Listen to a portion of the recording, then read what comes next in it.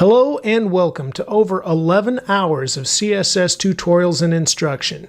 This video is made up of 24 tutorials that build upon each other much like the chapters of a book. Throughout the lessons in this video, I will mention links being available in the description below. I've compiled all of these links into one GitHub resource that you will find in the description. Hi, I'm Dave Gray, and I'm the creator of these CSS tutorials. You can subscribe to my YouTube channel for more tutorials like this one.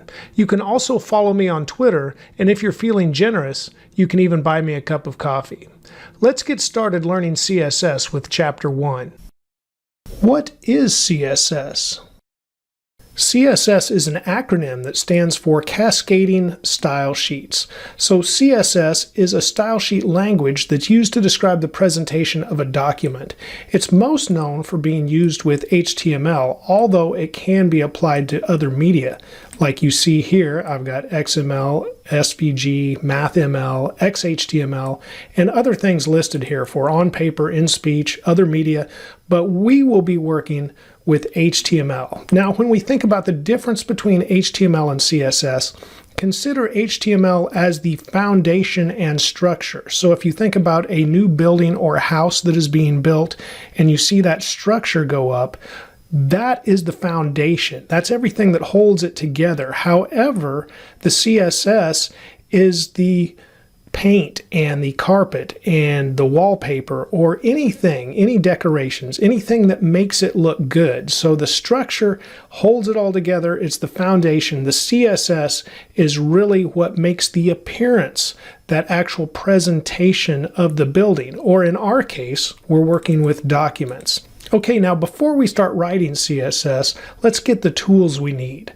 And first of all, I will be using the Chrome browser in this course. So you can download Chrome if you don't have it from google.com/Chrome, and it should be available for every platform, and it will probably identify what platform you have here as well.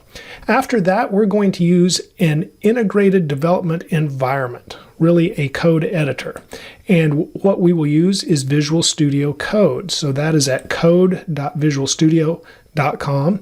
It should also recognize what platform you're on already, but if it doesn't, you can click Other Platforms and you can find it for all the different platforms that we're probably using. Okay, go ahead and download the version you need, and if you need Chrome, download that as well. Install the software and then come back to the video. Okay, at this point, I'm going to assume you've got everything downloaded and installed, and now I've got Visual Studio Code open right here. You may have a welcome screen. I closed that out already.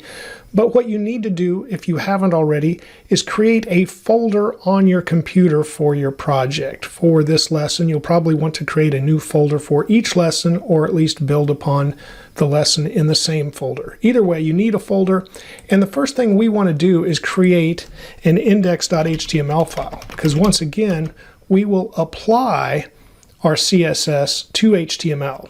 Now, if you're not familiar with Emmet shortcuts, we can take an Emmet shortcut here to quickly create an HTML document. Just type the exclamation mark and press enter. And now this gives us a very basic HTML document. And of course, it has a title just of document. It has a couple of meta tags up here you might not have seen, but they're handy to go ahead and leave in the page for now. What we want to do is just put some content. So let's put a paragraph here, and let's say, I'm learning CSS with an exclamation mark, and save. And really, that's all we need in our HTML document right now. Now, there are three different ways to apply CSS to our document. There is an external style sheet, we could have an internal style sheet, or we could apply CSS in line with an element. Let's look at each option.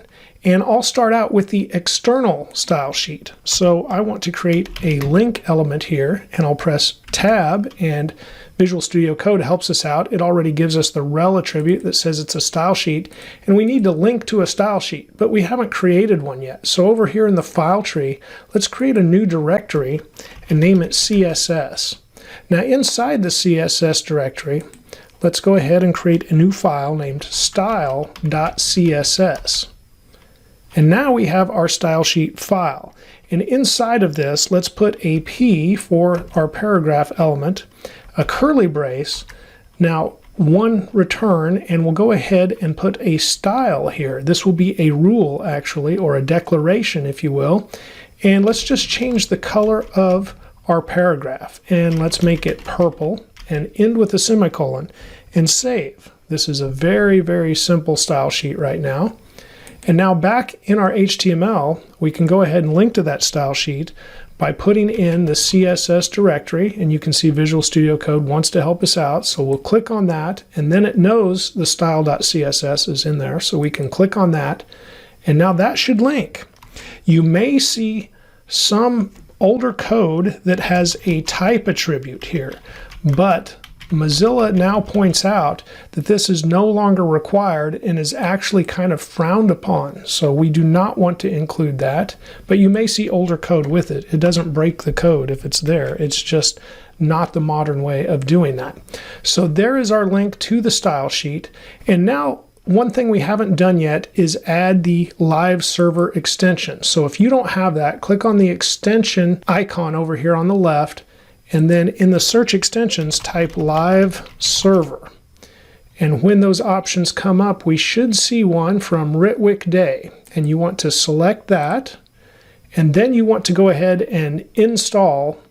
And I already have it installed, so I don't need to do that. But this will let us not only launch our HTML and CSS, but anytime we make a change and save, it will immediately reload, just as if it's on a web server. You don't want to load these files into your browser directly from your hard drive. You want to really kind of have a development environment that simulates a web server, and that's what Live Server does for you. So go ahead and install that. Once you have that installed, and I'll click on the Explorer icon over here to look at our files again, but now you'll have some options in Visual Studio Code. You could click Go Live down here at the bottom right, and it says click to run Live Server when we mouse over, or you can right click just in the file and you could choose Open with Live Server, and I'll go ahead and do that now. And there we have our very, very basic web page, but we can see it is super small. I don't know if you can even see that. I would have to zoom in and enlarge that, but it says I'm learning CSS. So we could add another style in our style sheet, and let's just go ahead and put it above the color style. And I will put font-size, and I'm going to change this to 64 pixels. It should be pretty big now. So I'll save, resize Visual Studio Code, much better. So we've got a purple I'm learning CSS with large font. Now let's go back to the HTML file, and I'm going to expand Visual Studio Code again so we have a little more room. Now in this head section, directly underneath our link element, I'm going to type style and press tab. And there is such a thing as a style element. Now, inside of the style element here, between the opening and closing tags, that is, we can write CSS. So I'm also going to style a paragraph. And here I'm going to put the color as lime green. Now I'll save this, and let's go back and look at our page and see what we've got. Now we have I'm learning CSS, and it is lime green. Notice it's still large font though. So the other style sheet, I'll press Control B to hide the file tree for a second so we can see this better. The other style sheet is still being applied, but we have overwritten the purple rule for the color with green. Now, does one take precedent over the other? Does the internal style sheet, which is what we just built right here with the style elements, that's the internal, does it take precedence over the external? Not really.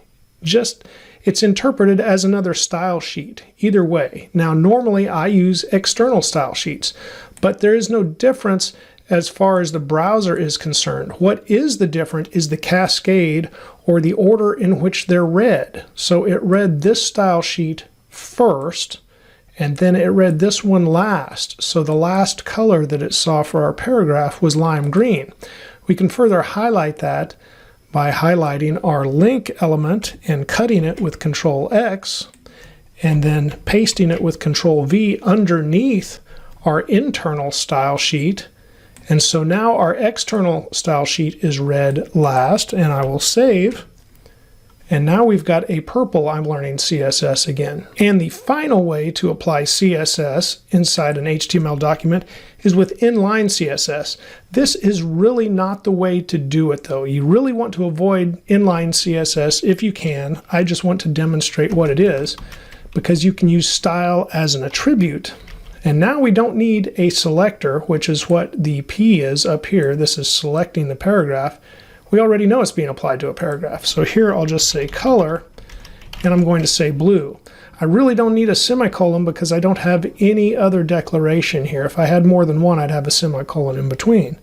Now if I save this, notice it's now blue over here. This does take precedent over either type of style sheet, internal or external, because it's applied directly to the element itself. But what we want is a separation of concerns. So the best way, the way that is commonly used, is the external style sheet. It keeps your CSS code completely separate from your HTML. Okay, let's remove our inline styling from the paragraph. And let's also remove the style element because we will be focusing on using external style sheets for the rest of the course. So we can save that. And let's go ahead and scroll up to the top of the HTML document. And now let's move over to the external style sheet. And then in the browser, notice of course this is already back to purple now. Let's go to another MDN page, that's the Mozilla Developer Network, and we get an anatomy of a CSS rule set. So let's break this down and we can look at our own example to the left as well. But we have our selector. That means we're selecting the paragraph or paragraphs if we had more than one. Now we have a property and a property value. So the property being the color, the value being red, and then the declaration is the property and the property value together. So we have the same thing over here, just color and purple, and the full declaration is both. Now it says the whole structure is called a rule set, but also notice it says the term rule set is often referred to just as rule. So you could consider this a CSS rule, if you will. Okay, let's go back to our HTML document in the browser. And something I need to note here about CSS is it's using the American spelling of color. There could be other English words that are different, but notice how Visual Studio Code knows there's already a problem here. And if I save this, purple is not applied to our document. It's back to the default black text.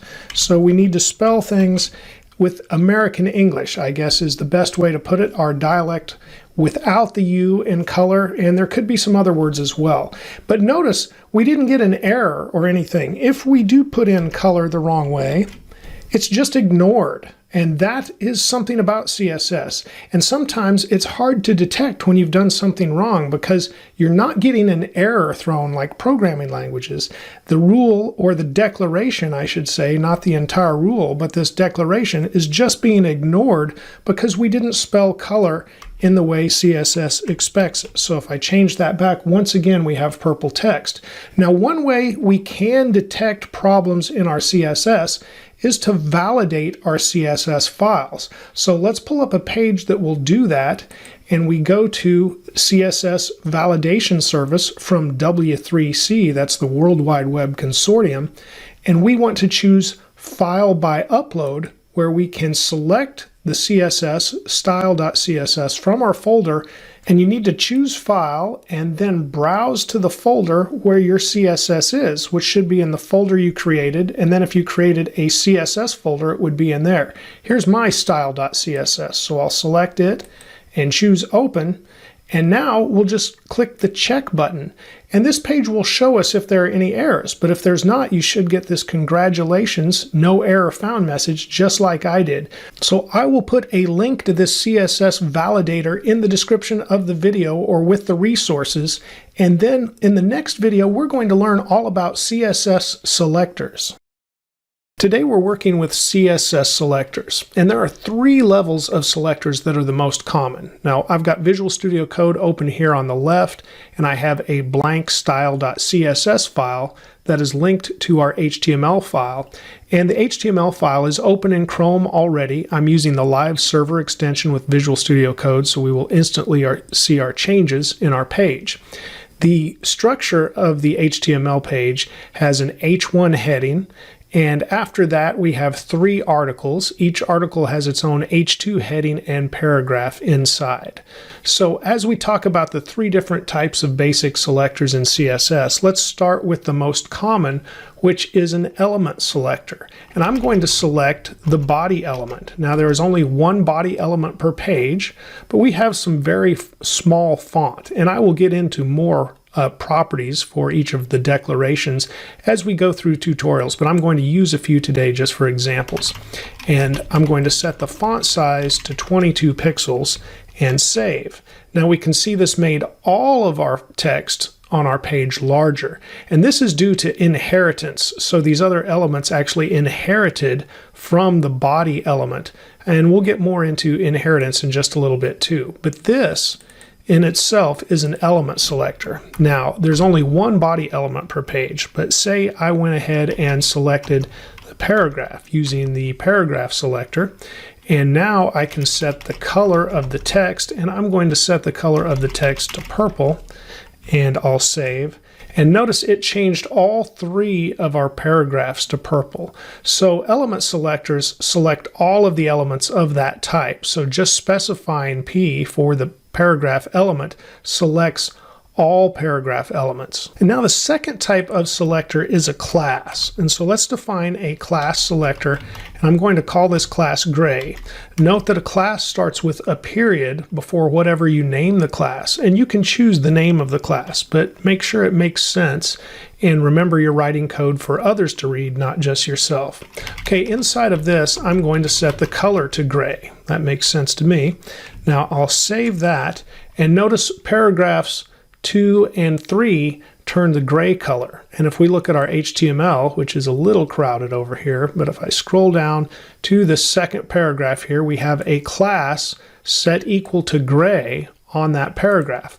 Likewise, we have a class set equal to gray on the third paragraph as well. So classes can be used more than once, and they're very useful that way. You're creating styles that you can apply throughout your project or throughout your page, and then they can be reused with more than one element. And note, classes are more specific than selecting all paragraphs, for example, and because they're more specific, they overruled the purple setting that we had for all paragraphs, and now gray applied to these last 2 paragraphs here. And we will also discuss specificity in more detail in just a few minutes as well. Now, classes are the most common type of selector with CSS, but the more specific selector yet is an ID selector, and I have an ID named second, an ID attribute inside of the HTML, and here I'm going to apply a font style, and we'll set that to italic, and I like to have a space afterwards.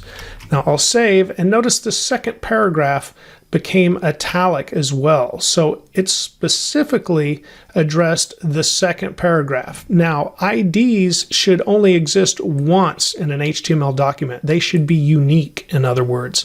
However, it is not good practice to really use IDs inside of your CSS. Now, it will validate your code has no problem using an ID. However, typically you should use classes and sometimes element selectors, but rarely, if ever, should you use an ID selector inside of your CSS. They do have other valid uses. If you remember from HTML, linking a form input back to a label element, and then as you learn JavaScript, you may have some other uses for ID attributes as well, but we try to keep them out of CSS. And now that we've covered the 3 basic types of selectors, let's discuss what you can do with some of them just a little bit more.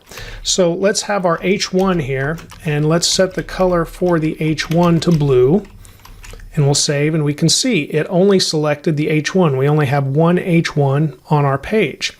But we can also group selectors, so let's set all of the H2s as well to blue. And you can see I just put a comma between, and then this declaration, or this rule set, the entire rule set, if we had more rules in here, more declarations I should say, would apply to both the H1 and the H2. So you can go ahead and group selectors with a comma in between. Now notice what happens if I remove the comma and save. This declaration, our full rule set, especially if we had more declarations, none of it would apply to the H1 or the H2. Now what's going on here? This selector is looking for any H2s that exist inside of an H1. It's not looking for an H1 or an H2. It's only looking for H2s that exist or are nested, if you will, inside of an H1. So that's why that didn't work. That may be useful to know in the future, but what we need is a comma in between, and then we can select both the H1 and all H2s on the page with this rule set. So let's look at an example of where we would select an element that's inside another element. So let's start with our paragraph elements again, and now we'll look for any span element inside any paragraph element. And here let's set a couple of values. So we'll set text-transform, and I'm going to choose uppercase here. And then I'm also going to set a background color, and let's set this to gold so it stands out. We're essentially highlighting what we want to see. And now we can see we have set this word, whatever this word is, this is Latin from our lorem ipsum, we've set it to uppercase, and same with ipsum. And then we also set gold behind each of these words with this. However, this doesn't make a lot of sense. This is a much better example of where we should use a class. We might name our class something like highlight, and then apply that to our span elements inside of the index. So we've come in here and find our span, and I'll select both of these. And then we can add the class highlight, and that makes it reusable if I spell highlight correctly. There we go, and save. And now it's once again applied, but this would keep our CSS much more organized and actually more reusable. It's more flexible this way because we might have some span elements doing other things that we didn't want to apply this rule set to. And now one last selector to discuss. It exists. We wouldn't use it that often, but it is the universal selector. And this means it's selecting everything on the page. You typically only see this for what is called a CSS reset that we will cover in the future. But just so you know it exists, this selects everything. So let's think about what we could apply here that would be applicable to everything. So let's change the font, and we'll set it to this monospace font and save. And now you can see all of the text on the page turned into this monospace font instead of the default font that we had. Now this is not how we would use this. Again, in the future, we'll learn about a CSS reset that would use that selector, but typically that's the only time you see that universal selector used. Okay, let's discuss the cascade. CSS is an acronym for cascading style sheets, and essentially that means CSS works like a waterfall. It works from the top down, and that means if I were to put in another definition, I'll just copy this down for paragraph, and where we have the color purple on our first paragraph, it really applies to all, but then of course the gray class overrides that on the final two. But if I came here and said red instead of purple, notice how this paragraph turns red, and that's because it read this rule set last. So first CSS looked at this at the top. It starts at the top and it works its way down, and so it read this last. Essentially this is the last rule, and that means whichever definition it reads at the last will be applied. Now specificity can override this, and that's where we talked about elements and then classes. Classes are more specific, for example, than just an element selector. So we have our class here that has the color gray, and it is overriding the red. Now if we remove this class and we save, now they're all red. But even though we're looking at the cascade and starting from the top down, even if I put this class above the paragraph selectors and save, it still applies to these last two paragraphs because it has more specificity than an element selector. And the element selector here, purple, of course, is overridden with the last rule being the element selector here for red. So we start out with a red paragraph, and it's really applied to all paragraphs except that then CSS sees there is a gray class applied to the second and third paragraphs, and that has more specificity, so it overrules whatever is set by the element selector. Now, a problem you can have is when you have a large CSS file and maybe you have set this gray class on these paragraphs, and later on, let's say you're way down a couple of hundred lines and you're setting a color on a paragraph and you can't understand why it's not being applied. So let's go ahead and expand Chrome here, and you can right click and choose Inspect. And once you inspect your page, then you can look at the different classes and CSS rules that are applied. So here's a good example of that. We have got our third paragraph highlighted up here in the Elements tab, and then we're looking at the styles, and we can see we've got paragraph rules here, these element selectors, but color purple is crossed out, and then color red is crossed out. So CSS knows these rule sets exist for paragraph, but it also knows it should follow what is the most specific using the rules of specificity. So here we have a color gray that is being applied. So you can see sometimes when you're struggling with your CSS and you have written a rule and you're not understanding why it is not being applied, you should inspect your code with DevTools. And once again, you right click and choose Inspect to do that, and then just go to the correct tabs, Elements, highlight the element that you want, look at the styles, and you'll see how it is being read by CSS in the browser, or how the browser is reading your CSS, and then see how those rule sets are being applied, which ones are being overridden and which ones are actually being applied. Okay, I'm going to close that out now, and I'll resize Chrome. So I'll come back over here to our style, and as we go to the top, let's talk about inheritance, as I got into specificity a little bit already. But inheritance, that is where another element inherits the settings from, or the properties from, its parent element. So the body element is parent to every other element here.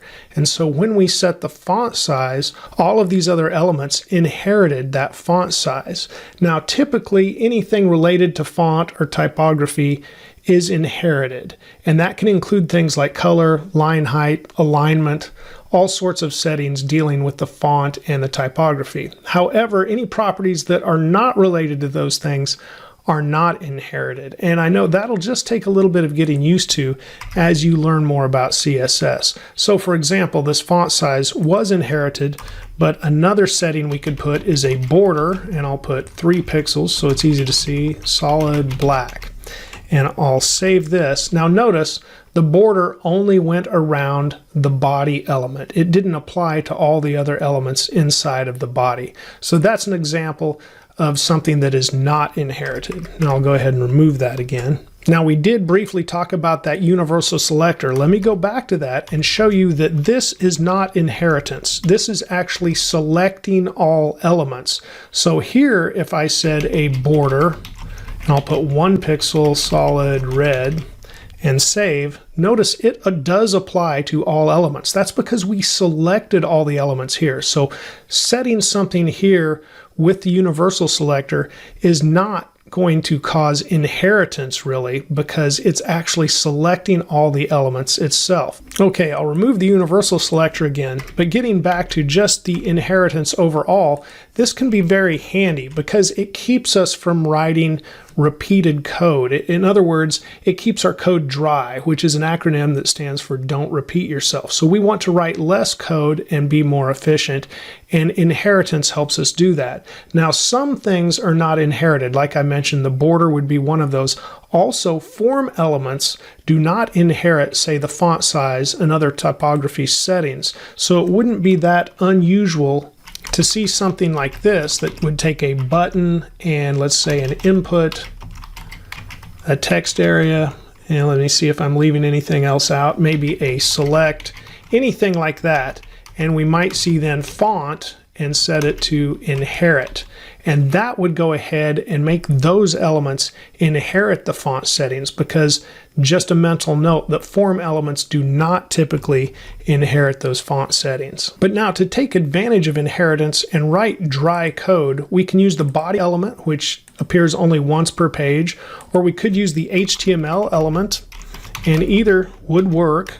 Oftentimes, if you're just starting out and just remembering, it might be best to just use the body. Oftentimes I use the HTML element because, once again, the inheritance applies there. So we can save here without, see the difference. Now I'll go ahead and apply it in HTML. And once again, we have the larger font, because there are, for me at least, some specific settings for the body, and I like to see those separate. So I often put all of my font settings in the HTML selector, but again, either would work. One other element selector that I do use at times is the main element. It is a semantic element, and it should appear only once per page, but then you have to be aware that you're only selecting the things inside of the main element. So if we look at our page, I've got the H1 inside of a header element and not inside of the main element. So if I were to change the font family inside of our main selector and I change this to monospace, which is easy to see the change with, go ahead and save, you can see all of the articles switch to monospace, but our H1 heading is still using the other font. Okay, coming back to specificity, just something we talked about, so a quick review. Their element selector is the least specific, and then a class selector is more specific, and then, although we don't want to use them in our CSS, an ID selector is even more specific than that. Sometimes something's not working out and you're wanting to figure out why it's not working out, or you just can't figure it out and you get frustrated. I'm going to show you something that will work, but I'm going to recommend that you do not use it. It's kind of the nuclear option, if you will, and it's to put an exclamation mark and put important. Now see how red should be applied to this first paragraph. But with the important flag right here after our purple setting, and now I save, notice what happened. It turned the first paragraph purple. Notice what else happened. It also turned the second paragraph and the third paragraph purple. Now, why is that? Well, this important essentially ruins everything else. It overrides everything. So really, when you see it in code, it's kind of an indication that it's not well organized or it's sloppy. There's only a few reasons you would really want to use this. And I feel like, I'm hesitant to even show it because I feel like beginners could abuse this. However, you'll see it somewhere. I just want you to know it exists. Don't use it. Don't use it. You need to learn how to organize your code and apply it correctly. And only after you've learned CSS well enough to understand when to use that important flag, that's the only time you should use it. You should really not give up the struggle. You will learn more by struggling and learning how to apply these selectors in the proper way without using that important flag. I do want to show you one thing that will help you learn, and that is the specificity calculator. And I will give a link to this in the resources. You can see they've got some basic values here that are already fairly complicated, but you can zero these out and you can compare two selectors to see why they are working and why they aren't working, or why one overrules the other. You can see an element selector here for an H2 has a score of 001. But if I put in my class of gray, it has a score of 010, in other words 10, which is a higher score than 1. So the class overrules the element selector. And likewise, if we put in an ID selector, like we had second, it has a score of 100 over 10. So that is better. Now you could apply more than one class, for example, to an element. So let's see what happens if we had a second class and we had our highlight class. Now this has a score of 20, but it's still not going to be as high as a score of 100. So this specificity calculator will certainly help you understand why one rule is being applied, or why one selector, I should say, is being applied over another. Today we're learning about CSS colors. I've got Visual Studio Code here on the left and our web page on the right. It is a basic web page and I'm using the live server extension, so when we make changes in our CSS and save, we'll instantly see the changes here in our page. I've got an H1 heading, and then I've got 3 articles, and each article has its own H2 heading and a paragraph. Okay, and that's really all there is. You can see it's got the default colors, a white background and black text, and that's usually what browsers default to. I've got just a few declarations over here for our page just to make it readable. I've got a larger font size, I've declared the font family, and line height, and we'll learn more about those when we get to typography in this series. Right now, I want to show you just how to set a background color first. And the first declaration we'll look at is setting background-color. And then notice Visual Studio Code instantly wants to help us. It pops up a list of color names, and there are 140 color names available in HTML, and Visual Studio Code recognizes all these names. And notice it's going alphabetical. So if I type something like the letter P, it suddenly shows us all of the color names that start with the letter P, and so on. So we could just pick any one of those. I'm just going to go ahead and pick something like blue, and I'll go ahead and save. And you can see Visual Studio Code also shows us a little square of blue beside the name blue. And now if we look at the page, it has a blue background. Now that's not nearly as legible because we also have a dark font. So we also have to consider the contrast when we pick colors to make it legible and readable for our viewers. And it also needs to be accessible, and there are contrast ratios that are specified, and we'll look more at that here in the near future. Right now, besides just setting the background color with the background-color declaration, we can also go ahead and just say background. That's shorthand, and it also allows us to set other properties that we won't learn about today, but we can just set a color by saying background, and that's often the case because it's shorter to type than background-color, so you'll see this often. Instead of blue, let's change our background color to an interesting color name. I like Papaya Whip, so I'll save. And that's much easier to read as well, so our dark text looks good on this background. Okay, now that we know how to set a background color, let's change our font color as well, and we do that just with the color property. So in the declaration, we can once again name a color, so I could just say black, and that looks okay. Let's see if there's a dark color. Yep, a dark blue. Let's see how that looks on top of our Papaya Whip background. Well, not too bad. It is definitely legible. So we have determined 2 different color names, and we chose those through Visual Studio Code. There, the color palette just popped up, and we'll go over that in a minute too. But this is where you'll typically see colors set, background and font color, and you can set the background color to a lot of different elements, and we often have fonts on top of those elements or inside of the elements, but on top of those colors. Now let's discuss another way to set colors instead of color names. We know we can look for color names, and Visual Studio Code will help us. Also, we can use RGB, which stands for red, green, blue.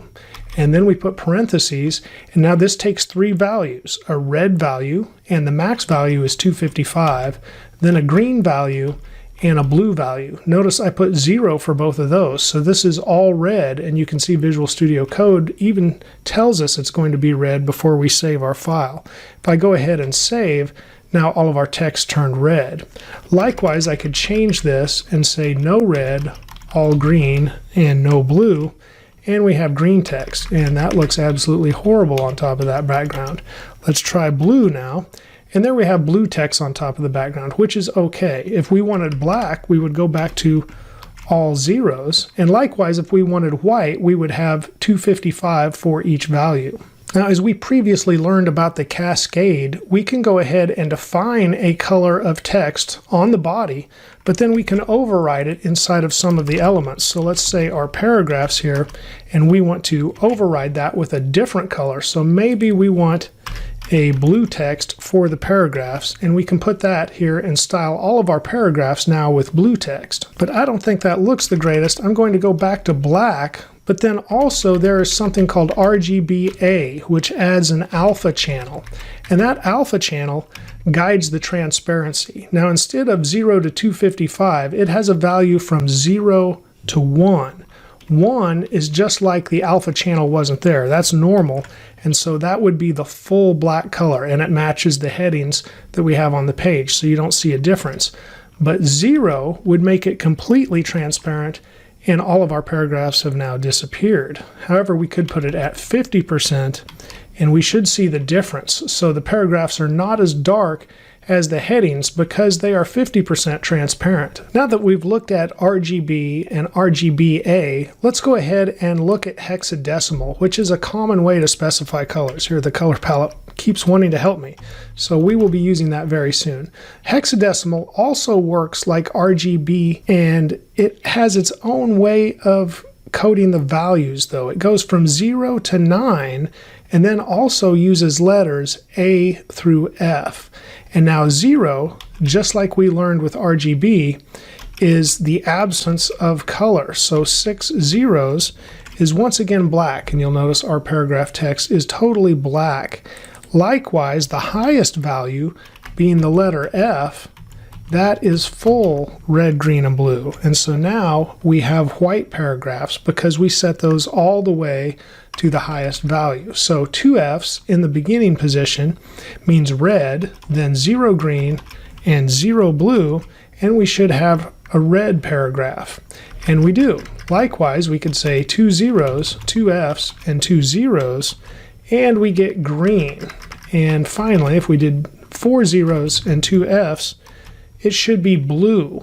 So we can kind of code those in the same way once you learn hex. Now, if you noticed earlier when I was typing color names, like dark blue and everything else here that starts with dark, look at the hex codes over here to the right. Visual Studio Code is already helping show you all the different hexadecimal codes for these. So we can, of course, get those codes by typing color names if we want the code of a name. But there are many more colors than there are color names, and you can really expand your palette by using RGB or hex codes.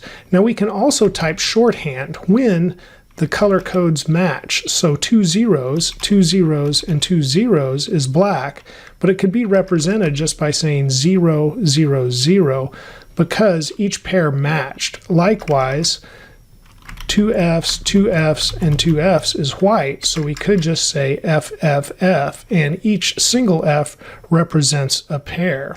So if we had 2 F's, 2 zeros, and 2 zeros for red, we could just say F, 0, 0, and we still have red. So our shorthand for green would be 0, F, 0, and then our shorthand for blue would be 0, 0, F.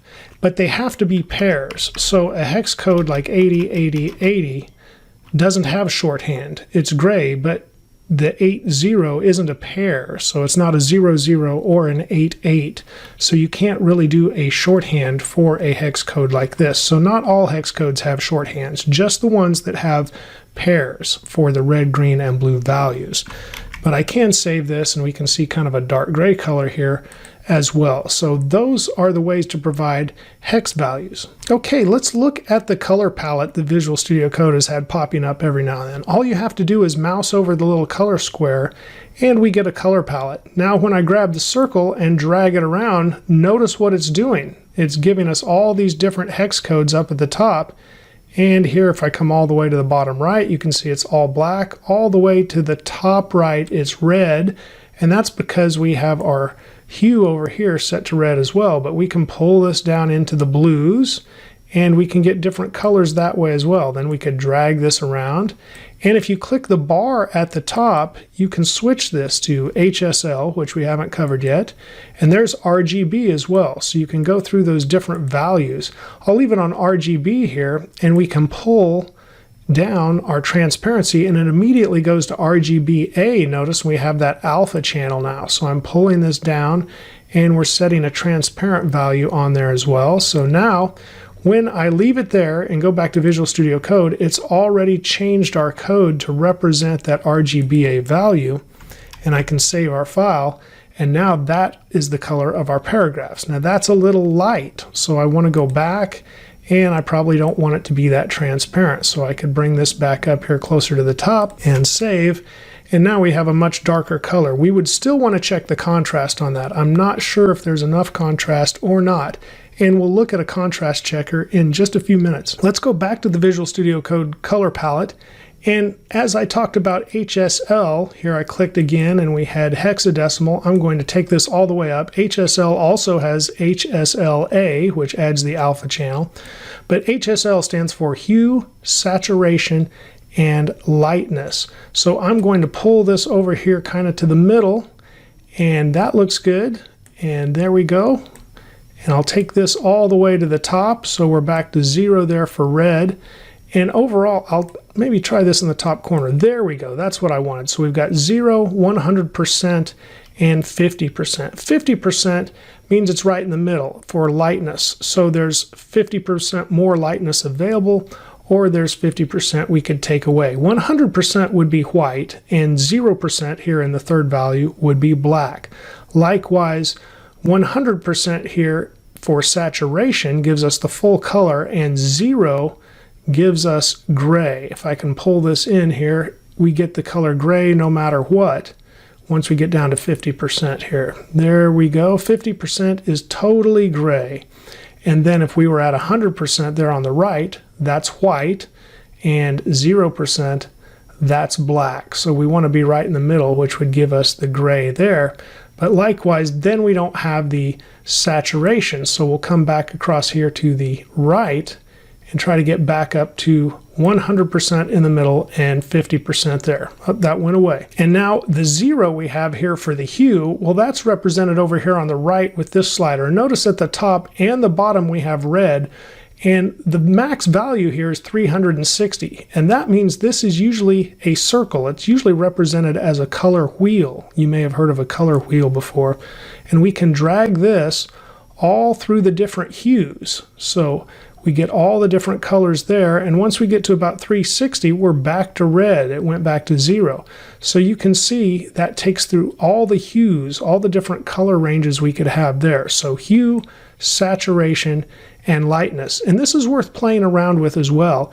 And as you get a little bit more advanced and learn about CSS variables, you may decide you really like working with HSL. But most beginners start out working with hexadecimal, RGB, and color names. So it doesn't hurt to learn about any of those. Let's switch this back over to RGB, switch it back to hexadecimal, or you could just switch it back to a good old color name like red, although red is not going to look that great as far as our page goes. So I want to take this over and pick a color I like to use, which is not quite solid black, but it is a dark color. And there we go. For the paragraphs, I use 333, which, as you know, is the same as saying 333.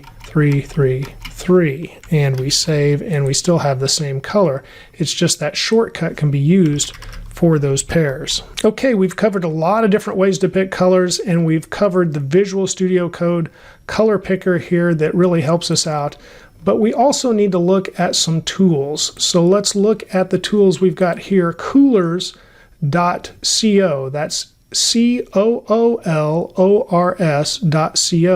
This is a great color palette picking tool, and you can start the generator and start picking your color palettes as you go here. It takes it just a minute to fire up, but then you can choose these color palettes or press the space bar to generate all new palettes, tell it which color you want to keep and which ones you want to get rid of, and then you can just copy these colors. Here's a copy right here to copy the hex that it shows there, and so on. So this is a great source for picking colors, but what I really like on this site is the contrast checker. Now I also have the Web Aim contrast checker. This is web accessibility in mind, and this is really a great site for checking accessibility features.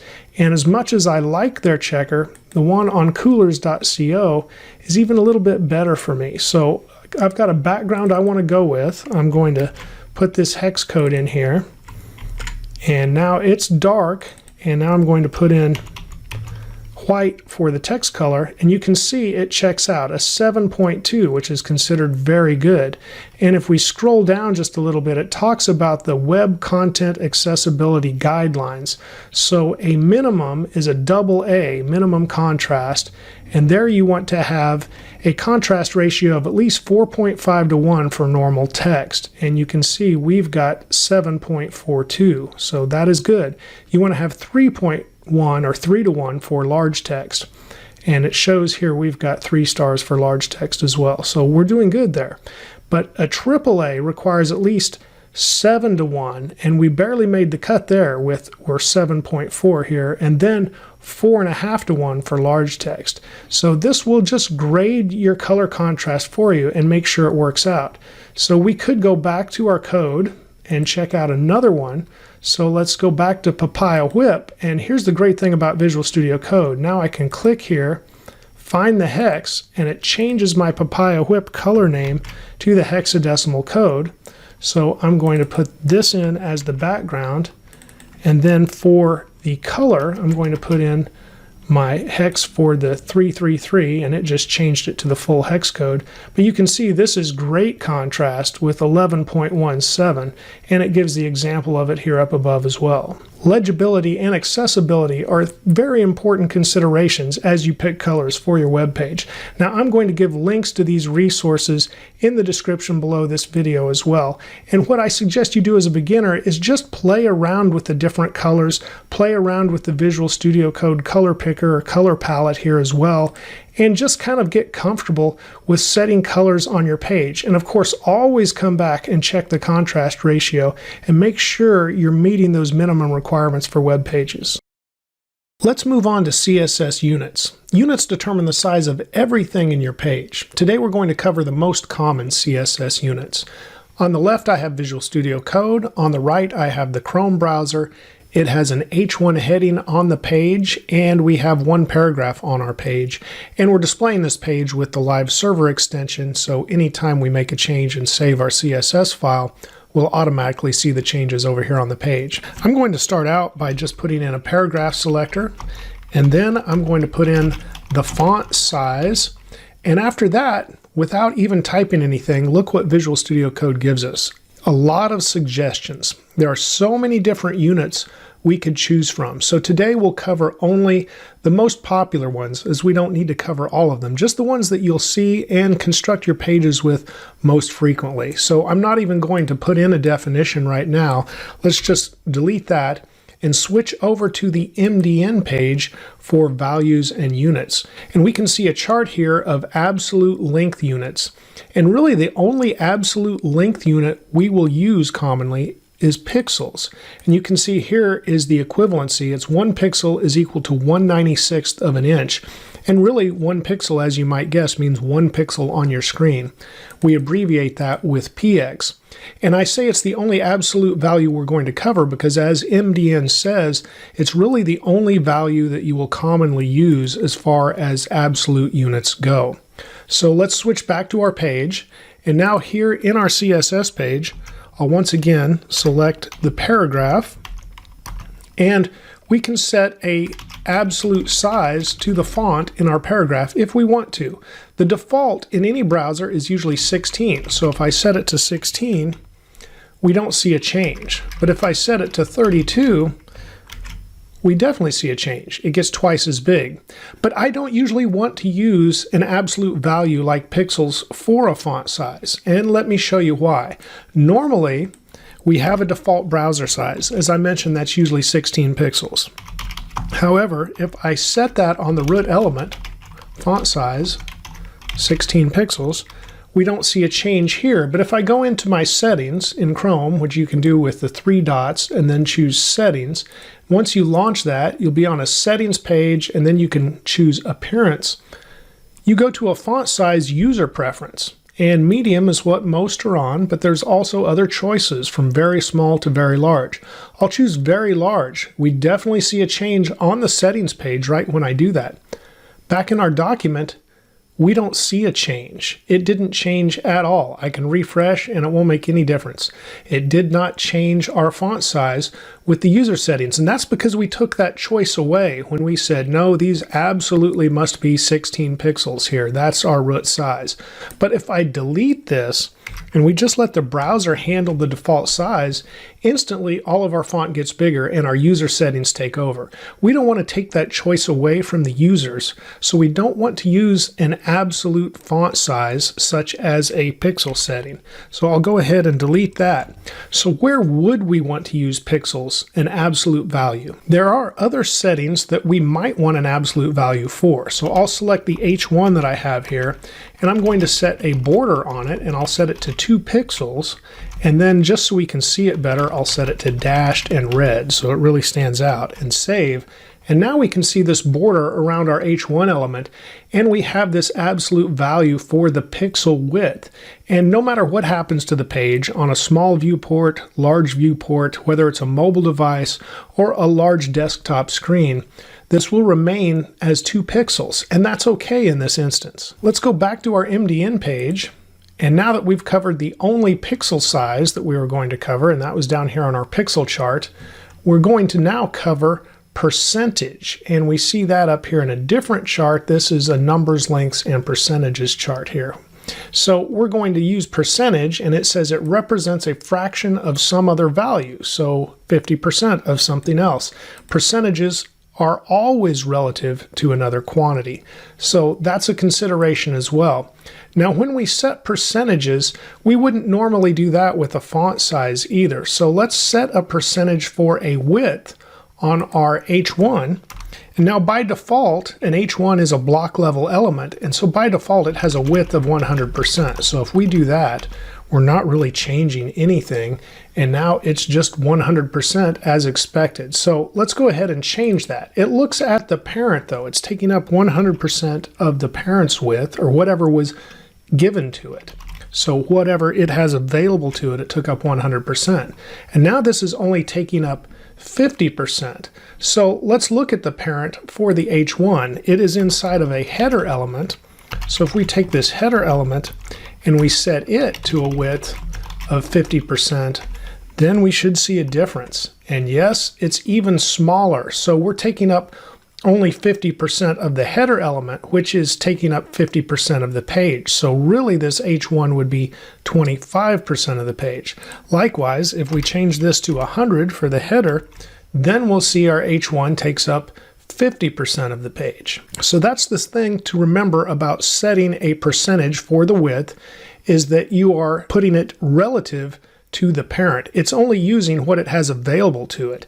If the header is 100%, then the H1, that is the child, has 100% of the page available to it. However, if the header is smaller, let's put it at 80%, then we're only using up 50% of 80% of the page. And once again, if you want an element that is a block level element to take up 100% of the width of the page, you don't really need to set it, because that is the default value already.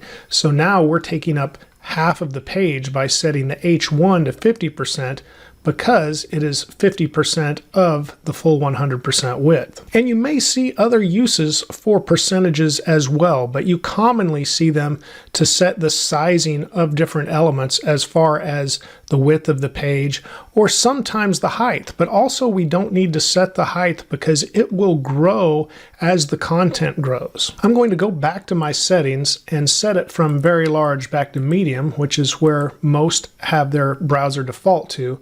And now when we look at our page, the font is smaller, but let's talk about another relative unit. And this one does show on the MDN page in the chart down here under relative length units, and it's the rem. This is the unit that we'll typically use for font size, and it relates to the font size of the root element.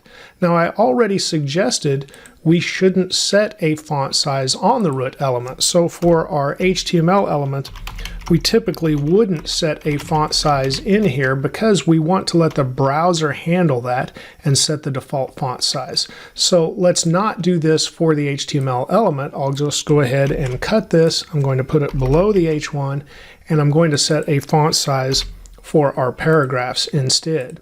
And this font size, if we set it to 1 rem, that's already the default, so it shouldn't change anything, and we see the size is the same. So it says 1 root element, which the root element is the default font size set by the browser. The EM doesn't stand for element, by the way, that's M, so we have 1 root EM or 1 root M, but that means the root size that is defined, and in our case, when we don't set it, then it's set by the browser. So hopefully that clears up some confusion. But if we put in 2 M's, then it's going to double the default size, and now we're probably at 36 pixels right here because most browsers default to that 16 pixel size. So you can see how this relates back to the root. Now if we set a font size on the parent, because our paragraph is in a main element, we set this font size to 2 rem also, it doesn't change the paragraph font size at all because the font set here is not relative to the main element. It's not relative to the parent, it's relative to the root, which is defined by the browser. So it's always going to look back to that default root size. If we had set a font size in the HTML element, it would be looking at that. But without setting it, it's the default size.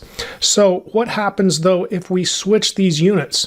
If we're not using rem, if we're using M, just EM. So now I'll delete the R there and save.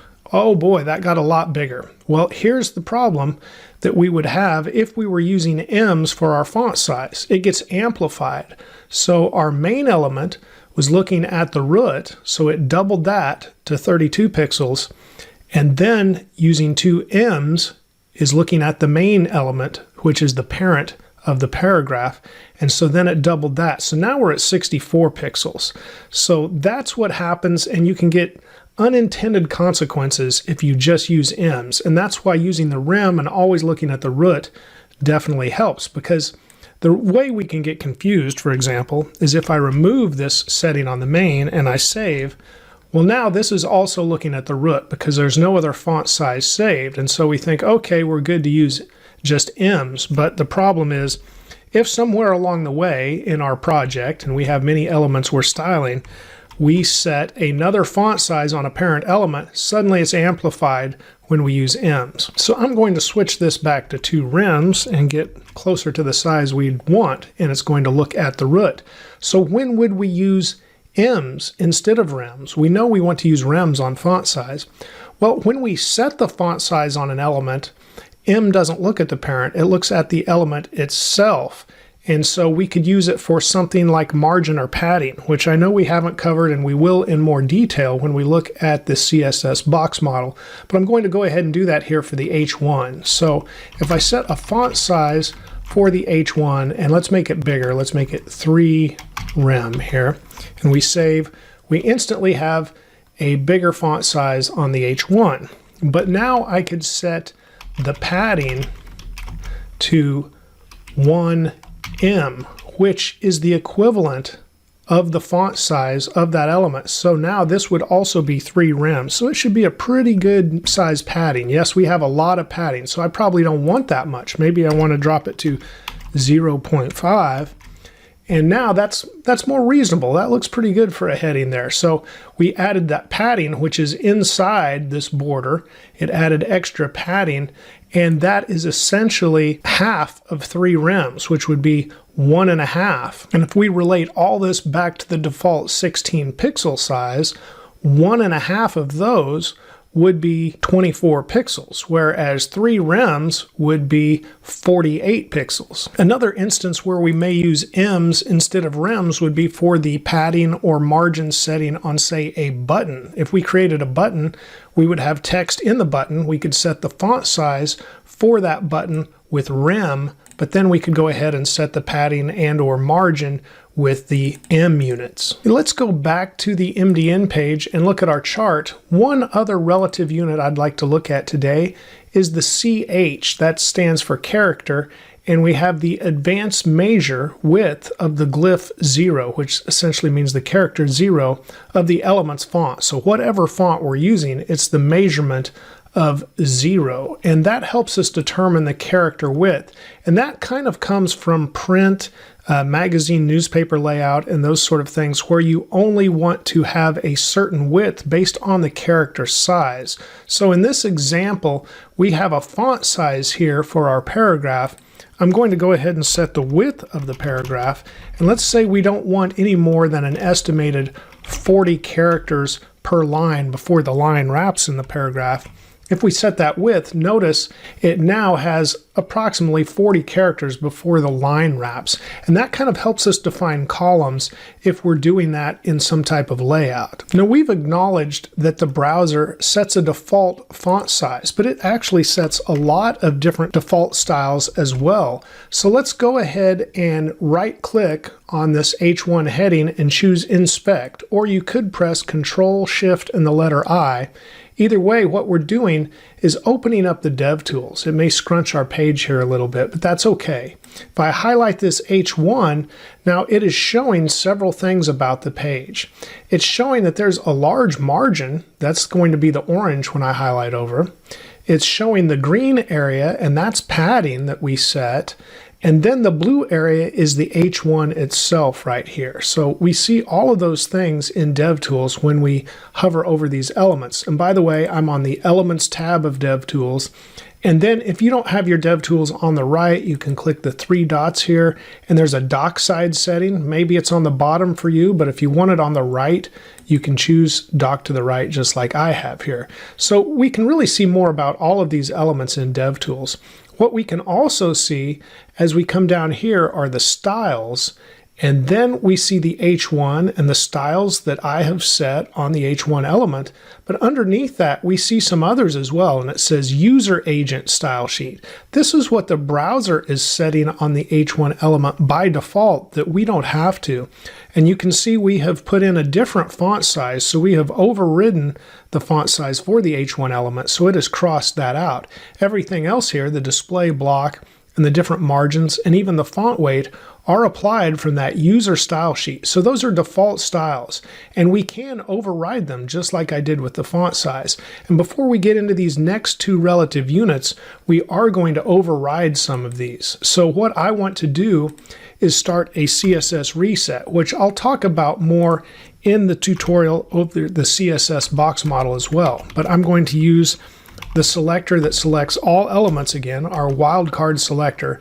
And here I'm going to set the margin to 0, the padding to 0, and one other setting that says box sizing, and I'm going to set that to border box. And when I save, notice all the padding and margin is gone. Now our H1 is right up in the left corner. We don't have any space between the paragraph and the H1. We got rid of all of those default margins and paddings that were creating that extra space. But that's important when we go back to the MDN page and we look at these next two relative units. We have viewport width, which is 1% of the viewport's width, and viewport height, which is 1% of the viewport's height.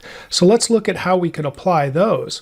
But if we had that extra margin and padding there, we wouldn't be able to see the detail that I want to show. Okay, I'm going to take our main element here and set a width on it with our viewport width units, just so we can see what it is capable of. And so I'll do that. I also need to set a background color just so we can see what we're doing better.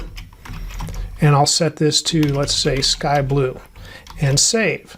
So now we can see the width of our paragraph is actually wider than the width of our main element. And so it is overflowing that main element. But we've actually set the main element to 50% of the width of the full page. And you can see that's matching the 50% width that we have up here. But I'm using the viewport width units right here. There may be times when you want to use the viewport width, but most of the time I find myself using the percentage and getting the same result. And I'll give an example where the percentage is actually a better choice. So let me remove that 50%, and I'll remove this background color that's making our page look bad. And we'll come back up to the top, and underneath our select all, I'm going to choose the body element here.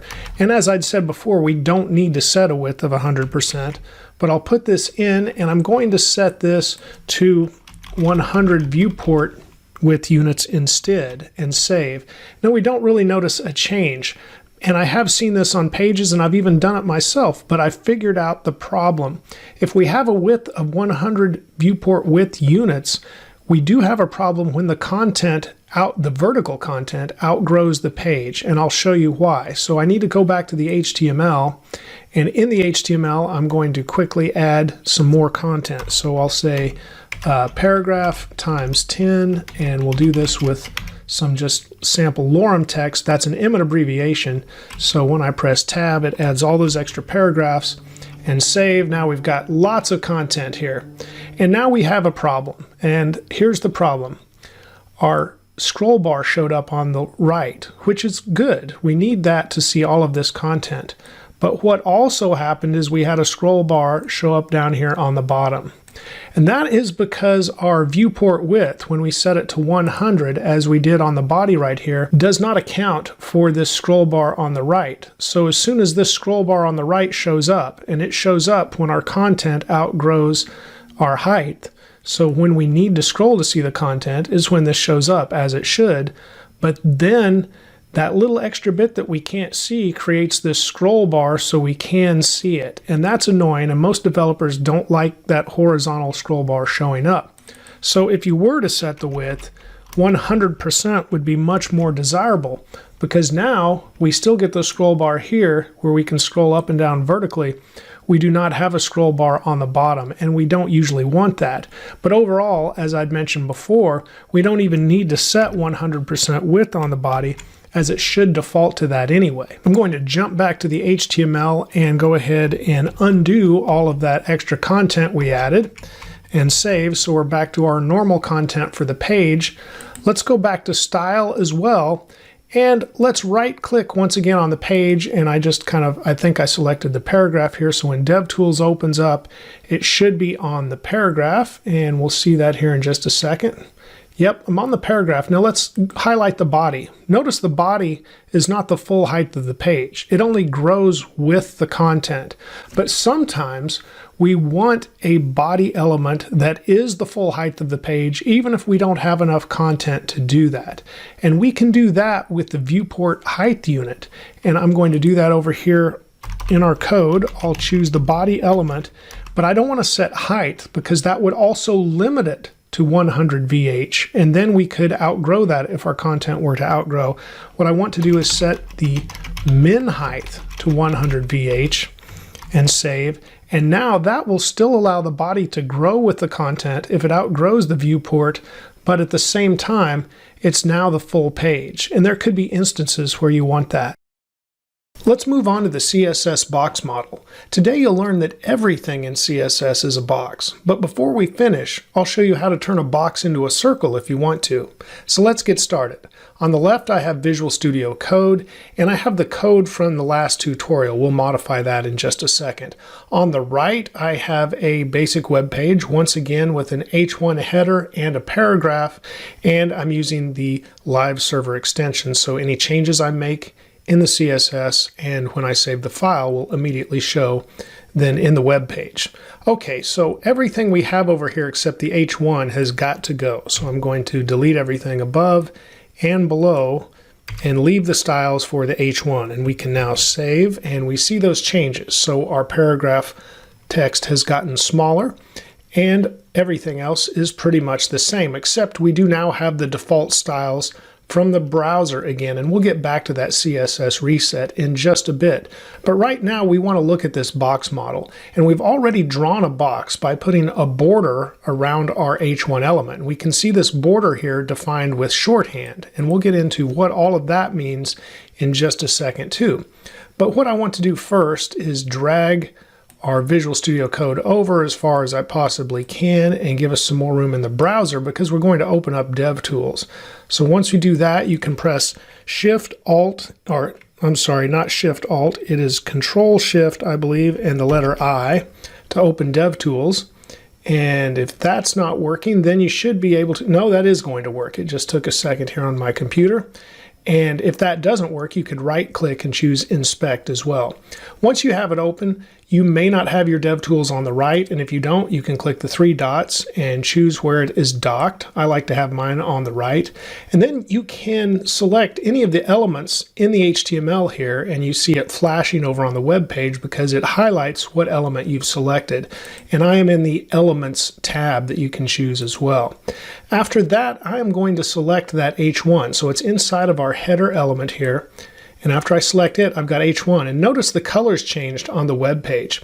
This is already showing us the box model right here. So what we have for the orange is the margin. And then we can clearly see our border that we put in with 2 pixels, and it is dashed. And then inside of that, we see green, and that is the padding. And then inside of that, we see blue, and that's actually the content. And now if we go down here where we have a Styles tab, let's choose the Computed tab, and we actually see the box model inside of our DevTools. So we can highlight any aspect of this. So I'll go to the content first. And now we only see the blue highlighted on the web page, and that is our content, and it's showing us the actual size of the content in pixels here as well. And then we go to padding, which is the next layer. The padding is once again inside of the border, and it just wraps around our content. It gives some extra space inside of the border, gives our content a little room to breathe, if you will. So here you can see it's 24 pixels. Then we have our border, which it shows it as 1.993 pixels. We set it to 2 pixels. Hey, close enough, right? And after the border, we have margin. And you can see we didn't set a margin. So this margin is just showing the space that is left after our element is there. So on top, we have 32 pixels. And then we have 32 pixels on the bottom as well. And that's probably just because of the default of the H1. We didn't set a margin on the right, but we do see a big margin over there. And that's just because we have set that 50% width on our H1, so it's not taking up the full page space, and what's left is occupied by margin. So it's important that you remember how to get here in DevTools. We're on this Computed tab below, and you always want to be able to bring up the box model to see exactly what's going on with your elements. After that, it's also important to just memorize the different layers of the CSS box model. So starting on the inside, we have content, then we have padding, then we have border, and finally we have margin on the outside. And now concerning our H1 and the margin that I have highlighted, notice it's 32 pixels, actually 32.16 pixels, and we didn't set that. So that's a default style on the H1. We've got the H1 selected. Let's go back to the Styles tab instead of the Computed tab, and we can see this. If we scroll just a little bit, there's the styles we set, and then here are the default styles from the browser. This is a user agent style sheet that's assigned by the browser, and here you can see they assigned some margin settings here. It's 0.67 EM. So that's essentially 2/3. Now, if we remember about our units, an EM responds to the font size of the element, and we set a font size of 3 rem, which would essentially be 48 pixels. So 2/3 of that is coming in right around where we see it on our box model here at 32.16 pixels. So now that we know our font size is impacting the default margin, let's go ahead and change our font size. And of course, it will also change our padding that we based on EM units. I'm going to change this to 2 rem, if I can type here, 2 rem, and save. And now things have changed. Notice our margin got smaller. It's 21.44 because our font size got smaller. And this is based on an EM unit, an M, as far as the browser is concerned. So once again, it's still 0.67 EM, but the actual size is smaller. It's 21.44 pixels. Now, changes like this can be really hard to keep track of. And so that's why sometimes we just want to reset the browser settings for all the margins and all the padding and just take control of them ourselves. And that's why we use a CSS reset. And a very basic CSS reset starts with the wildcard at the top, and then we set margin for all elements, because remember, this wildcard selects all elements. So we set the margin to 0, and we set the padding to 0, and we can save. And now all of that margin and padding that is set by default is taken away. And you can see the body actually had a little bit of margin set to it as well, because now we're right up to the edge of the body here on our page, and this border we set around our H1 is right up to the edge of the page as well. And there's one more setting I always put inside of the CSS reset, and that is box dash sizing. There we go. And now the default is content box. And if we save, we won't really notice a change here. It didn't really change anything because that is the default. So what the content box does is it says, okay, the size that we're setting is this for the content and the content only. It doesn't include calculating the size of the padding or of the border or of the margin at all. So instead of 50%, I'm going to set an absolute width on here so we can compare. And I'll set this to, say, 400 pixels and save. Now let's look over here in our box, and we can see the content is 400 pixels, but that doesn't account for the padding. What we have here is not the 400 pixels we were expecting. We took up more space than that. But if we set this to border box instead of content box, then we'll get what we expect, and it's much easier to calculate. So now notice our content over here is not 400 pixels, it's 348. And then we can add in 24 pixels of padding on each side and 2 pixels of border on each side, and then we can get our total of 400. So what border box does is it really helps us calculate the sizes that we are assigning, because it goes ahead and includes the border and the padding. It does not include the margin. The margin is on the outside of our CSS boxes that we create, whichever elements that we're styling. So the margin is not included in that calculation. However, the rest is. So the border and the padding and the content all add up to that 400 pixels that I set right here. Okay, now that we've broken down how the border box setting works and looked at the CSS box model, let's go ahead and close DevTools, and let's just style our page a little bit with some of these properties. I'm going to resize the page a little bit so we have some more room for Visual Studio Code over here on the left. I'll pull this over. There we go. And now let's make some changes. So one thing I have thought about is our H1 right here has some settings I normally probably wouldn't put on an H1. I'm just more concerned with the font there, but the font size that would be assigned by default is okay too. So I'm going to get rid of that. And now these other settings, I would actually be more likely to put on the container than I would on the H1 itself. And the H1 is inside of a header element, so let's go ahead and save that. And it changed just a little bit, but that's okay. I'm going to change these EMs back to rems because now I'm not setting a font size on the header. So I'm going to use 1.5 rem here and save. And now we've got our padding back to about where it was. But now what if I wanted to assign these same settings to the container that our paragraph is in? And that's in the main element. So maybe I don't want this on the header. Maybe I want to assign a container class so I can provide these same settings for more than one container. So I'm going to quickly go over to the HTML.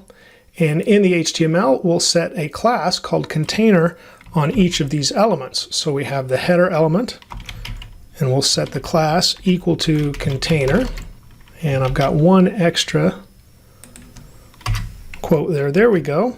And now I'm just going to copy this and I'll paste it into our main element as well. And save that. And there we go. So now we've got dashes around both of these boxes here. Let's go back to the CSS and make these bigger so we can see them better on the page. Right now I'm going to get rid of this 100 pixel or 400 pixel width. Let's go ahead and let them take up the full 100% for now. Okay, let's go ahead and add a font size to the container, and it will apply to both of these differently, but we'll set it to 1.5 rem and save. Now our font's a little bit bigger, but notice how the edges of the border are right up against the page. So on the outside of our box, we can set a margin and also set that to 1.5 rem and save. And now we have our two boxes, and the margin has pushed them away from the edge. The margin has also provided space between the two boxes here. And now that we have a font size on our container, we could go ahead and switch this back to EMs. And remember, 1 EM would be the same as the font size, so it would be equal to the 1.5 rem. So if we make this change, we just change it to 1 and our sizing should stay the same, and it does. If we change this to 1.5, it will get bigger. Yes, and now we have more padding. We could add more margin by doing the same if we want to, so let's go ahead and do that. And now let's go ahead and experiment with the margin and the padding, because we don't have to have the same setting on the top, right, bottom, and left. And I did say that order specifically for a reason, because for the margin, we could just say margin top. And here, let's go ahead and say 1.5 EM and save. And look what happens to our other margins. The left and right margins are gone, and you can't really see that we lost the margin on the bottom, but we did. The only thing separating these containers now is the margin on the top. So now let's go ahead and add some margin on the right. And here we'll set this to 2 EM and save. So it's just a little bigger. And now we do have margin on the right, but still no margin on the bottom and no margin on the left. I'm going to press Shift Alt and the down arrow. And now instead of the right, I'm going to switch this one to bottom and save. And now we have some more margin here on the bottom. So the separation between these two boxes got bigger. That's the only thing you could really see right there. And now on the right, let's go ahead and switch, on the left, let's go ahead and switch this to 2 EMs as well. And you can see we got the same thing as if we just said margin 2 EM, except we wanted a margin on top of 1.5 EM. So there is shorthand for this. So I'm going to comment all 4 of these out, and I'll press Shift, Alt, and the letter A to do that. There you can see a CSS comment, so it commented those out. So right now there will be no margin, once again. Now the boxes are next to each other, no margin on the left and right. But our shorthand is just saying margin. And when I say this, 1.5 EM, that applies it to top, bottom, left, and right. And it actually goes in the order top, right, bottom, left. So now we could put in different settings with this shorthand if we wanted to. So 1.5 on top, and then 2 M's on the right and the left, and then 2 M's on the bottom. And I can save. And that is the same thing as when we had all 4 of these right here. Now, if I just wanted to have 1.5 on the top and the bottom and 2 on the left and the right, I could delete this third setting right here, and that's what we get. So now it will take 1.5 and apply it to the top and the bottom, and 2 and apply it to the right and the left.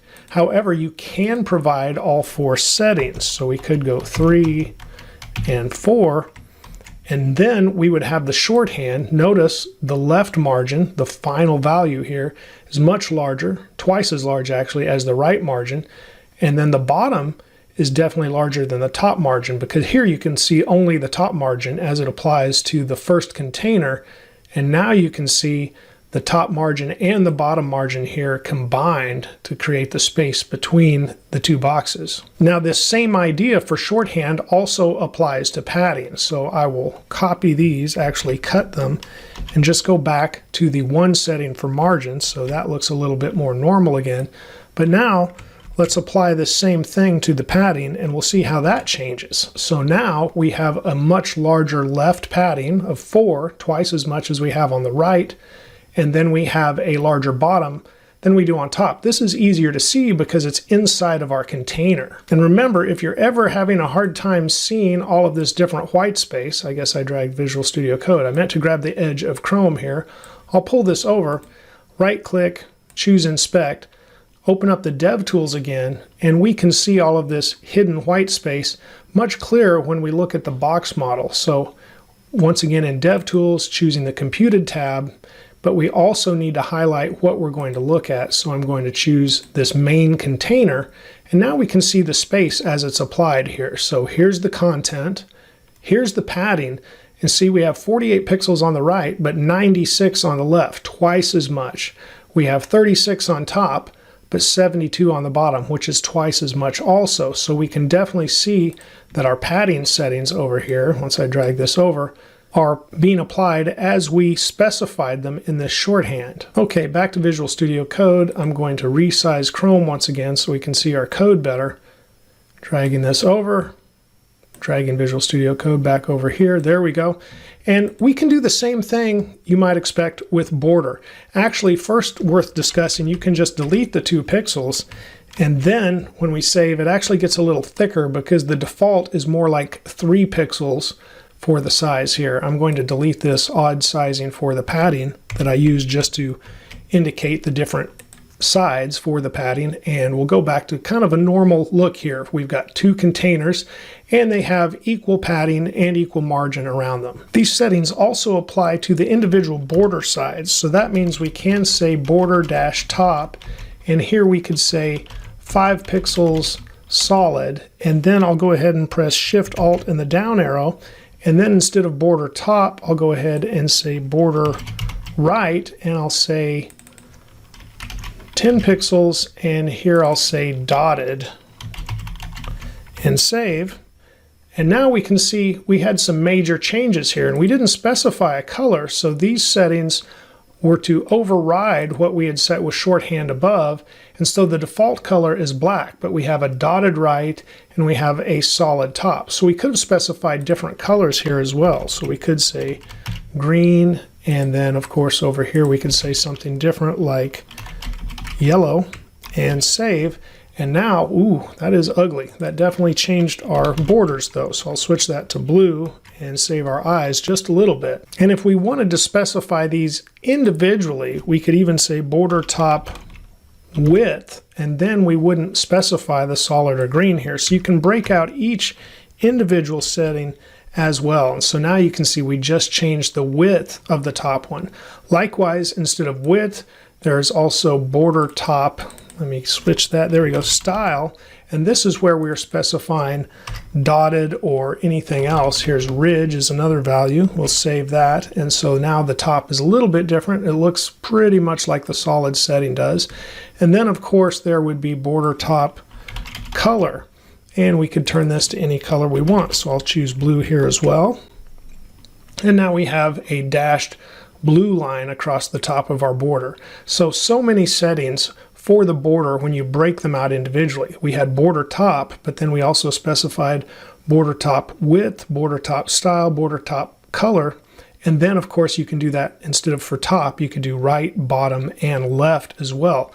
Often because of this, because there's so many, I'll delete this, I just use the shorthand. I usually want my borders to have the same width all the way around. So previously I'd had 2 pixels here, and then I chose dashed. Let's choose a different one here. Let's use outset, and we'll save. And we can see it changed our frame around the box. Another one that I like is called double, and I'll put a link to the border page from MDN in the description, and you can see all of the different values there. Let's make this larger so we can really see the double, what it does here. We'll save, and there you go. We've got our double lines now around each container. While we're covering border, one other setting to cover is outline. Outline is not part of the box model because the difference between it and the border is that it doesn't take up space, but you style outline much like you would the border. So here I'm going to choose 5 pixels, and I'll choose solid, and then let's make the outline a different color entirely. Let's go with purple.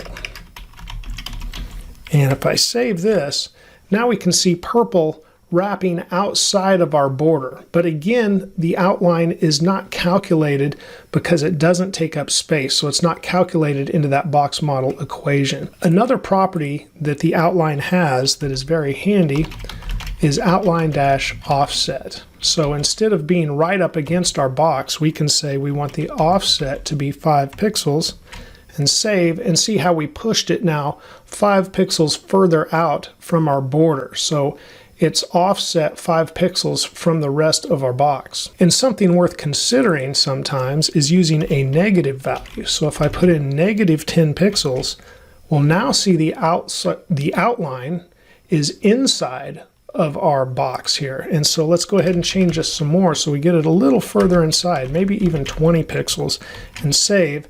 And we can clearly see the outline is now inside of our box model. Okay, in the beginning, I promised to show how to turn a box into a circle before we were finished. So let's do that. I need to go back to the file tree and find our index.html and hide the file tree with Control B.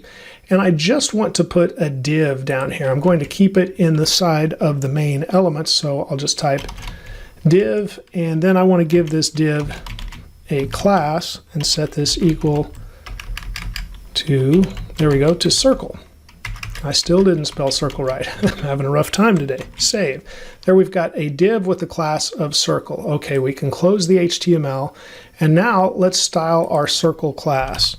So we'll start with circle definition here for the class, and let's give the circle a background color of gold, but we haven't given it any size yet. So let's say a width of 100 pixels and a height of 100 pixels. And that doesn't look like much of a circle yet, but it will. Let's go ahead and add a border now of 2 pixels. We'll make this solid black. And now we see our border applied to our square. And let's add an outline as well. Well, we need a new line for that outline. Now the outline can be 2 pixels, let's say solid, and let's go with red for now. So it'll match everything else a little bit and stand out. Now let's give it an offset also, and we'll make this 0.25 rem and save. So yeah, we've got just a little space there. Now let's create some separation from the other content, and so I'll just leave this at the top, but I'll make the margin 3 rem and save, and now it's pushed itself away. But something we didn't cover with the margin, if you set the margin, this doesn't work for top and bottom, but if you set it for left and right, notice we've got 3 rem for top and bottom now, we can use the keyword auto for left and right, and this will center it horizontally. That means in the middle, left and right. So now we put what will be a circle, our gold square, inside of our main element, and it's at the center horizontally, not vertically, but at least it is horizontally. And now to calculate our circle, we essentially just need to set one other border property, and we set it to half the value of the width and the height. So this border property is called border radius. I'll put it right under border. And we'll set it first, just so you can see how it works. Let's set it to 20 pixels, and you'll see what border radius does. Look how it rounded the corners of our square. So now we have more like a cool button, kind of like you would see there. And we can continue to round that. But if we set it to 50 pixels, which is half of the width and half of the height, and save, we've now got a circle. Now there's always more than one way to do things in CSS and typically in programming in general. So if you've got other ways you like to make circles in CSS, go ahead and leave those in the comments below. But I hope this has helped you learn about the box model today. So we have the content on the inside, then we have the padding, then we have the border, and finally on the outside we have the margin. And when we apply our basic CSS reset and we set the box siding to border box, the box sizing to border box, then the calculation includes the content, the padding, and the border instead of just the content. Let's move on to CSS typography. And I'm going to paste a definition here. Typography is the way that text is arranged and presented. So today we'll be working with text and font in our CSS. Now you can see I've got a CSS folder with a style.css file, and I have an index.html file today. I'll save the style.css file, and for the index.html file, let's just take a quick look. We've got a basic web page here, and inside the body of the web page, we have a header element and we have a main element. Inside the header element, we have an H1, and inside the main, we have a paragraph, and then we have a simple form, and our form has a label, input, and button. We'll be working with all of those today. Let's go back to the style. I'm also going to press Control B to hide the file tree, and now I'm going to resize VS Code here so it's only on the left of our screen, and on the right we'll have our web page, and I'm using the live server extension, so any changes we make in the CSS will show immediately over here in the web page. You can see the simple web page that we just went over in VS Code. It's got our H1, it's got our paragraph with some lorem ipsum text, and it's got our simple form here with the label, input, and button. I'm going to start our CSS by selecting the body, and inside the body I'm just going to set a padding of 25%. And if you remember the CSS box model, setting padding of 25% sets that on all sides, top, right, bottom, and left. So you can see it put our text right here kind of in the middle of the page, not exactly centered, but it lets us work with it and see it in that regard. Now, we've covered a few things about text and font already in this series, and one of those was setting the font size. And we already know we want to let the browser set the default font size, so that enables the user to make a choice as far as their settings, and it also helps accessibility. And then when we do set a font size, like I'm about to here on the body, we want to use root EMs. That is referencing the root's font size, or that default font size that the browser sets, which is usually defaults to 16 pixels. So if I say 2 root EMs here, REM, this will probably set it to about 32 pixels. And there you can see we have a much larger font size. And now I can see the padding's a little too large for what I want to do, so I'll put this back to 10%, and there. It's kind of in the part of the page where we'll see it the best, and we'll be able to reference the different things we're going to do to the text and font today. Now also notice, and we learned this as well in the past, that through inheritance, font and text settings are usually inherited. So the children of this body element would inherit the font size of 2 rems unless we set a specific one on those child elements. However, they do not inherit the size here inside of a form. So notice the label has that font size inherited, but it did not get inherited in the input or the button. So after the body here, we could also select both the input and the button, and then inside of this we could say font and inherit, and now they will both inherit that font size that we put on everything else. One other thing we've already learned is that we can change the color of the different text on our page, and we can just do that through the color property. So I'll change this to purple so it's a noticeable change. We can see everything changed here to purple. I really don't want to do that today, but it is one of the things we've already covered. So I'm going to remove that, but now we do know how to change the different colors of our text on the page. Now I want to go ahead and remove this form, as we're not going to use it for the rest of the tutorial. So just quickly back inside of the index.html, I'll select the form, and I can press Shift Alt and the letter A to just comment that form out so we don't see it on the page, but it's still there in the source code if we want to go back to it. And we can do the same here inside of our CSS. So I'll highlight the input and the button style, press Shift Alt and the letter A, and VS Code will comment out the style in the CSS. So we've removed it essentially from our HTML and CSS, but it's still there to reference if you want to go back and work with form elements. Now when I'm speaking, sometimes I will say font when I mean text, but they are really two different things. Notice I'm creating a little extra space here in our CSS. So we have some text settings that aren't impacted by the font choice at all. And let's go over those first. So let's select our paragraph here on the page, and we'll set some text settings for that. And the first one we should go over is text-decoration. And we can see the different choices we get right away when we choose text decoration, because VS Code wants to help us. One typical text decoration to set would be underline. So let's go ahead and save this, and now we can see our full paragraph text is underlined. Another choice, which is just the opposite, is overline. And when we set that, you can see now we have a line above the text instead of below it.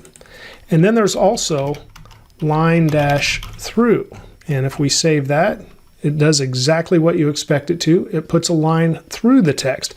Maybe you just have a few words you want to cross out, and you surround those words in a span element, and then you set this line through property for that specific span element, and that would probably be a class you would create to do that. So after we've gone over those text decoration settings, the other one you may see is none. Now that is the default for a paragraph text like this, but what if you had a link text? Links are usually underlined by default, and so setting none would remove the underline on a link. And those are the typical settings. I'm not going to go over every setting today because there are so many for text, but I'll go over the most common. The next text setting we'll look at is text transform. And after that, you can see our selections pop up here in Visual Studio Code again. So if we choose capitalize and save, now it capitalized the first letter of every word in our paragraph. Likewise, we could choose lowercase, and now every letter is lowercase, not just the first letter, but every letter. And then we could choose uppercase, and we'll get the opposite as well. And now we have all uppercase. Okay, now after text transform, another very common text setting is text align. What we normally have is align left. So this is typically the default for paragraphs. And you see this, and look to the right. This is not uniform over here. Each line has kind of a different ending point. And this is how we typically see a paragraph when we're looking at a paper or something like that, like a school paper. However, a newspaper might choose to justify, or a magazine, paragraphs. And now notice the right-hand column is uniform here, where it all ends at the same place, just like the left side does. And then, of course, we can text align right, which is the opposite of text align left. And now it's uniform on the right, but it is not on the left. And sometimes when we write a paragraph, we want to indent that first line. So let's remove this and save so you can see the default setting. So here's our paragraph. We have no indent up here at all, but we can choose text-indent, and here's a good spot to use EM units. So I'll say 2EM and save. And now we have an indent of 2 M's, that's EM units, and it just indents that first line. Of course, we can set it to a bigger number, and you can see it go over even further, so you can really see it go into action. However, 2 seems about right here, so if we need to indent that first line, we can do that with text indent.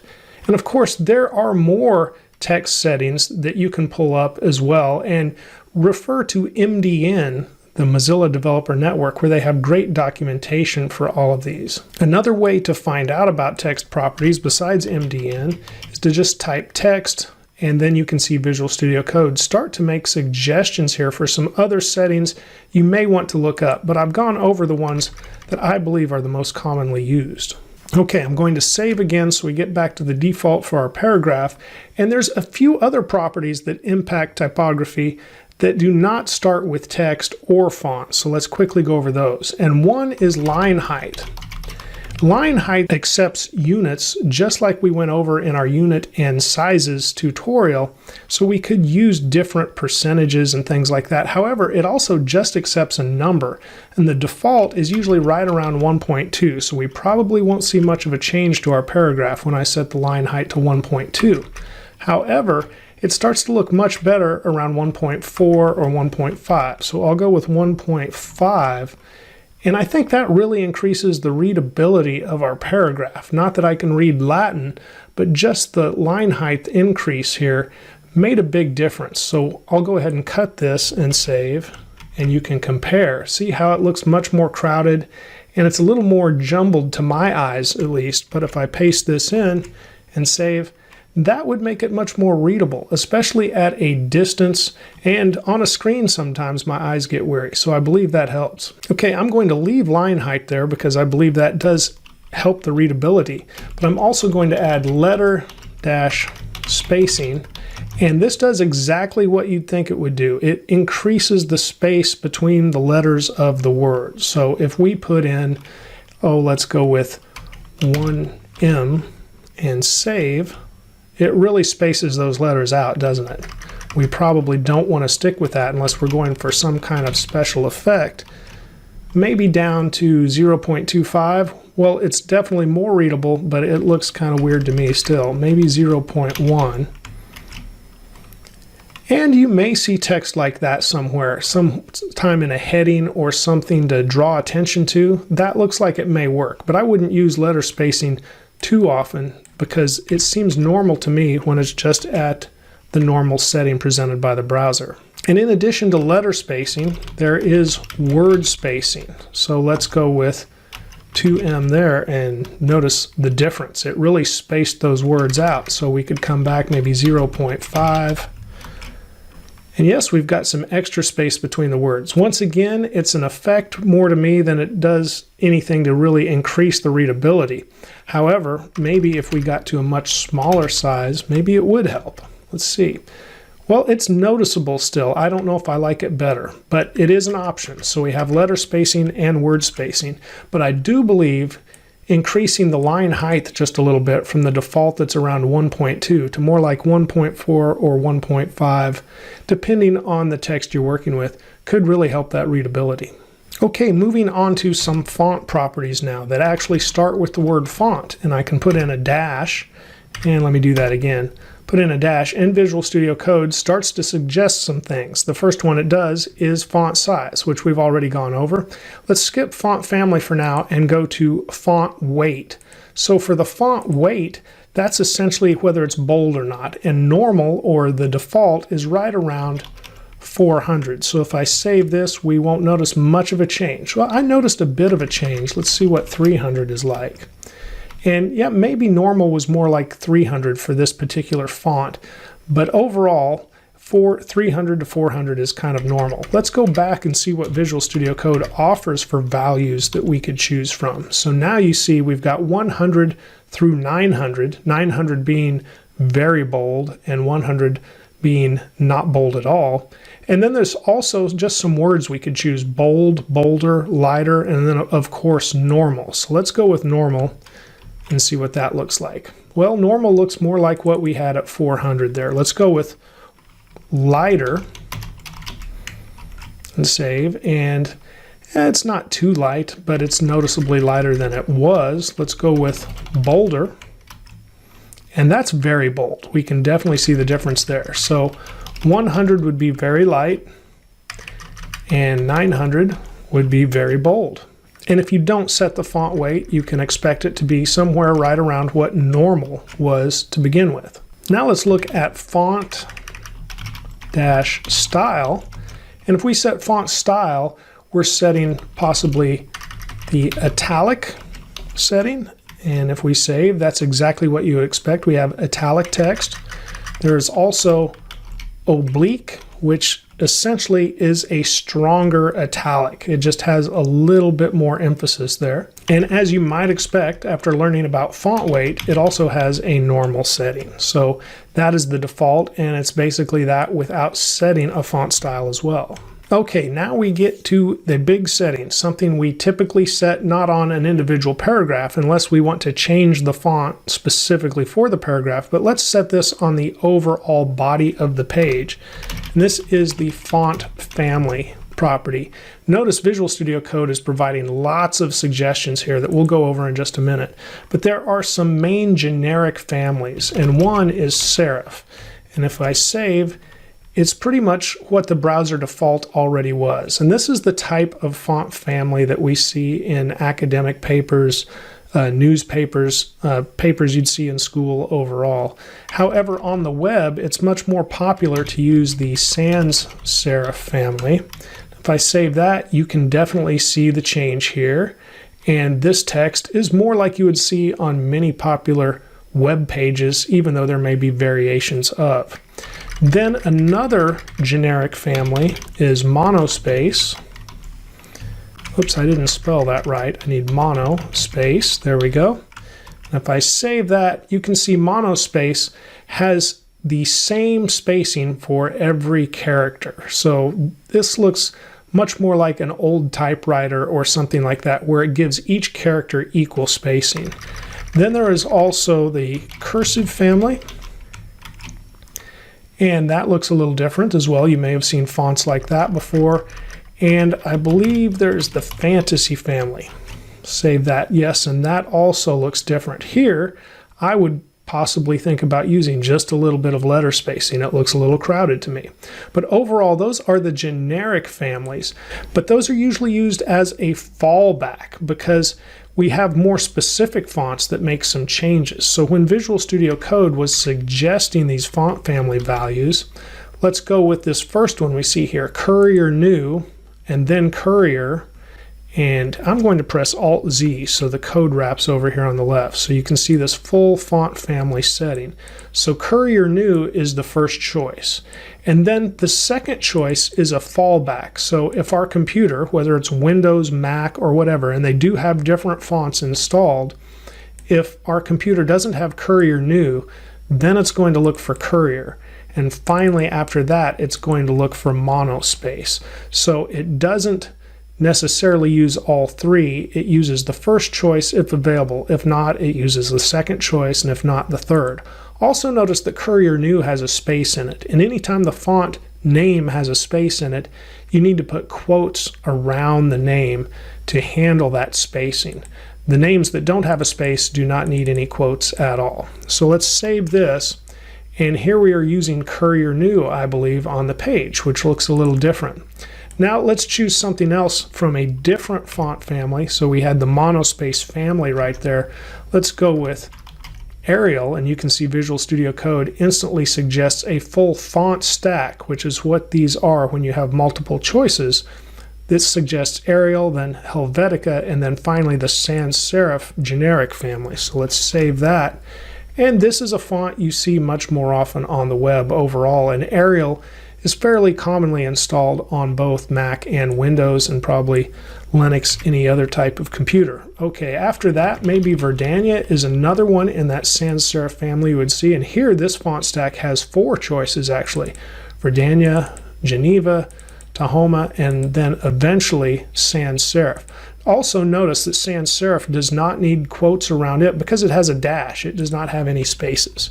So if we save that, this looks just a little bit different than when we had Arial. Now if we did want to choose a serif font instead of a sans serif font, a very popular one is Times New Roman, and you can see the suggestions here from VS Code. We've got Times New Roman in quotes again, then Times, and then serif. So if we save that, this is more like what the default browser font looked like. And I've got a couple of good links about what are called web-safe fonts, and that's essentially what is being suggested here by Visual Studio Code. When you use these stacks, they're fairly web-safe.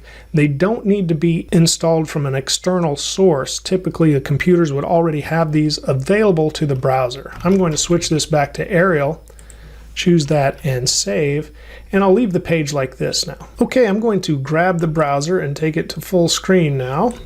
And now that we're there, I'm going to go to my next tab, which is fonts.google.com, and now we're going to choose an external font from Google Fonts. And this is a very common practice, and we can load this in and then use it on our page. So here's a very popular font, Roboto. So we can select it, and it says it has 12 different styles. So now it takes us to the Roboto page, and you can see the different styles. Notice this says thin 100 here for this style. Now this means that font weight is 100 essentially. Here's light 300 italic. So you can choose some of the styling right here at Google Fonts. I typically choose not to and just get a generic font and then try to apply my own styles as well. But you can see the different ways the font will appear, and that's really nice to look at like that. So I would typically just choose the regular 400 and see if I could modify it with my own CSS. Now there are different ways we can link to this. Google Fonts lets us choose a link that we can put in the head element of our HTML, or it lets us choose an import. Let's look at the link version first. So if I were to do that, I would be choosing this link section here, and it says I have more than one link selected. So I previously had selected another font here. I'm going to click the minus symbol and remove it. So I only have Roboto. And now there's still this link section. I would need to copy all of this, and then I would do that with Control C, for example. Now I would need to go back to my code, so let's do that.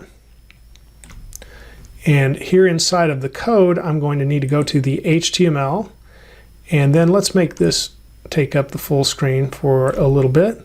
And inside of the HTML, in the head section, before the link to my style sheet, because it needs to use the fonts, I need to paste in these extra link elements that Google provided. So it's going to get the information from Google Fonts, load it in, and then my style sheet can read it. But although we're loading it in here, we're not quite finished because we haven't applied it to our CSS, so they will not be used yet at this point. I'll drag this back over, and now Google is also saying we need to apply this line in our CSS to use it. Notice Roboto has a sans serif fallback, so it's part of that font family. I'll copy that, go to the CSS, and where I had Arial, Helvetica, and sans serif here, I will replace it with what Google suggested and provide Roboto and sans serif. Now note, they put quotes around Roboto, and that won't hurt anything either, so we'll leave it as they suggest. Now let's go back to our document, and notice we're using the Google font Roboto now. Now you can choose more than one font from Google as well. The more you attempt to load in from Google though, the longer your page will take to load. So I suggest grabbing no more than you absolutely think is necessary. I do want to show you how to use the import in your CSS instead of the link in your HTML. So let's click the @import here. And now you can see it's not quite as much code. And what else I like about this is it goes right in your CSS if you want it to. Notice they put it between the style element, which could still go inside of the head of your HTML if you were to copy all of this. I'm not going to select the style element tag, the opening or closing, just what's in between, because I'm going to put this directly into my CSS file. So now that I've copied the @import statement, I would normally put it right up here at the top of my CSS, and you want it before it would load anything in. Now, of course, this is wrapping the code because it's a longer line with the URL, but I'm going to save this. I'm going to go back to the HTML, and I'm going to remove all of those links that we had, of course, leave our own style sheet, and now we'll still be able to use the Roboto font. Even though I've removed those links from the head section of the HTML, I now have the import statement at the top of my CSS. And if I go back to our document, I can even reload, and we still have the Roboto font ready to use because we've imported it at the top of the CSS. Let's move on to styling links with CSS. You can see I've got Visual Studio Code open. I have some basic styles in from the last tutorial where we have some padding, a font size, and a font family, a small font stack set on the body element. We're also importing in a font from Google Fonts. You can do that if you want to, and the starter code is available, or you can set your own font family stack if you want to as well. Also, over in the file tree, you'll see I have an index.html, and in this index I have not only a header with an H1 heading, I have a main element that has about 5 paragraphs, and at least 4 of those paragraphs have links in them. And then I have a couple of other HTML files, very, very basic. They just contain an H1 element in the body, and that's because I needed something to link to, so I created a couple of those files as well. So let's go back to the style, and I will resize Visual Studio Code to pull it over to this half of the page, and I'm going to hide the file tree by pressing Control-B, and we'll pretty much be able to see our styles here. The only thing is a long line like this import of the font will wrap. Now over on the right you can see I've got Chrome open, and I'm using the live server extension, so anytime we make an update to our CSS we'll automatically see it over here on the right. Styling our hypertext links is really an extension of the typography that we just covered in the last tutorial in this series, because it's still text. So a lot of the things we learned about typography we can apply to our links, but also these links have their own default styles that are different from the rest of the text on a page. And when we talk about links in HTML, we're talking about an anchor tag, and usually that links to something with an href attribute. So these first 2 links that I have link to Google searches. They're different searches. One searches for web links and one searches for hypertext links. And then I've got a couple of links that just go to the other 2 HTML pages we created, guitars and JavaScript. Although those pages actually do not have that content, just went ahead and created links that would hold that content. So let's note the default styles of these links. They're underlined. That's the first thing to note. Also, if the link has not been visited, it's a blue color. But notice the hypertext link that we have here, and it is purple. So we know this is a visited link, and we can tell all of this just by looking at the page. Also, when we point at a link, it changes our cursor from this arrow to a pointer. It's a little hand pointing its finger at the link. So that is called a pointer cursor. And then there's another default style that we can't even see yet, and that is when we click on a link. So I'm going to click and hold down on this link, and it turns red. So this is when the link is active, and that is another default style that is set. So I'm going to go ahead and let go, and it goes back to purple without visiting the link. And if we did visit the link and come back, it would still be purple as visited. So now that we know the default styles, let's look at how those are set. The first one being text decoration that we would set, and that is what controls the underline. So the default would be underline, and if we save, we shouldn't see any difference. But oftentimes developers want to take away that underline and style something different. You do want to make sure that it still indicates somehow that these are links. You want them to stand out in some way, and an underline is a good way for that to happen.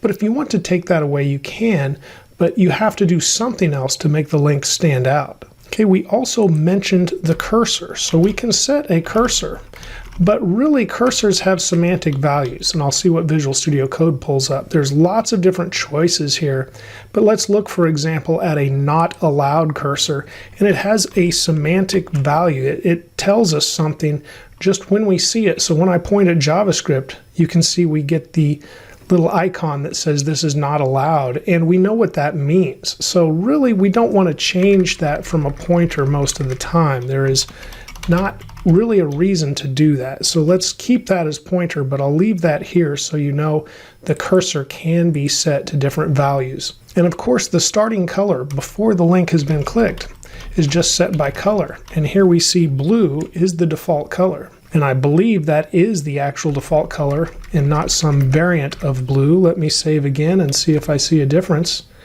And no, it really looks the same to me, but it may look different to you. But once I set this to blue, notice what happens to the visited link. It's changed because it overwrote the default value, and then we haven't set anything for the visited link. So we need to learn how to do that as well. So what I'm about to show you is called a pseudo class. So we'll once again select the anchor element, but now we put a colon, and now I can put a definition after here that defines which pseudo class that I want to select. And right now I want to select the visited pseudo class. And pseudo classes represent the current state of the element, because a state of an anchor element can change. It has either been visited or it hasn't, and there are some others that we'll cover as well. So for visited, let's go ahead and put this back to the default and save. And now you can see our hypertext link is once again purple. Now our other links haven't been visited, so they're still blue. Now let's look at another pseudo class that we can define. And this pseudo class is called hover. When we hover over the link, it doesn't have a default value. Right now, if we hover over a link, it doesn't change at all, either the visited or the not visited link. Both of them still just stay the same. So let's go ahead and change this. And for now, let's just choose a different blue. And I'm going to show you a trick or two where you can choose something kind of in the same range of the color you have selected for your link. But first, let's just choose a blue randomly here. So now when we hover, notice JavaScript is changing colors when I hover over it. And even the visited hypertext links will change color as well, because now when we hover over the link, we have changed that state. It's now in the hover state, and it is changing the color of the link. And then remember, we still have the active state as well. But right now, that's not working either, because that was a default style and we have overwritten that. What has followed has been visited and hover, and really we don't have the default style applied anymore. So let's go ahead and put in that active link, and we can change it to something like what it was. I think it was red, so that will definitely stand out. Select that, and now when I click hypertext link, it definitely turns red. And I think I visited the link, and now we're searching for hypertext links. So I'll go back to our page and we can see that this link was visited. But if I click and hold down, we can see that it's active, and now I'll just pull away and not visit the link. Now we have to consider specificity, and we also have to consider the order these are in for the cascade. So if we put visited above our anchor selector, visited will still be applied here, even though the anchor selector comes afterwards in the cascade. And that's because this visited pseudo class has more specificity than just an element, just the anchor element. And we can see that if we go to the specificity calculator, and I have this linked to in the resources. And now if I just put in an anchor element, you can see the score is just 001. But if I put in an anchor element with a visited or any other pseudo selector, now the pseudo selector here is a class. I said pseudo selector, a pseudo class. I'm selecting the pseudo class. Classes, attributes, and pseudo classes. So this has more specificity, and that's why the visited link continues to stay purple even though the anchor element comes afterwards in the cascade. But that's not usually the order we want things. We usually kind of want to think about it in the order that we would have them. So I'm going to put that visited back. But now visited, hover, and active all have the same specificity, and one can overwrite the other. So we really have to think about the order we put those in. Let me save this, and right now they're all working because this is the proper order. Have your anchor tag, and then have your visited pseudo class, your hover pseudo class, and finally your active, and they should all work. So when we hover, it works. Visited, of course, is working, and if I click active, it is working. However, if I rearrange these, they may not. So let me go ahead and take hover and put it above visited.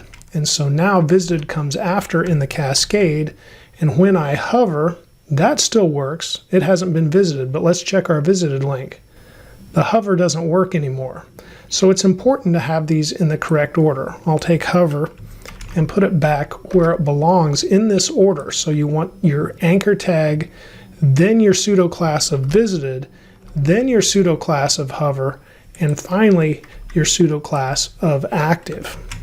And there's one more very important pseudo class, and you usually see it added to the same style as the hover, and we can do that here just by putting a comma and then putting in the focus pseudo class.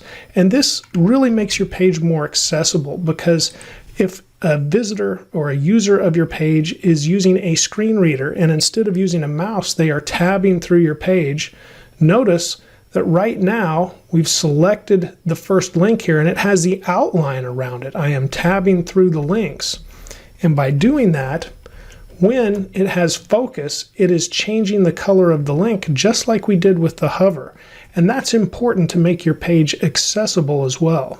Okay, I'm going to take the focus off of that link, and I'm going to remove all of these in the anchor tag, all of these styles, because they're the default styles anyway.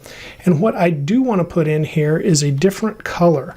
We often see a color of black. We already have black text, but notice now the links are underlined with the black text, and I commonly see this on web pages as well. So we don't always take away the underline. Sometimes we use the same color as the rest of the text, but we add the underline to make them stand out.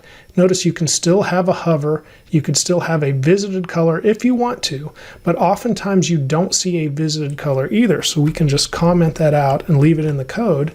And now we don't have a different color for a visited link, and that's okay if you want to do that, but we still have a hover color and we still have a focus color as well. So now let me back this up. I wanted to show a different version of that. I'll go ahead and put the visited color back in, and up here let's go ahead and put in blue. Let's do a different color though. Let's do steel blue. I like that color. We'll save, and now we have steel blue links. And when we mouse over, it looks okay, but let me show you a couple of things you can do to stay within the same color and yet make it noticeable that you are hovering. Going back to when we covered colors in the different tutorial, we learned how to use the VS Code color selector. So I moused over the color here and it pulled up the color selector, and I can click on the color bar, and go to hex from the RGB, and I can also go to HSL, and I'm going to choose HSL here. And now let's leave it at that, and notice it's 207, 44, and 49. Now let me just copy this, and I'm going to take it to our hover instead of the Dodger blue. And now right here, this number is the number we want to change. It changes the color, and so that pulled it up. And now we can just make this a little lighter, choosing something different on the color wheel. If you remember the way these numbers work, it's just something different in the wheel. I'll take it down to 189. Notice the other numbers are still the same, 44% and 49. So we've just changed the shade just a little bit on the color wheel, and when we mouse over, it kind of goes with the color theme, and that is a good way to change that. So in HSL, you're really only changing the first number, and you're selecting a number close to what you had, and that is one way to get a similar color that complements what you originally had. Another approach, and I will go ahead and comment out the color, but another approach is to use an opacity property, which is making something transparent. And remember, with colors, we could add that right inside of this HSL as well, but I'll show you how to do it here with the opacity property. And let's put this to 1 would be the max, and 0 would be completely invisible, transparent. So let's put this around 0.9 to just give it a little bit of transparency when we mouse over. And you can see the color changes. It's keeping the same color, but it just gets a little bit lighter. And maybe the 0.8 would even be more noticeable. Let's try that. And that also works. But when you learn about this, note that opacity will change everything. So if you use this on something else, let's go up here and let's put in the main element. Now, if I put this in, it made everything on the page a little bit lighter. I'll make it much more noticeable here. Now that made all of the paragraphs much more transparent. So you want to be careful when you use that. Now remember also in the HSL and also in RGBA, there is a channel that allows you to add a transparency value. So here we could also do 0.8. And now when I mouse over, we'll still get a transparency as well. And it's also changing color there. So if we wanted to, we could put this back to the exact same color, but now we've added the transparency. So if we save and mouse over, we still get a little lighter color, and it's really the same exact shade. We're just lightening it up with a little bit of transparency there. Okay, before we finish, I just want to emphasize that these pseudo classes are not just for changing colors. You can adjust other things, although changing the color of links and the visited, hover, focus, active, all of those pseudo classes, that's a common application of this. But we could do other things as well. One thing I have seen is changing a background. So let's change the background here to gold, and it will be kind of like a highlighter. So when we focus and I'm tabbing through, we're kind of highlighting the links. Of course, you'd want to choose a complementary color there as well. But that is something else I have seen before, is kind of adding a highlight to each link as it has focus or as it's hovered over. Let's move on to styling lists with CSS. You can see I've got Visual Studio Code open, and the starter code has an index.html file. And in this index.html file, we have a header inside the body that has an h1, and then we have a main element. And this main element has two articles in it. The first article element has an ordered list, and we can see that with the H2 title and then the ordered list underneath.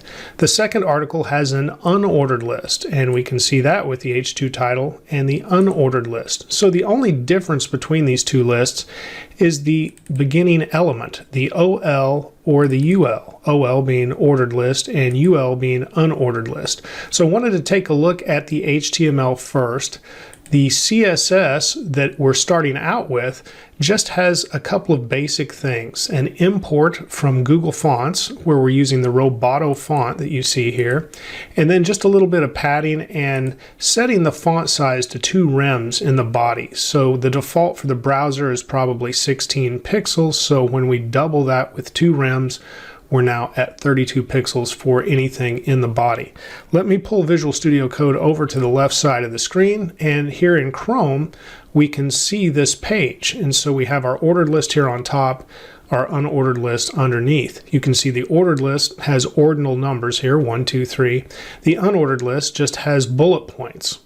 Now I'm going to go ahead and hide the file tree so we can see our CSS a little bit better. Also press Alt-Z so anything that would be longer, like this URL for our Google font, wraps to the next line. Also worth noting that we're using the live server extension, so any change we make here in the CSS will automatically see over here in the browser as it will update immediately.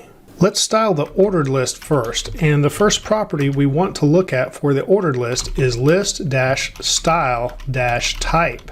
And here we get a list from VS Code, and we can choose different things to appear to the left where we see the numbers. So for example, let's choose lower alpha, and I'll save, and now we can see we have lower alphabet letters here, so ABC. Otherwise, we could choose some other things that I don't even recognize they have in here, like, let's get this reference again. Let's look at, Georgian, and maybe somebody else would understand these symbols. I certainly don't, but here we see symbols to the left that represent whatever Georgian is.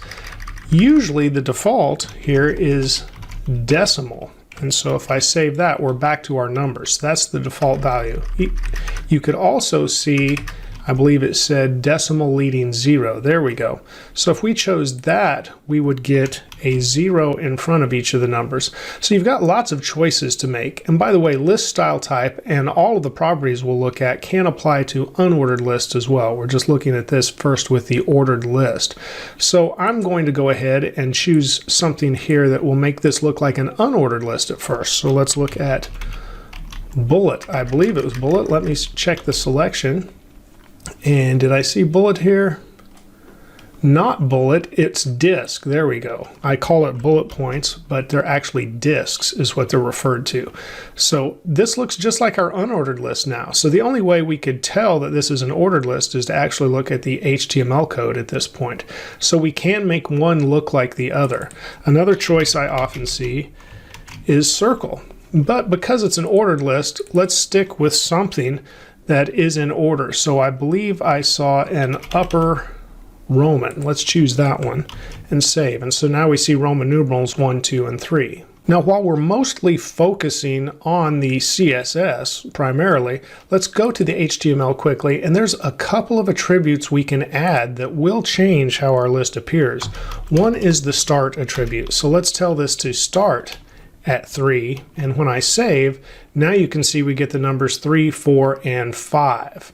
And then we can also add a reversed attribute, and as you might guess, now it counts down 3, 2, 1 because it starts at 3. So if we started this at 5, now it would count down 5, 4, 3. It's also worth noting that if we are not using numbers over here, such as the Roman numerals or decimals, we still need to use a number value here for this start attribute. So if I switch this back, it's just going to be what references that. So I will switch this to lower alpha once again and save, and you'll see it references the 5th letter of the alphabet, the 4th letter, and the 3rd letter as it's counting down from 5 to 3. Let's also consider that we could not have any kind of bullet or numeric out to the left, so let's just put none here and save, and you'll see that that's eliminated. But notice it's still indented, and that's because we have some default padding, so we would have to set the padding to 0 if we want our list items to go all the way back to the left. Let's take a look at that unordered list now. So I'll put UL here in our style sheet, and let's set the list style type on it as well.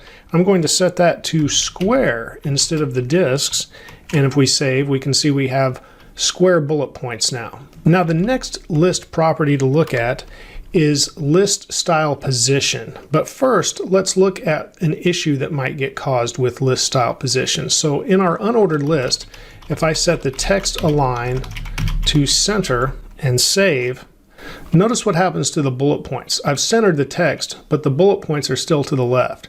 Some browsers have been known to handle this differently and send the bullet points to the middle, and some leave them to the left. And the difference is the list style position default value. Some browsers have a default of outside, such as Chrome, and some have it inside, or at least they have at one point. I haven't checked browsers in a while instead of Chrome. But right now I have to set the list style position to inside to get the bullet points to align with the text. But if we set them to the default outside, they stay out to the left. I'm going to scroll up for some more room as we look at this unordered list. And now notice if I set the color to a blue here with hexadecimal and save, it changes all list items to blue. So that is worth noting as well. If you set the color property, it changes the bullet points and the text to blue. We can set other text properties too, or typography properties, such as line height. So I'm going to set this to 1.6, and you'll see some extra space between each of the list items. Now the last list style property we want to look at is list style image, and we can set an image to use instead of the bullet points. Now let's quickly look at the file tree. Notice I've got an images file, and in that I've got a checkmark image. It's checkmark.png, and we're going to use that as we set this. I'll hide the file tree again, but now we have to specify URL and then parentheses, and then navigate the file path to the image. So we're going up out of the CSS folder with 2 dots. Now we put a slash and go into the images folder, and then we choose our check mark, and I will save. And notice those bullets have now got changed to these green circles with a check mark in them, and that's our checkmark PNG. And there's also shorthand for all 3 of these list style properties. I'm going to press Shift Alt and the down arrow to copy down our list style image. And then I'm going to remove the image, and we just say list style. And we can put all 3 properties here with shorthand. So I'll quickly cut this with Control X. And first we'll just set this to square, and you'll see how it overrides the list style image. So we're back to our squares here for the bullet points. But then we can also supply an image. And when we do that, the square becomes the fallback in case the image would not load. And so now when I save, we've once again got the image. And then finally, we can provide the position. And so I'll say inside, and now the images are over with the text of each list item. So this is called shorthand. We just say list style, and we can provide 1, 2, or all 3 of these values that would be the list style type, the list style image, and the list style position. We can also override styles from the unordered list, for example, on each list item. Now this would apply to all list items, even in the ordered list, because I'm just saying LI and not specifying the unordered list or the ordered list as well. But we can override styles because this comes later in the cascade as well, but it's also more specific because we're down to the nested list items. So if I wanted to change the color of all list items, let's do something obvious here to red, and there I put a hashtag first. There we go, just the word red. Now they've all changed to red. However, if I just wanted to change the unordered list items, I'd have to put the UL first and then save, and now it just applies to the unordered list items. However, what if I just wanted to make the second list item red? Now we can use another pseudo class. I'll put a colon, and then inth, which is nth dash child, and then parentheses, and now I'll just put the number 2 inside the parentheses, and notice it only changed the second list item in the unordered list to red. So we were more specific, and we just changed one list item. Likewise, our nth child pseudo class also accepts the words odd, So if we pass in odd, now the odd numbered list items are red, and likewise we could pass in even and do the same. So now we're back to just number 2 because it's the only even number and it is turned red. And of course you could apply other styles besides just the color here as well if you wanted to, as you select each individual line item or all line items in any specific list. Okay, from that I want to move on from the pseudo class of nth child to a pseudo element, which we have not introduced any of those yet in this series. This pseudo element is called marker, and it starts with 2 colons and then the word marker. And all pseudo elements should start with 2 colons instead of 1 like a pseudo class. Now we can change some things about the marker, and that's usually what we would have here for a bullet or letters outside of an ordered list or numbers. So let's go ahead and comment out the list style image, and I do that with Shift Alt and the letter A, and then it comments that out here in Visual Studio Code, and I'll save. Now we're back to blue and red squares, which we specified up here in our unordered list. So let's say we want to change all of those back to a black color, but keep the text in blue and red. So here we can specify a color for the marker and specify the hex code for black and save.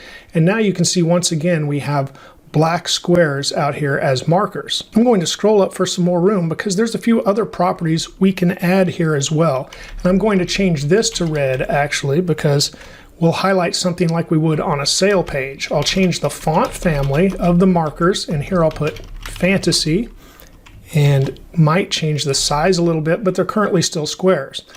We can set the font size if we wanted bigger markers like 1.5 M and save. You can see those markers got quite a bit bigger. I think we'll just go with 1 M for now. And then we can also provide content, and this is where it gets interesting. So imagine we had a page selling sub sandwiches or pizzas or some food item, whatever was on sale, and we said only $5 and put a couple of arrows. And now if we save, you can see that applied here. But notice we didn't specify a list either, so it also applied to the ordered list. We have the unordered list down here, but before we had told the ordered list to have a list style type of none. But when we provide content, it's still applied. So in that regard, you want to be more specific, and we could say just apply that to our unordered list. And this is just like above where we supplied the UL. We could also actually say LI here, and it would be the same result as well. But it's all markers in our unordered list, so we don't have to put the LI there, and it identifies the unordered list and changes. Now, what if you want a space? Well, currently, we have set the list style position to inside. So when we centered the text, this kind of threw that off a little bit, but also we didn't allow a space. So maybe we just put a space in our content and save, and that did create a little bit of space. So you could do it that way. You could add left padding, but since these are positioned inside, the left padding would be to the left of the markers. So that wouldn't work. If you did have your markers over here on the left and provided left padding, and of course that would be by setting this to outside. I could do that really quick and you would see what happens. Now the padding would come after the markers, but really we're going to have it inside, and now we just provided that space with a little bit of space right there. Now, as you learn more about web development, you can get creative with this content. You can put in what is called an SVG, and those are often used for images and icons. You could also put in something called font awesome icons and other types of icons as well. So this does hold different types of content, but it's easy just to type in here and show an example like that. Now, before I finish, there is one other HTML attribute that can be helpful, although it's rarely used. I do want to show it before we're finished. So let's go ahead and switch this back to something like lower alpha. There we go for our ordered list, and now our EDC shows up. And if you remember, that's because we are starting with the number 5 and it's reversed. So if these were numbers, it would be 5, 4, 3. It corresponds to the letters. But we can also specify a value. So if we say value here and we put in 26, this will definitely make a difference. Now notice Z is the 26th letter of the alphabet, so the number corresponds still to whatever the order is. And we're going in reverse order, so instead of X, Y, Z, it went Z, Y right here. But this remained as number 5 because that's where this started. So this value attribute may come in useful in rare occasions. I definitely wanted to cover it. I almost forgot to, but there we go. I hope you have learned a lot about styling lists. Let's build a mini project for beginners. After completing several lessons in this CSS tutorial series, I think it's a good idea to bring all of these different pieces together and apply what you've learned. I've got Visual Studio Code open, and in the starter code, you can see I have an index.html file. And when we look at the body of this index file, you can see it has a nav element. And inside the nav element, we have an H2 and a unordered list. And this unordered list has several list items, all have their own anchor links. And it doesn't really matter where they're linking to today. I just have it linking to our other pages 1 and 2 that were there just to link to in previous tutorials. But what we have is a list of appetizers, entrees, desserts, beverages, and then it just says about. Things you might actually find on a menu in a restaurant as well as a menu on a restaurant's website. And then at the very bottom here we have one paragraph that says learn more about amazing foods. And I just linked to an article on amazing foods.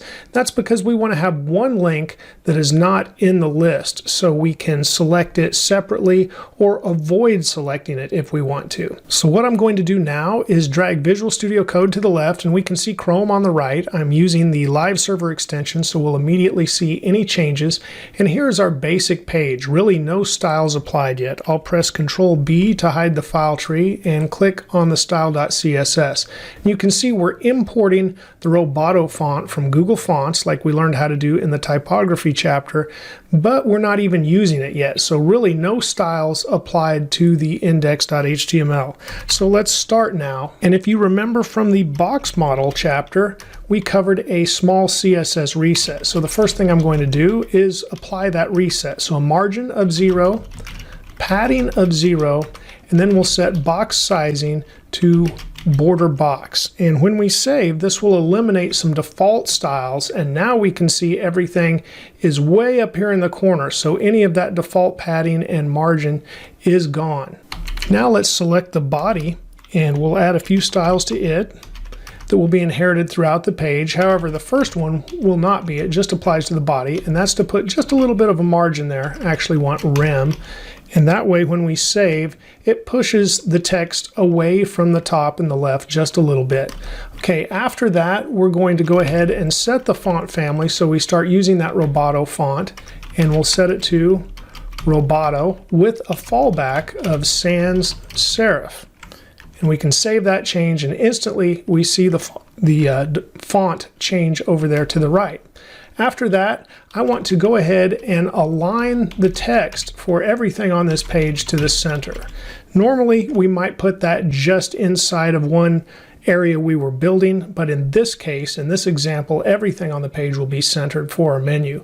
And now you can see that centered over there on the right. Okay, if we look back at our HTML, notice we're using a nav element inside the body. So the next thing we're going to select in our CSS is the nav element. I'll scroll up just a little bit and select the nav.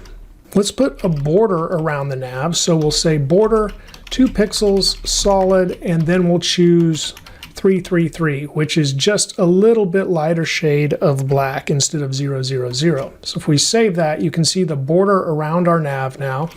Now let's add a border radius, and that will let us round the corners off just a little bit. We'll set that to 2 rem, and when we save, you can see those corners now change to rounded corners. We learned about border and border radius in our box model lesson. We also learned about margin.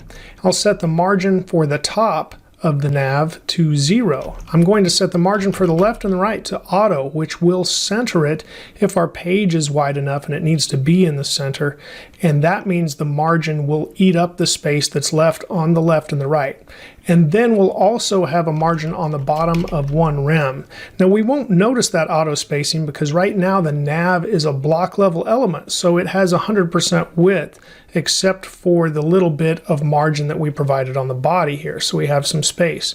But if we set a max width for this to, let's set it to 600 pixels, now if we expand the page, the nav element won't expand to the full 100% width. So let me grab this and drag it over so it takes up the full page, and we can see now that our nav is not the full width of the page. So we have limited it to a max width of 600 pixels, and setting the margin to auto on the left and the right has resulted in centering the nav on our page. Notice we also haven't styled the list item yet, so we see these bullet points here outside of the nav. We've centered our text, but as we learned in the list tutorial, that the bullet points here are set to default to be on the outside if we want them at all, and I think we're going to remove them. So I'll pull this back over to the right and we'll continue styling the page. I'll scroll up just a little bit, but before we move on from the nav, we can set some typography here that will be inherited. So let's set the font size now to 3 rem, and let's set the line height to 7 rem. And when we save, things should be much bigger. Looking back at our index HTML again, now inside the nav we have an H2 before we get to the unordered list. So let's style that H2. The first thing we'll do is give it just a little bit of padding. So we'll set that to 1 rem, and now let's set a background color first. And we'll set this to gold. So if we save, now we can see we have a background color on our H1, and it has the full width of the nav because it's a block level element, so it has 100% width of what's available to it. But notice our border radius is not being respected up here. The gold continues to look like a square, although we set a border radius on the nav to have those curled or rounded corners. So now we need to adjust the border radius here on our H2 as well. And what we'll do is start in the top left. We'll set this to 2 rem, and now the top right is also 2 rem because that's where the curved corners are. Then we'll have 0 on the bottom right and 0 on the bottom left because that still needs to be the square corners. So we'll save, and now notice the gold matches the curve of our menu on the top left and top right. Okay, I'll scroll up for some more room, and we're ready to start styling our unordered list. So we'll put a UL here. The first thing we want to look at is the list style position. I mentioned those bullets before. If we put them inside, we can now see them, but we don't really want them, do we? So we don't really need the list style position. I just brought that in so we could see that yes, they are still there. What we want to do is say list style type, and then just set that to none, and they will disappear. Now we can apply a style to each list item, so we'll say LI, and here we're just going to select the border top, and we'll set this to 1 pixel solid and 333 to match the outer border of the nav. And now we have some nice separation here between each of our list items. Okay, next we want to style the links that are inside of our list. But notice we have a link that is not inside the list. Down here it says learn more about amazing foods. So we do not want to select this link. So in order to select the links that are only inside the list, we'll start with list item and then the anchor tag. And note we also want to select list item, the anchor tag, and the visited pseudo class. And then here we're going to say text decoration, set that to none, and we'll set the color to that 333 color. So we have a dark color. And so now we have a dark color here for visited links and links that haven't been visited. So let's quickly visit one. We just have our simple page 2. We go back and it remains the same color. Let's scroll up for some more room again. And now we'll go ahead and style some other pseudo classes here. So we'll have the hover pseudo class, and we'll also have the focus pseudo class. And for those, we'll set the background to the 333. So just the opposite. And here we'll set the color to white smoke, which is just a little bit of an off-white color. And let's set the cursor to pointer. And now when we select that or save that, now we should see the mouse over changes. And so now the text is that white smoke color and we get a black background. But that's not really what we want. We don't want it just on the words. We want it on the full list item. So we're going to have to make a change to make that happen. So above where the styling began on the different anchor tags in the list item, I'm going to say LI with the anchor tag, and only that, not the visited pseudo class. So this is a separate selector. We'll set this to display block, which display is a property we haven't covered yet in a previous module, but we did if you took the beginner's HTML course as well. We did cover block display and inline display. So this is a block level element. Normally the anchor tag is an inline level element, so we are changing it to a block level element. The bonus here is that block level elements have 100% width. So when I save this, this will change, and now when I mouse over any one of these, this anchor tag has the full width and is filling the entire space here of each one of these list items. So now this makes a big difference. So I don't even have to click on the text. I could click just over here to the left and we still go to page 1. So everything works there as expected, but there's still one change we need to make. Can you guess what it is? Here's a hint. It's right here. Look at those bottom corners. They're not rounding either. They're not respecting that border radius that we set on the nav. So we need to make a change to help enforce that as well. I'm going to scroll up, so this will be the last thing we put in our file. This is a little more difficult than when we rounded the corners for the H2, because the H2 is easy to select. It was the only one on the page. But what about this bottom one? We have 5 different list items. So how do we just select the last list item? We're going to do that with a pseudo selector, and this will be called last-child. And then we can go ahead and I guess we need to put the A there. And then under that we can say border-radius. And now it will be 0 on the top, because that still needs to be a square. 0 on the top right as well. So top left, top right. Now this is bottom right, needs to have that same 2 rem setting, and then bottom left as well. So let's save, and now let's mouse over, and you can see that the border radius is respected here as we mouse over the list items. So there is our basic menu, and we selected all of these without changing the link that we had here in the bottom. So again, a beginner's project, but it certainly showed you how to apply some of the different things we've learned up to this point. We'll be learning more about that display property that we introduced, and there's a lot more yet to learn about CSS too. Let's move on to CSS display types. You can see I have Visual Studio Code here on the left, and I have an HTML file.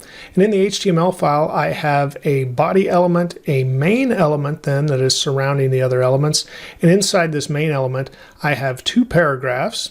And in the second paragraph, I'm using a span element. And that span element has a class on it of opposite around the word another. You can also see I've commented out a nav element that contains an unordered list that we will get to later. I've also got a basic CSS style sheet here, and inside this I'm pulling in a font from Google Fonts, as we learned in the typography lesson, and I've applied a basic font size and font family then to the body element here in the CSS. So that's what we see over here on the right in Chrome, and I'm using the live server extension, so you'll see our changes automatically over here in the browser as soon as we save our CSS. Now the display property in CSS relates back to something we learned in the beginning HTML course, and that is about block level elements versus inline level elements. Now the paragraphs that you saw we've included in the HTML are block level elements, and they have some default properties. So let's look at those first. I'm going to apply a basic style here to the paragraph element, and we'll say background-color and set that to, let's do a light gray. And when I save, you can see the light gray extends all the way across the page. So it has 100% width by default. Automatically, block level elements have a default 100% width, and they stack on top of each other as we see here. Now they've also got some default margin as well, which is why you see space between the paragraphs.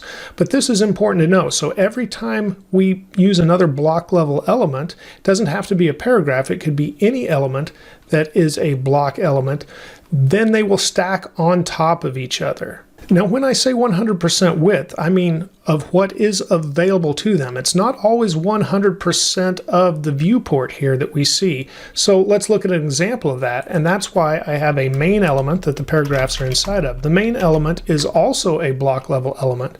So let's set the background color for it to a different color so we can see it.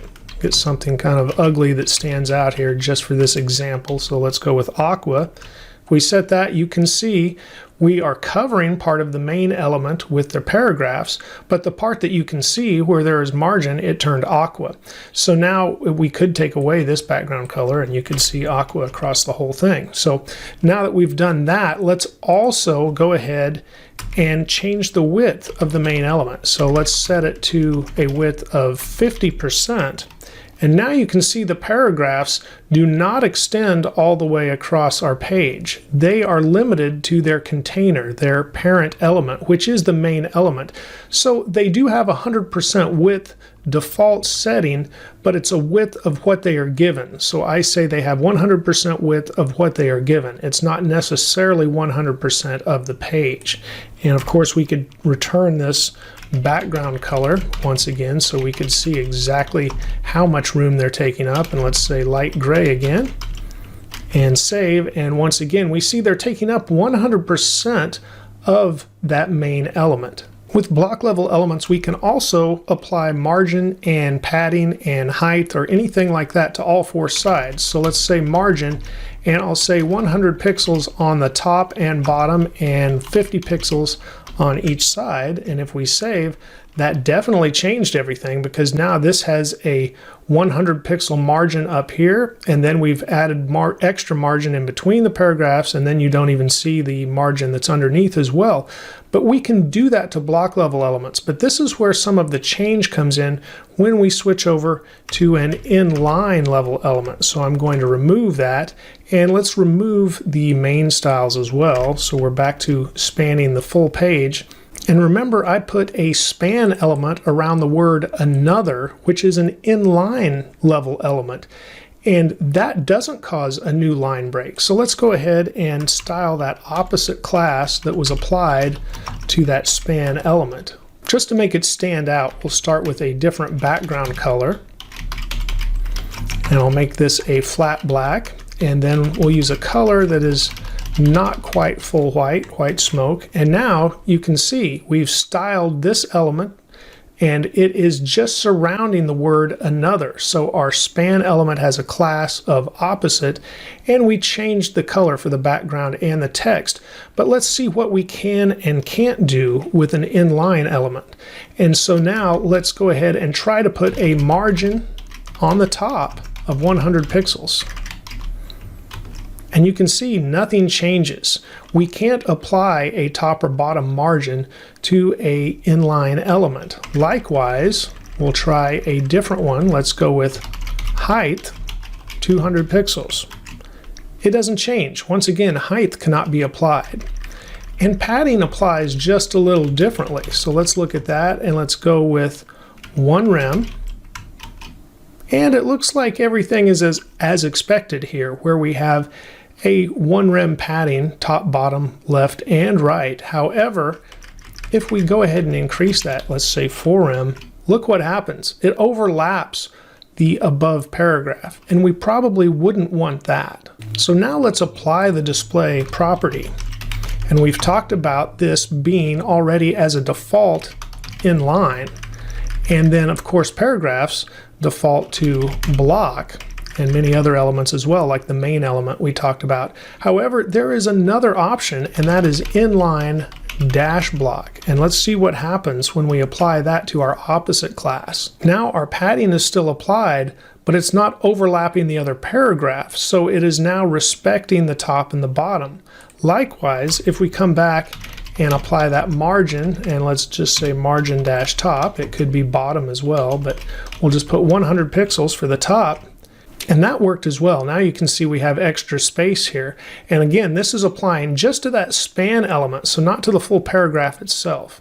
And now we could even add the height that we applied earlier that didn't work, and we say 200 pixels, and now our span element just got a lot taller. So the inline block property value is kind of a hybrid here because we stayed in line in our paragraph. This didn't create a new line like block would, and at the same time, it now allows some properties to be applied that normally wouldn't apply to the inline display.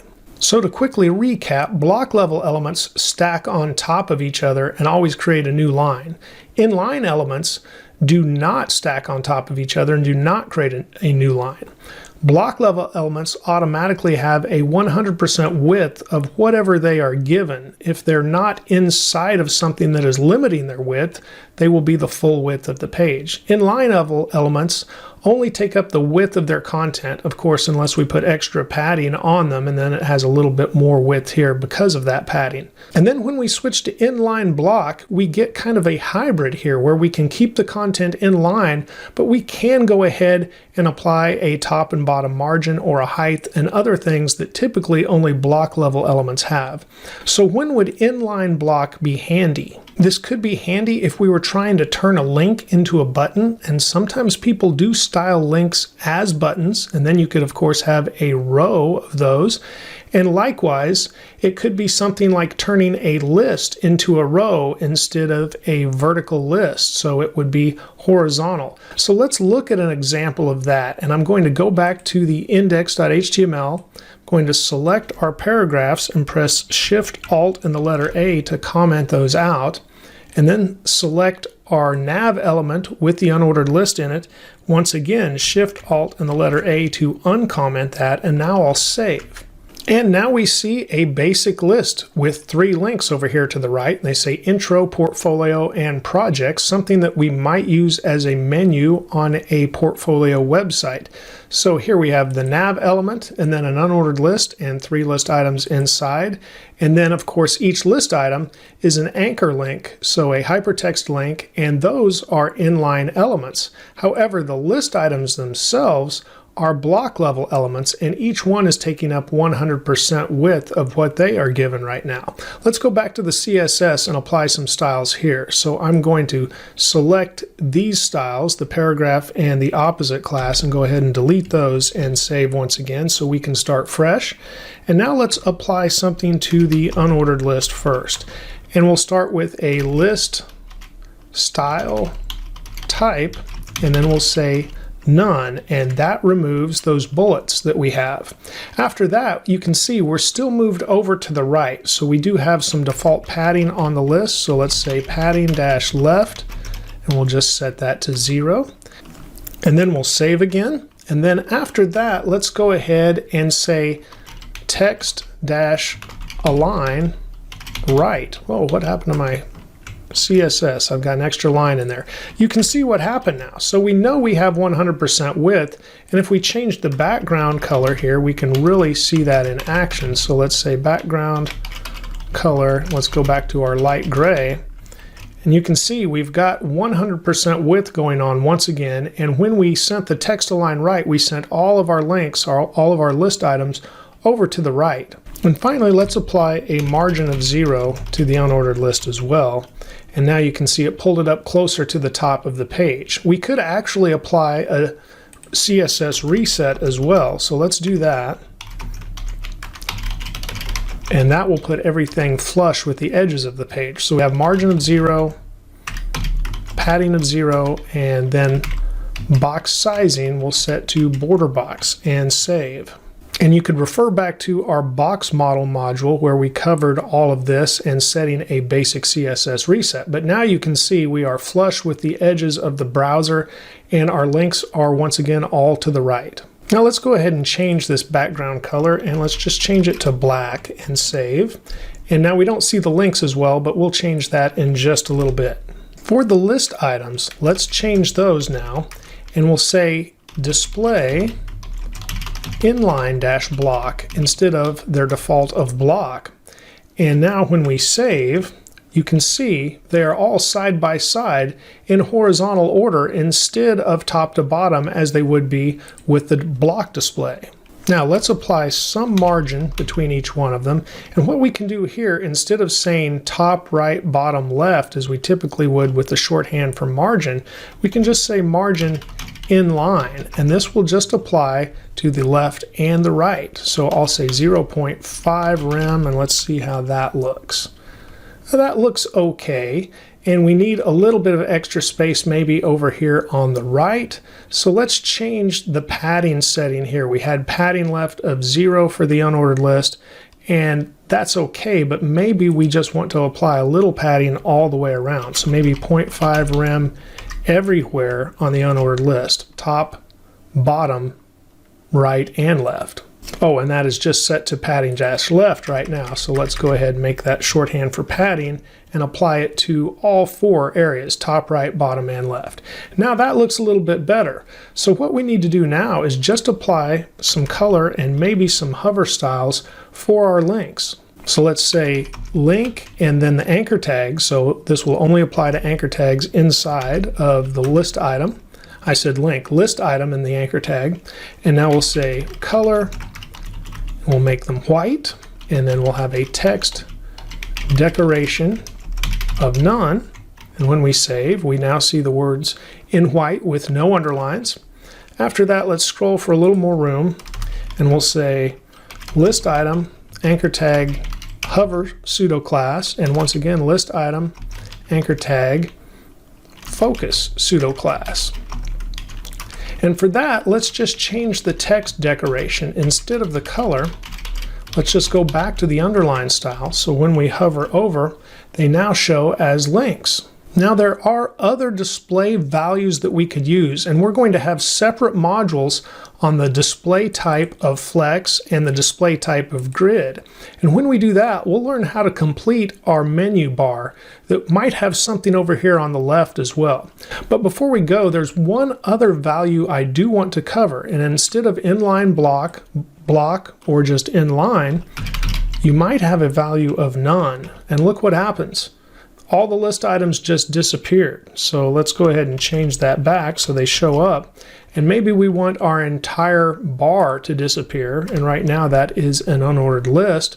So let's say display and none up here. And now it's entirely gone. And that is exactly what happens. It completely removes it from the document. Now we would still see it over here in our HTML, but as far as the browser is concerned, when it interprets the code, the unordered list is not there. Now we rarely want to use this, and that is because it removes it from that document flow, and that means anyone using assistive technology, a screen reader, would not be able to read anything there. There are other ways to remove something from being visible, from actually being viewed on the page, but still have it in the document flow where accessibility might be still available. And so we'll cover that in the future as well. But right now, just know that display none is a possibility. Let's move on to CSS floats. You can see I've got Visual Studio Code open. I have an empty frame for a page. We have absolutely nothing in the body of the page. And then the style page, the CSS, has an import of our Roboto font from Google Fonts, and we've only set styles on the body so far. We've set the font size to 1.5 rem, and we're using the Roboto font family. So quickly, if I pull VS Code over to the left, you can see our page is completely blank. I'll let VS Code take up the full size of the page again, and let's start by creating some elements in the body of the HTML that we can style. So I'm going to start off with a div and give it a class of block. After that, we can just put in the word float for now because we will apply a float to it. And then we're going to create some paragraphs. So I'll use an Emmet abbreviation here and type P for paragraph and then say times 5, then the greater than symbol, lorem and 20, which means each paragraph will be lorem ipsum, which is just generic verbiage we can put on a page for generic text content, and each paragraph will have 20 words. So when I press tab, it should create 5 paragraphs, And there we can save. Now let's go back and look at our page and see what we have so far. You can see our div has the word float in it, and there's nothing remarkable about that div. And then we see 5 different paragraphs here on our page. So that's a good start to having some content. But now we want to apply some CSS and explore what this float will actually do with the class of block. So to give that example, let's go back to our style, and I'll hide the file tree by pressing Control B, and now we'll be able to see most of our CSS here.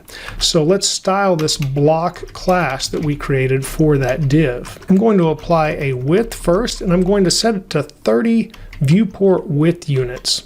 And then I'm going to set a height, and I'm going to make that also 30 viewport width units. Now you might wonder why I didn't use %, but that wouldn't be the same. I wanted to use the exact same units for the width and height and create a square. And we'll be able to see that if I apply a background dash color and then set that to black, and I save, we now have a square that is 30 viewport width units wide, and it also has the same height, which truly does make it a square. Okay, after that, I'm going to go ahead and apply a color so we can see that word float, and I'll make that white, just the opposite. So there's the word float. Now let's give it some padding, maybe 1 rem of padding, and there we have just a little bit of padding that pulls the word float out of the corner. But now our div and all of our paragraphs are block elements, and so they stack on top of each other. But when we float this div element that we've created here, it will take it out of the normal flow of the page, and we should see our text wrap around this, and you could picture this as being an image if you want to, but whatever content we would float, and we can float it left or right, the text will wrap. So let's create another class, and I'll just call this class left, and then inside of this we'll apply the style float, and we'll say left. And when we save, we don't get a change yet because we haven't applied it to our HTML. So let's go ahead and apply this second class to our div, and now save, and we can see the text has wrapped up around the div. So now it's more like you're used to seeing in a newspaper, where you would have an image or something over to the left or the right, and the text would go around it. But now notice this is flush, it's right up against it, and we might want a little space there, and we need to talk about how to do that, because your first instinct may be to apply some padding or margin to the paragraph, and I'll scroll for some more room. But let's just look at the margin left for the paragraph and say I applied 10 pixels. Look what happens. It still is flush here. You see it moved 10 pixels over here. This float is not inside the normal flow, so the margin is applied from the left over here and not where we would expect it to be, at the left edge of our text. And we can see that even more so if I do something greater, like say 20%. And now, yes, it moved this way over, but it didn't move the text here at all. So we can't really apply that correctly by applying it to the paragraph. Instead, we could apply some to the actual block itself. So let's do that, and we can say, well, let's do it to the left, because we might do it differently for the right. So let's do it to our left class here. So we would have a margin on the right side of, let's say, 1 rem. We should be able to see that. And now that makes the difference that we wanted right here. And also it makes our text once again flush with what would be our image or our div that we currently have here on the left. Now I'm going to highlight our left class and then press Shift Alt and the down arrow to copy it down. And I'm also going to create a right class. I need to select that correctly. There we go. It's a right class, so instead of float left, it will be float right. But then instead of margin right, let's put a margin left on it. And I'll save, but we don't have it applied once again to any div. So we need to come back into our code, and let's say after we've gone down 3 paragraphs, we want to have one more. So we'll say div dot block dot right, and that should apply those classes, and it did. So now we can save, and we have another div, and it's floated right. And of course it is after the first 3 paragraphs, and we see that 1, 2, 3, and then it begins here with our 4th paragraph, and it's floated to the right. Now I didn't put the word float in there. Let's go ahead and do that just to make them alike. And this is the basic use that we would have to float things to the left or the right. But there could become some instances where we want to handle this a little differently. Maybe we want to wrap this first paragraph and this div that I've floated to the left in a container and kind of highlight that at the top and then have the second paragraph start afterwards. We might have to handle that differently. Or let's say we didn't even have the container, but we didn't want this second paragraph to wrap. And in the past, it was handled a little differently than it currently is. So let's create one more class, and I'll show you something you may see. Once again, I would say in more legacy code. Let's call this a clear class. And then inside of this class, we'll say clear, and we can say just right or just left if you want to clear something that is specifically floated left or right. But it's very easy to just say both, and then it will clear both. And you'll see what this does in just a moment here. So what I need to do is come back, and then after the first paragraph, if I wanted to clear that, the old way would be to apply another div to the page and give it this class of clear, and just leave it empty. And we would save, and then you can see the second paragraph doesn't start until after this div, so it is cleared, and that allows us to go ahead and start the second paragraph after both of these. But this could still be a problem if we had this in a container, and I will show an example of that. So let's apply a container to the div and the first paragraph, and I'll just make it a section element and wrap it around those. So I'll cut that closing tag and put it here after the first paragraph and save. Well, I want the formatting. It didn't do it for me. Tab that in and save. And then we can style our section to make it a little more obvious what's going on. I think I'll scroll up just a little bit more. There we go. And so now we have a section. And inside the section, I'll say background color. And we'll give this a color of bisque, which is kind of a neat color. And after bisque, let's go ahead and apply a border. So we'll say border, 1 pixel, solid, give it a flat black color, and a little bit of padding, 1 rem. Okay, and let's save and see what we get. Well, this looks okay right now. I don't see a problem. But what if we removed this div with the class of clear and save? Well, still no problem. Let me shorten up this paragraph by several words and then see what we get. And now when I save, I just had too long of a paragraph to actually highlight the problem before. But now when I save, we can see the problem. This float is once again not in the normal flow of the page. So the container is only expanding based on the text content. And when I had more text content, it looked okay.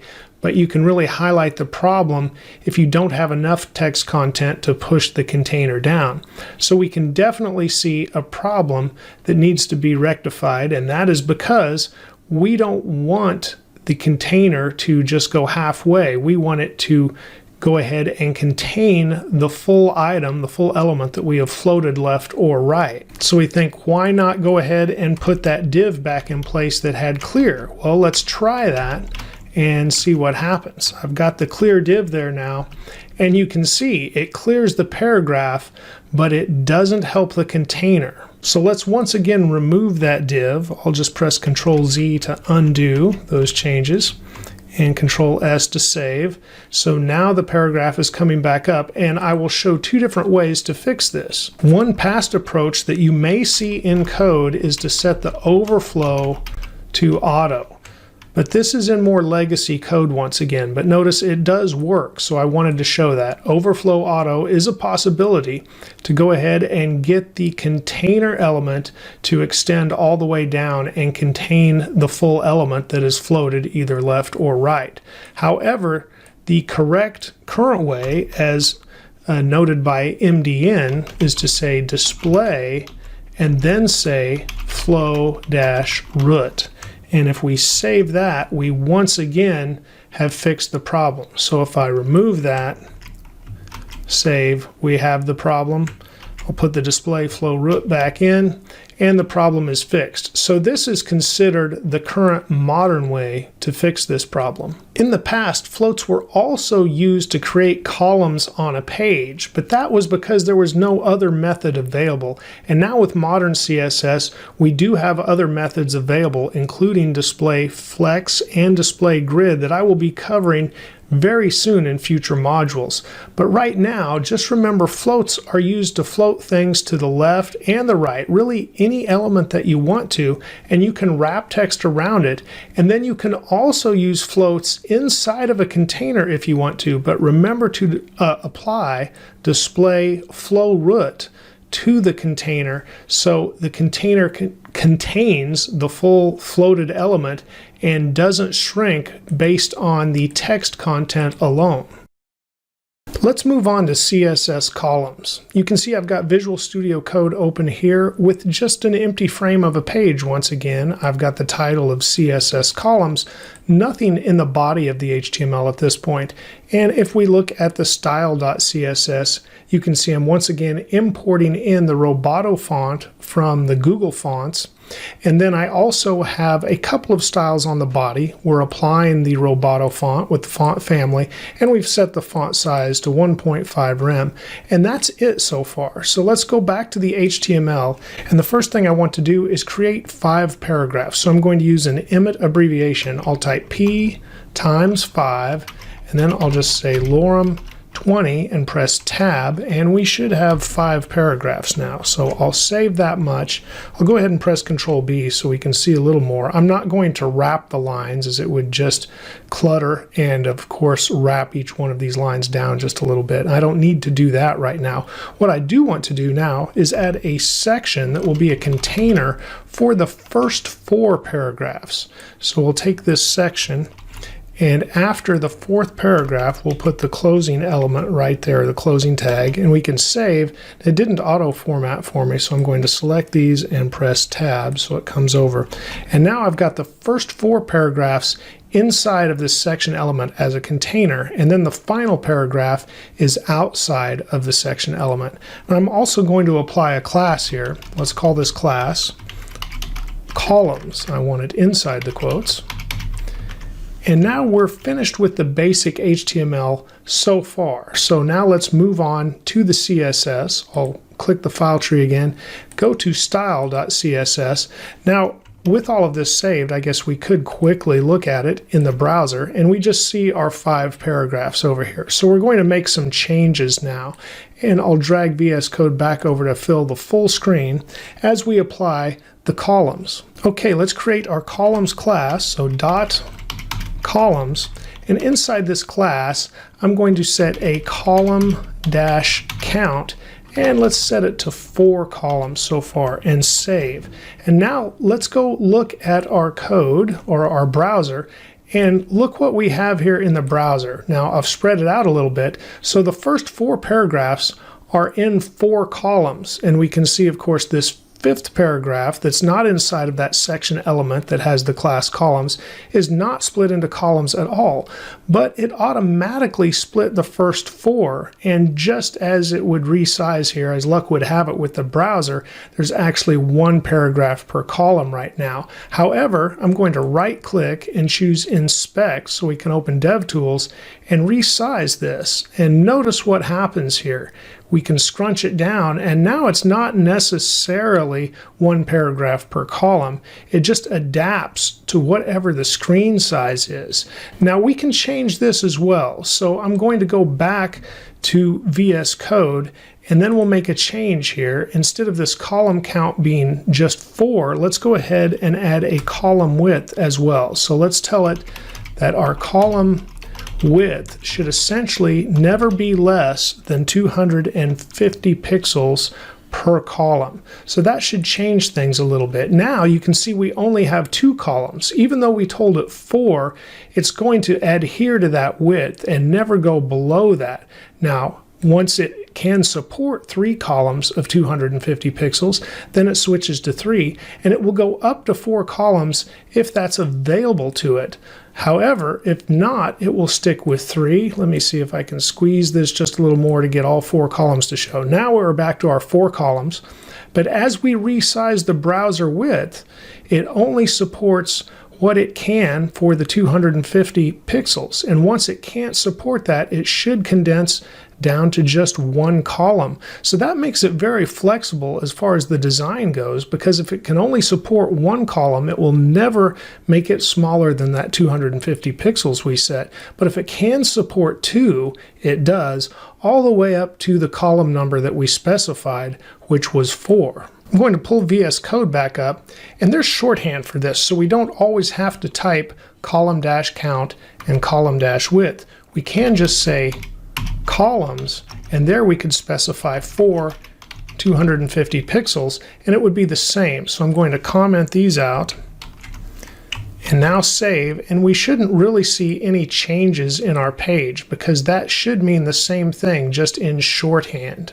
We can also provide dividers. So this would be with the column-rule property, and here we can say we want 3 pixels, and I'll press Control B to hide the file tree so we can see all of this, but 3 pixels, let's say solid, and now let's just give some kind of color here. I'll just go with that flat black and save. And notice this column rule is just like when we provide a border, and the values go in the same order. So when I have provided a border in the past around any kind of element, you have seen the size and then the type of border and then the color. And that's the same for the column rule. Now let's see what it does to our page. And here we see the rules between each column now. And of course, they will disappear when the columns disappear if the sizing dictates that. And so once we get down to 1 column, even though we've said column rule should exist, it won't if there's only 1 column. But if there are columns to separate, that's when the column rules start to show up. And this will once again divide up to how many columns we've created. So if we say a max of 4 columns, we could have up to 3 column rules. And we can also provide some spacing between those columns. So let's say column-gap, and I'm going to choose a larger value so we definitely see the spacing, so 3 rems, and let's see how that spaced everything out. Now we only have 3 columns because we have some extra spacing, so it wouldn't fit into the 4 columns as before, but it does look a little bit better with that extra spacing between the columns. And with DevTools open, now is a good time to draw your attention to a problem that exists right here. I'll squeeze this over so we can see a little more, and I want to pull this down so we can see some of the HTML above.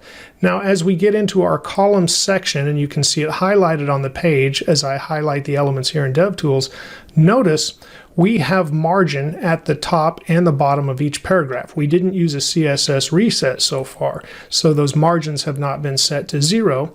And that's okay, we want spacing between the paragraphs. But notice here in this first paragraph, we also have spacing above the first paragraph. So it's not setting flush with the top as the other columns are. And then as we come down, notice each paragraph is going to have its own top and bottom margin. But there's one thing to consider here. We need to remove that top margin from the first paragraph.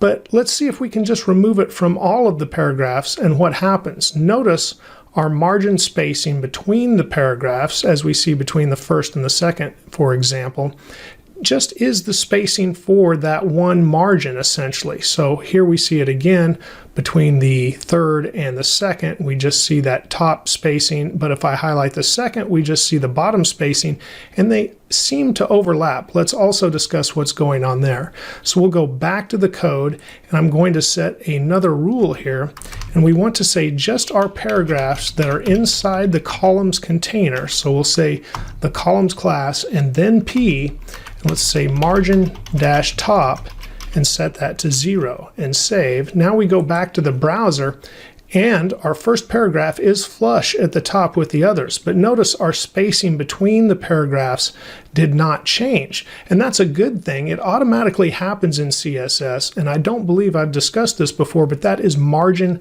collapsing. So it's not going to double up the margin between the second and the third paragraph just based on having a bottom margin on, say, the first one and a top margin on the second one. However, now we've removed that top margin, but the spacing remained the same. But previously it wasn't twice as much because of margin collapsing. So that's a good thing, and it's worth noting. So we can actually just remove the top margin from each paragraph and not change the spacing of the others, but it does fix the top alignment here, making it flush with the other columns as we want it to. Now let's go back to our HTML and add another element inside of this file. So we have a couple of paragraphs inside of our columns container.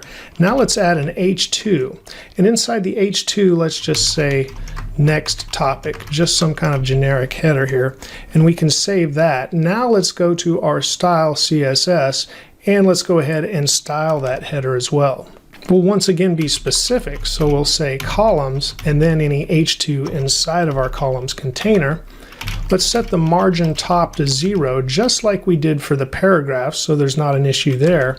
Let's set the background color to that flat black 333, and then let's set the color to white, which is FFF as far as hexadecimal code goes. Then we can provide some padding, let's say 1 rem.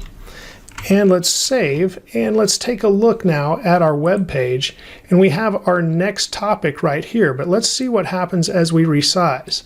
That looks a little weird. We have part of the padding at the top of the second column and the rest of the header here at the bottom of the first column. That's kind of strange. We might not want that. Let's get some more room and drag it over and see if anything else weird happens. Well, not with the room we have, but as this resizing occurs, strange things could happen.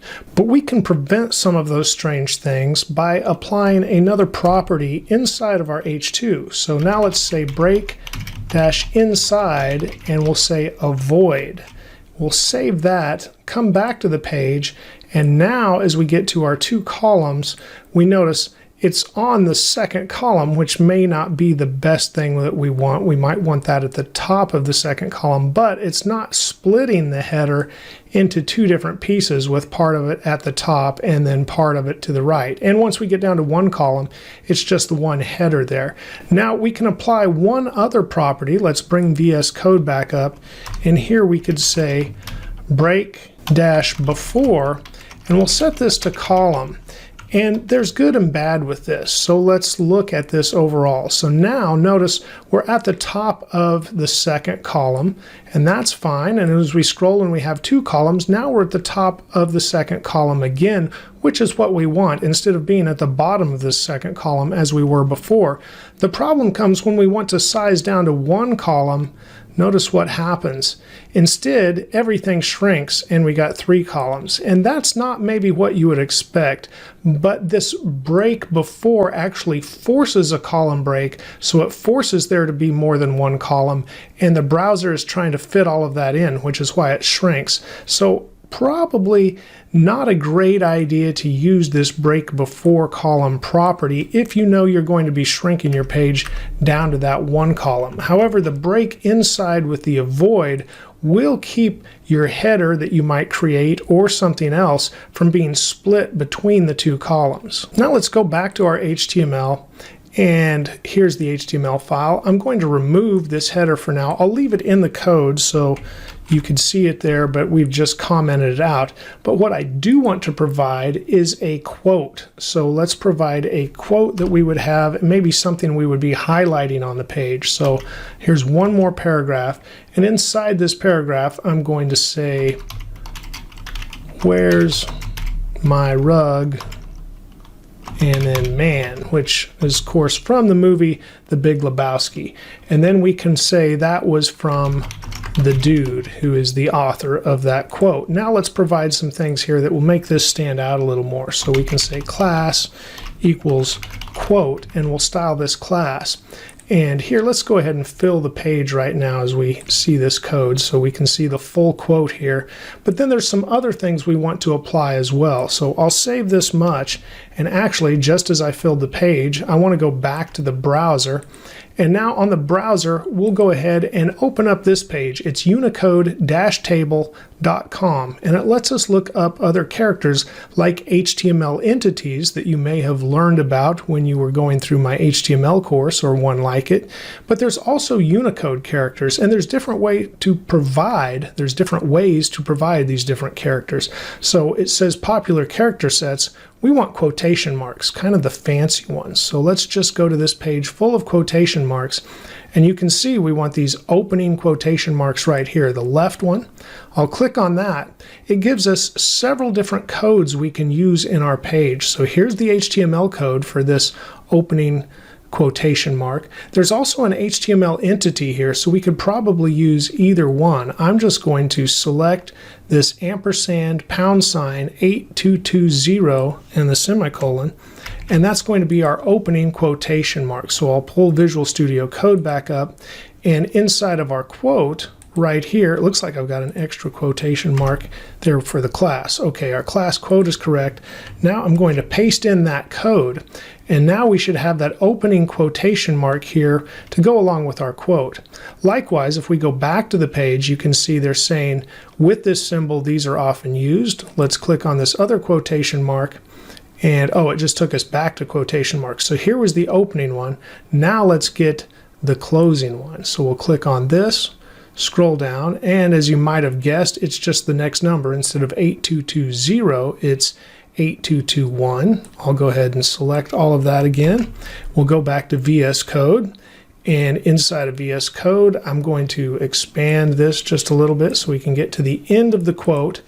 And after that, we have got this wrapped in these fancy quotes with this HTML character that is kind of like an HTML entity, but it's also kind of Unicode in a way. And this is just another way HTML handles these characters, and we can put this in to wrap the quotes. And there's many other symbols you could use and find on this website.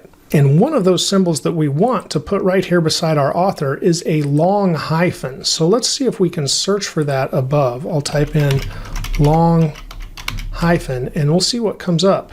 Well, there's the hyphen minus, soft minus, not seeing it right now. Well, maybe this one, maybe not, but I know what the code is, so let me see if I can just search for that and it will come up. It's 8212, and here we've got the EM dash is what it's called. I wanted to call it a long hyphen, and there was a copy right there in the search results, but I'm just going to once again get the code here from the HTML code. And this again is called an EM dash. So we'll go back to our Visual Studio Code, HTML code. I'm going to put that right before the dude, so we'll have that longer dash or hyphen before the author is attributed. And now before we look at our HTML, or before we look at our web page, I'll save that, and let's go to the style once again, and let's style this quote class. So we'll say quote, dot quote actually, and then we'll apply several things here. So the first is a font dash size, and let's put 3 rem. Now let's put text align center, because we want this quote centered. And now we can provide a color. Let's do something, we'll adjust this a little bit. Let's do that flat black color again. And now for the main thing that we want to highlight here is the column span property, and we can say all. So this will span all of the columns that we have on the page.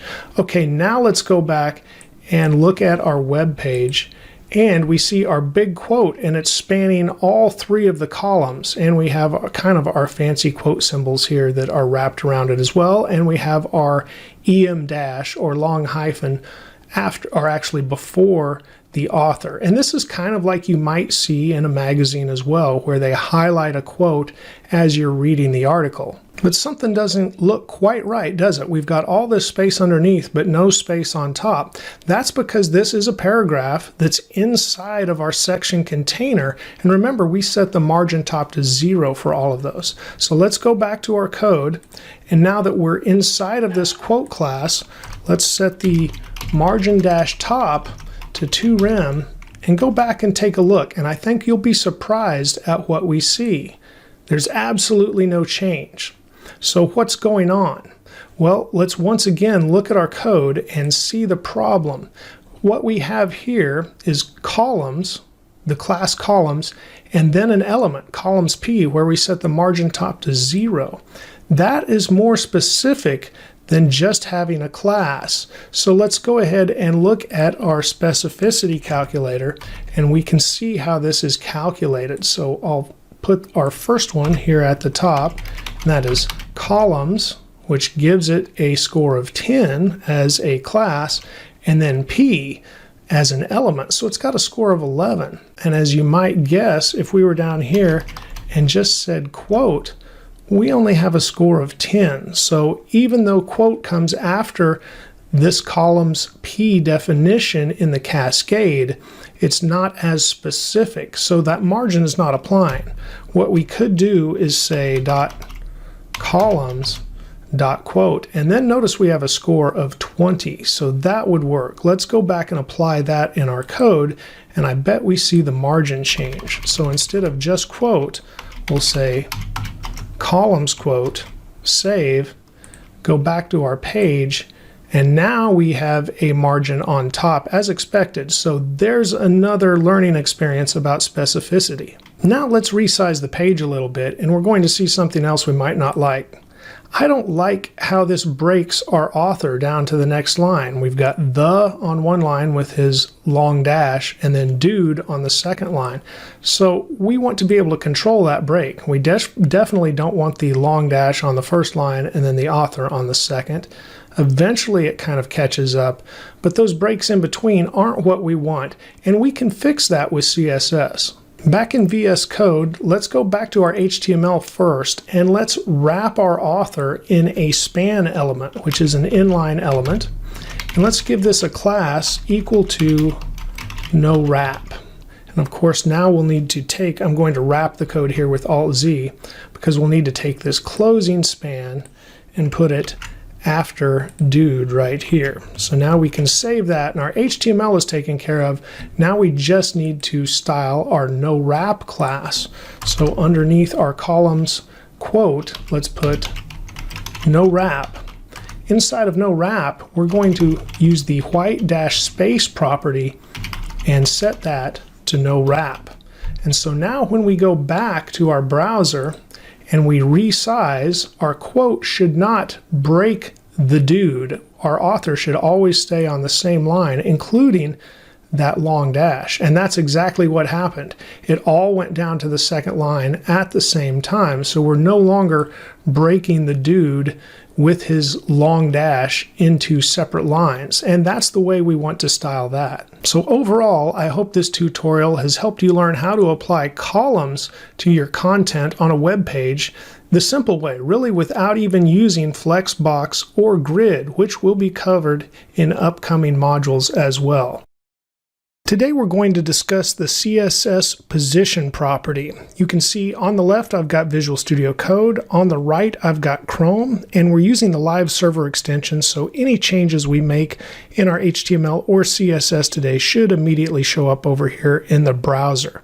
Now first let's look at the HTML page that I have here on the left in Visual Studio Code, and you can see it's a basic layout, and I'm really using more divs than I'm normally comfortable with. All of these div elements, they are block elements, but they are not semantic. They do not provide any additional meaning to a page, and they don't really help accessibility at all. So in a typical project, I wouldn't use a lot of divs, but they are good for today's example. So you can see we have an outer container, and this outer container in the browser is a dashed black border that outlines this container. And then we have an inner container, and it is a solid blue line here in the inner container. And then inside of this inner container, and you can't see them right now, we have 4 other divs. They all have the class of box, but then each has an individual class: absolute, relative, fixed, and sticky, and those are possible values for the position property, and we'll look at each of those. Let's jump over to the style.css file. You can see I'm importing in that Roboto font, as I have been in the last several tutorials for this CSS series. And then I guess I have the lobster font here too, although I'm not using it right now. I've also got this CSS reset already in place with a margin of 0, padding of 0, and box sizing equal to border box. For the body, we're using that Roboto font family, and then we also have a font size of 1.5 rems, and then a min height of 200 viewport units. So that means besides what you see here, we've got another full page that we can scroll down to, and we'll need that in just a little bit. Then we have the styles for the outer container already. Here you can see the dashed border, it's 3 pixels. We've got a width and a height set on it just for this example, and a top and bottom margin of 40 pixels. The auto for left and right centers the container, and then we'll see something very similar here for the inner container. Of course, the different styles, just sizing it a little differently, and the color and size of the border. And then we have the box class that applies to the 4 divs that you cannot currently see. You can't see them because their font color is white. Other than that, they are a box with 150 pixels width and height, and a little bit of padding in there. Okay, with all of that said, let's go ahead and style our first class, and that was the Absolute class. So what we'll do for it is set a background color that's different than the others so we can tell them apart a little better. Let's just set that to a blue. We'll use hexadecimal there. And then let's go ahead and set the position. But the first position value we're going to use is static, and that is the default of all elements. They're static just already when you put them on the page. So essentially it's not going to change anything. I just wanted you to see that value to know that's the default even if you don't set it. So now let's go ahead and set a position of absolute and see what we get when we save. It really didn't change anything, and that's because we didn't set any other value. When we set these values, we need to go ahead and set a top, left, right, or bottom. We don't have to set all of them, but it needs at least one to change where it's at. So let's set the top to 0, see what we get. It moved it all the way to the top of the browser. Now what if we set left to 0? Now it moved it all the way to the left, so it's in the upper left corner. So absolute positioning needs a relative parent. And if it doesn't have an ancestor element that is positioned relative, then it takes the initial boundary or the initial box, which is essentially the browser window. And so that's why it went up here to the top and then the left when we set that position. But now we can scroll up and we can set a position on this outer container. You see I'll set the position to relative. And now look what happens to our absolute box. It now has an ancestor that is positioned relative, so this positioning is no longer relative to the browser window. It's relative to this ancestor that has the position set to relative. But what if we set the position to relative on more than one ancestor?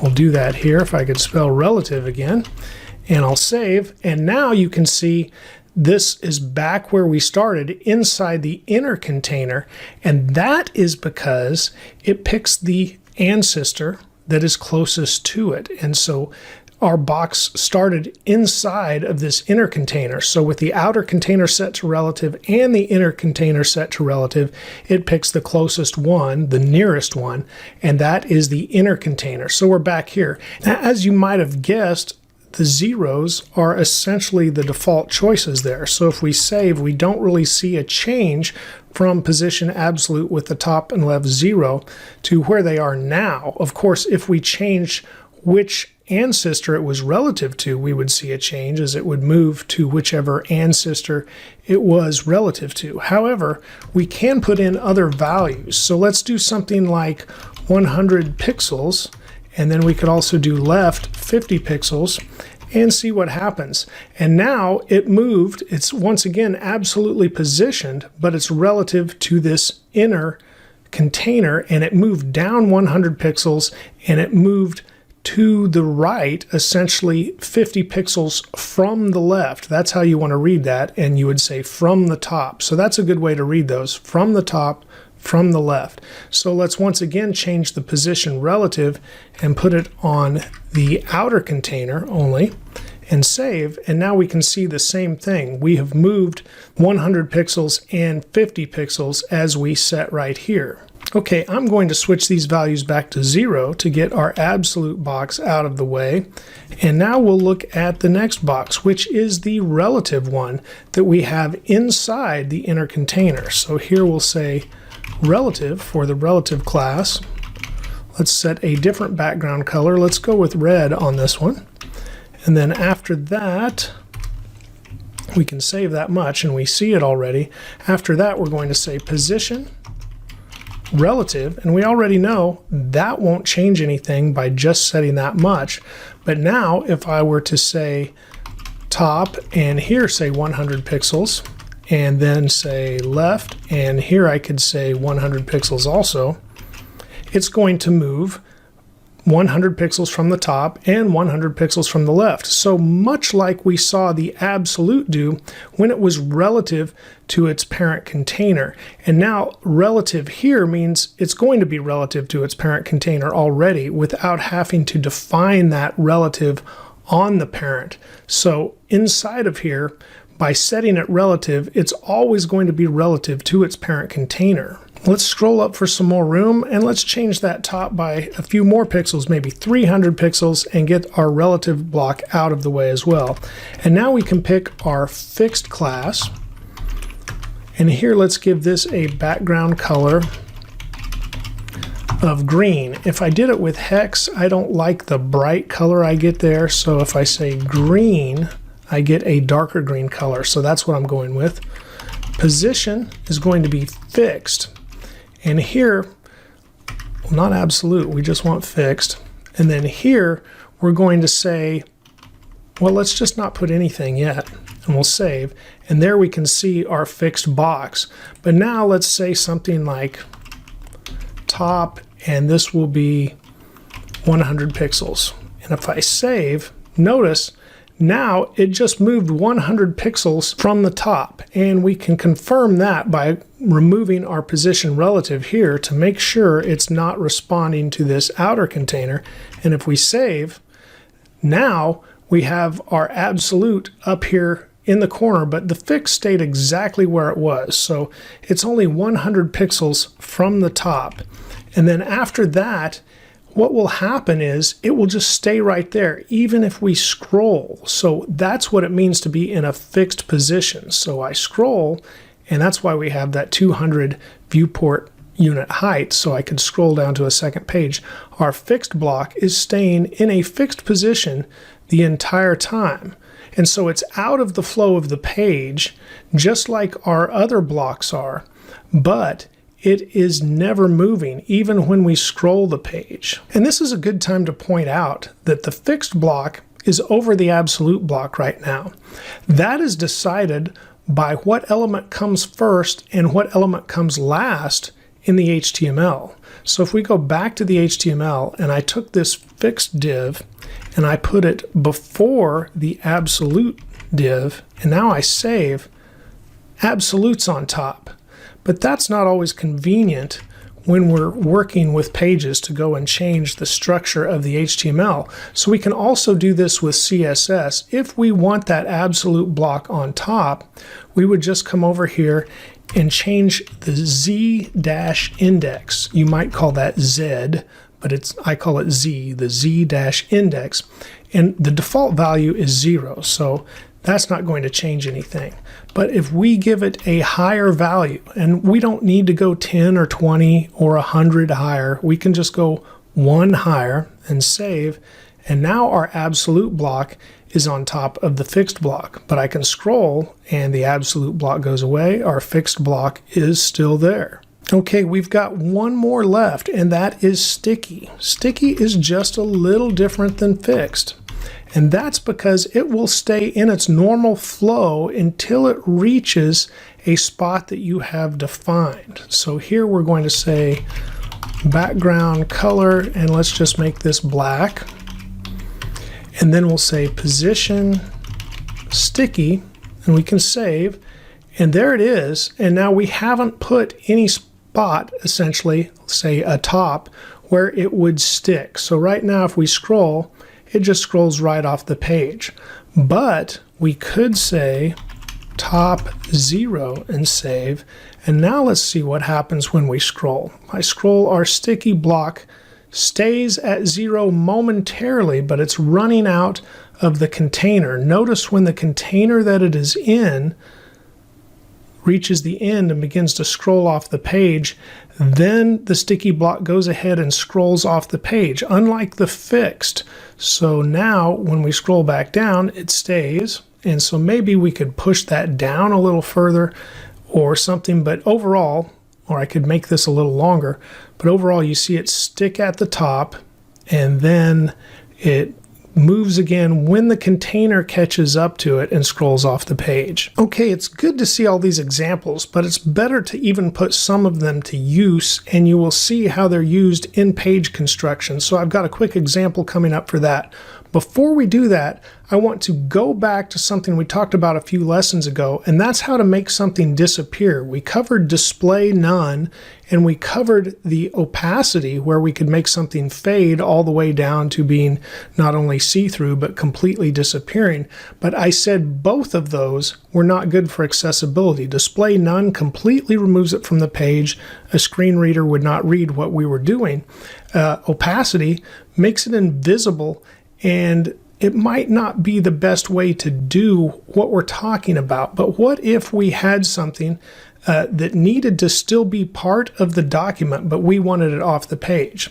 Well, position absolute is great for that. So I'm going to go ahead and comment out, well, we don't really need to comment this out. I'll just change this value, because we would take the left value, for example, and I'll set it to minus 10,000 pixels. And save. Notice it's gone, but it's still part of the document. It's still in our HTML, and when it's processed by a screen reader, it would still be read. Say it was a paragraph or the label for an input, and that's important to accessibility. So oftentimes when I need to remove something visibly from a page, but I still need it to be part of the page for accessibility reasons, I position it absolute and I move it, say a random number here, but minus 10,000 pixels is kind of my go-to, way off to the left where it will not be seen, but it will still be read.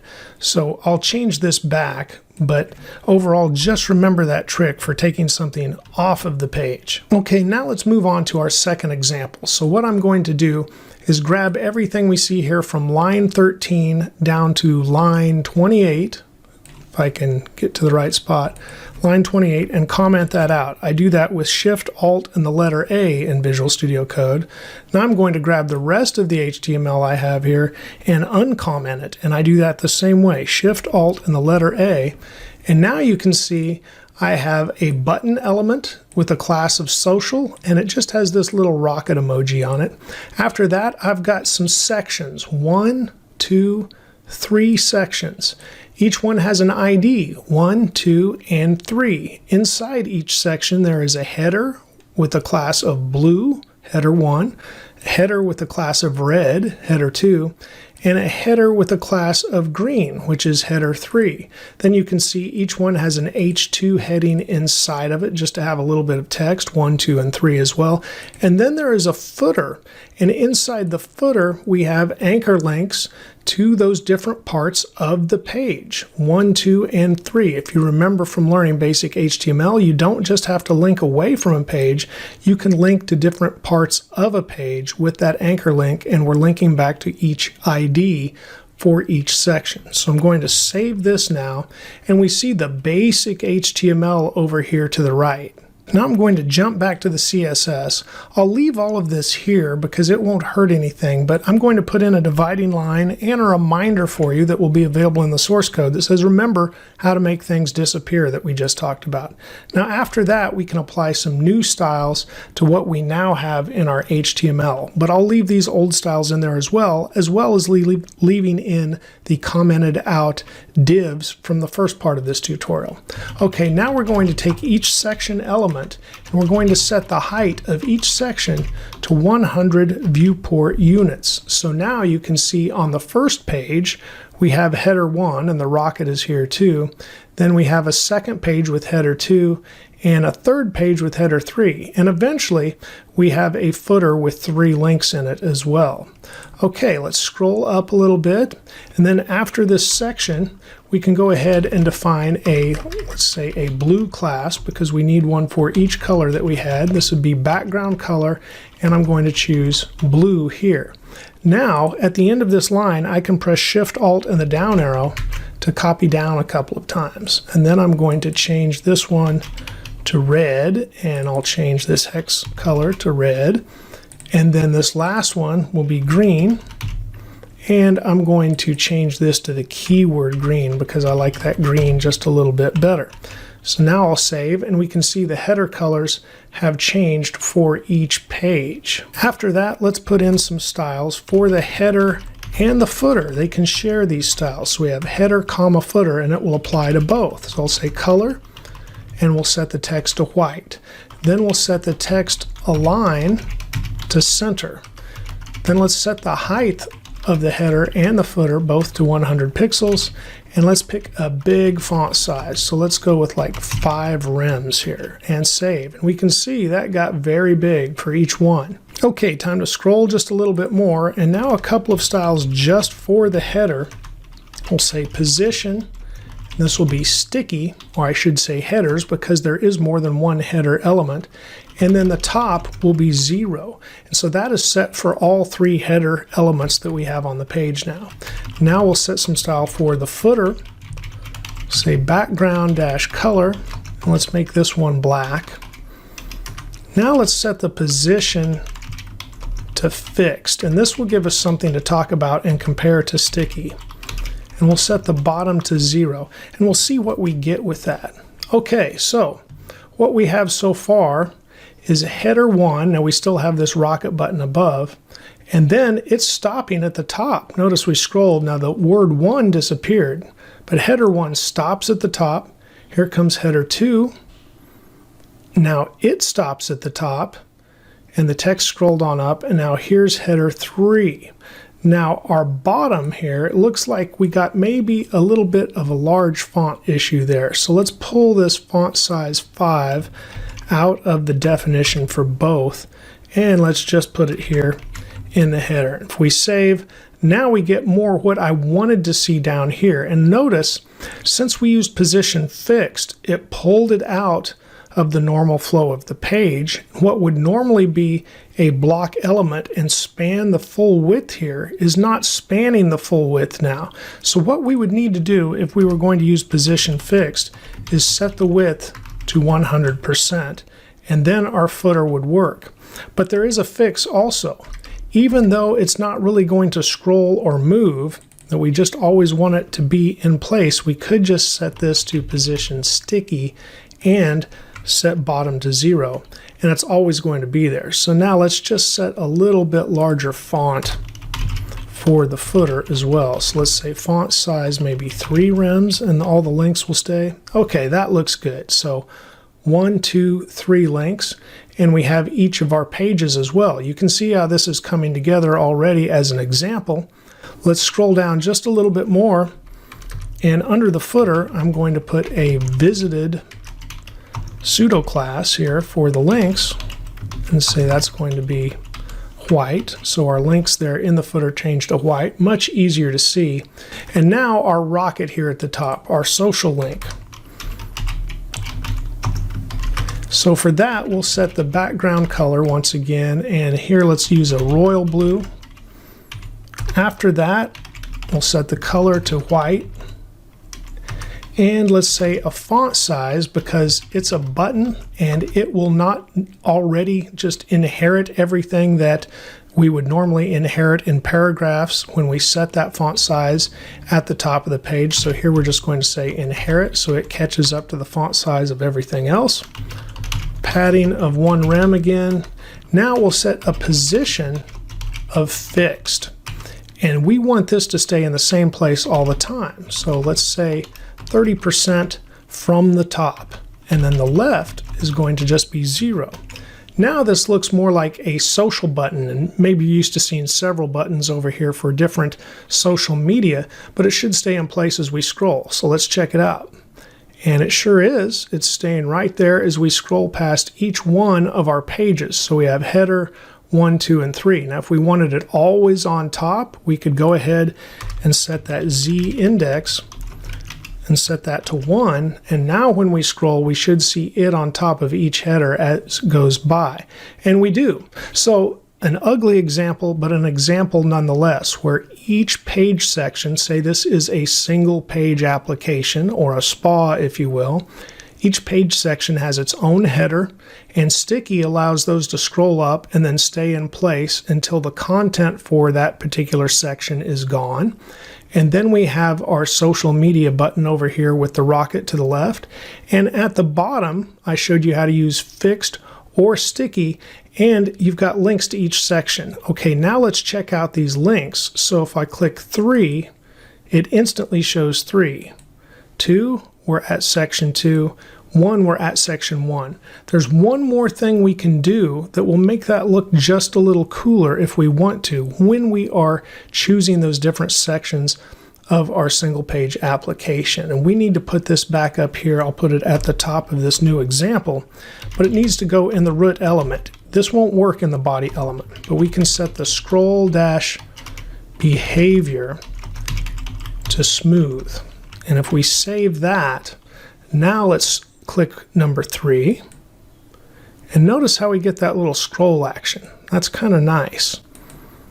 So that one setting makes that scroll go from instantaneous to just a smooth little scroll between the sections. So I hope this example has showed you how you can apply the position property with CSS, and I hope the previous example gave you some pretty good differences between all the different values that you can use.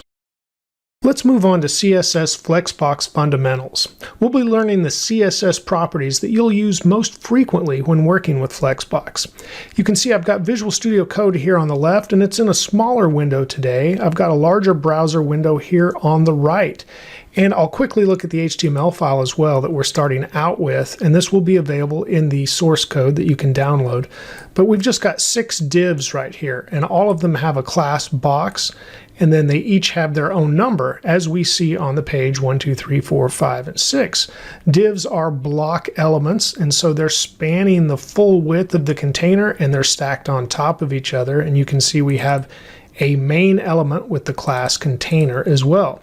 Okay, back inside of our CSS file, we're starting out by bringing in the Roboto font from Google Fonts. We've got a very basic CSS reset here at the top. On the body, we're setting up that Roboto font. We've got a min height of 100 viewport units, so it's the full screen or the full browser window. And then we've got padding of 20 pixels, so you see it pushing down our main container from the top, that 20 pixels here. It's also on the left, right, and bottom. It's just harder to see that. And then we have some styles on the container. So it's got a max width of 800 pixels, a minimum height of 400 pixels, margin inline set to auto. So it is centered horizontally here, and we should have the same amount of space on the left and the right.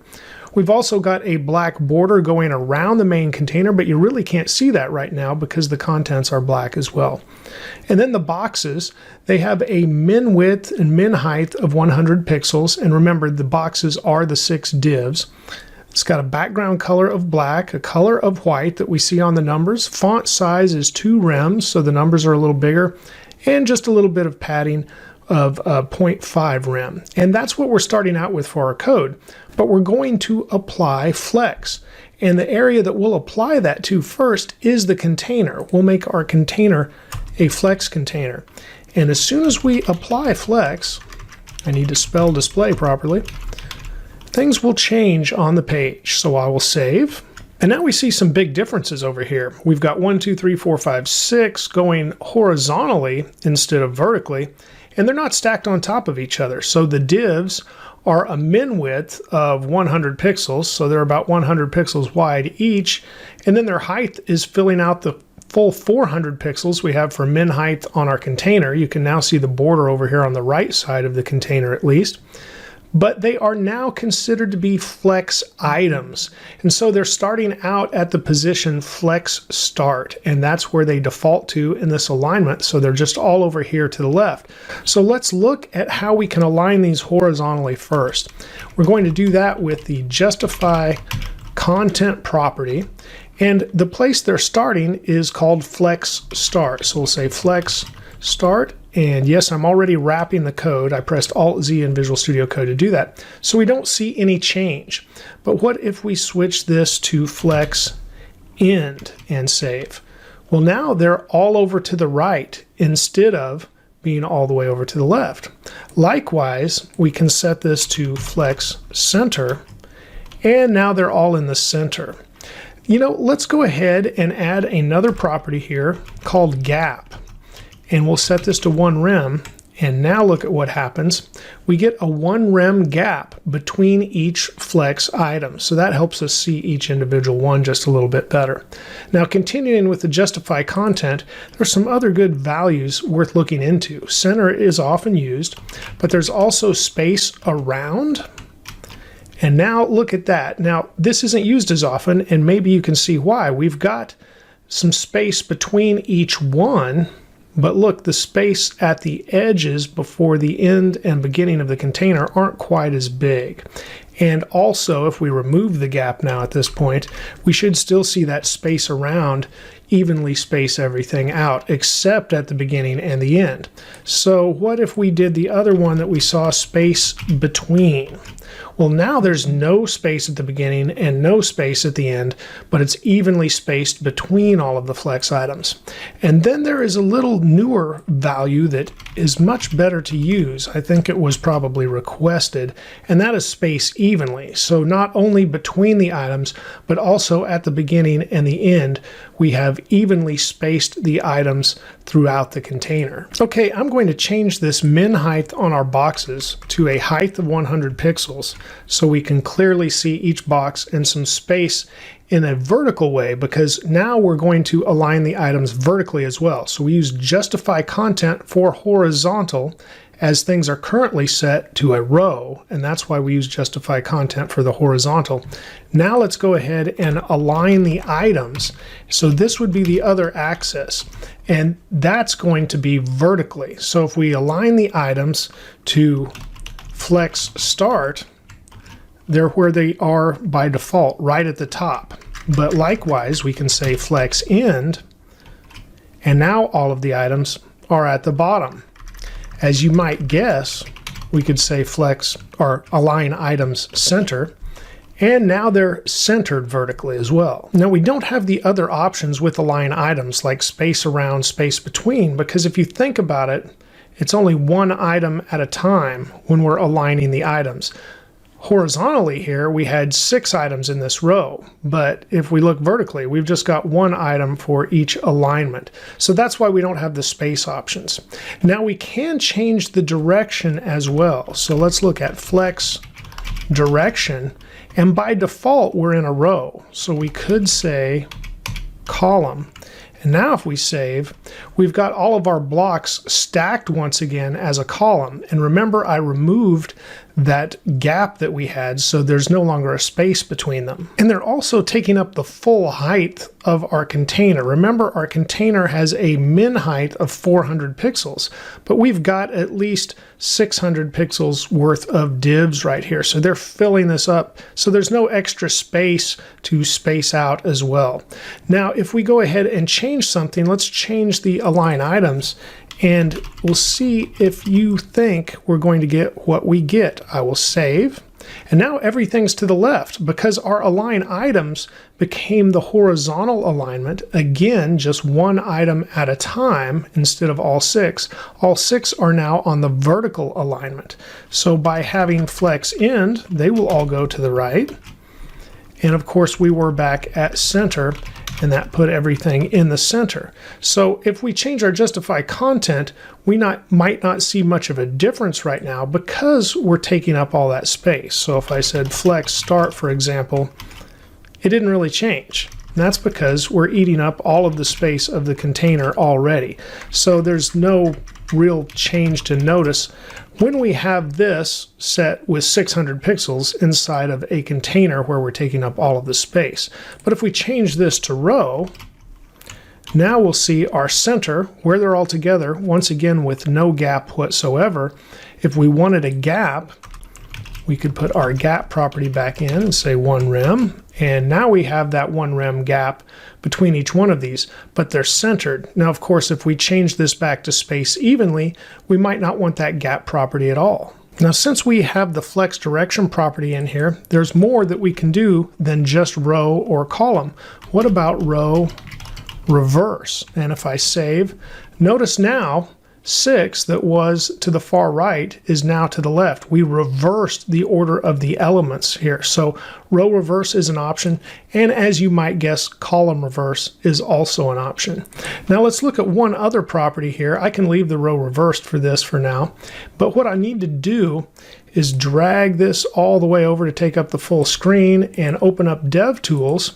And once we have DevTools here, we're going to notice something as I resize the window.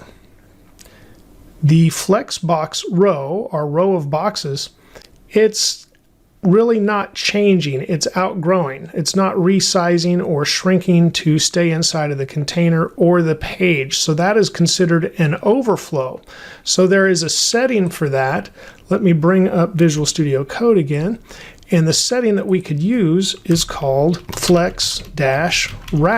And so we would want to set that to wrap. And now if we save, and we have our DevTools still open in the window, you can see it wrapped into 2 rows.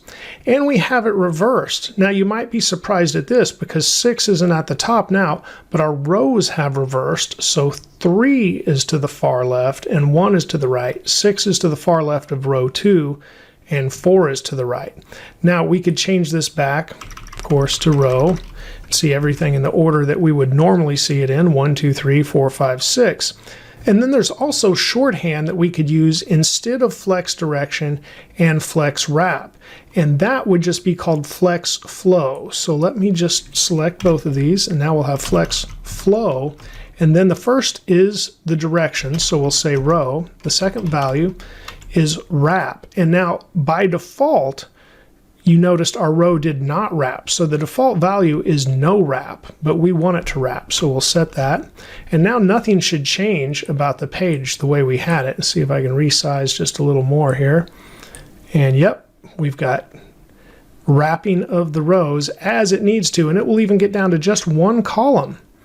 And now we'll bring it back to 2 columns or 3 rows is what we should consider that since we have it set to rows. And there's again back to 2 rows and still 2 rows with this width because we've just got 1 square that carries down. I'll bring it back to about even here. And now that we've got that, this is shorthand. So remember, the first is the flex direction, the second is the flex wrap with flex flow. Okay, there's one more property to consider on our container. Remember, we're putting all of these properties on the flex container right now that I've outlined here with our 1 pixel black border. I'm going to scroll just a little for some more room here. Underneath, let's put align content. Now this aligns the rows. So you can see by default, we have 2 rows and they're spaced out here. There's some room between them. Now this will take values just like justify content, but it's aligning the rows. So we'll put in flex start first, and if we save, notice both our rows move up to the top. Likewise, flex end, move them both to the bottom, and flex, or not flex, just center, has them both in the center. So that wasn't the default either. What about space between that we could also use on justify content? Yep, it puts 1 on the top, 1 on the bottom. Space around, so that's a little different as well. And then space evenly that we might like, if I could spell evenly once again. and save. And yes, that changed the alignment just a little bit as well. Okay, now we're ready to move on to the individual flex items, because we can also set properties on the flex items instead of just the container, and that will also change how Flexbox handles the layout. So the first thing we can do is apply some of the things we learned from above. Let's go ahead and make each one of these flex items a flex container. Now, once again, we will be applying properties as a flex item soon, but if we make these a flex container, then we could go ahead and display those numbers centered right in the middle of each box. So if we say display flex, justify content, center, and then align items, center, and save, now all of our numbers are in the middle of each box. And yes, as you might guess, you could use these three properties to center any element inside of a container, or you could center an element inside of the body, which would be considered a container, the body element of a page. So now you essentially know how to center something in the middle of the page if you want to. Okay, now we have a few properties to look at for flex items. Again, these three properties made each item a flex container of its own, but they are still flex items inside of the larger flex container as well. So what I want to do, besides create some extra space here, is go back to the HTML. I'm going to select the last four divs there that have the class box, and I'm going to comment them out for now by pressing Shift Alt and the letter A, and then saving. And now we'll just have two divs with number 1 and number 2 that we can work with in the CSS. So before, we put a min width on each box, a min width of 100 pixels. And I'm going to go ahead and comment that out as well. Again, Shift Alt and the letter A. And now no width will be set, and you can see they're only getting the width of the content essentially here on the page right now. But we can set a property called flex basis, and you can give that an absolute value or a percentage if you want. So what I'm going to do is give it let's go with 100 pixels again, just to compare to what we had. So if we'll save, now that's essentially giving it a minimum width right now. Now that could change it. It's not the same as min width, but that's essentially what it's doing in this case. And now another property we can provide is called flex-grow. And we'll set that to 1. And that's setting this the same value, and it's a unitless value, but we're setting the same value on both boxes, which is essentially saying if they need to grow to fill out the page, they will grow the same amount. So if we save, you can see now our items both grew and they are filling out the page. They do have that gap in between, but other than that, they grew as much as they needed to take up the rest of the container. I'm going to scroll up just a little bit, and we're going to use a pseudo selector to select just one of these elements now. So I'll say inth, or I'm sorry, not inth, I need the class first, and class was box, and then it's inth-child, and let's select the second element here, and let's override that flex grow and set it to 2. So now this second one should take up more than the first, but it's not going to be double, and I'll tell you why. Notice it did grow more than the first, but they both have a flex basis of 100 pixels. So what we're telling the elements to do here with flex grow is after the 100 pixels, so each element gets their 100 pixels, then whatever is left, the one that has flex grow 2 is going to get twice as much of that extra space as the element that has flex grow 1. So it's saying whatever space is left, you take 2 for every 1 that I take, essentially. Now the other one to consider is flex shrink. Now before we get to flex shrink, notice we currently have flex wrap still set. So once they get to where they can't fit in that 100 pixel size, they essentially wrap down to 2 rows here with our current setup. We're going to have to really remove that wrap setting so we can see what flex shrink does for us. So I'm going to select grow here, Control D to select the second grow, and then change them both to shrink. So now we have flex shrink in place. I'm going to scroll back up to our container, and instead of wrap, I'm going to set no wrap. So now, with the larger value here of shrink 2, our second box is set to shrink more than the first box. And this might be easier to see if we make the boxes larger as well. So let me come out here as far as I can for the page with DevTools open and maybe set these to, let me try 250 pixels and see if that fits inside the screen we have. Yep, so that works. Right now they look like they're basically equal size, but as we shrink the page down, we should see the one on the right, and we do. Number 2 is getting smaller than number 1. So that is because number 2 has a larger value of flex shrink than number 1. So it's the same concept as flex grow, except now we're shrinking, and that's preventing the overflow out of the box. That shrinkage is what that does. So I wanted to eliminate the wrap, or it would go ahead and wrap instead of shrink at some point. So there we go for flex grow and flex shrink. Flex basis is giving that size basis, but notice over here we are now shrinking below 250 pixels here for number 2. So just like flex grow lets something extend above the basis, flex shrink lets something shrink below the basis. So either way, now that we've covered all 3 of those different properties, we can put all of them into a shorthand as well. So here, with the 250 pixels, I guess I'll keep that. We can just say flex. The first value is grow, the second value is shrink, and the third value is basis. So we could do that. And remember, we could also put something over here like a percentage. Let's say maybe 40%. See if that works out for us. That's about the same. And then we could do the same here. So we could say flex 2 for grow, 2 for shrink, and 40% here as well. Now when we save, they look the same size, but if we grow, number 2 is going to get a little larger than number 1, and if we shrink, number 2 is going to get a little smaller than number 1, although they're both shrinking quite a bit right there. And that could be because I'm using a percentage. As we get down, it's still just taking up 40%. Let's go back to a set value, an absolute value. We should be able to see this example just a little bit better for the shrinkage. So number 2 gets smaller than number 1. Yep, it was because I was using that relative 40% before. So when it grows, number 2 still gets a little bit larger. Let me close DevTools. Well, if I close DevTools, I won't be able to pull it over at all. But number 2 is larger than number 1 here. It's just a little harder to see. Maybe if I change the absolute value again to 150 pixels. Yep, number 2 got even larger there. But then as we shrink it down, number 2 does get smaller than number 1. Okay, with that complete, I'm going to go back to the HTML and uncomment those other 4 divs. Shift, Alt, and the letter A once again to uncomment after we highlight them.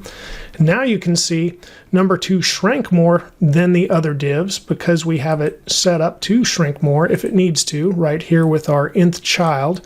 So we could remove that, or we could just leave it for now. But there is another property I want to cover, and it won't impact it, so I will just leave that. And this would be order. So let's go ahead and change the order of this second child as well. And let's say order is going to be 4, and save. Now look what happened. It has the highest number, so it went to the end. It didn't go to where the 4th element is. It actually went to the end. However, if we say order 0, it's going to be right back where it was. But if we want it at the beginning, we could say order -1, and now 2 is there. Now, if you are using this order property on individual elements, and then you're also using something like row reverse that we had available up here, and let's change this back to wrap as well. And now if we switch this to row reverse, you might be thinking you were going to move number 2 to the very beginning, but we didn't. We moved it to the right, and it's to the right of the first row, and that is because we reversed it. So essentially, it was here at the beginning, and then we reversed the row. So if we went ahead and set this back to its normal position with 0, then we would see it's in the middle because it would normally be 1, 2, 3, and now it's 3, 2, 1, so that would just be the same. But that is all because we have row reverse at the top. So -1 would take it to the right instead of the left. Likewise, a larger number, say 1, totally switched it around, and now it's down here at the bottom left. And that is because of row reverse again. So if we go ahead and remove the reverse up here, it may be where we would expect it to be, and that's at the very end of the list now, because all of the rest of these would be where they were placed, essentially with a value of 0. So that 1 makes it a larger value than all of the rest of them. So we would give it 0 to put it back in place, a higher number above 0 to put it at the end, and a number like -1, something lower than 0, to put it at the beginning. We've covered a lot of Flexbox properties today, and we will be building some things with it in the future. But right now, I think the best way for you to get some practice with it, besides just playing around with it in your own HTML and CSS, is to go to this website called Flexbox Froggy, and it's got 24 challenges to help you learn Flexbox. And if I expand it out, I think it looks a little bit better in the full screen. There we go. And you can work through these 24 challenges and learn how to place the frog on the lily pad with Flexbox. And there's some good challenges in there, and it will get you thinking about the different ways to use the different properties that we've just reviewed for Flexbox.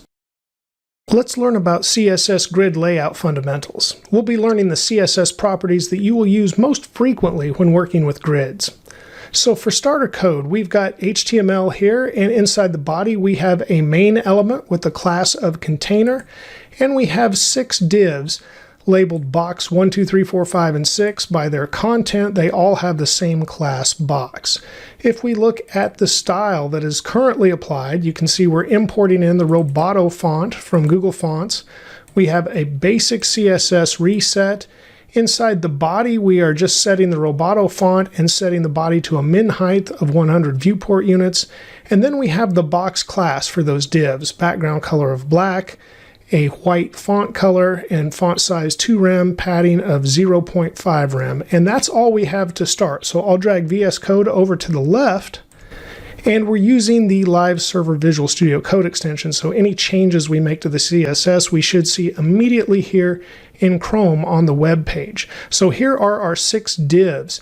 Now we haven't set any size. The main element is a block element, so it automatically has 100% width, and then so are the divs, so they're stacked on top of each other, and all 6 of them have a width of 100%, so they're filling up that main element. We're going to cover several different ways to apply grid to our page and to these divs. So let's start out by styling that container class that we have on the main element, and we'll say display grid.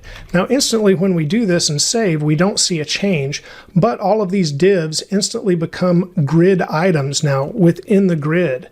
After that, the quickest way to apply a grid is to use grid-auto-flow, and you can say row, which essentially leaves it as it is because they're stacked on top of each other, which now makes 6 rows, or we could change this to column, and we will have 6 columns, 1 for each of the 6 divs. Now many times we want more control than just setting the auto flow to column and letting all the columns be defined just automatically like that. So let me go ahead and remove grid auto flow, and in its place I'm going to put grid-template dash columns. That's what I want. And now we can set the columns and the width of each. Now notice I'm wrapping the code, so it will wrap to the next line, but I'll say 200 pixels, then I could say 100 pixels, and then I could say 200 pixels. And when I save, we now have 3 columns, and you can see the first column is 200 pixels, the second is 100, and the third is again 200. But we don't have to use absolute values like pixels.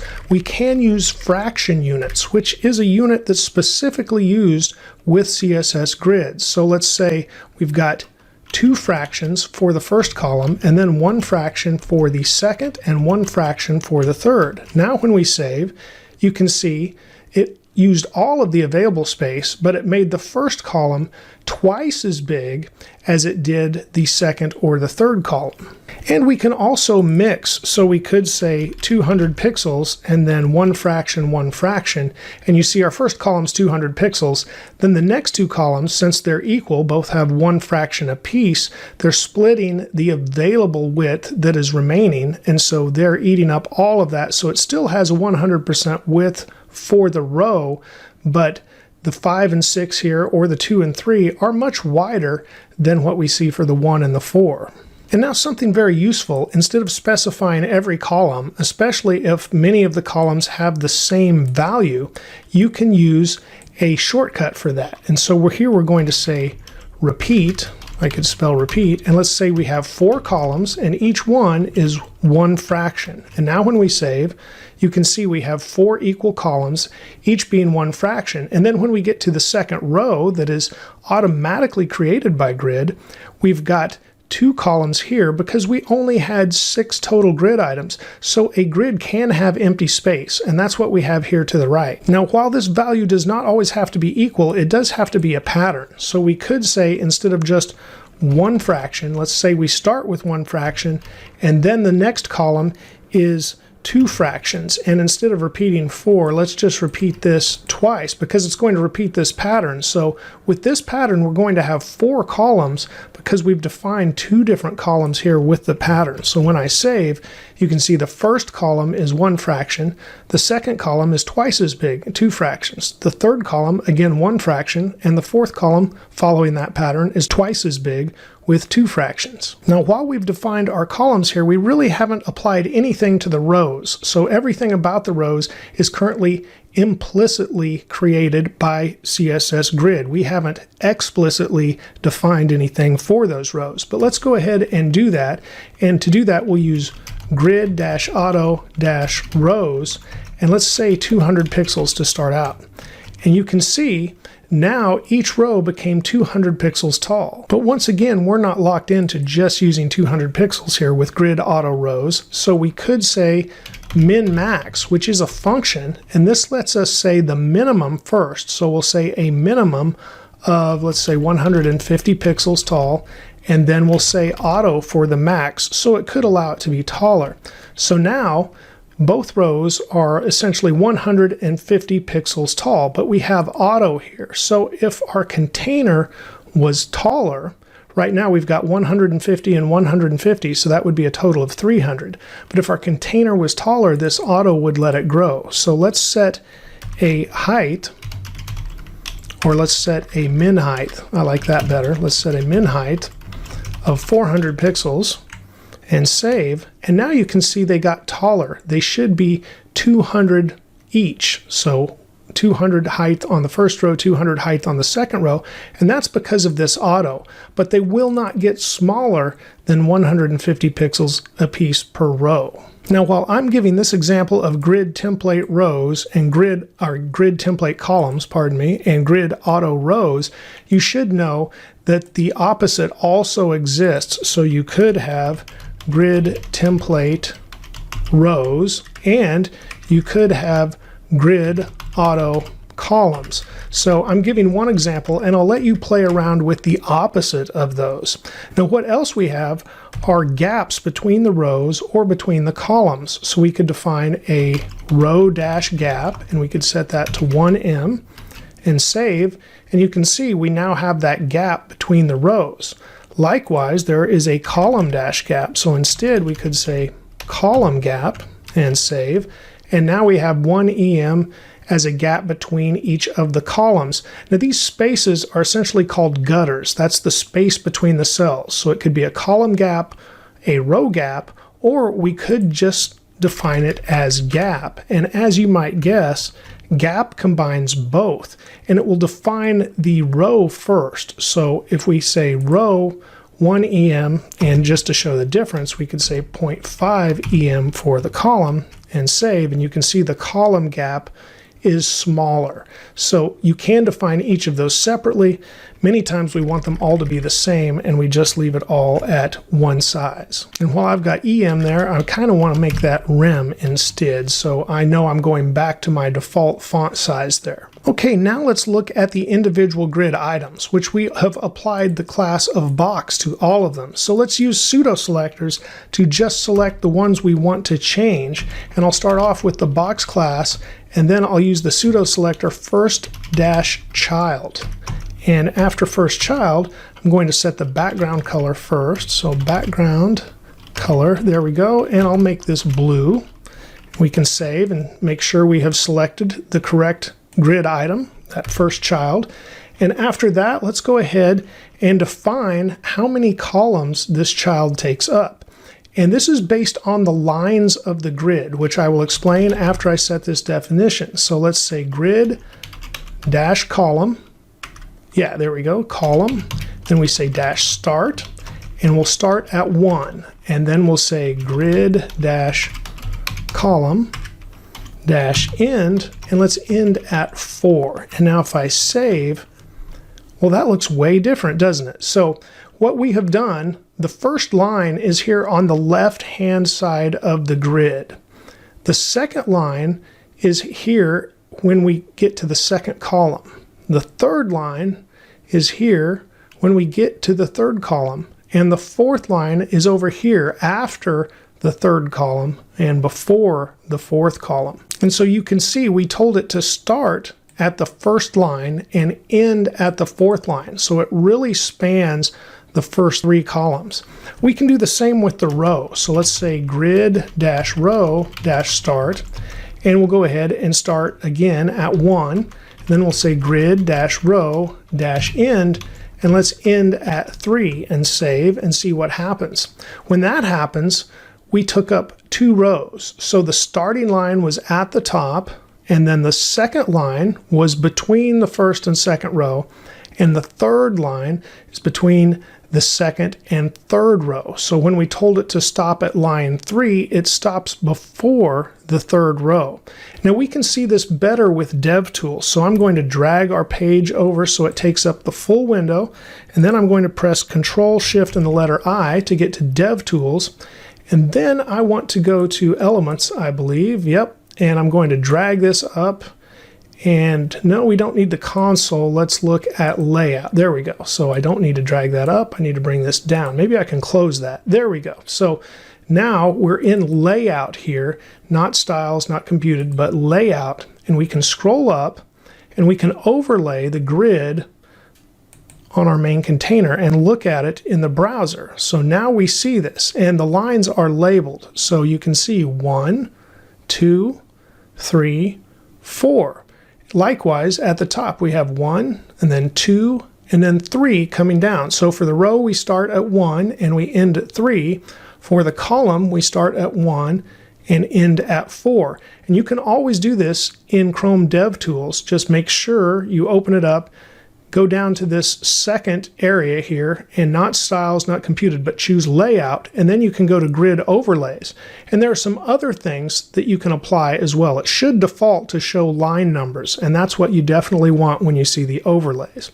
Okay, with that said, I'm going to close this, going to drag our Chrome window back to the right so we can see our code.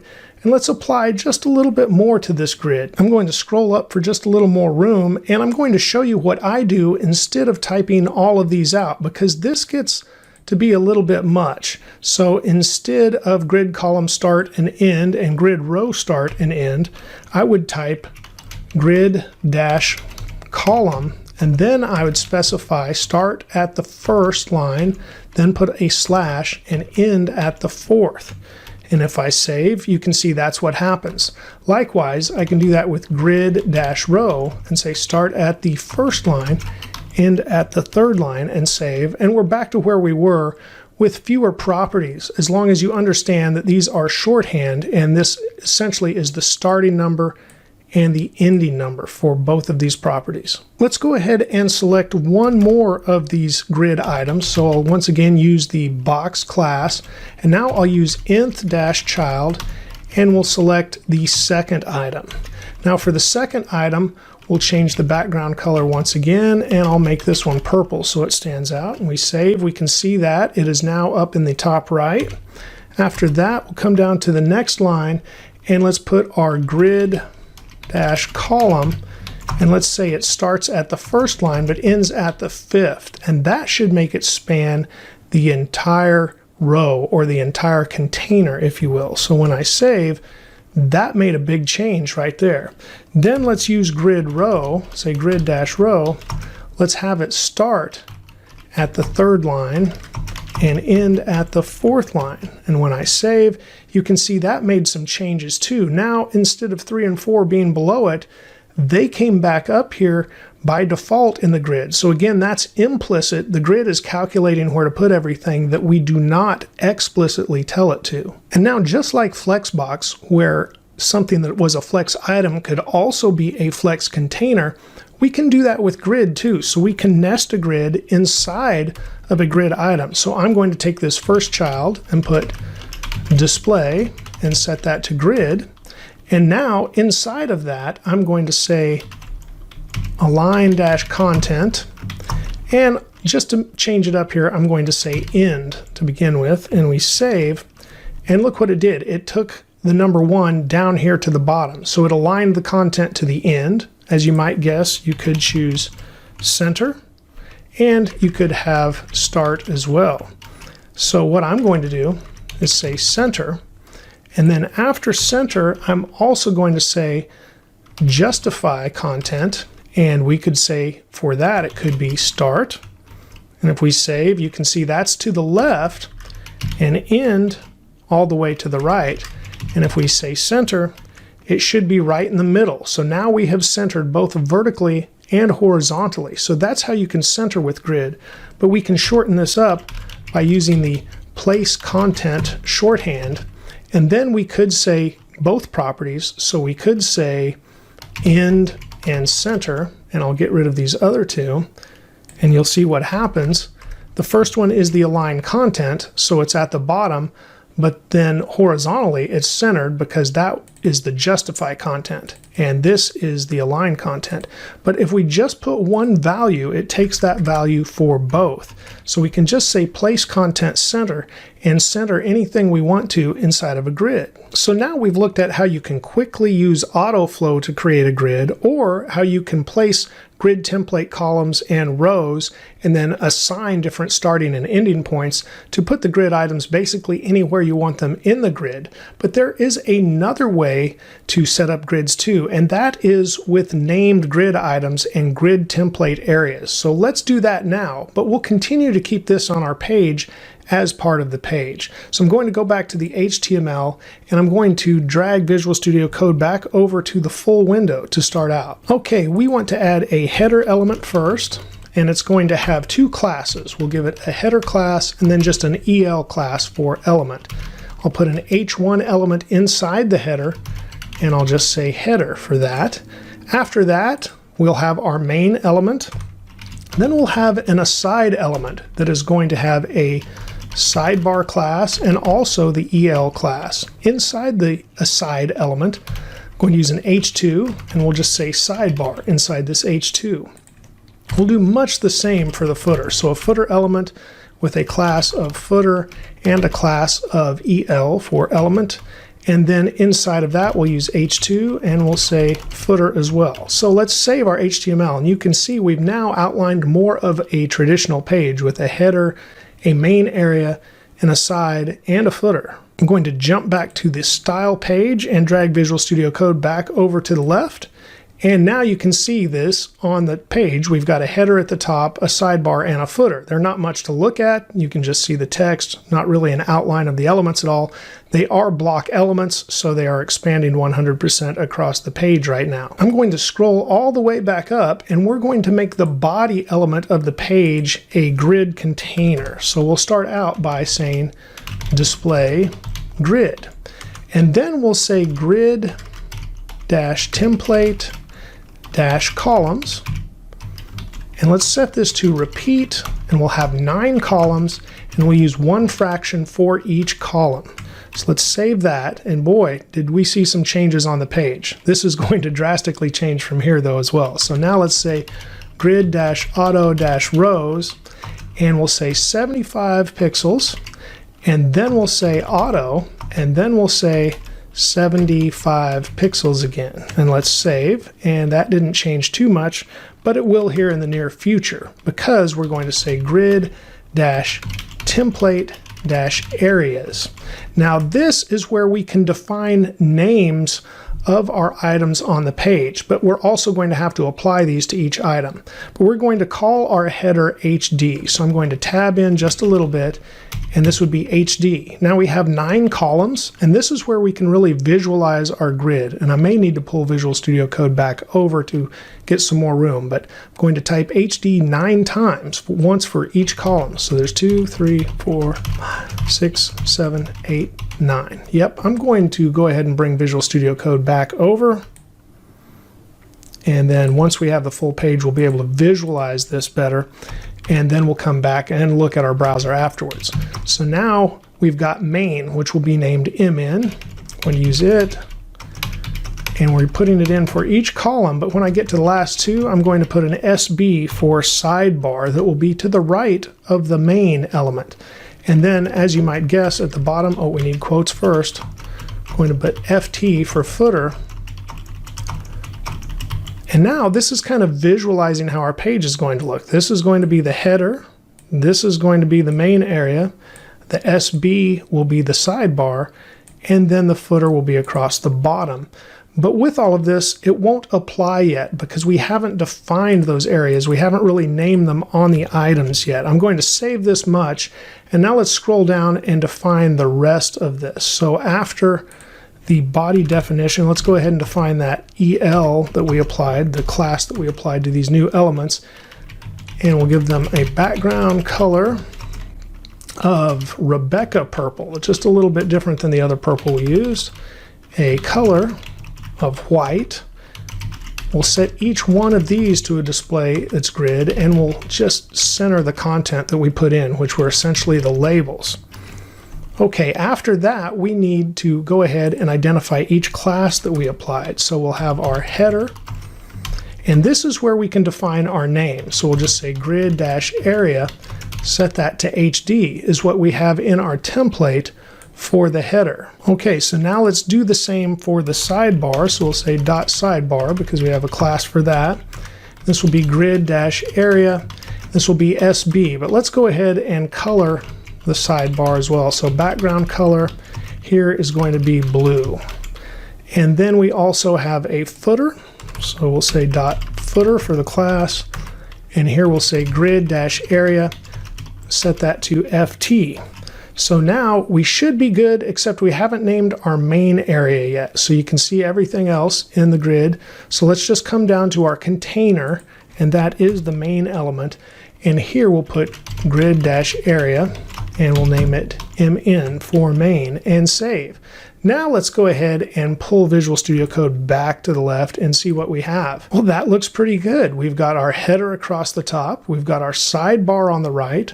We've got our footer at the bottom, and here is our main element, the container that we were previously working with that still has our grid. So now this is a nested grid, and then inside of this nested grid, we created this grid item and made it a grid so we could center the content, so it's nested once again. I think the only thing I may want to add would be some space for our grid that's on the body. So after we've defined this, and you can see it's scrunched now with the lines wrapping, but here I'm going to put a gap, once again say 1 rem, and so now, well, now I have an error because I didn't put a semicolon at the end of our template areas, which is very easy to do. So let's save that, bring it back, and now I'll say gap and 1 rem, and now we can see this gap. Now it pushes our page down here just a little bit when we did that, so we might need to change that, resize something, but overall we've got a gap of 1 rem between the header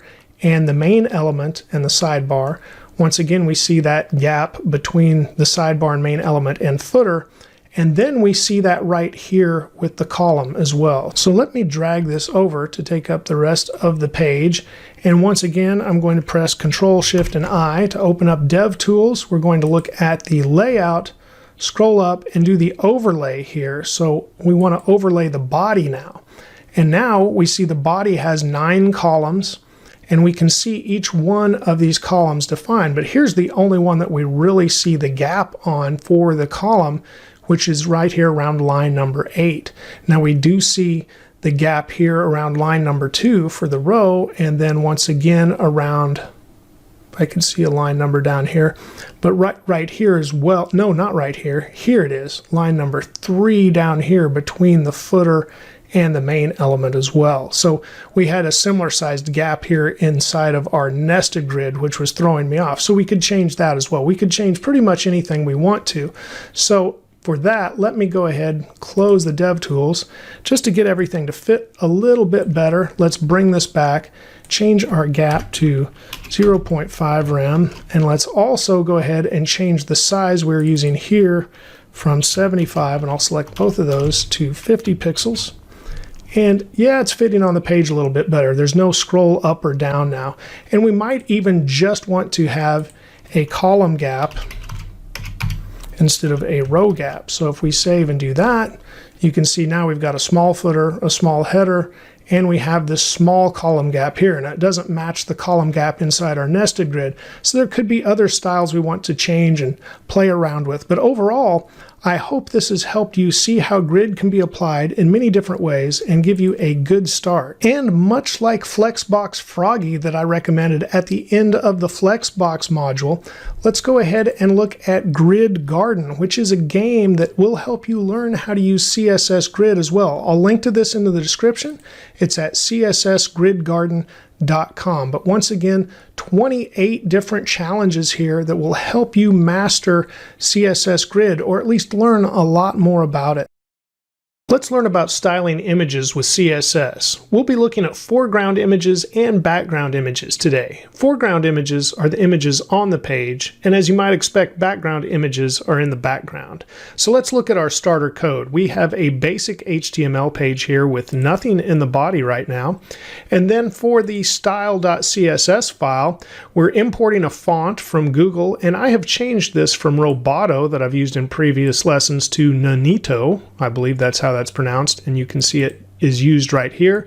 You can use that, or you could still use Roboto, or really any font you want to. That's just a preference thing, and you don't have to go back to the Google Fonts site to do that. You can just change it in the string here where family equals and puts the font name, and then of course match that here. Now if you choose a different font, of course make sure it matches up with everything you have chosen that the fonts google.com site recommends. Okay, so then we've just got our basic CSS reset, and on the body we are applying that font family and a minimum height of 100 viewport units. Now, we've got a lot to learn about images today, so let's get started inside of the HTML, and we'll add some content that we can style. We'll start with a section, and I'm going to apply the class example because I'm just going to give this as an example for now. Then we want a paragraph. And then inside the paragraph, let's go ahead and put an image element. And you can see it automatically gives us a source and an alt attribute. For the source, you can see inside of our image folder, we've got several images, and we're going to use this pat1.png. I'll click on this. You can see in Visual Studio Code, it is just a square with a pattern on it. And then you can see at the bottom, it has 200 width by 200 height. That is the dimension of the image. Now, as we learned in the HTML lesson, we'll want to apply that width and height to let the browser reserve that space to prevent content layout shift. But what I'm going to do right now is type the image folder because we need to look inside of that folder for the image, press tab, and then it gives us a list in VS Code of the images we can choose. I'm going to choose this pat1.png, and then I'll just say pattern 1 here as the alt text, which you always want to provide for images. But then let's go ahead and apply the width and set that equal to 200. There shouldn't be pixels or any type of unit on this. We just apply this intrinsic value, and you can reference that in MDN as well, as it suggests to do that. And this is just, once again, reserving that space in the browser. It's not really going to use these settings. We can override that with CSS, but in case of a failure of the CSS file to load or anything else, we are telling the browser to reserve this space. So let's go ahead and set that. And then I want to put some text inside of this paragraph as well. And I'll just say, yeah, this is a paragraph. And we'll look at what gets rendered on the page with this. So I've already started the page with live server, and you can see it is running down here. I'm going to drag this to the left as we'll split the screen, and we can see what we have on the page. Now we have got our image and we have got the paragraph next to it. But we need to apply some styles to what we have put on the page. So I'm going to drag this back over, and let's go look at the style.css. Let's start by styling our section element that has the class of example. And we'll put a margin at the top just to push it down just a little of 1 rem. And then we'll say padding dash left to give it just a little padding from the left. And we'll give that 20 pixels. And now let's give a border. I often do this just to see or highlight what I am designing and then remove it later. So a 1 pixel solid red border, that's fairly common to see what we're working with on the page. Okay, after we've applied that class, let's go ahead and apply something to the image. So we'll choose that class and the image within, and now we'll say width 25%. But that's not where we'll stop, because we did apply a height in the HTML and it will not ignore that height. Now, I have heard others say do not apply a height, because if you just apply a width, then the height will respond. That's true if you have not set the width and the height inside of the HTML, but as currently recommended, we are doing so. So since we have done that, we need to go ahead and set the height to auto, and then it will respond to the width. So let's just save this. Now, once again, no, this width is not 25% of the image size, it's 25% of the container size. So I'm going to drag this back to the left, and now we can look at this and we see we have got a red line around our section, and then we have our image, and then we have our paragraph. Now there's several things I want to look at here. One, since I've talked about the width of 25%, we have made that image responsive. So I've dragged this over to the full page now, and I'm opening up DevTools so I can resize the window. Now notice how the image shrinks as I resize the window, and it expands as I make the window bigger. That is a responsive image. We have given it a percentage width, and we have the height responding by setting to auto. Again, we have applied the height because we applied the height in the HTML as recommended by MDN.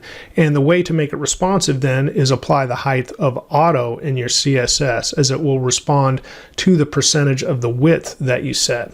Okay, I'm closing DevTools now and dragging this back over to half the screen. And what we really want to look at now is this paragraph. Notice the Y and also the P here and the G and another P. These are the letters that have something that sticks down below the line we're typically writing on. Now notice what happens over here with the image. It's the same way. Also notice it's on the same line as it was even before we highlighted the container. That's because images or image elements are not block level elements. They're actually inline. And this was the original specification with HTML, but we often don't want this behavior. So even if I removed this paragraph right here, you would still see this space. We didn't apply padding or margin or anything to create this space here, but it's often wondered, how do we remove the space below an image? Well, that's because an image is actually an inline element, and it allows that space because it was originally envisioned as being used with paragraphs or with text overall. So you get this space you don't want here, even though you don't provide a margin or padding. I'm going to show you how to remove that first. So let's go back to our CSS, and this is part of a reset that you can just typically do. Now it doesn't go inside of the asterisk because that selects all elements. So just at the top, you want to have image and then display block. And we can save. And now let's go back and we can look. And with a block element, of course, it wraps down to the next line because you know a block element takes up the full width of the page. So let's go ahead and go back to our HTML. And I guess I need this full page once again so we can see what we're doing. But I want to remove this text right here. And even though it's inside the paragraph, and we could remove the paragraph if we want to, I guess I'll go ahead and do that too. But just inside this section, I'll save and bring this back over. You can see there is now no space underneath. And I'll switch back to the style here. If we did not have this, and I'll comment this out with Shift Alt and the letter A and save, even without the paragraph, we have this space underneath the image. So you want to set those to block because they're originally in line. And then you remove that space that you weren't expecting. Now let's move on to our next example. So I'm going to pull Visual Studio Code back over to full screen, go to the HTML, and I'm going to comment out what we put in for our first section. I'll leave it in there for you, so if you download the code though, you can see that example. So now the next thing we want to do is create another section. I'm going to give this a class, and I'll set this class, well, not class, I typed class, I should have typed hero. There we go. So I'll give it a class of hero. And now inside this, instead of just an image, I'm going to put a figure element because that's what we usually put images in. And I'll give this a class of profile-pic-figure. So we know exactly what we're talking about there. Now inside the figure, I'm going to put the image element, and then we don't really need to apply a class there. We'll just use that profile pic figure to reference the image inside of it, and you'll see how I do that. Now we once again want to look inside of our image folder for the source, and then pick one of our images. And you can see I've got a profile-800 by 800. And if we look at that image in Visual Studio Code, you can see the image here, and you can see the dimensions below. That's 800 by 800. I'll go ahead and close that out. Let's give it an Alt, and I'll just say profile picture. And then we need to apply the width and height again. We could also apply a title, if you remember that attribute from HTML. And there we'll just say my profile picture, and that shows up when we mouse over the image.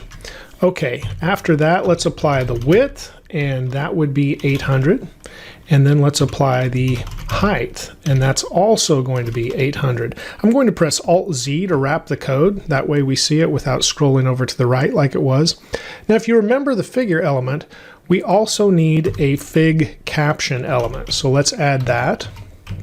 And inside the fig caption, I'm just going to say Jane Doe. So the name of the page that this image belongs to, or the name of the person in the image, if you will. So we want to add that. It helps accessibility, and I'll show you how to hide it if we don't want it on the screen.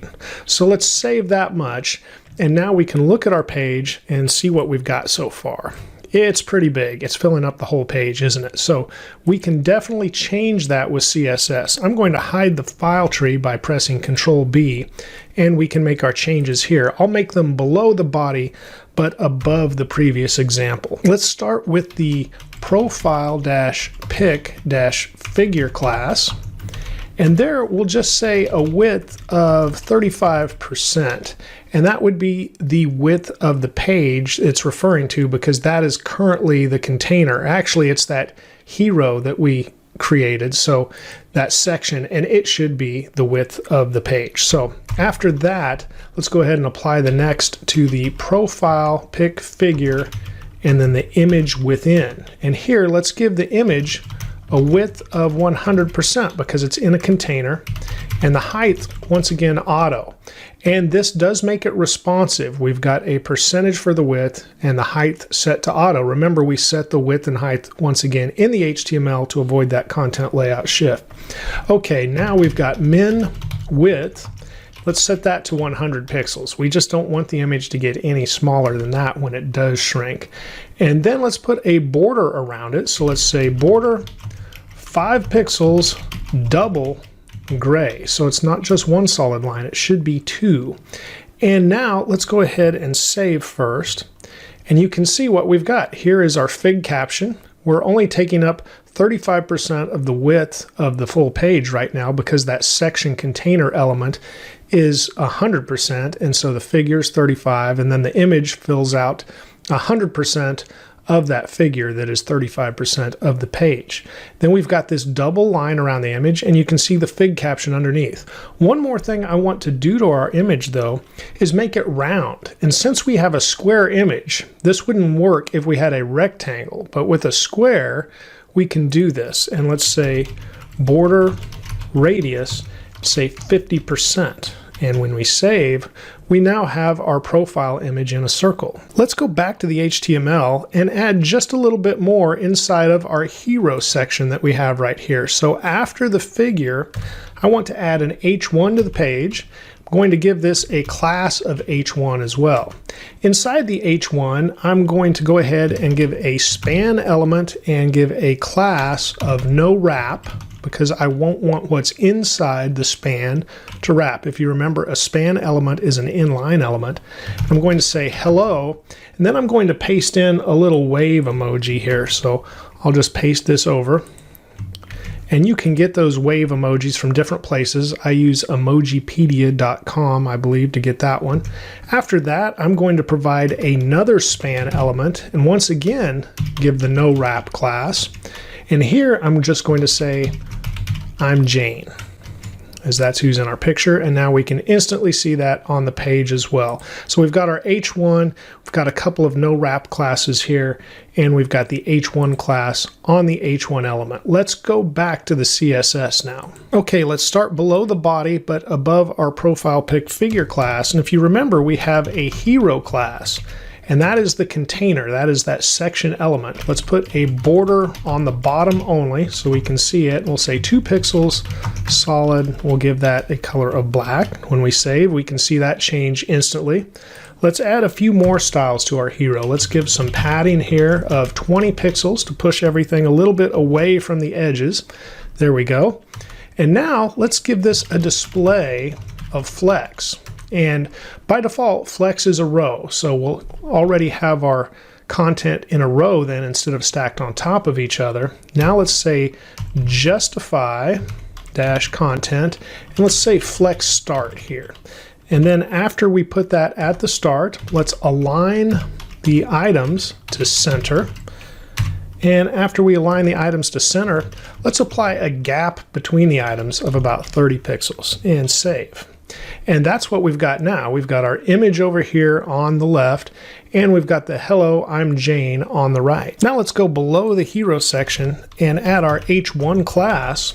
And inside the H1 class, let's make this font a lot larger. Let's say font size 500%.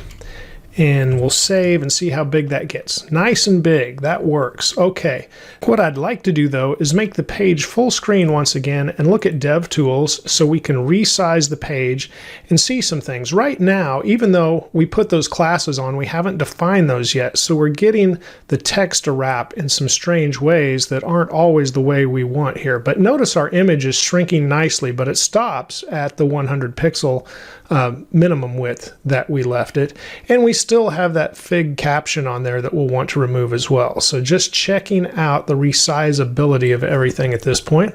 Let's close DevTools, move Chrome back over to the right, and let's define those utility classes. So if we come up to the top, we can put some notes in here, and we can say begin reset with our comments, and then after our image we can say end reset. And there we go. And now let's go ahead and put utility classes. Just organizing this CSS a little bit, and then we'll say end utility classes. Okay, so we can define these utility classes right in here. The first one will be no wrap. Now these are things we've covered in previous lessons, but it's a good review. So we'll set white space to no wrap. Now when we save, notice what instantly happened on the page. I'm was over here, but we've got it to where I'm Jane should not split. That should not wrap. The same with the hello and the wave. So now they're on the lines that they should be on, and we don't want to see the word I'm and the word Jane break, and we don't want to see the hello and the wave break, and that's why we applied those classes of no wrap the way we did. Now let's go ahead and apply an off-screen class also. So this off-screen class will still allow the fig caption to be read for accessibility, but it will hide it from the visible page. So we'll say position, set this to absolute, and then let's just send it left minus 10,000 pixels and save. And it looks like it's still on the page. Maybe we don't have that on our fig caption yet, and we don't. I forgot to put it on there, so let's give it a class equal to off screen and save, and now our fig caption is gone as I expected it to be. We've got the basics of a hero section here, a header for our page, but it's pretty plain right now. So let's start working with background images. So now that we have put our utility classes here, let's scroll back down below the body and back to the hero section. Now after this gap for our Flexbox display, I'll put an extra line so we can see these new properties we're going to work with. The first one is a property you have seen before, and that is background-color. We want to put a fallback, and that is if the background image doesn't load, we at least want to have a color behind it. So let's put RGB, and I'm going to go with a color I discovered that I think I like, and just put these three values in there. You can see it's kind of a peach or gold. I'll save this, and there you can see the background color that we now have for the hero section. But that's a fallback, so let's go ahead and put in a background image. That is background-image. Now you would think we might specify image here, but actually we need URL. And inside of the parentheses then we put quotes, and now we need to go inside of the image folder again. But remember, we were doing that in HTML simply by typing image, but we're not in that folder now. We're in the CSS folder, so we need to go up out of the folder, and that's 2 dots to go up, then a slash, and now you can see Visual Studio Code says our image folder is there. And now let's pick this Pat1 that we looked at before. It has a pattern on it, and I guess I need to put a semicolon there where that ends. That was right at the end of the line. And now let's save. And of course our text is black, so that doesn't look too good there, but otherwise you can see this pattern behind everything, and it's a repeating pattern, and we'll talk about that too. Let's go ahead and quickly add a color to our H1 so we can see our text again. So now we've got hello, I'm Jane in white. But what is happening by default is our 200 by 200 image is repeating both on the x-axis and the y-axis in both directions, and it's filling this out, and the pattern looks pretty good. You can't see where it starts or ends really. So what we can do to control that is the background-repeat property, and we can just say no repeat. And now let's look at what happens. Now we just have our 200 by 200 image up here in the top left by default.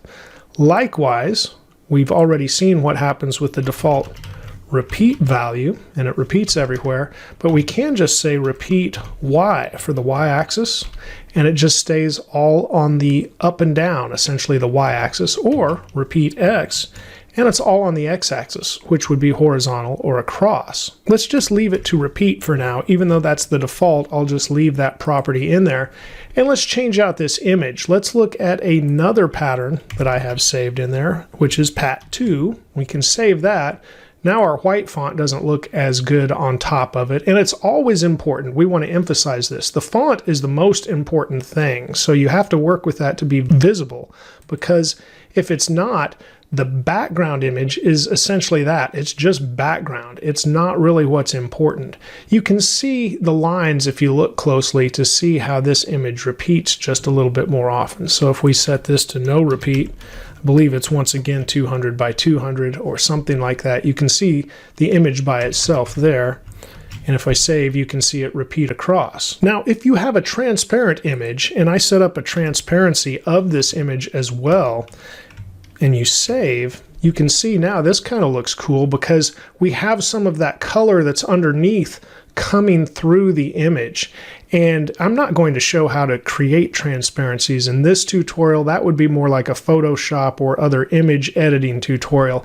However, if you do have access to images that are somewhat transparent like this, it is a cool effect to do that. And of course, I would probably switch this text back to a black font or something that would show up better on top of it at that point. Now let's also look at some more images like you would use. And once again, I want to emphasize how important it would be to make your text visible no matter what image you're using. And we're just seeing the clouds right now, but this is a much larger image. If I go over to the file tree and click on this scenic image, drag Visual Studio Code back over where you can see it all, we've got a waterfall, lots of things in this image that we might want to see. So we can change that. Let me bring this back over, hide the file tree so we have some room.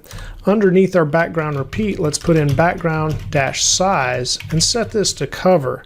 When we save, now we see much more of that image. But it still might be a little concerning how readable this text is. So you might want to work with that, of course, to make it stand out some more.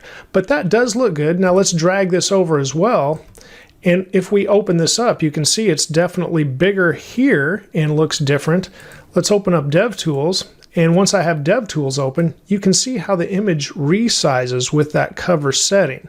And there are other settings for background size as well. You could put in an absolute or percentage or other things you might want to, but cover is a very nice one to use. I'll go ahead and close this and move this back. Another word that you might use in there besides cover is contain, so let's at least see what it does. It's not what we want to use, but since it's repeating, you can see that we have two of the image now because it does repeat. If we set this to no repeat and save, you can see contain fits the full image in here and contains it, but it doesn't make it cover the space that we want it to. So let's put this back to cover for our use.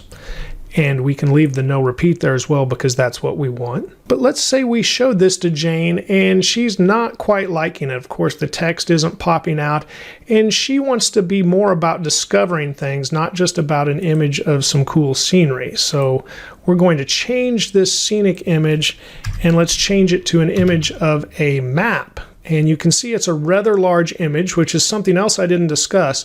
Now, this would be a different tutorial to talk about image optimization. A lot of times you want to shrink images down, and this is a rather large image. But that said, you also have to be careful because some devices have different amounts of pixels. And if you use too small of an image, then it will look blurry on the devices that possibly have more pixels. So one rule of thumb I have heard is always use an image that's twice as big as what you plan on displaying, and that would help it upsize to that extra pixel setting essentially and still look good without looking blurry, because otherwise you're essentially stretching an image to increase the size of it, and that does make images look blurry. So again, optimization would be something to consider.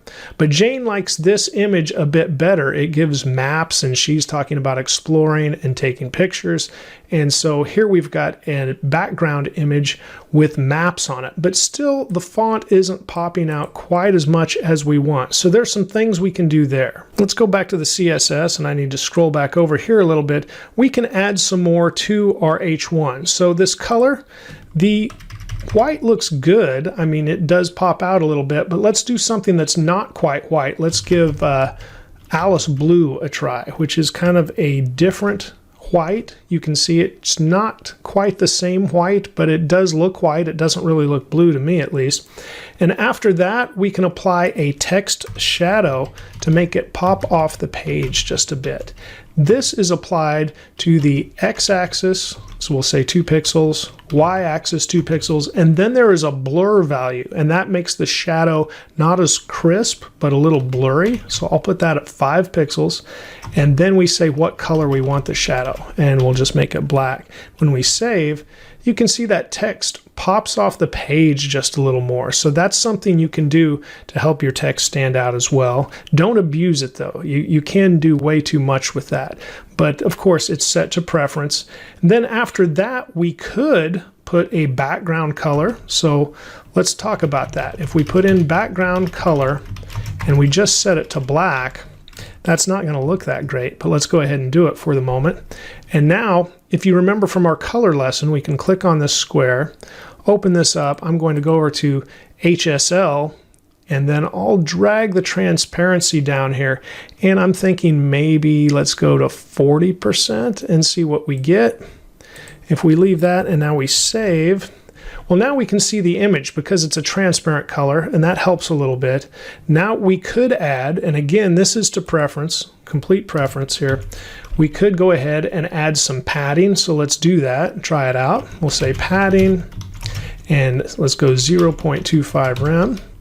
And then after that, we can also add a border radius to that background, and let's just go with 10 pixels to round the corners.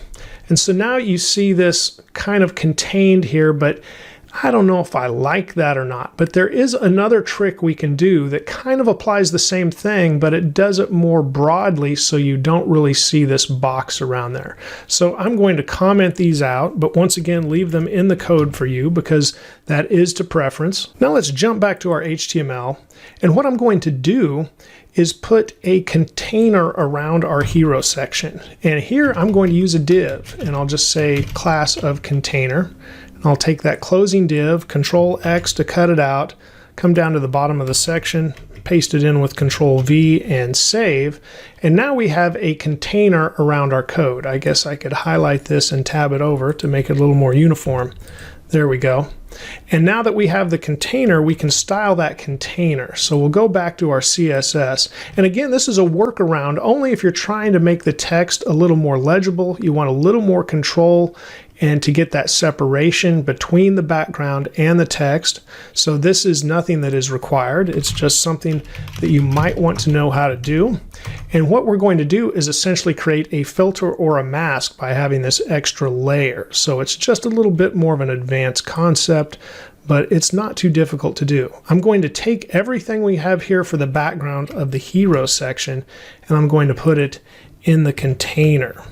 And now that we have that, we can save, and we shouldn't really see any difference because the container is going to be the parent of the hero. So we would still see all of this behind it. And now, instead of in the H1 where we had this background color here, let me go ahead and just copy this. And we might want to use a different color, but we'll try out the black at first. We can put in that background color that we were putting just on the H1, but now this will apply to the full hero. So let's go ahead and save this and see what it looks like. And you can see everything got darker. We've essentially put a filter that we can lighten or darken as we choose. So I want to put a different color here and try this out. So let's make this 100% right here and save again. That lightened it up, and now you see more of a light filter on it as well. So you can experiment with this, and of course you could go into the colors and choose anything you want to as well here in Visual Studio Code. I'm going to press Alt-Z just so we can see that wrap down here. So if we didn't want that, maybe we want a little more transparency. Consider that 35%, and maybe you liked the darker color instead of the light color. So if we went back and made that a 0, that's essentially working with black there. So now you've got a darker color, but it's a little more see-through. Maybe make it 25. I think I liked the lighter color myself, so I'll go back to 35, and then I'll put the 100% here in the third value. And yeah, that kind of pops off, but it still has that filter, and you can see the maps.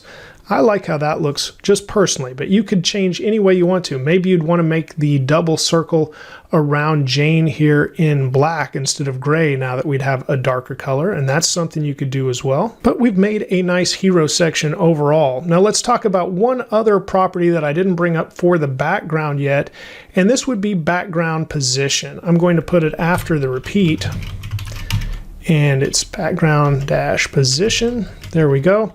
And now it has an X and a Y as well. So you might see this adjust, and it's how it moves the image. So if we put center, center, you can see, yeah, the map moved a little bit. So even though we're working with one image that's covering the whole span, you might see it move. So you could say top right. Just see how the map moves around for you a little bit, and top left. and not really noticing a change there. What if we said bottom right and move it? Yeah, the map moved again because now we're seeing the bottom of the image. That's the biggest change right there. Now if we switch it to top, we'll see the top of the image instead. I like that a little bit better because it's a little darker up there towards the top, I believe. And you could just provide one value, I think, as well. And if we did center, yep, it's somewhere right in the middle now. We're not seeing the top or the bottom.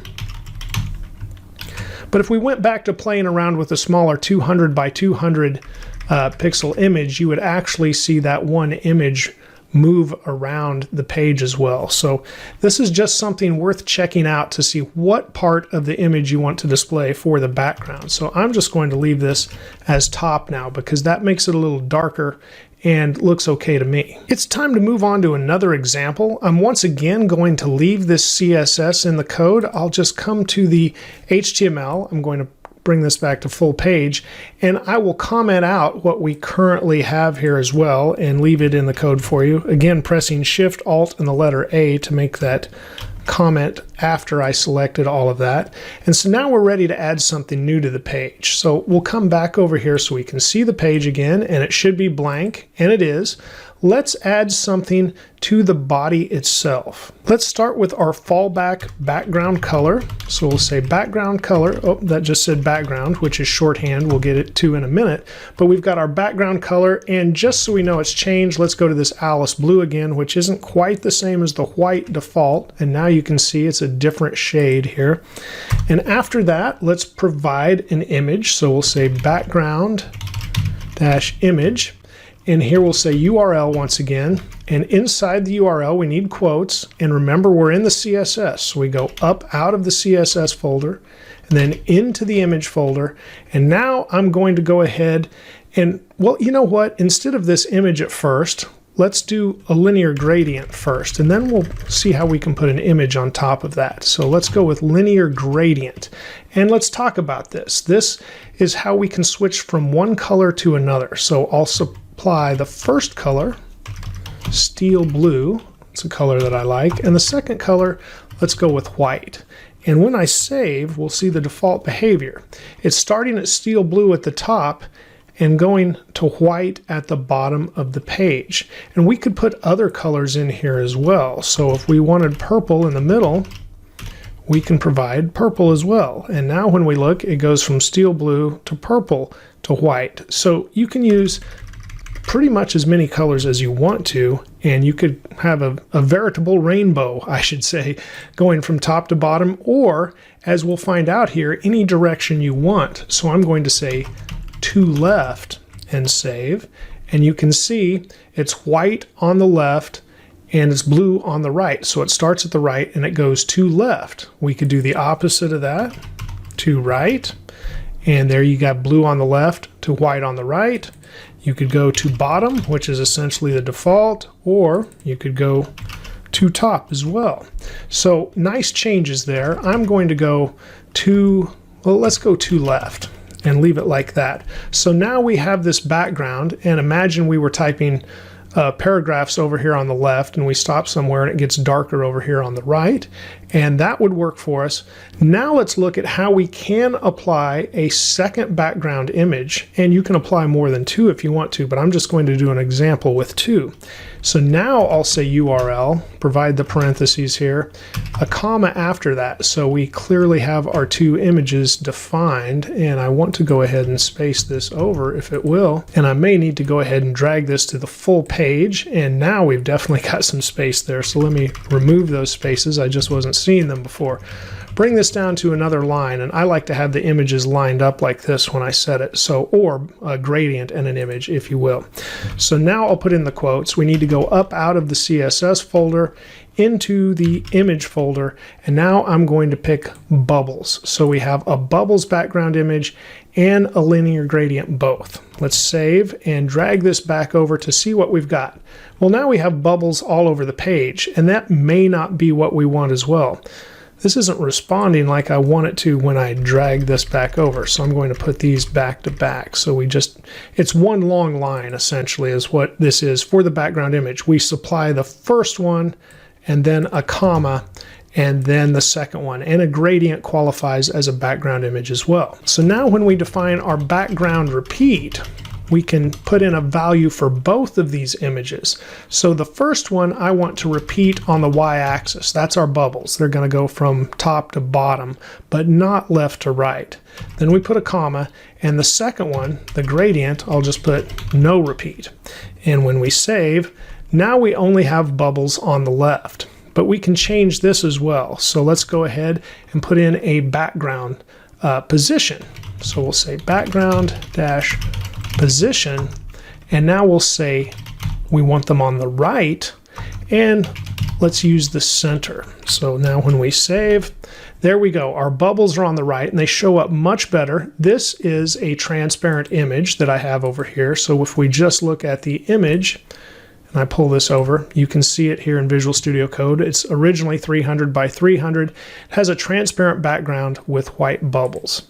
Okay, we'll drag this back over, and that looks good with this steel blue background that we're seeing on the right with everything we've set up.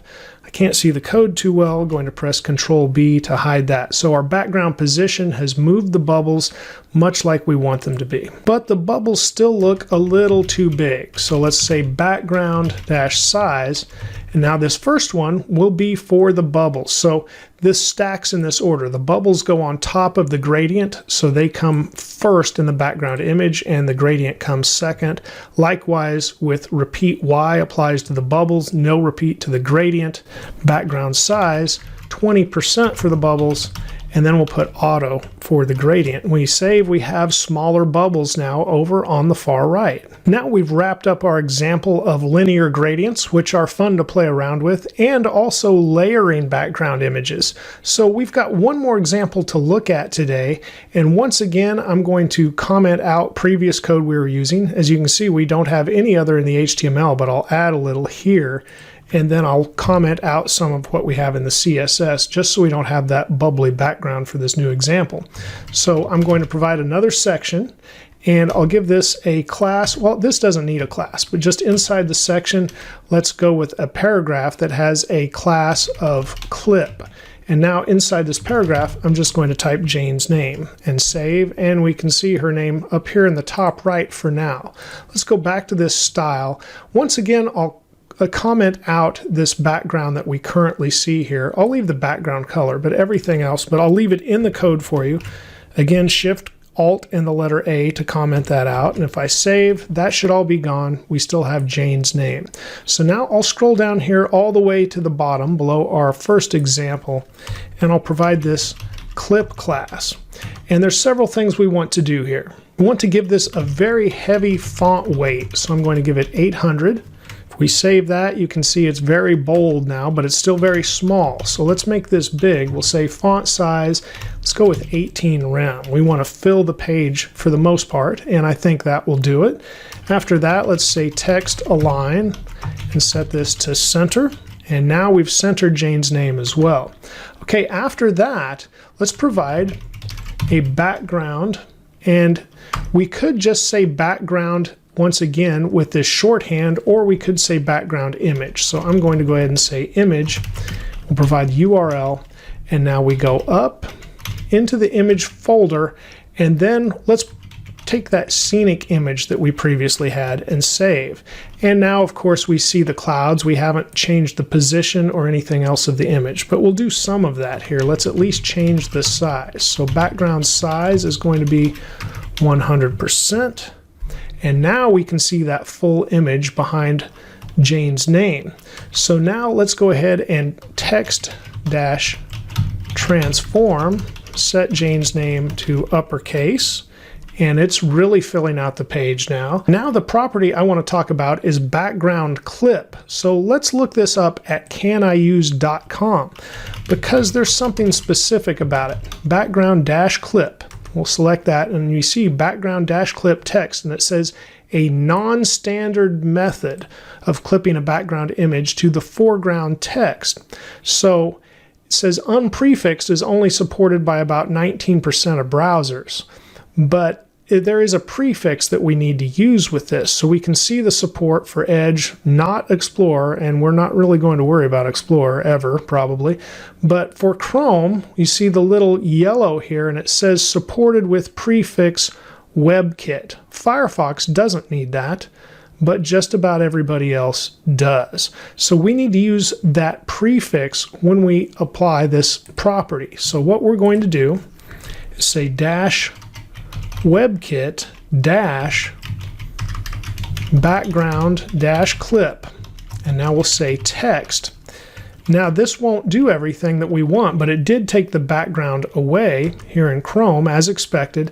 Let's set the color, and we want this to be transparent. So at first I'm just going to choose this black color, and now we'll do the work here by clicking on the color, getting that pop up. I'm going to switch this over to HSL. We'll pull this down to about 20% right in there and take a look at what we get now. So now it's a little dark because we can still see 20% of the black, but essentially we're seeing the image inside the text only, which is kind of a cool way to do that. We'll go ahead and put this to 0 and see if it makes much of a difference. And yeah, it might have lightened up just a little bit. So you could make this a little darker by adding about 20%, and there you can see the difference. And you could do this with other colors too. We're essentially creating that same mask over the image, or you could make it totally transparent. And I believe to do that, you could just say transparent and save, and yep, that works too. So if you want it totally transparent, you don't even have to put a color there at all. Now, this will not be working in Firefox. You would need to, of course, use that as a fallback for when it is not supported in browsers, and otherwise you need to have this. Will this impact Chrome by putting it there? No, but now this would also make it work in Firefox. And now every other browser that needs this WebKit prefix also works. So we just have to have both there. And before we wrap up, I am realizing we didn't really cover that background shorthand, which can be very confusing, and I like to use the individual ones like background color and background image when possible. But let's come back up to what I commented out on the body and uncomment that, so we'll see Jane's name over the bubbles, and we can save that much. But now what we essentially want to provide here when I do use the background shorthand is just a few of these properties, 3 specifically. So we'll start with the repeat. We'll say repeat dash Y, and then we'll say right center for the position, and then we'll have our URL, which was /image/ and then we had our bubbles selected, and then we can put a comma and we can supply the values for that second image as well. So now we'll say no dash repeat, and then we'll have our linear dash gradient, if I could spell once again, and then we'll say to left, and we had steel blue, and then we had, I believe, just our regular white. Yep, there we go. And then we can go ahead and put the semicolon there. Now let's put size after that because we didn't attempt to include the size in the background shorthand. However, you can. It's just fairly complex and it gets confusing. So you could look that up on MDN if you want to. I'll provide a link in the resources. But this is about as complex as I like to get with that shorthand, or it just starts to get too confusing. So what we've done is eliminate the background image, background repeat, and background position properties that were individually there. So I'll just comment those out. If we save, we have the same result using the background shorthand. Let's move on to CSS media queries. Media queries allow you to modify your site based on specific characteristics and parameters, and most often we look at the browser viewport width. This is key to responsive design as our web pages will respond to the width of a device viewport. So let's look at the starter code. I have got some basic HTML here, and I have a page outline that has a header, a nav inside the header element, a main element, and a footer element. And so we're just going to outline a page and see how it changes based on viewport changes. And then in the CSS, I've got some basic CSS here. We're importing the Nonito font from Google. Other than that, we have the basic CSS reset and a basic style. A change you may notice is I'm using the font shorthand property now that sets both the font size and the font family all in one right here in the body. Other than that, min height of 100 viewport units. Okay, before we do anything with CSS, we really need to look at the HTML. There is a meta tag here that enables responsive design, and that meta tag has the name viewport. And you can see the content is width equals device width, and then initial scale of 1.0. This is necessary to enable our media queries and allow responsive design in our web pages. Now, do you have to memorize how to type that out? Not really, because VS Code helps us a lot. I'm going to just select everything quickly with Control A, cut it out of the page with Control X, so I have a blank HTML page. And now in VS Code, if I type an exclamation mark, you can see it says IMID abbreviation. When I press Tab, it fills out the basic skeleton of an HTML page, and you can see it includes this meta tag with the name viewport, the content with width equal to device width, and the initial scale set to 1.0. It's very important to have that as we work with responsive design, and Visual Studio Code helps you do that. I'm going to press Control A now to select all of this, and then Control V to paste over and just go back to the page outline that I already had with the header, nav, main, and footer. Control S to save, and we're ready to move on to the CSS. Okay, before we add any actual CSS to what we already have, let's just talk about the syntax of a media query first. So I'm going to paste this in and look at the syntax. That is how we write it. So we start out with @media, and then we give the media type, and then we specify a condition or conditions, as we can link those with logical operators and or. And then we specify a breakpoint, and that depends on the condition as what type of breakpoint we'll use. There's lots of different types of breakpoints and conditions we can apply. And then just like we do with anything else, we put the CSS rules between the curly braces. So now that we've looked at that syntax, let's go ahead and write a media query and see how that applies. So we could start out with @media, and instead of media type here, we could say screen. That is the most common one you'll see. You might also see all or print or even speech for screen readers and devices that read the screen back to you. And then after condition, or as the condition I should say, you often see min width. And you should read min width as starting from. So whatever the width we specify is, these styles will start from that width when we say min width. Likewise, max width would be up to, so the styles would apply up to the width we would provide if we said max width there. We usually do this with min width, and that is because we design from the smallest to the largest, and that is what is called mobile first design and responsive design. And the reason we do that is, well, think about it this way as an analogy. When you get a box, you unpack something, it's often hard to put everything back in the box the way it was packed and get the lid to close. It's kind of like that when we design a page. It's easier to start with the smallest and work our way towards the largest, rather than start with the largest and then try to squeeze everything into a smaller and smaller box, if you will. So that's kind of the analogy I use to explain that. So we'll start out with a mobile device screen.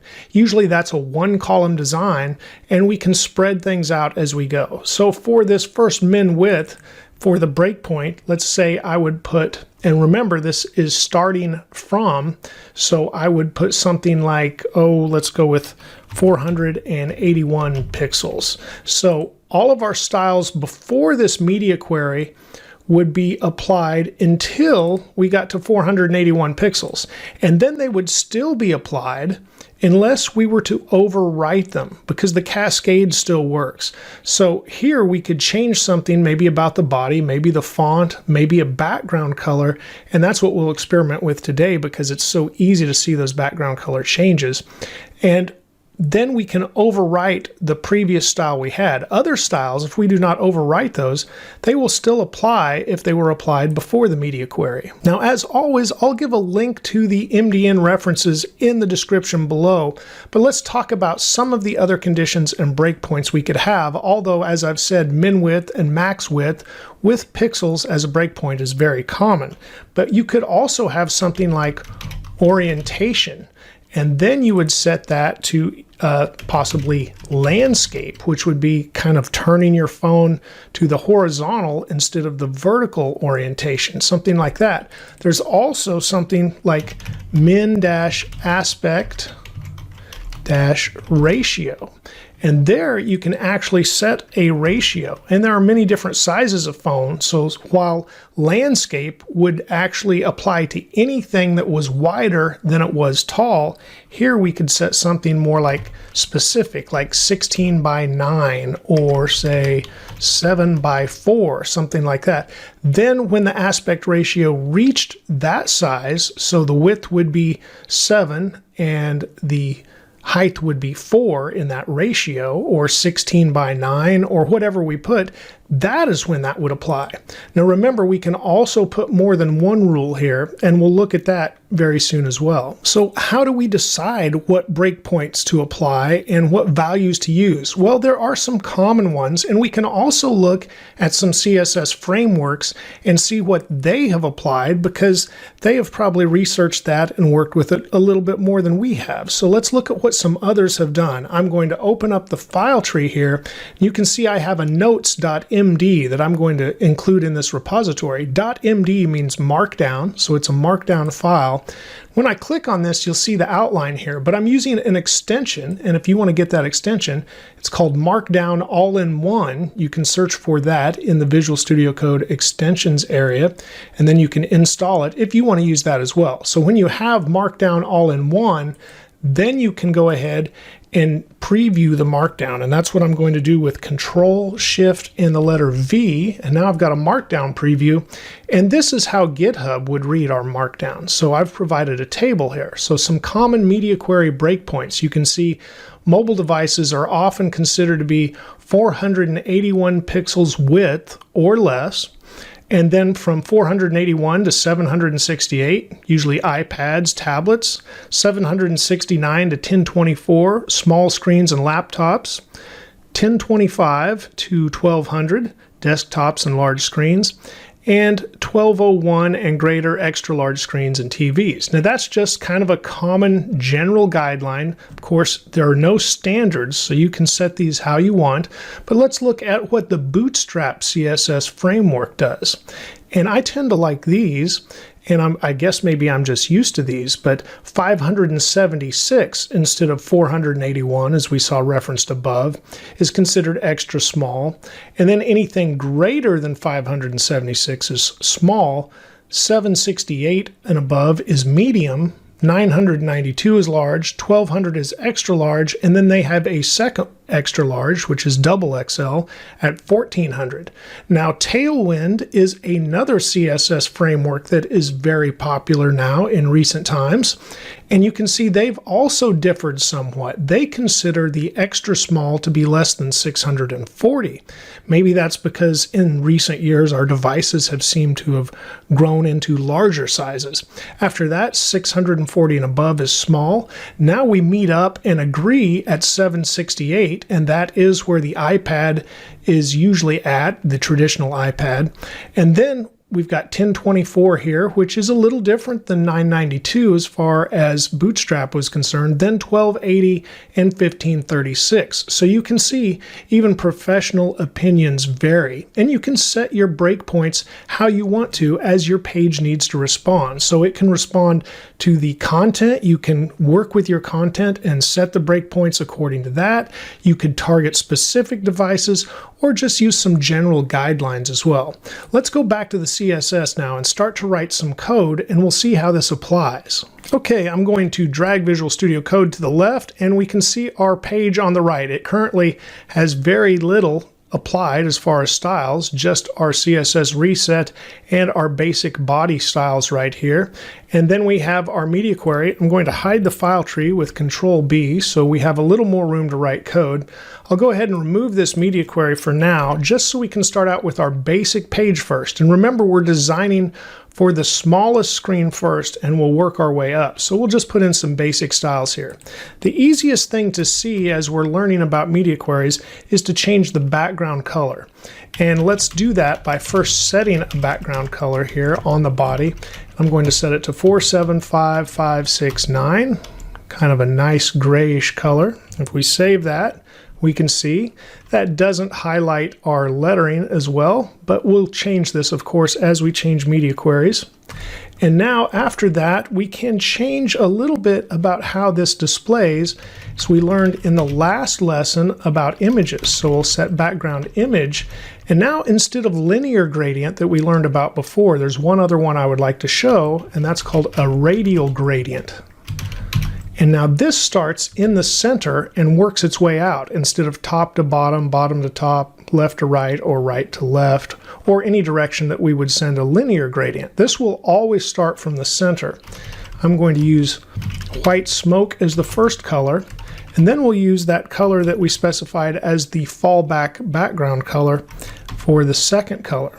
And when I save, now you can see it lightens up here in the center and it works its way out to a darker color on the left and the right, top and bottom. Now let's make, well, I'll put a semicolon there. Let's make our body a flex container, and then let's set the flex direction, and we'll set that to column because row is the default and we want our elements to stack instead of being a row. I'm going to scroll for a little more room, and now let's go ahead and identify each piece here. We have a header, a nav, a main, and a footer, and we will apply this style to all of those elements. So we'll set each one of those to display grid, and then we'll center our content by saying place content center. And when we save, now we see that has been saved in the center of each one. So this really means we've stacked our elements and nothing is below. So we want this to take up the full page,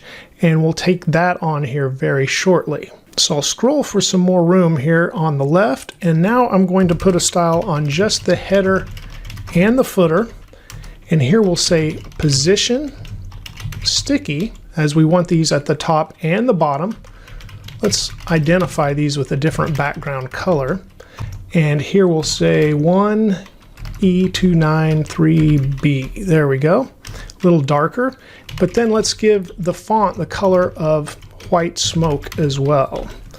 We can save that, and now we can see our header and footer. And remember, the nav is nested inside the header. And now we've applied position sticky, but we didn't provide the other value that we need to stick the header or the footer in a specific position. So here I'm going to say header now, because it will have a different position than the footer.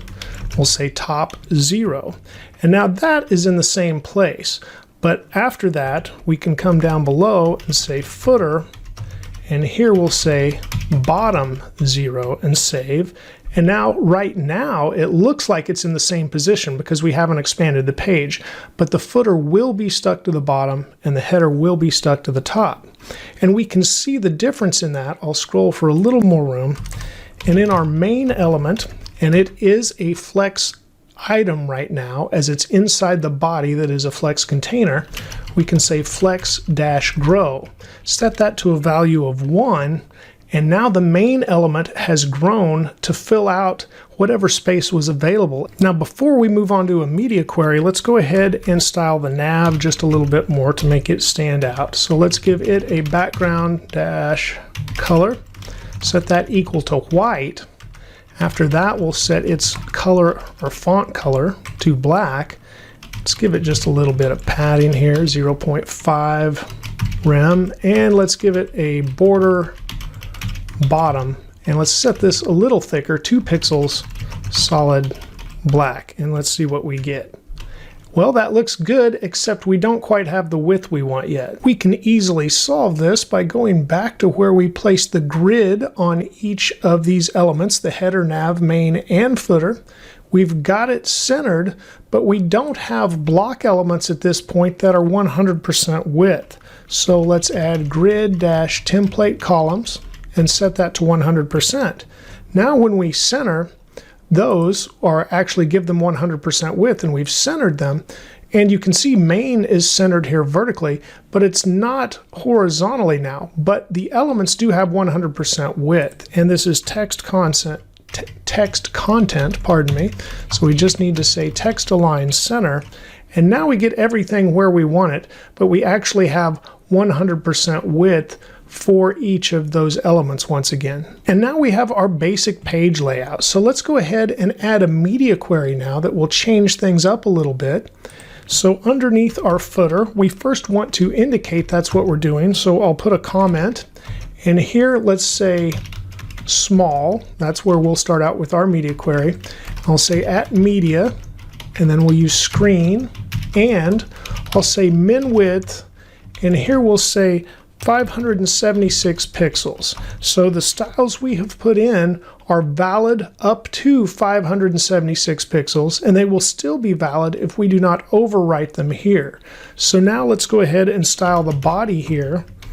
And the first thing we'll do is set a background dash color.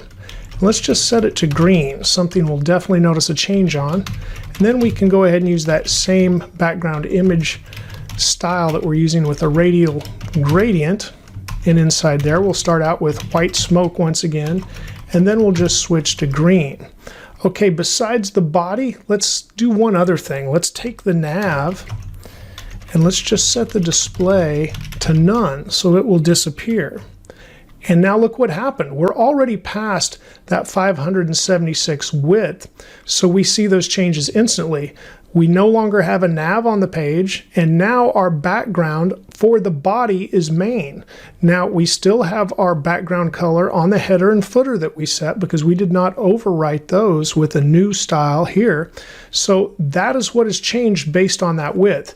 Now how can we go back and forth? This is interesting and something you should learn how to do, so I'll drag this over till it's full screen. You want to go to Dev Tools, and there's certain ways to do that. One is to right-click and choose Inspect at the bottom of the pop-up menu. Another is to press Control, Shift, and the letter I, which is what I tend to do. And now DevTools opened here on the right. It's fairly small, and I have got the console here for JavaScript right now, but yours may open to elements, and you can see and highlight these elements here. And that's really what we want as we style things, and you can see layout. But now let's look at some details about this layout and how we can adjust that. Notice the little mobile devices icon up here. Let's go ahead and click that. It says Toggle Device Toolbar. That gives us more tools. Now we can choose dimensions, and we see the dimensions here. We see the percentage that's showing, so I'm going to set this to 100%, and now I can see that. These are the dimensions for an iPhone 6, 7, and 8. We can change this to a responsive screen or choose different devices. So I'm using the responsive screen now, and I can drag it to make it narrower or wider, and you saw that change, and there we went past our 576. We're now at 602 pixels wide, and we can see the change. Likewise, we can look at devices like I was talking about before. So I'll choose iPhone 5/SE, one of the smaller devices. Now, not every device has this available, but some do. You can go to the three dots here in our new responsive menu bar that popped up, and here we can say Show Device Frame. And now I have a frame that looks like a phone around my page. And now we can once again change that. I want to make it so I can see the whole phone. So there we go. And now we see how it looks on the phone. You can even change to the horizontal display as you would turn your phone, or back to the normal display here. And we can do that for several different phones. I'll choose the iPhone 6, 7, and 8, for example. Or we can just go back to responsive and drag the page around, which is what we'll do now, because now up until 576, and we can even type in here, I can say 576, we're going to switch over. So if I said 575, yep, we're back to the original background color. So we can check our breakpoints right there. Also, there are breakpoints here that are suggested by Chrome, and you can click on these to change your width as well and see how it displays. And these are a little bit different than what we reviewed in our notes markdown file as well, so you might check those out. Okay, let's drag this back over to the right, and then let's take Visual Studio Code and fill up the page. Let's put in some more breakpoints, and then we'll come back and check all of those out. What I'm going to do now is highlight all of this code, then press Shift, Alt, and the down arrow to copy it down. And now let's make our next breakpoint, and we'll label this one medium. And we're not going to change the nav anymore. It is gone for now, so we'll just leave it gone. So all we really want to do is change the color here for our next breakpoint, and of course the breakpoint value itself. So here I'll switch this to gold. I could have changed those both at the same time. I'll try to remember to do that next time. So min width, instead of 576, this is our medium. Let's set it to 768. We want the pixels behind that to indicate that. After that, let's copy this down again. So Shift Alt and the down arrow. And now this would be our large breakpoint. We'll relabel that. I'll highlight gold and press Control D to select the other gold. I'm going to change this to Fire Brick. And so that will give us a nice color change as well. We'll set this to 992 pixels, much like the Bootstrap framework does. Now let's select our large. Shift Alt and the down arrow. I'll give another line break there, and then this will be our XL setting. And for that, let's go ahead and switch to another color that will be noticeable, Rebecca Purple. I didn't select that Fire Brick. I'll do Control Z to go back to Fire Brick, highlight the first one, Control D to select the second one, and now Rebecca Purple is what we want. Save that, and let's do one more, but this will be different. So I'm going to copy this down, but we'll make some changes just to give an example of how you could do something differently and look for a different type of breakpoint as well. So this is still at media screen, but let's go ahead and label this. Here we go. I could type, there we go, mobile, and I want that all caps, mobile device landscape. So now let's combine some things here. Instead of min width, let's say lowercase max height, and we'll set the max height to 425 pixels. And after that, let's do another and now let's say min aspect ratio. You might have thought I would have said orientation, but I want to actually be a little more specific here and say the min aspect ratio of 7:4. So it's noticeably taller than it is wide. And let's change our Rebecca Purple to Dodger Blue and save that as well. Now inside of this, we'll also do a couple of other changes. So let's say H1 and H2 that we have for labels. We'll make the font size just a little smaller to 1.5 rem. And then let's also set that nav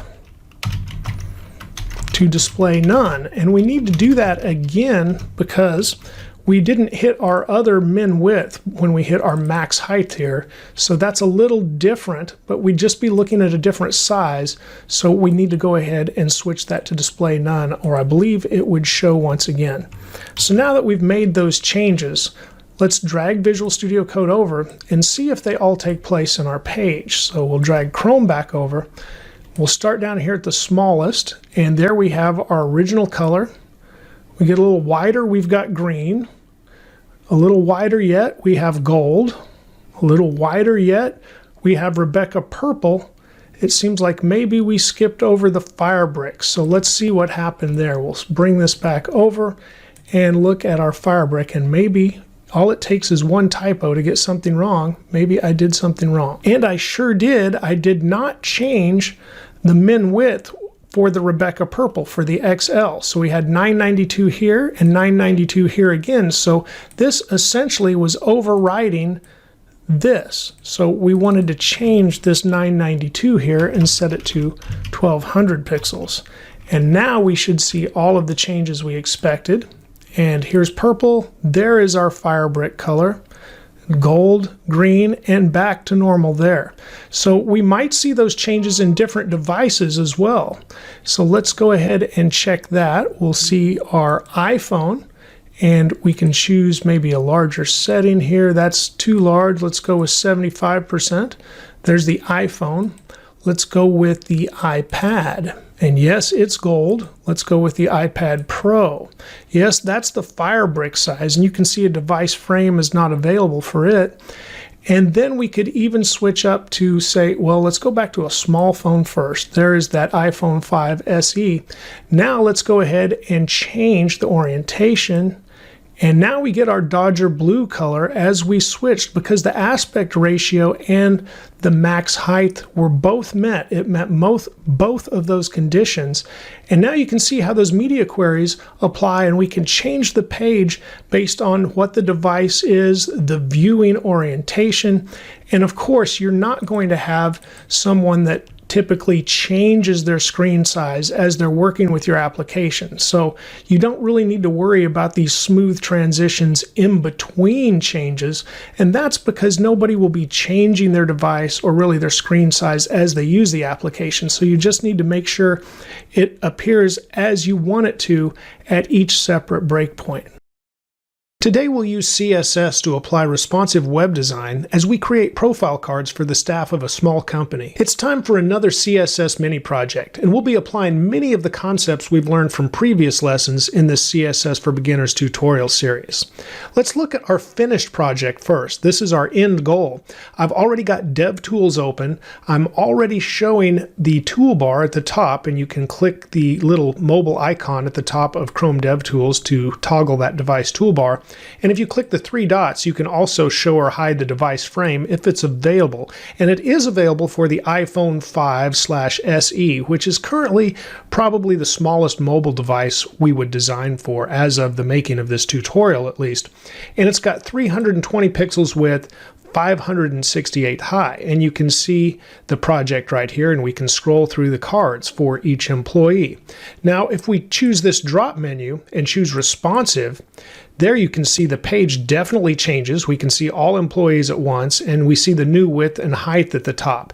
Now we can type in here too, and I'm going to actually highlight the width and change it to 1920 by 1080, and we can see what our page would look like on a full 16 by 9 or 1920 by 1080 widescreen. So this is our end goal.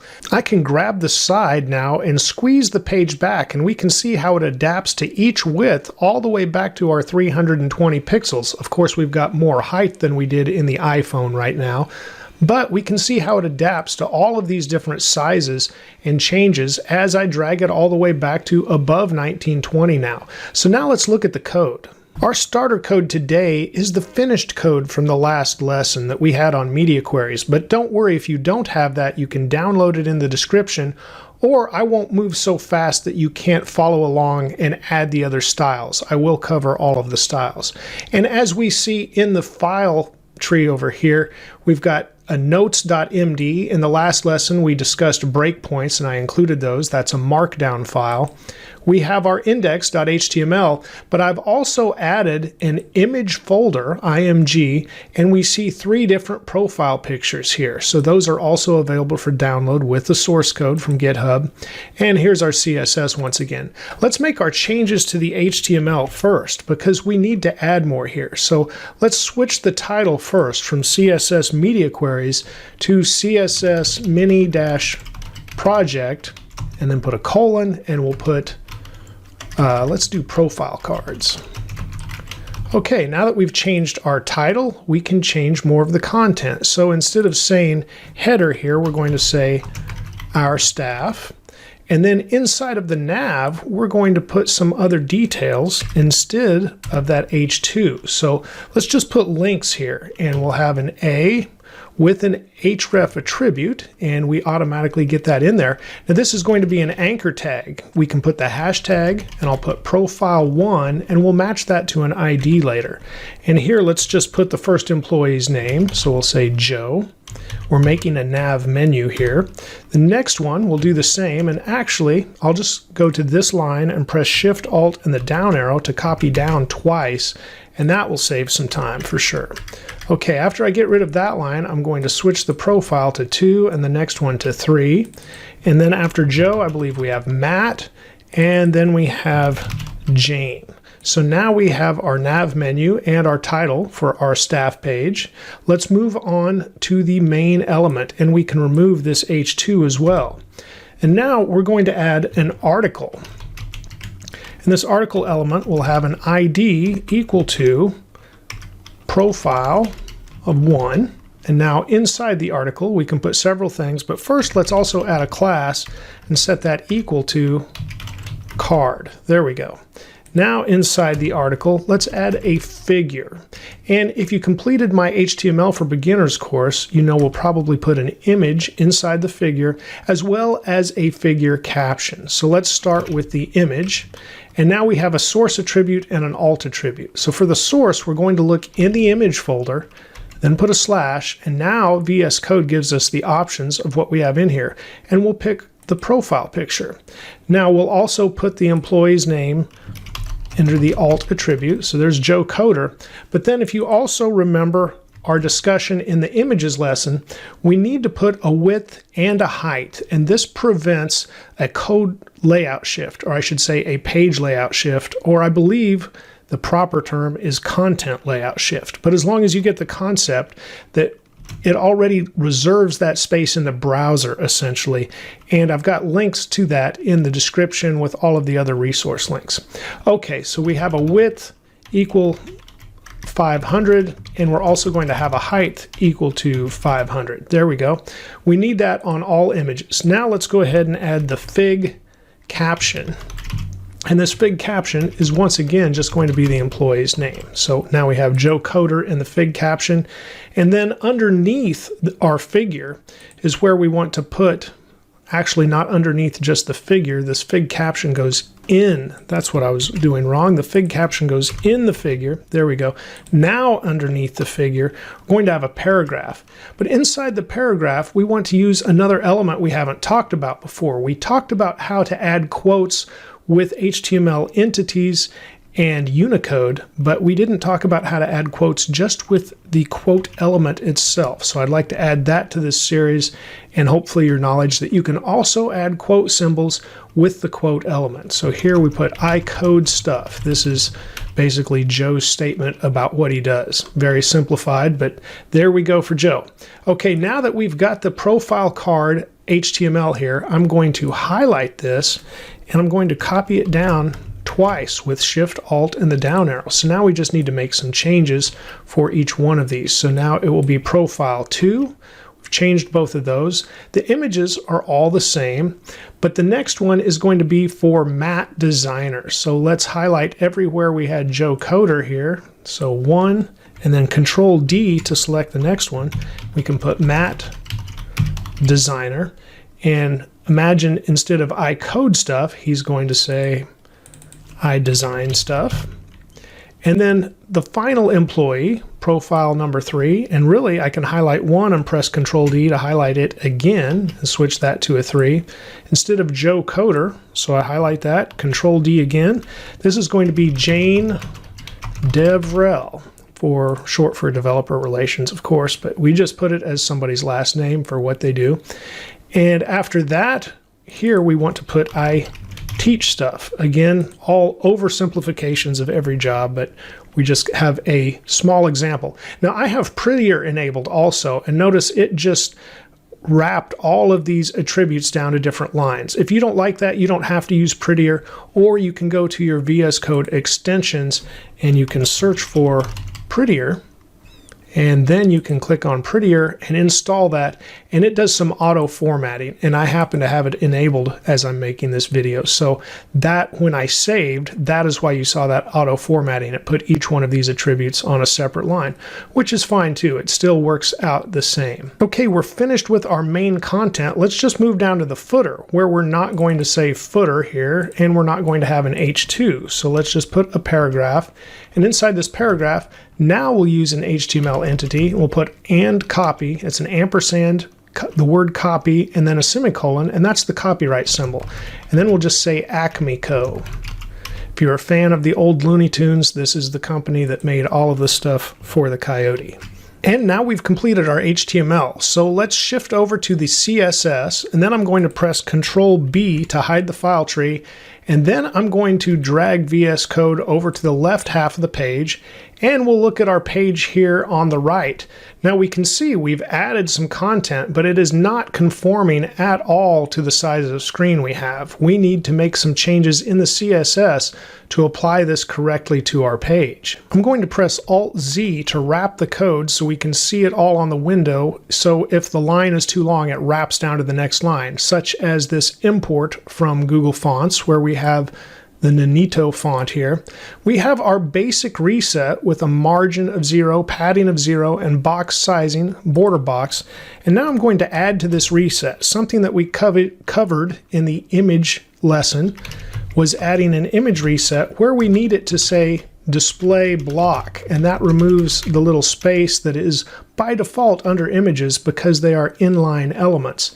But then instead of width 100%, which you would often see here, I just want to say max width of 100%, and that means it will not overflow its container.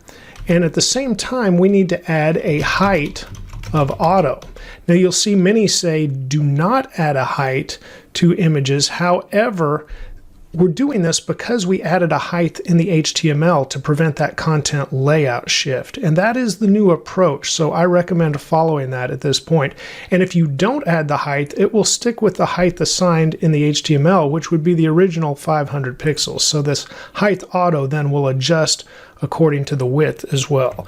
So if we save that, we have completed our basic reset now. So we have our asterisk, which selects all elements, and then our image selection here for the full reset we're applying. And we can already see a change. Our images are actually now fitting into the design. Even though the design isn't the way we want things yet, it does look a little better than it did.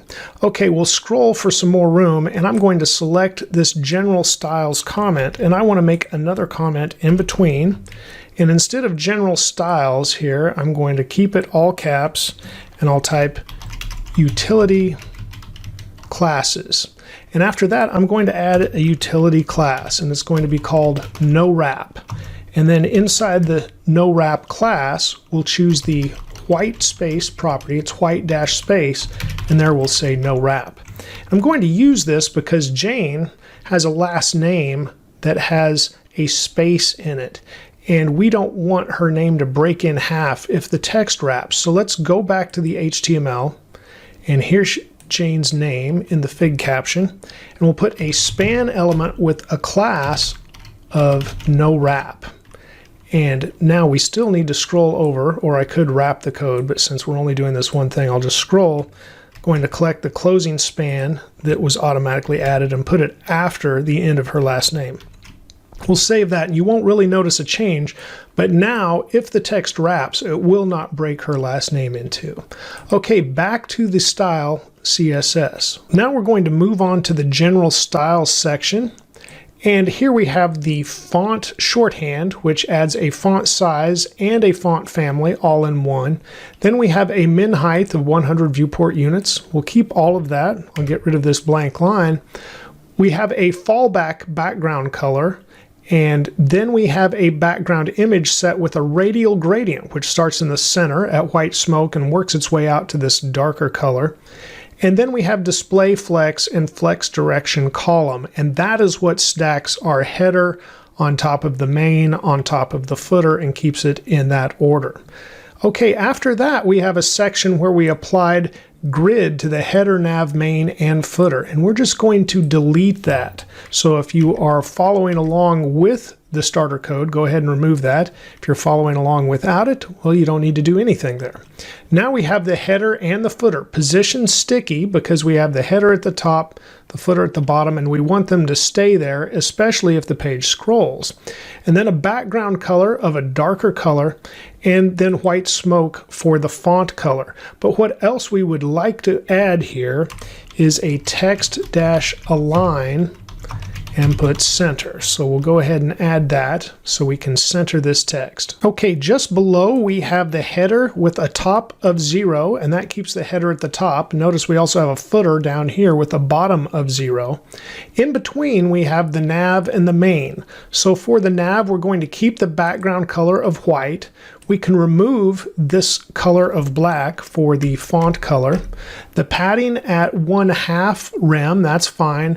And we still want the 2-pixel border on the bottom. But now let's add some new styles here. Let's put the font dash weight and make that bolder. There we go, bolder. And then I'm going to put display flex here.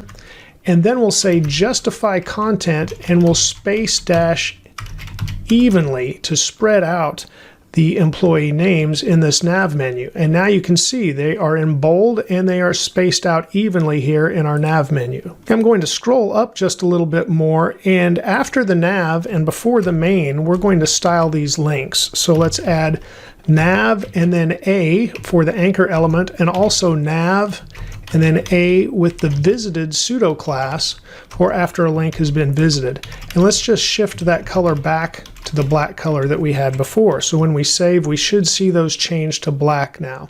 Now after the nav anchor and the anchor visited, we also want to style nav anchor with a hover and nav anchor with a focus. And you might even want to add an active in there, or you might like to see it flash a different color, which is another pseudo class you could do. I'm not doing that one right now, but let's put a color here, and I'll go with HSLA, which you can also, of course, pick by navigating through the Visual Studio Code color picker, but I've already got this picked out. It's 0% here, 20% in the last one, that's easy to remember, and then 0.6 or essentially 60% transparency. And then I'll put the semicolon there at the end and save. Now we're not going to see this in mobile mode because we're not really going to hover, but as we get to a wider design, if we were to show that, we could noticeably see that change as we hovered over. Now, if they had focus here, we could possibly see that. So let me tab through. There we see the lighter color as we tab to each of the names. So we can test that in mobile view by tabbing through and setting that focus.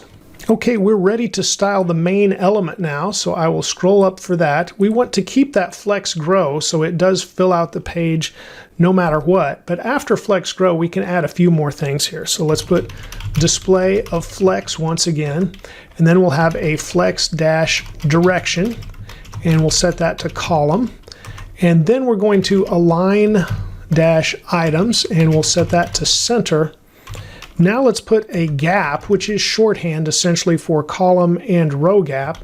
This is going to be 1.5 rem, and a padding of 1 rem. And if we save, we should see some changes. There we do a little bit, so the images aren't to the full edge of the screen, and it moved a few things around for us. But we still have more changes to apply directly to the cards themselves. I'm going to copy the comment we have here for the small media query, and I'm going to create a section for the profile card class. So here I could just switch this from small to profile card, and underneath that we will start to style the card class. So I'll scroll this up as we continue to grow the styles.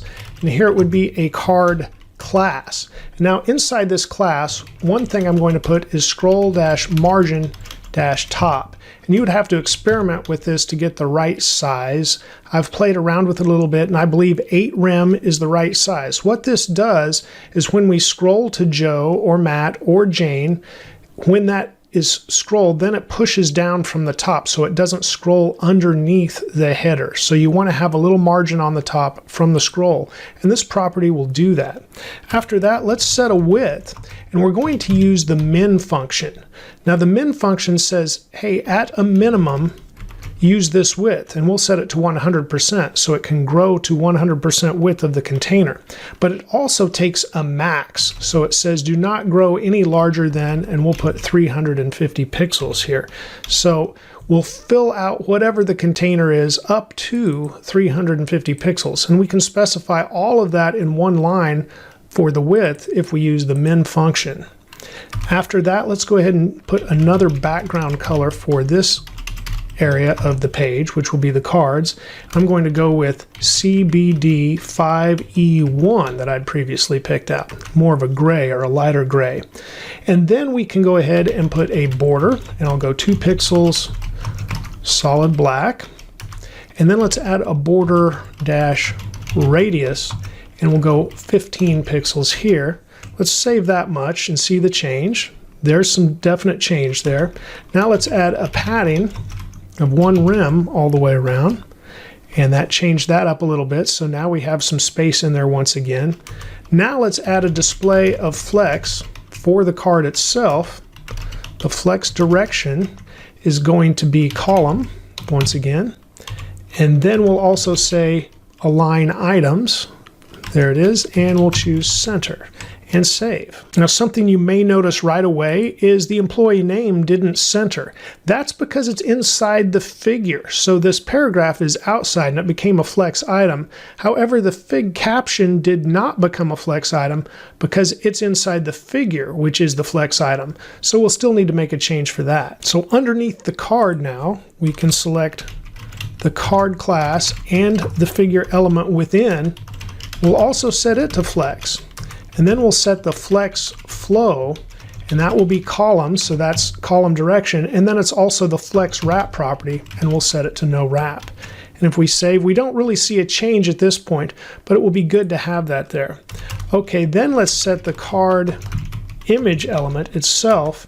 And now we can say border, and let's put a thick border on that, 5 pixels, double, and a flat black with the 333 hexadecimal code, and then a border dash radius of 50% because it's a square, so we can turn it into a circle. And now finally, before we move on to media queries or different sizes, let's add the card fig caption styles.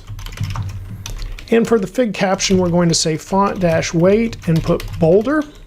We'll put a font dash size of 2 rem, a margin of 1 rem, and now we need to text align center for that fig caption. And there we have Joe's name in bold and it's centered. And really we're finished with our smallest screen design before we get to our first media query. So we've applied all of the main general styles and then the specific card class styles. And now we have our design here. There's one more thing I would like to add though.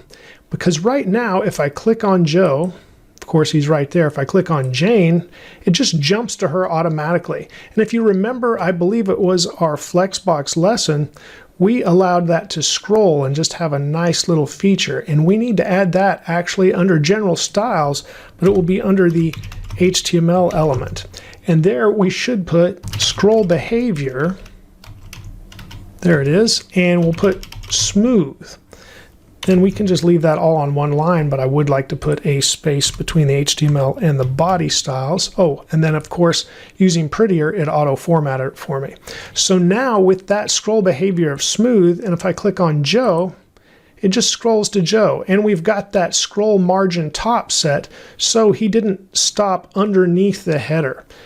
And then it scrolls to Matt, and it scrolls to Jane, all like it should. Now we're ready to go to our first media query, which is at 576 pixels for the small media query that we have here. Let's go ahead and delete the styles we were using before in the previous lesson that just displayed the changes for us. And let's apply what we're actually going to change. So we'll select the main element, and here we're going to change the justify content, and it's going to be center. And before, if we look at the main element and what we had before, this will overwrite that property. And we didn't have justify content here before, so that's okay. It will be set now when we get to this size. After justify content, we're going to set the flex flow, and it would be row and wrap. So now we do want them to wrap if they will take up more than the width that they have. We'll have 2 rows of profile. And finally, let's switch the padding to 1 rem. And then after the main element, we're going to adjust something about the card class as well. And this will be the width, and the min will still set at 100%, but the max will now let go up to 400 pixels. And then let's rearrange the order so it'll be easier to see our breakpoint. So here we'll take the card and the last child, which would be Jane, and we'll make her first by setting the order to -1. So now let's grab Chrome, I'll make it full screen, and we'll switch over to responsive. And if we do that, we'll drag this down to where we're at 576. Right now we're still not at that breakpoint. So this was our mobile phone that we had, and now we just passed 576, and you can see Jane's at the top. So it just got a little wider. It doesn't change much, but it changes a little bit. We can make the cards a little bit bigger just because of where they're at. And then if we get bigger before the next breakpoint, well, we hit it there, so it didn't wrap yet. But changing the width might allow them to wrap because we did switch that to allow wrap at this size. Okay, I'll bring Chrome back to the right, and now this switched because our width once again switched. But we'll go ahead and tackle the rest of the media queries, and then we'll see the changes at each breakpoint as we go. So now for medium, let's go ahead and remove these styles as well. And here we'll put the nav, and the first thing we'll do is set it to display of none at this point because we're at iPad size and they should all fit on the screen now without scrolling. The next would be a card. Once again, we'll put a width, and as you might guess, we'll use the min function. We'll say 100% again, but now we'll make them smaller so we definitely fit a couple side by side and they all fit on the page. So after that, let's select the card figure element, and there we'll set flex flow, and we'll say column dash reverse. So we'll notice a change there as well in the order that would appear. And then we'll set the card fig caption, and now let's set the margin to very, very small here, 0.1 EM, and then just 0. And maybe we'll want to keep that, maybe we won't. We could play around with that. Then card and the paragraph for the card, I'll leave that a lowercase, and now I'll set that to margin dash top 1 rem. And save. Let's see if we can make this any larger here. So we're at 594. We made our first breakpoint, but we're not making it to the next one unless we make VS Code a little bit bigger again. So we'll drag this over. And now as we get a little larger, there we go. Now let's switch this to the iPad size itself. And you can see they all fit on the page for the iPad. And if we get smaller than that, we're somewhere in between. Maybe a Surface Duo there, we're at 540, so we didn't hit the first breakpoint yet. So it's just kind of a weird spot in between where we are there. But it does work. It's just a little bit larger view of the mobile view as we look at it that way. So now we've covered our first 2 breakpoints as well as our starting point. Let's go ahead and add the third at the large stop, and that's 992 pixels. Let's delete what we had here for the body from the last tutorial. And once again, select the card class. We'll select the width again, and we'll use the min function. We'll say 100% and then 400 pixels here. And if you remember, we made it smaller so it would all fit on an iPad. We were at 325 pixels. So even though previously before that we were at 400 pixels, we need to switch it back because it hits that breakpoint in between. Okay, after the card selection there, let's switch the order around again so we once again know this has changed. So we'll say card, and now we'll say nth child, and we'll select the second child element, and we'll give that an order of -1, and it should switch the order for us again. Those are the only changes we're going to make there. So let's go on to the XL size as well, and we'll select what we have there and delete it from the previous tutorial. We'll select the card class. Now we'll set width again, use the min function, but now I'm going to use a function inside of the min function, and that is the calc function.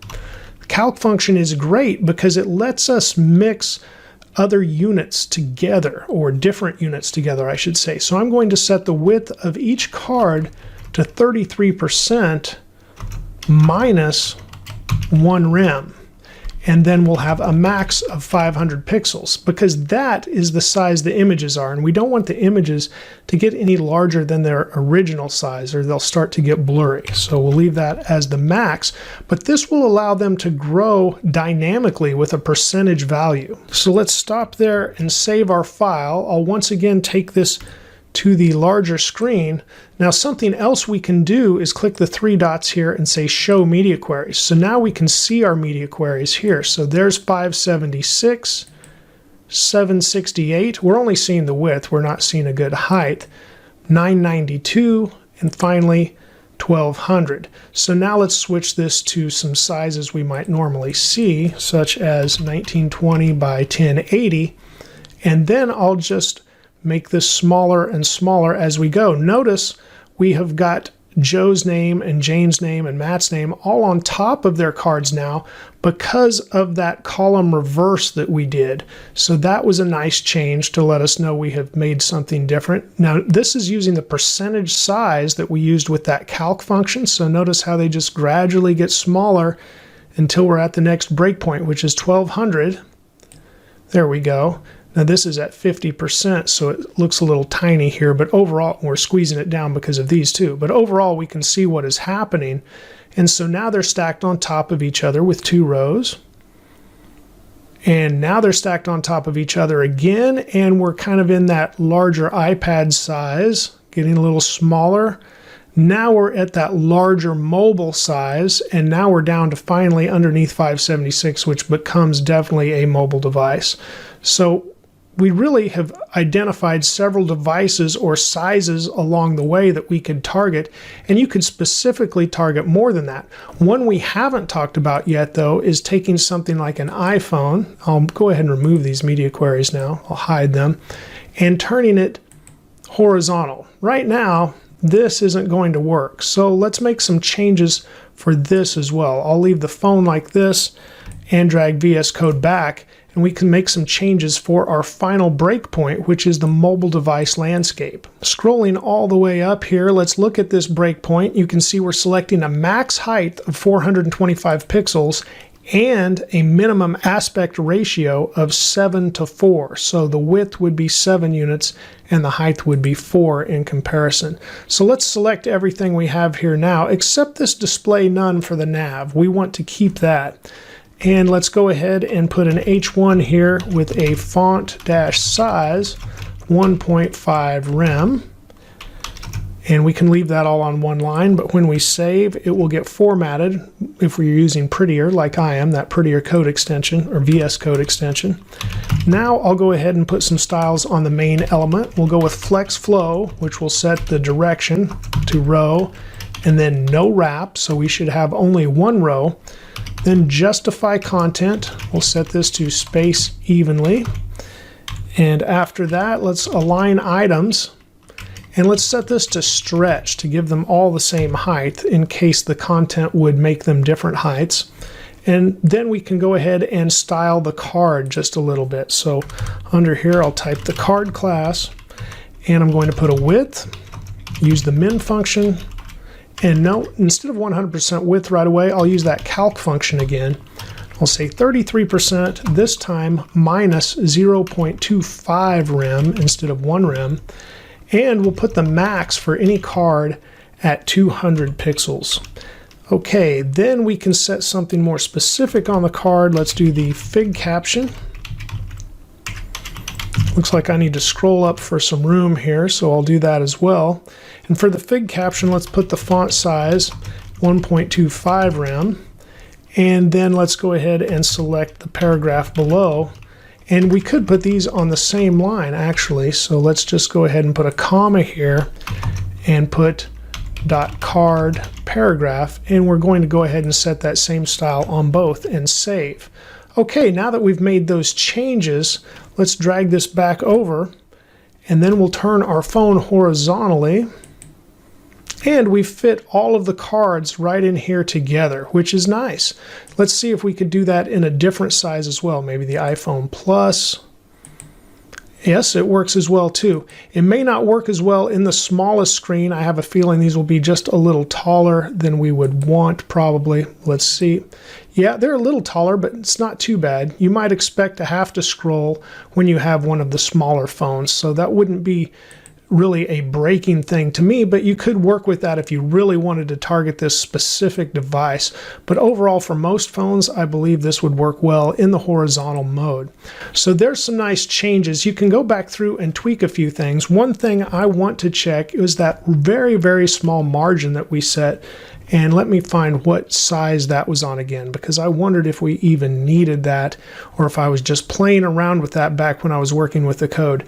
That is such a small margin on the top and bottom, and this is at the iPad size. So let's see what it looks like if I comment this out. I'll select it all, press Shift, Alt, and the letter A. Comments out that code. Bring this over so I can switch to an iPad. And there's the iPad size. And let's make it a little bit bigger so we can see everything. There we go. Yeah, it looks good without it, so I would probably remove that as well. And I'll drag this back over, and then we'll just take this out of the code. And the rest, I think I'll leave as is. And of course, you can play around with this. I do not do this perfectly myself. Everything is trial and error, basically, as we go. So mess around with this code. Don't accept it just the way it is. See what you can change, what you like better one way or the other. Let's move on to CSS pseudo selectors. Pseudo selectors include both pseudo classes and pseudo elements. So the obvious question is, what is the difference between a pseudo class and a pseudo element? Well, a pseudo class is a selector that selects elements that are in a specific state. So if we look at our starter code, and this is the code that wrapped up the mini project in the last lesson, so we're just starting with that. And if we scroll down to the links, we can see some of these different states. We're styling for the focus state, the hover state, the visited state, and then just a basic link, which we actually could have added on the pseudo class link here as well if we wanted to, because that is the unvisited link. So there's different states there. There's even an active one that we could have styled. And for all of those are different specific states of the element. So a pseudo class. Now a pseudo element is similar, but they act like you've added a new HTML element into your document. And also pseudo elements use 2 colons instead of the 1 we see here with pseudo classes. So we'll look at those as well. But we're going to look at pseudo classes first. And again, this starter code is what we have from the previous tutorial, the mini project that created this small staff page of 3 employees for the Acme code that we see here, and created profile cards for each one. So that link will be available in the description if you want to download the starter source code. We're not really going to change the project for the better today. I'm just going to use it for some examples that you may not want to keep in the project at all, but I'm going to show you how pseudo classes and pseudo elements work. Now we're already familiar with the different pseudo classes here that we've applied to links, and we've looked at a couple of other pseudo classes along the way during this CSS for Beginners tutorial series. One other one that we could add here is active. So let's go ahead and put a nav and an anchor, and then we'll put active.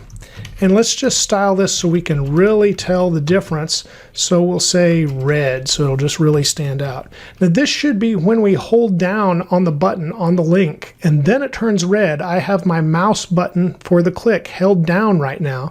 When I let go, of course, it goes ahead and completes and scrolls to the ID for the employee that we expect it to. But that is the active state. Now let's refactor a couple of these for the better with things we can learn about new pseudo classes today. So notice here we have a descendant selector, and that means we have a nav, and then we're selecting any anchor element inside the nav element, and then we're applying the state. But then when we choose focus, besides hover, we have to say nav A again. Well, we can stop some of that by using the is pseudo class. So if I put is here, and then put a parentheses after it, then I can eliminate repeating this nav element here, and then just once again say anchor focus. So we're just putting the one nav, but now we're saying inside of that, if it is an anchor with hover or anchor with focus, then style accordingly. So this should give us the same results. And as I mouse over here on our page, we see that it still works. And we've made our code a little drier, and dry is an acronym for do not repeat. So we managed to write just a little less code and get the same result by using the is pseudo selector. Now sometimes we can discover a pseudo selector, and again these are pseudo classes. I say pseudo selector synonymously, but we are making a selection. But make no mistake, we are using pseudo classes right now. Sometimes we can discover a pseudo class that will also save us some time, and that is the case here. Besides link and visited, where we're styling both, let me remove all of this, and then I can just put any dash link. And the any link pseudo class selects both the link and the visited pseudo class. So now when I save, we should once again have the same results.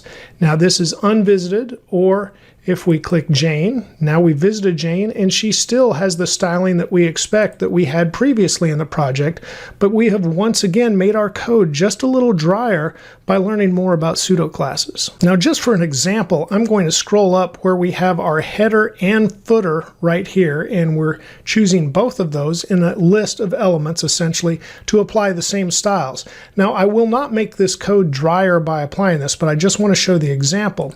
We could use is here and then list these elements inside, and there's really no reason to do it other than this example right now, but I do want to show the difference, so I'm going to go ahead and save. Right now this will be the same as what we had before, but we've just added this extra code. But notice when I mouse over here in Visual Studio Code, we get the selector specificity and it is displayed. It's 001. So it's not high specificity. We could override it. Just in this header area here, we could overwrite what's on the header, or we have a footer area down here just a little bit lower, and we could put something there and it would overwrite what we have in here. But if we put something else in here like a class, and I'll temporarily do this, it won't make our project look good, but now we have put a class inside the is as well.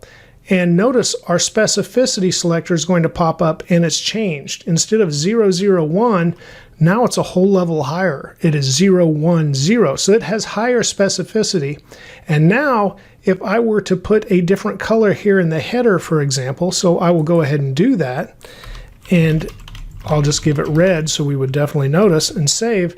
Notice the text in our header is still the white smoke color. It is not red. And that's because this has a higher specificity. Even though it comes first and it's not down here in the cascade, the higher specificity keeps these styles. However, if I remove this class and it goes back to the lower specificity, now it turned red. So that's something to note about using is. It's going to adopt whatever has the highest specificity within its parentheses. Now, one other thing we can do, let me put card back, is instead of using is, there is another pseudo class that works almost identically, and it's where. It will accomplish the same thing, except it does not have any specificity. So notice when I mouse over it, the specificity is 000, or basically a lack thereof. It does not have any. So you can overwrite whatever is inside the where pseudo class. So that's also worth knowing. So I just wanted to use this to demonstrate. We're not really going to leave these here for your finished code, but just remember those tips about the specificity when it comes to is and where pseudo classes. Now I'm going to scroll down to the card class. So we have that right here is the profile card. Right underneath the card class, I'm going to type card once again, and then I'm going to give it a target pseudo class. Inside the target pseudo class, I'm going to say border 2 pixels solid and give this Rebecca purple and save. Now let's see what this does. You can see Jane has a purple border now, 2 pixels solid purple all around her profile card. She is the last profile card that we selected here. So if I choose Joe instead, now he has the purple border because he was the target. If I scroll back up, Jane no longer has that purple border. So what we're saying with the target pseudo class is whoever is selected, whoever is the target of our selection will have that purple border. And now Matt has that purple border. So that could be a useful class if you really want to highlight whatever was selected. And if you remember in our HTML, how we're doing that is using the anchor tag, but then it is a page link. It's not going to a different page. It just has the # or the hashtag, if you will, for profile 1 or profile 2 or profile 3 that matches up with the IDs of these cards, which are in article elements. So there is the ID of profile 1, and then if we come down to the next article, profile 2, and so on. So these are just on-page links with anchors, and whoever is the target gets that outline. Now I'm going to scroll down just a little bit further under the card class once again, and then the image element. So after that, let's add another card, and then let's add an image, and first let's go ahead and just put in alt. Now, if you haven't seen this yet, this means I'm selecting any image with the alt attribute. So we can base our selectors on attributes. Inside this, I'm going to once again add a border. Let's make this really big. So 10 pixels, solid red. And if I save, we should see that around all of our images because they do all have alt tags or alt attributes added to their image tag, actually is how I should say that. So what if we wanted to say, just let us know which images we forgot to put an alt attribute on? Well, we can do that with the not pseudo class. So after image, we'll say not, and then wrap the attribute in parentheses. So this would actually serve to help us check our page to make sure we've remembered to add alt attributes to each image. So now none of the images have the red border because we did provide alt attributes for all of them. So let's just go here temporarily to our HTML and let's remove the alt attribute from one of these images. So here we have Joe's alt attribute. We'll just go ahead and delete and save. And now if we look at our page, Joe has the red border because we forgot to put an alt attribute there for him. Now I'm going to, of course, fix that with Control Z, put that back and save, and that fixes our page. But that could be very useful, and you could use not, the pseudo class not, for other things as well. Remember, it's going to select whatever does not have what you specify. And now let's look at the nth child selector, which we have used a little bit in previous tutorials. So we'll say card and then no space, and we'll say nth dash child. Now this can be confusing, and it's somewhat because of the way it's worded. You would think we were looking for the child of the card class, but that's not really true. We're going to be selecting the cards themselves. So if we say nth child and the second one, we would be selecting the second profile card. So now let's go ahead and change the background color so we can really see which card we've selected. And I'll say Papaya Whip, and we'll save. And here's the thing to consider now. We've got Matt selected, but he's the last profile card, and we said we wanted the second. But if you remember from the previous lesson, we've used media queries to rearrange the order of our cards. However, if we look back at the HTML, Matt truly is the second card in our HTML. So this nth child selector is going to be based on the actual original order within the HTML, and maybe not what we see on the page if we have reordered the order that was in the HTML with media queries, or even without media queries, we could go ahead and reorder them if we wanted to, but the nth child will not be based on that. Now we could put in other selectors here too. So let's put in odd and save. And now notice Matt was the second child. So the first and the third are odd, and that would be Jane and Joe. Likewise, we could put in even instead, and it will probably select Matt once again and not select Jane and Joe because Matt is the second, which is even, and of course Joe and Jane, first and third, are odd. So I think you get the idea for pseudo classes. So now let's move on to some pseudo elements that we can add right underneath the card class and the fig caption element. And this would be a descendant selector. So we've got the card class, and the descendants are any fig captions within the card class. So now after that, let's specify card and fig caption once again. But now we'll use 2 colons, and then let's say after. And what we'll do after is create a pseudo element that will have content, and then we can specify what content goes inside. Let's just put hello to start with. And after that, well, I'll just leave it at that to begin with here. I'll need to get rid of that extra quote. There we go. And save. And now let's look at our page. So now we've got Jane, Dev, Rel, hello. It says hello right at the end. After Joe's last name, Coder Hello is immediately after. So maybe we should put a space and we could highlight that. And now we'll see the hello at the end of each last name a little easier, but it was added to each one of the fig captions. Now we could notice something else about this too. I can select all that text, but I can't select the text that is our pseudo element content. Again, it's not really an element. It was just added in with this after pseudo element selector. So now instead of hello, I want to go ahead and remove that, and I'm going to put in an emoji, just some sparkles here. And then I'll put display and block. So this will be on its own line, and save. And now we've got an emoji following each name on each of our profile cards. And likewise, I could switch this to before, and it would normally be on the left side or before their first name, but now because it's a block display, it's above each name. So I'm going to scroll for a little more room, and let's add some more new content here for our fig caption as well. Actually for our paragraph now. So let's say card and then the paragraph, and we'll select the before pseudo element. And for content here, we can type a specific value, say open dash quote. And now if I save this, we will get a double quote added to the left, as we see here. It's actually probably a single quote that's added after our other single quote. But we can also add a close quote, so I'm just going to copy this down with Shift Alt and the down arrow, and I'll switch this to an after. And instead of open quote, we'll have close quote and save. And now they've turned into double quotes, and they're wrapping around the single quotes that we already had.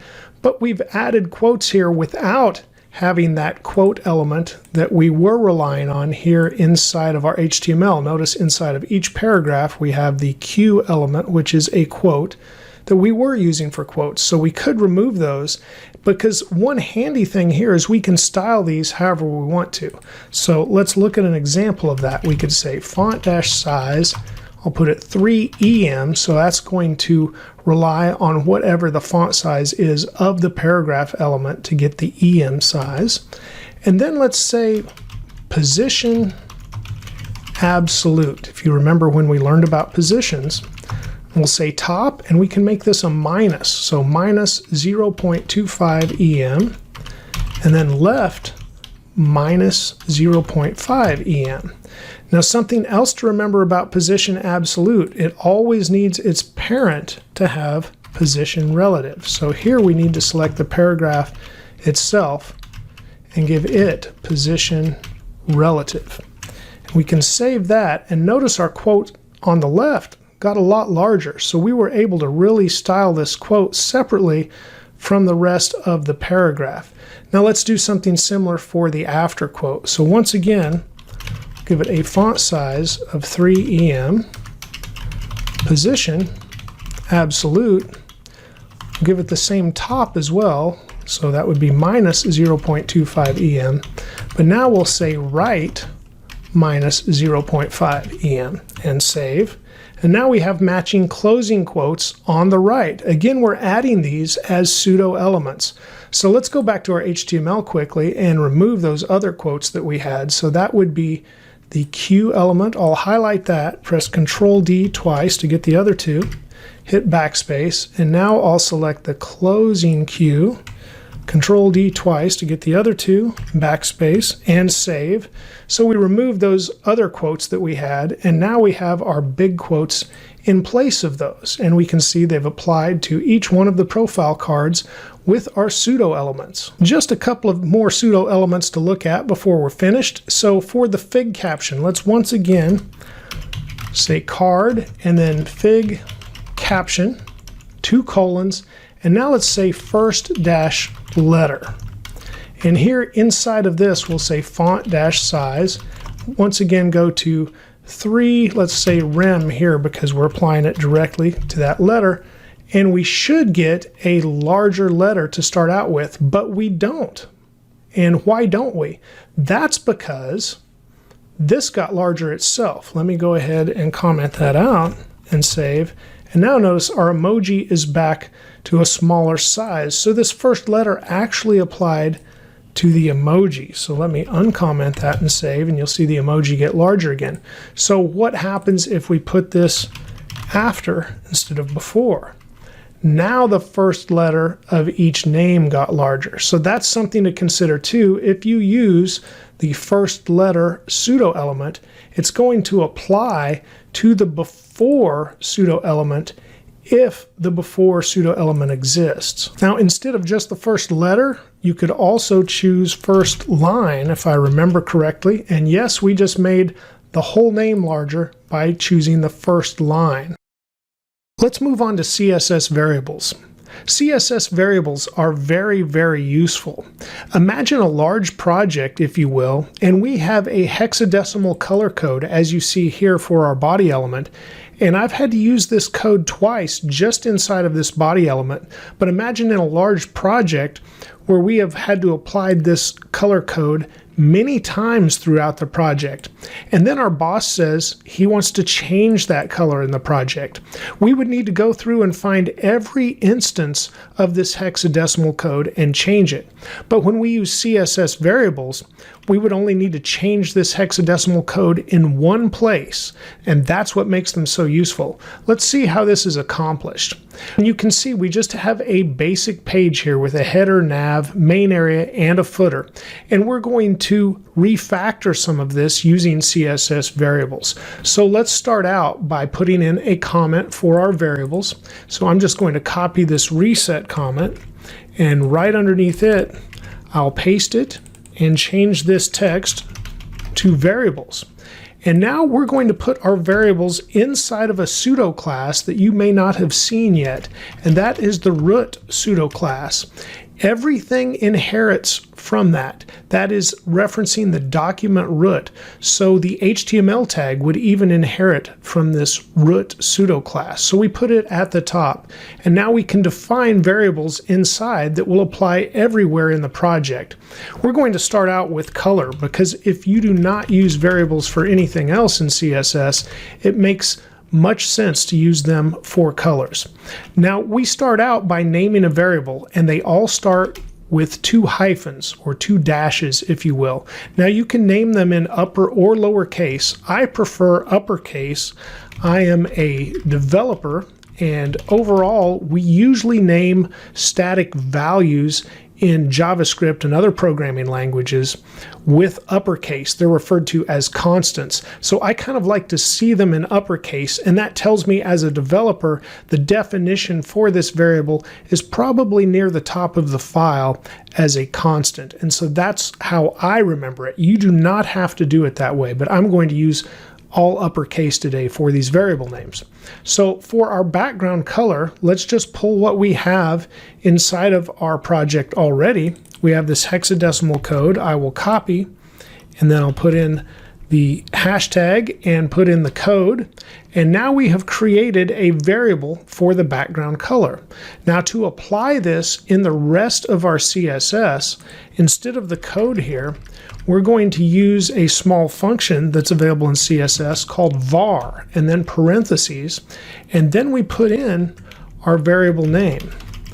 And it's as simple as that. Now we will still have that background color, and we can copy this, and we can also use it here or anywhere else in the page that we're using that color code. And once we save, I'm going to go ahead and go live. I did not have live server serving this page, so we should see it again. And now it looks the same because we applied this variable. You will see if I remove this, Control X just to cut it out temporarily, and I guess I didn't change our background color here. I should remove, because that is the fallback. So let me switch this to black just quickly, and now I'll go ahead and remove this and apply, and we can see it's black. And that's all I wanted to show you, was that the variable is applying. And so we're using the background color actually as a fallback to this background image statement that's using a radial gradient. But we want both there. So I'm going to replace black once again with our variable and save. And that's how we're applying now the background color saved in this variable. Okay, now let's do the next one. So I'm going to name this Alt, once again capitals here, Alt BG color. And now let's find our Alt BG color, where we had a little darker color down here. And here it is, our background color for the header and the footer. So I can go ahead and Control X to just cut that out. Notice it doesn't take the hashtag, so we'll have to put that back. But now I'll put the hashtag, the color code, and now we have our Alt background color. So we can just copy this variable, and we can scroll down to where that was for the header and the footer, I believe. There it is. And we'll put in, of course, it needs to be in the var function, and put parentheses around it, and save, and we still have that same background color. Now notice we're using white smoke in more than one place, and then we used white down here, but white smoke would also be sufficient. So if we wanted to go ahead and replace this with white smoke, it will still look about the same, and it does. So now we should create a variable for the white smoke as well, but we're using it in two different spots. We're also using it as a radial. So if we want to remember that, it's okay to go ahead and create two variables that have the same value. And that's what I'm going to do right now. So I'll have a radial color. So anywhere in my project that I will use a radial gradient, I might want to use this white smoke. But then I'm also just going to have a light color for parts of the page, and I'll use white smoke there too. But it would be weird if I put radial color in another part of the page. I might be able to get away with putting light color in as part of that radial gradient, but I just wanted to show this example that you could use two variables and they could have the same value, and it's okay to do that. So let's go ahead and copy this radial color variable first. And actually, before copying that, I want to show you something else about using a var function and how we can type this out and how Visual Studio Code will help you. So now we have our var with the parentheses. If I start to type the two hyphens, notice VS Code gives me a list of the variables that we've created already. So that's very handy, and it even gives you their values over here to the right. I'm just going to choose radial color and use it in my radial gradient.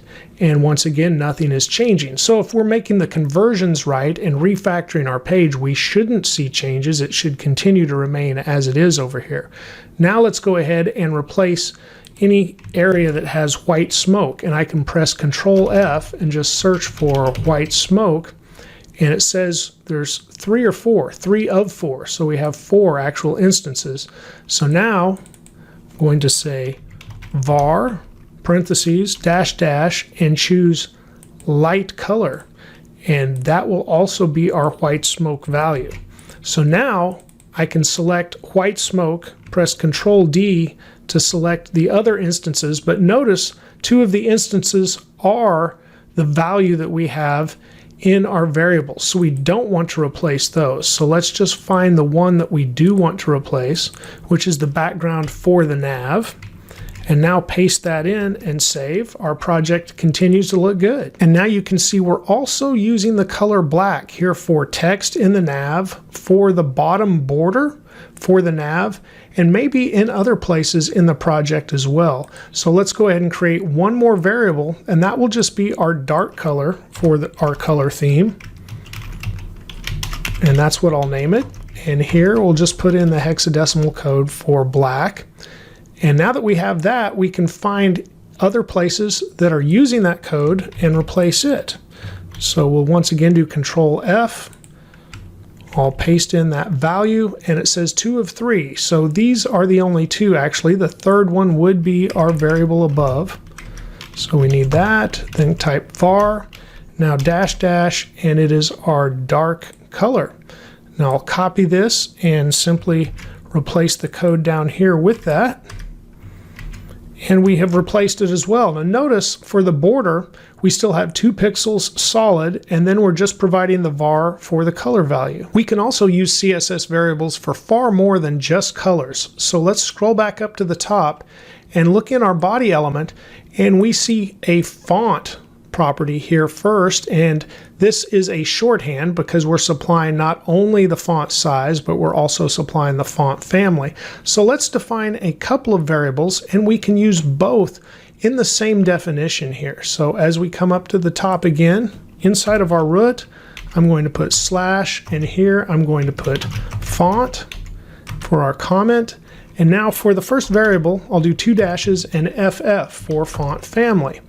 And then we can just copy the value we have here, which is Nunito with the fallback sans serif. So I copy that, I'll bring it up to our variable, and we've added that. Now I'll do 2 more dashes and an FS, a capital FS, for font size. And here I'll put 1.5 rem. And then in case we want a larger font size somewhere, I'm going to put in an FS-XL for an extra large font that we may use somewhere later. And I can put 3 rem for it and save. And now we've defined our font family, font size, and font size extra large. So let's put the font family and font size to work right away. And we can do that here. So we'll put a var variable, or a var function actually, and now we can pull our variable from our list, and this is font size. Then we'll highlight the font family, put another var, 2 dashes, and we'll highlight the font family variable there, and save, and it should look the same. Now, as you may be gathering, we're not limited as to what we can put in these variables. So it's not limited to the font or the color. We can also use it for other things. Let's quickly scroll down and take a look at our nav area here. You can see we have the light color, the dark color, and the dark color again used as a border. But then we have a padding here of 0.5 rem, and we could possibly also add a property or two here. So let's start with the padding, and let's define that above as a general style, because we could give this padding to other parts of the page as well in a project. So I'll just put general here, and then we'll do 2 dashes and do padding, and we'll put in our 0.5 rem, lowercase rem, there we go. Save that, quickly scroll down to the nav and apply that as well. So instead of the 0.5 here, we'll be using a var, parentheses, 2 dashes, choose padding from the list. That's good. Now what if we wanted to apply a shadow? So let's look at how to apply a shadow. We'll use a box shadow property, and here we're looking at an X offset for the first value, which I'll put in as 0, a Y offset for the second value, and I'm going to put in 6 pixels for that. And then there is a blur value, which I'll put in 5 pixels, and then there is a spread value, and I'm going to put in -5 pixels here. And what this does is essentially creates a shadow right underneath. You could provide an X and Y and have the shadow off to the right and underneath, or coming from another direction. If you're picturing the sun overhead, essentially that's what this shadow is going to create, because it should come straight down. Okay, after supplying that, then we also need to have a color, and we already have a dark color. So let's put in the var and dark color and save. And if we look at our nav now, it has a nice little shadow right underneath the bottom line. I could try to make this bigger so it stands out. Let me put it like 15 pixels. And there we see the big shadow underneath. But that's not what we want. We want just a subtle shadow, and we can save that. But what if we wanted to use this shadow in other parts of the project also? So maybe we should just highlight that, or we could highlight all of this, and that's what I'm going to do. And I'll copy that and then bring it up here under our general styles that we have for our variables, not the general styles underneath. And here I'll put shadows, because it would look kind of strange to have the shadows coming from different directions, as if there was more than one sun looking at your project. So having the shadows fall all in the same direction makes sense. And then we can define shadows using another variable. And that's okay. We've defined this variable above it, and it knows what it is, and there we're putting it in. And this definition is completely legitimate. So we'll save that, and then we'll scroll back down to our nav and just bring in our shadows variable for the whole thing. So I'm going to delete that much and then change what we have here to our shadows variable. and save, and the shadow still applies. Now we could use this same concept for our borders as well. So this is a border bottom, but we've also just defined borders before, and it uses this same structure. So let's just take this value, which is 2 pixels solid and the dark color, copy that, and create a borders variable above as well, just underneath shadows. And I want all caps again. And then we'll put in that value, and it uses the dark color variable. We can save that and then come back down once again to the nav, and where we have the borders, we'll just put in that value, and it will only apply to the border bottom as we define it here. So here's our borders, and save. Now let's move to the HTML file. I'm going to close our find window as well. It's time to add some extra content to our main area of the page. So I'm going to scroll down to the main area, highlight the H2 we have, hit backspace to remove that, and I want to put in 12 divs. So I'm going to type div, I want lowercase here, div, and then dot, and I'm going to name the class that applies to all 12 divs square. So now we have div.square, and then with an emit abbreviation, I can type times 12 and press tab and instantly have 12 divs. Now that I have that, I have no content inside the divs. So I'm going to select the last one, which is just the closing tag for the div, and then we can go to, I believe, the edit menu, and let's find, no, it might be the selection menu. There it is. And let's find select all occurrences. And that is Control, Shift, and L. Control D selects the next occurrence, but the combination of Control, Shift, and L will select all, or you can just select it here from the selection menu. So now we've selected all of those, and I'm going to press the left arrow key to go to the beginning, and I'm going to paste in an emoji I have of a laptop. And I want that in the last, well, I guess the last 11, number 2 through 12. The very first one, I'm going to put in a paragraph and just put the word hey in so we see something different. And if we save that, you can see we have hey and then 11 laptops. After that, I'm going to come down to, let's say, the 8th one, right about here.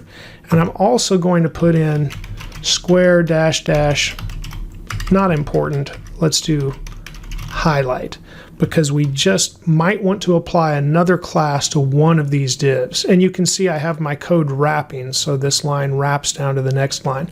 But that is the change we are making to the HTML. We'll make all other changes now back in the CSS. I'm going to scroll up just a little bit. If you'll notice, the header, nav, main, and footer all have these values, and the display is grid. I no longer want that for the main element, so I'm going to remove the main element from that and save, and you can see our content is now stacked on top of each other as divs or block elements, one on top of each other on the far left. So now let's move down to the main area and apply some more styles here. Right now, main is just a flex item in the larger flex container that is the body element, but we're going to make it a flex display as well, or I should say display flex. After that, let's justify the content and space dash evenly, and then after that we can align items, and we'll align the items to the center. If we save, we have definitely seen our flex items inside the main now change. Let's change flex-flow to row and then wrap if it needs to. Now let's add a gap, and I'm going to use the min function here that will pick the smaller of whichever of these values. So I'll say 4 viewport units or 15 pixels. So whichever would be smaller, it will use for the gap. And remember, gap is shorthand for row gap and column gap as well. Okay, now let's put a padding value, and I'll put it up here above.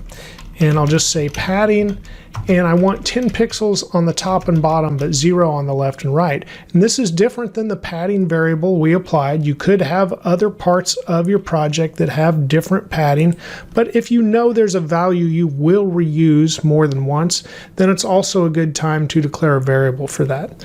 Okay, now that we've defined those things for the main, we won't see a huge change here because we haven't defined our class for the square yet.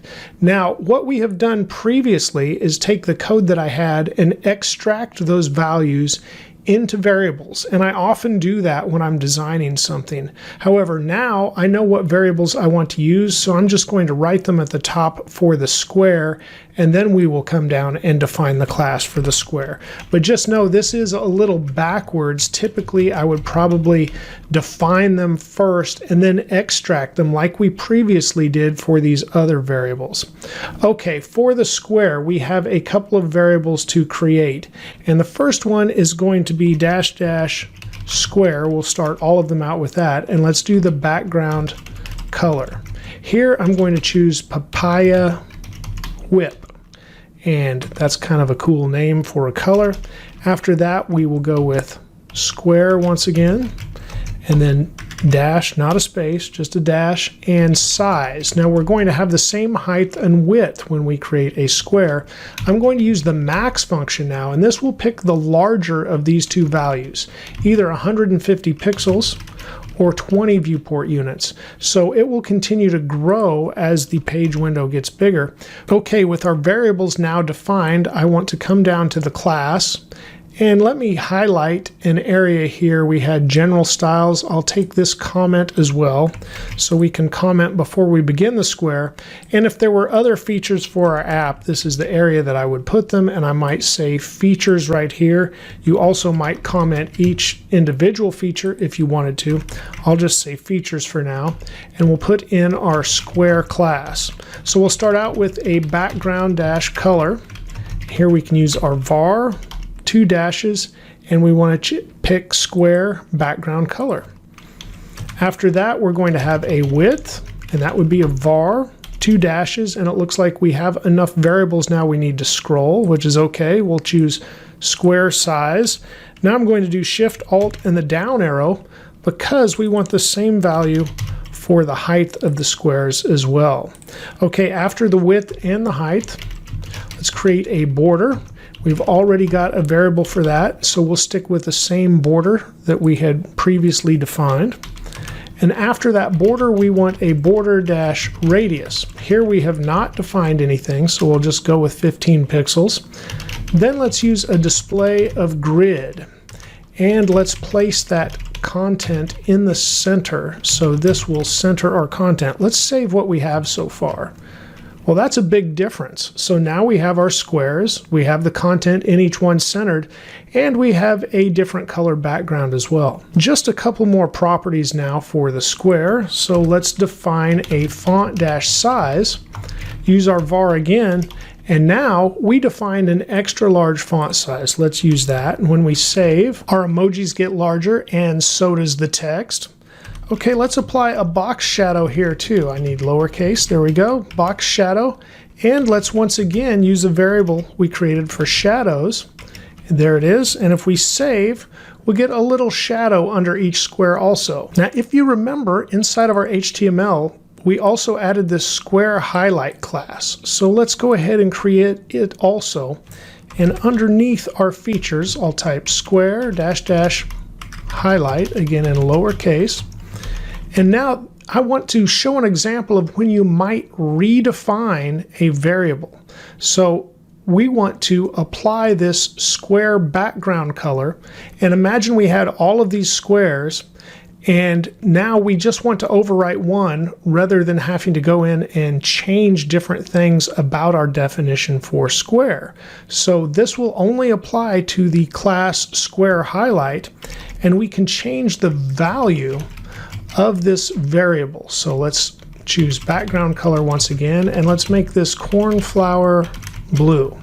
That is an interesting name as well. And when we save, this only applies to the one square we added the square highlight class to, but we have redefined this variable for that class. Now let's add a feature that CSS variables makes very easy to do, and it's in high demand. Let's add a dark mode in addition to our light mode that we have here. So to add a dark mode, we're just going to define a separate color theme, but we're going to do it inside of a media query. So just underneath our styles, we can put this media query towards the top. So we'll say @media, and then parentheses, we have prefers-color-scheme, and then we'll say dark.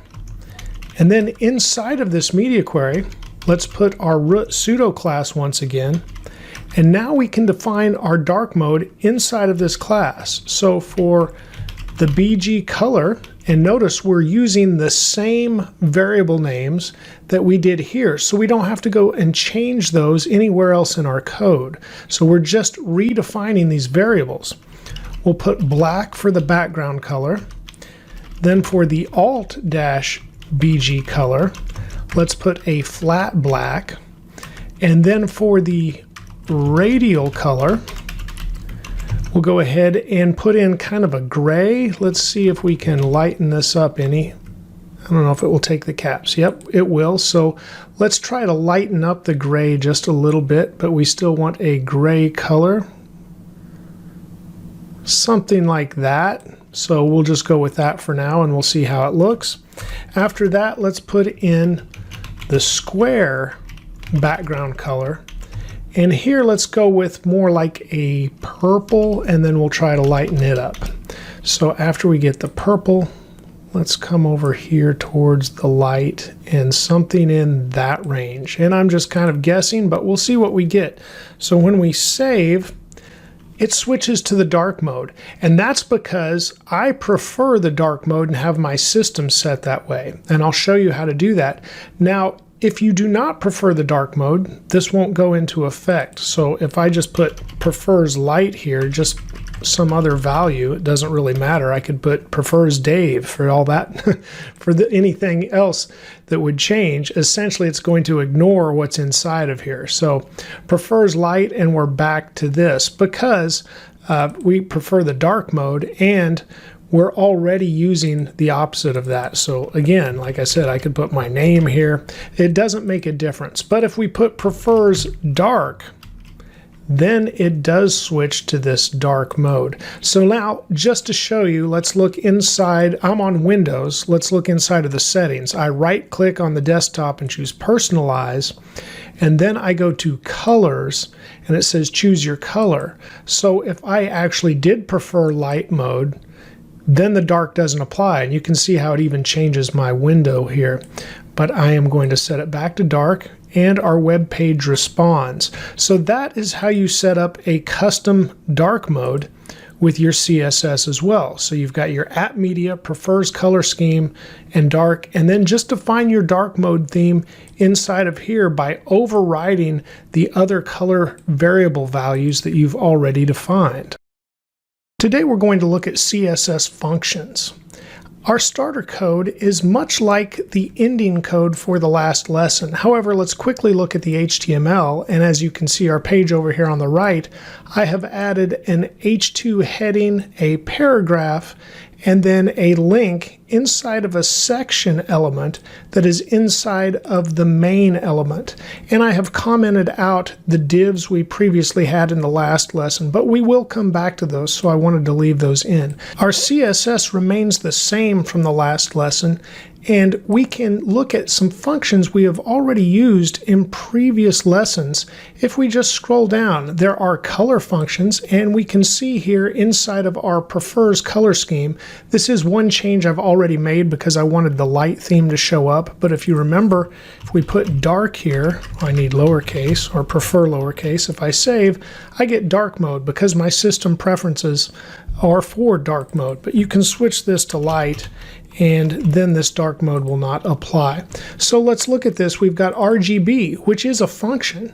And if I were to click here inside the color for VS Code, and then we click the bar at the top, as we've learned about colors, we can see other values. And HSL It has parentheses as well, and a value or values inside. That's also a function. HWB is a function. So these are color functions, and that's what you see here. We've also used image functions, and if I scroll down just a little further and we get to the body or the main element, we should have something. Yep, there in the body, we've got a radial gradient function. And as we've learned in the past, we can also use linear gradient, but those are functions. They have the term radial gradient or linear gradient, and then parentheses, and then something is passed inside, some value. And then as we see here, we're also using a reference function, which is var. And we learned about var just in the previous lesson as we're using CSS variables. So we use var and put the variable inside to get the value from that variable. Another reference function we learned in the past when we were working with images was URL with parentheses. And that's how we loaded images into a background image spot. And there are many useful CSS functions, so many that I can't cover them all, but I will put a link in the description and the resources to the MDN page that does list all of the CSS functions. Today I want to cover some that I think you will use often or frequently, and a few of those are math functions, and we've used some of those too, but I want to dive just a little bit deeper. So let's scroll back up to where we have defined our font size. Right now it's currently 1.5 rem, which 1 rem would be 16 pixels, so 1.5 is currently 24 pixels. If we were to select our paragraph here and look at what was applied inside of DevTools, we would be able to see that. But now let's talk about the min function first. So instead of 1.5, we can type min, and then let's put something like 2.25 rem, and then we'll put 3 VH, which is viewport units, but it's also specifically referencing the height, not the width. And that is very useful when you're working with fonts. Now let's talk about what this min function does. It's always going to select the smallest of the two available. And notice one of these is an absolute value.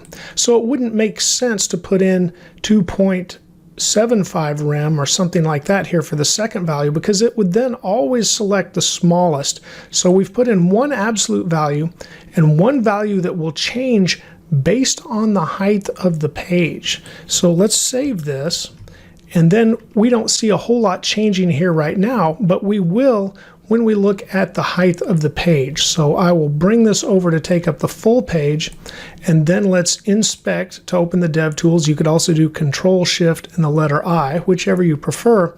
Then I'm going to choose the Computed tab here inside of DevTools, and we'll scroll till we see the font size, and that should be coming up here shortly. There it is, 36 pixels. So that is 2.5 rem, which we set as one of the values. And remember, it will always choose the smallest of the two.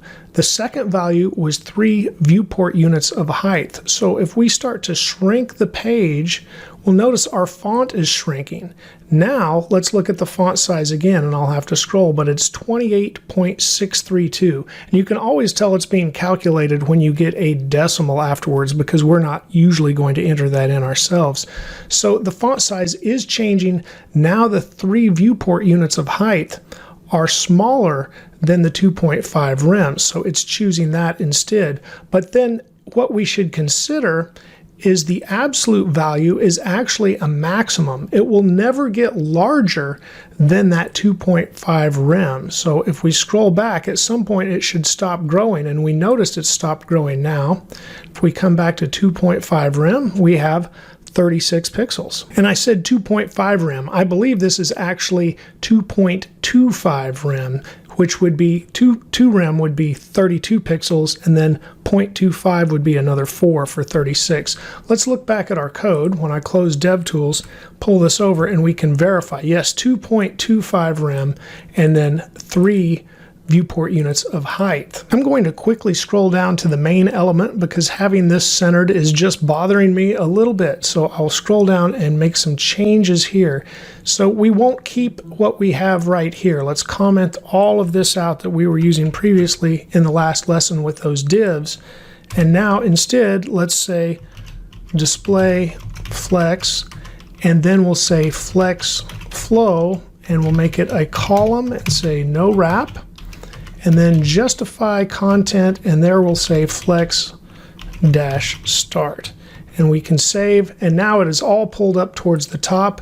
Let's pull in some padding though, but not the 10 pixels that we had here. Let's pull in our padding variable. I can put the comment after that. So for that, we'll say var and then dash dash padding and save that. Now let's go ahead and remove the padding from our nav because it has a little extra padding compared to the header and footer. And then let's change the value of the padding just a little bit. As I scroll back up to the top, let's look for that padding variable. We see 0.5 rem. So let's make this EMs, and then it's based on the font size of the element it is applied to. So if we save, don't notice much of a difference, but that's what I would prefer to do for that padding. Okay, as I scroll back up, we've looked at min and we've decided or learned that it will select the smallest of the two values it's given. It doesn't really matter which order you provide these values, but because of that, there are some things to consider when we provide the values. One, you should only provide one absolute value, or you know which one it will always choose. So the other one should be relative. And it's better to choose viewport height units for fonts than it is viewport width. So we're keeping a certain size in there, and you can play around with it, but I think you'll see why I lean towards choosing viewport height units. And I don't put a percentage here because really that percentage is really easy to just kind of equal what the rem is as well. So 100% would be 16 rem, which would be, I mean, not 16 rem, 16 pixels, which would be 1 rem. So 2 rems would be 200%. So this would be the equivalent of 225%. So I choose to put in the viewport height units as my relative unit when I'm applying this to font. Now you can use this min function for images and other things, and I believe we did that just a little bit in the past, but I wanted to explain more about that. So now let's move on to the max function, which is essentially the opposite of the min function. So max is always going to choose the larger of the two values we provide. So just so we can better see it change, I'm going to switch this from 2.25 to 1.75. Now it's always going to choose whichever is larger, either 3 viewport height units or 1.75 rem. So let's once again take a look at our page, and I'll open up the dev tools once again as well, go over to the computed side, and now I'm going to inspect this specific element so we can see that the font size is currently 37.68. So that's fairly large, but it's based on the height. Will it shrink if I bring this down? Yes, it's instantly shrinking. Now it's down to 34.56, but at some point it will stop shrinking as well. And now it has, and as we look, that's 28 pixels, which I put 1.75 rem, if I remember correctly, so that would be 16 would be 1 rem, and 0.75 would be 12, and that gives us 28 pixels. So now we see the opposite in effect, and it continues to grow as the page gets taller, but at some point it stops shrinking, and that's what we have there for the 28 pixels. Okay, so let's close this and go back and look at our max once again. Now the same applies here. You should have one absolute value, and then you should have a value that is relative, that adjusts itself, and the viewport height units again for font makes total sense to do that. So just like with min, the absolute value we provided was the largest it would ever get. Well, now the absolute value that we provide inside of max is the smallest it will ever get. And I know that is like contrary to what they're named. So remember, max actually provides a minimum absolute value, and min actually provides a maximum absolute value. So which of these would I use? Well, actually, I won't use either one of these. There is a third function we can use, and it is called clamp. And it's a newer function. It hasn't been around as long, but it has good support now. And there we can provide a minimum, so I'm going to say 1.75, just like we used in our max. And then we put in the ideal size, which I'll put in our relative units of viewport height of 3 units. And then we can put in a maximum. So I'll put in our 2.25 2.25 that we used inside of our min function. So this lets us provide both. We had a maximum inside of the min function, and that's right here. And then we had a minimum that was inside of the max function, and I've got it right here. And then we always use the viewport height units of 3 for that relative, and it's in between. So you've got minimum, ideal, and maximum. So now if we save and bring this back once again, we should see some changes, but it will stop growing and stop shrinking at different points.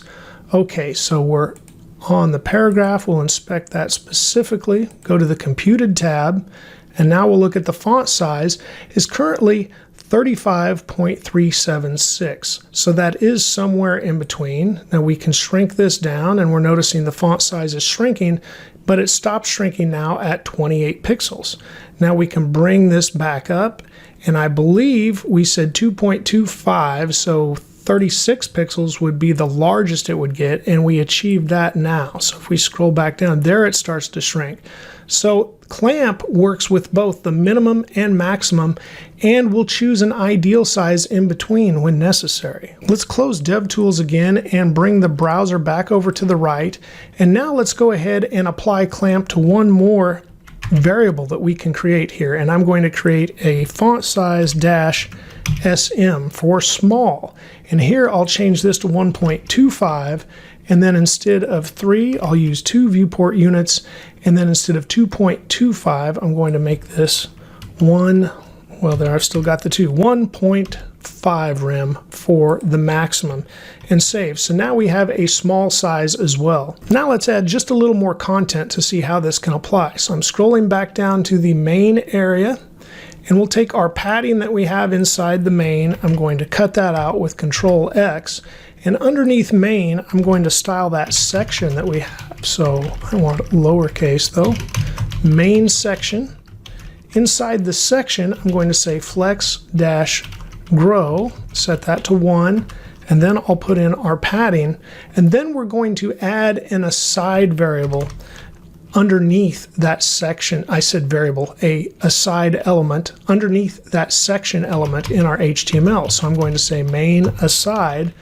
And now let's go ahead and style this. We'll choose a background-color, and I've got a color picked out, and we'll use this HSLA function. Here I'll say 0, 0%, 20%, and remember the last one is the opacity, which is the transparency. I'll say 0.8. And then we have a color that we'll use, and this will be for the font, and we'll just use our light color variable that we've already constructed. Then we'll use our font size, and here we'll say VR, and then our var --fs-sm for that small size we just created. Let's make this font italic so we can really tell the difference. And then the padding will once again be that padding variable we created. There it is, and save. Now we also want to provide a media query, and this will help adjust our aside, because when the screen gets too small, we should stack them. So underneath all of our current CSS, let's go ahead and add @media screen, and then we'll say min-width, and we'll choose our small breakpoint that we had in previous lessons of 576 pixels. And now for the main here, we'll say flex-flow, and we'll switch it to row, no wrap. So now they'll be side by side. And we'll say justify content, space between. Okay, after we've styled that main element, let's go ahead and add the main section here. And now we'll adjust the width of the section, and we'll use another CSS function to do that, and that is calc. And for calc, we'll say 70%, and you can mix different units. So we're mixing a percent and a pixel. And then after that, we'll go ahead and provide a width for the aside as well. So we'll say main aside, and here we'll say width. We'll use calc once again, and we'll say 30% minus 5 pixels. So what we have here is actually 10 pixels that will be between the section and the aside on larger screens, anything larger than 500 or as large as 576 pixels or greater. I'm going to jump over to the HTML and scroll down here, and this will be in the starter code as well, or at least the finish code, but I'm going to paste in this aside here. So it also has an H2 and a paragraph, and that's it. So we save, and now we can see the column over here on the right because we are larger than 576, or we are at least 576 pixels wide. So we have our section and our aside, and we can see that font. Let's see how they both resize now as we've applied the two different font sizes. So I will inspect, open up DevTools. I want to go to Computed, and I'm on the section, or we could choose the aside, either one, and see how those font sizes apply. So I'll look at the content here, and now they look fairly small because we're at 50% inside of DevTools just to get it all to fit. But let's go ahead and start to shrink, and notice the text shrinks for both, but then it eventually stops for both as well. So we've reached that minimum, and now it starts to grow in the main, and now it's growing in the aside, and at some point they both stop growing as well. So Clamp is working well for both of those. And again, remember, if this looks a little small, it's because we're at a 50% here when we have DevTools open. So I'll close that. Now we see the full page, and now I'll drag it back over to the right. Let's go back to our CSS. Those paragraphs that we have are both content. So just underneath the aside, I'm going to put in a content class, and that's what we've applied to those paragraphs. Let's just say margin top of 20 pixels and see how that looks. Yeah, that gives a little space from the heading down to where the rest of the content starts. I like that just a little better.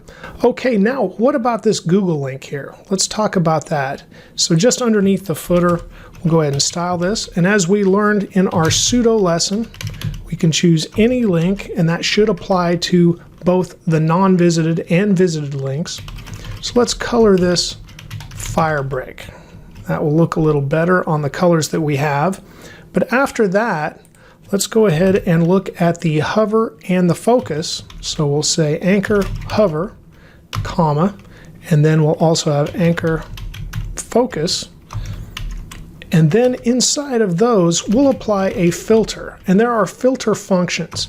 So in the past, actually, before we do that, let's look at what we were doing in the past. We were choosing a color, maybe HSLA, and putting that transparency in there. Or we could just leave it the color it is and just put in opacity, and maybe we'd put that to 0.8. And then when we mouse over, it just gets a little fainter. You can't tell as good with the fire brick. Maybe I'll take that down to 0.6. Yes, now it gets a little weaker when we hover over. It's a little transparent. So that's how you can do that on its own, or you can provide that fourth value inside of HSLA and choose the color as well. But what we want to do now is provide a filter, and filter has several functions. So one thing I like to do with filter is use the brightness, and here I'm going to say 150%. So instead of adding transparency, now when I mouse over, the link gets brighter.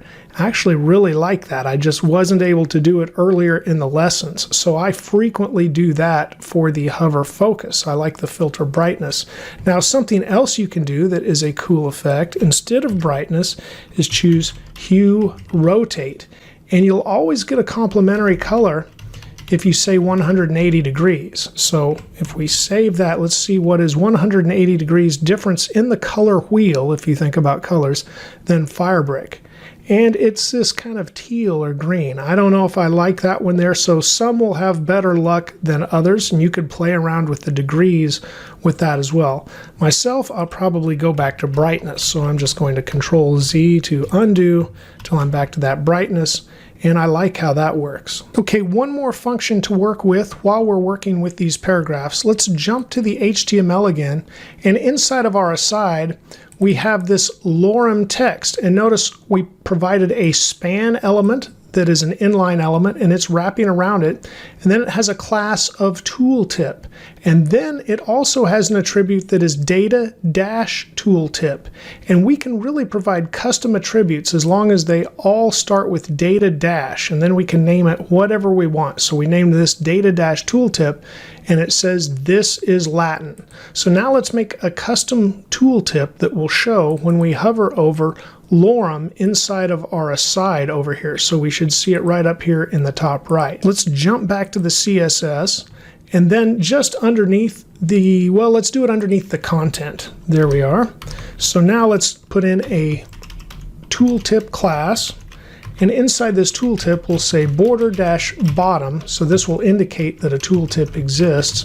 We'll say 1 pixel dash, and let's try orange to see how that looks. If we save, we see the little dashed border under lorem that indicates there is something about that. Now we also want to give this position relative because we will be using a position absolute when we choose where the tooltip shows up. So after we've applied those styles to the tooltip class, then we need tooltip hover pseudo class, but now we can stack a pseudo element, and this is the before pseudo element. So now we've applied the tooltip class, the hover pseudo class, and now the before pseudo element. And with that, I'm going to choose content, and here is where we can use a function. It's the attribute function, and now we just name the attribute. So this is our data-tooltip. And if I save this, we'll notice this appear when I hover over. And now it just appeared at the beginning in front of lorem. It says this is Latin lorem when I hover over. Now that's not what we want, but you can see how this works.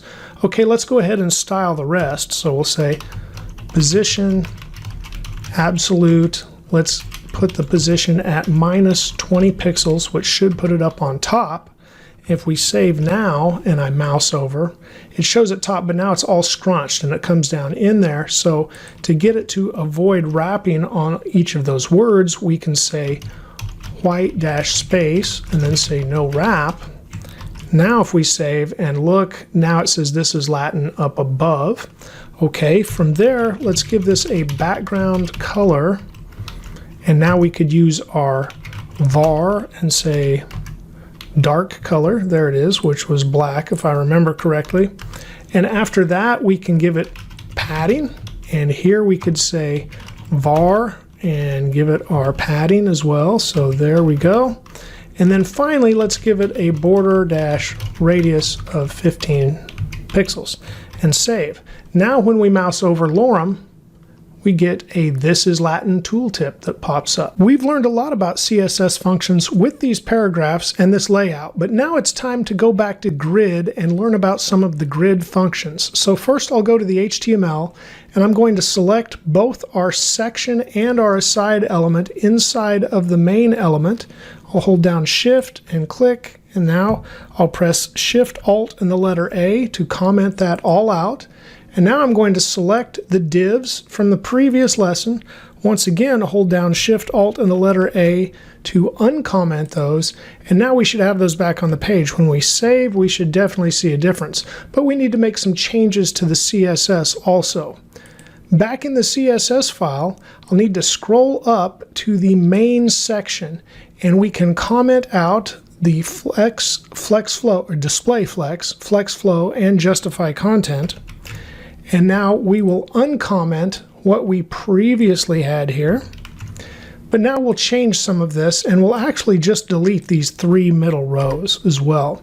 Okay, we want this to be a display grid instead of display flex.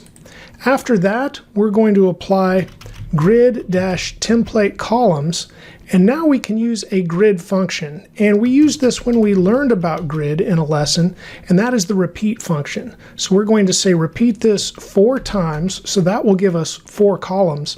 And then we're going to use a math function that is specific to grid, and that is min-max. And here we provide a min and a max. So I'm going to provide 100 pixels for the smallest grid item that we would want, and 300 pixels for the largest.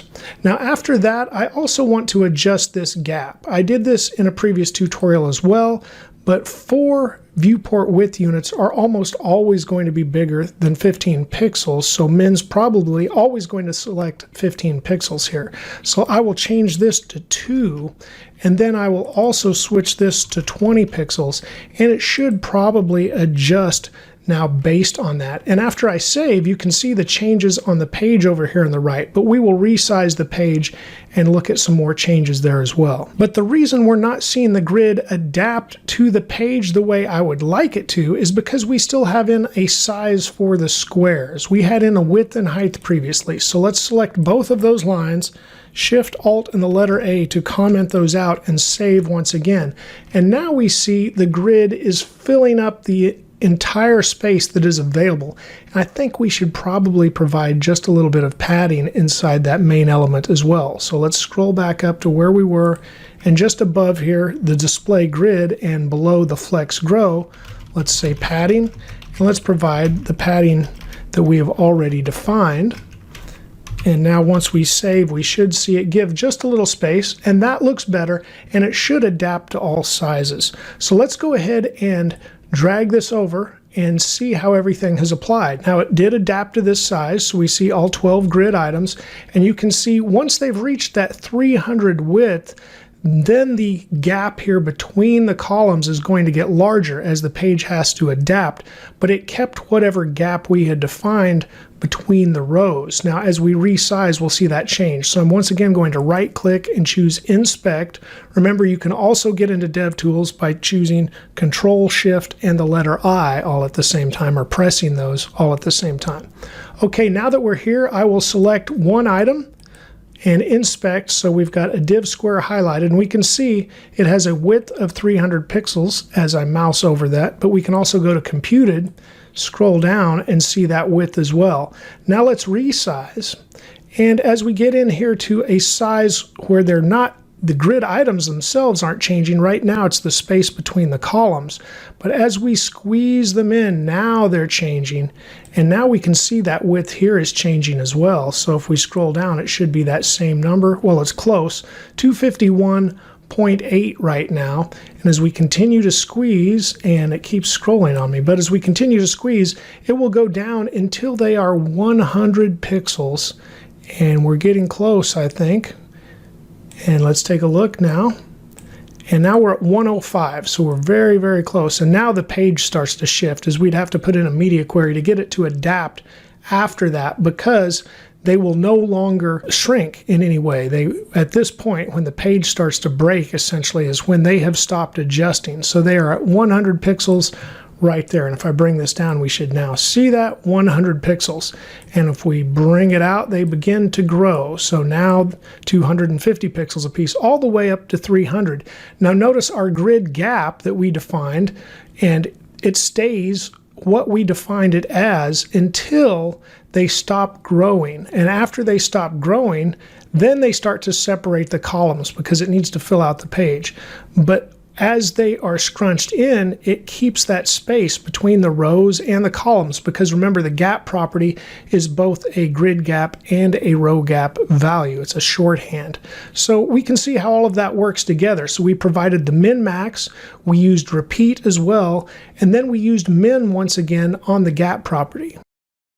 Let's move on to CSS transforms, transitions, and animations. And before we finish today, we'll make a CSS-only animated hamburger icon and drop-down nav menu, as you see here. Let's look at our starter code today. You can see I've got an index.html file, and inside this index.html file, I've just got a main element, and it contains 3 divs. I don't usually use divs, but for this example, they're good. We're just creating squares with all of them, and you can see I have a class of square set on each one. The final div also has a class of animate. And then I've got a different emoji inside of each div. And then in the file tree, you can see I've got some other files as well. But for these first examples of transforms, transitions, and animations, I'm just going to use the index.html file and then the style.css file. After this, though, we will go ahead and create an animated mobile menu, and it will have an animated hamburger icon as well as the drop-down navigation menu inside of it. But for now, let's just learn about the basics of transforms, transitions, and animations. Now, inside of the style.css file, you can see I'm importing the Nuneato font from Google. I've got a basic CSS reset here. Inside the HTML element styles, I've set the font just a little larger to 1.5 rems, and we're applying the new Nito font that we've imported. And then the body element is set to a min height of 100 viewport units. It's a display of flex and a column. So the main element that's inside of the body is set to flex grow 1. So it also extends to the full visible page that we see the body take up. And from there, the main element is also set to display flex for anything within it, and it's set to a column as well, and everything is centered, and then there will be a gap of 1 rem between the flex items within the main element. And those flex items are the 3 divs that we previously looked at inside of the HTML file. They've got a width and a height of 200 pixels, so they're squares. They've got a border of 1 pixel solid black, and then I set each one to display grid so we could center the content easily just by saying place content center, so it centers those emojis. I'll drag our code over to the left side of the screen, and we can see this page right now with our starter code here on the right. We've got our 3 divs, each one is 200 by 200 pixels, and then we've centered the emoji inside of each one. Now we're ready to apply some individual styles to each of these divs. So I'm going to scroll for some more room inside of the CSS file. I'm also going to press Control-B to hide the file tree so I have a little more room to type. And we'll review some pseudo class selectors to select each one of these divs. So first I'll put in div in lowercase, and then the first pseudo class I'm going to use is first child. So this should select the first div, and we can test that by changing the color.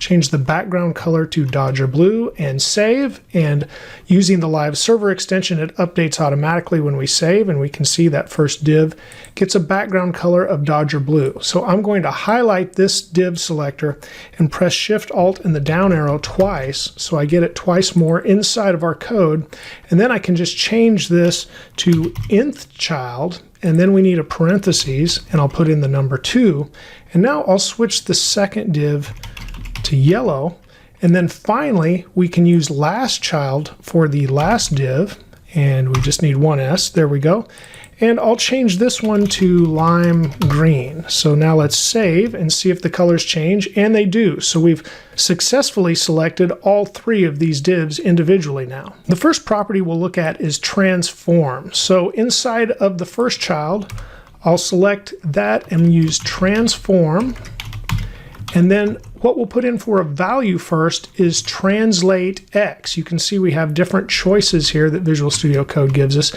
Now X will move it left or right. And if we use percents, it bases the percent on the size of the div. So when I put in 50%, it should move it halfway over, and we can compare to the other divs to see if this is correct. And yes, it moves our first div 50% of the way over of the width of the div, not of the page or the element that it's within, but of the element itself. So that is the 50%, and the positive number moves it to the right. A negative number would move it to the left. Now we can use other units besides percents, so in the next div I'll say transform once again, and then I'll use translate Y, which should move it up or down, and here I'll use 2 rem, and let's see what happens. It moved it down 2 rem, so likewise if I give it a negative 2 rem, it should move it up. And as you might have guessed, instead of just translate X or translate Y, we can use the shorthand and use them together. So on the third one, I'll say transform, and then I'll just use translate. And now the first value is the X value. So I'll say 100%, and we can combine different units. So here I'll say -2 rem and save. And now you can see it moves it to the right 100%, and then the -2 rem did move it up. So now we're back to our original gap between the second div and the third div, because we also moved that second div -2 rem. So if we were to just switch this to translate X and then remove the -2 rem, you can see that the gap is larger. So if we wanted to move this up even more to make it obvious, I could just delete the translate X, go back to translate, and let's say -5 5 rem and save, and now you can see it moves way up, so it's a little easier to see that it's working. So we now know that translate X moves things left and right, and translate Y moves things up and down, and we can use them both together. But for now, let's just comment these out. So I'll press Shift Alt and the letter A to comment them out after I have highlighted them, and do that for the third one as well. And we'll move on to the next value that we can use for transform, which is rotate. So I'll once again put in transform, and I'm going to leave these commented out values in here so you can play around with them from my source code if you want to. So this transform will be rotate, and you can see once again we have choices like X, Y, and Z, so I'm going to choose X.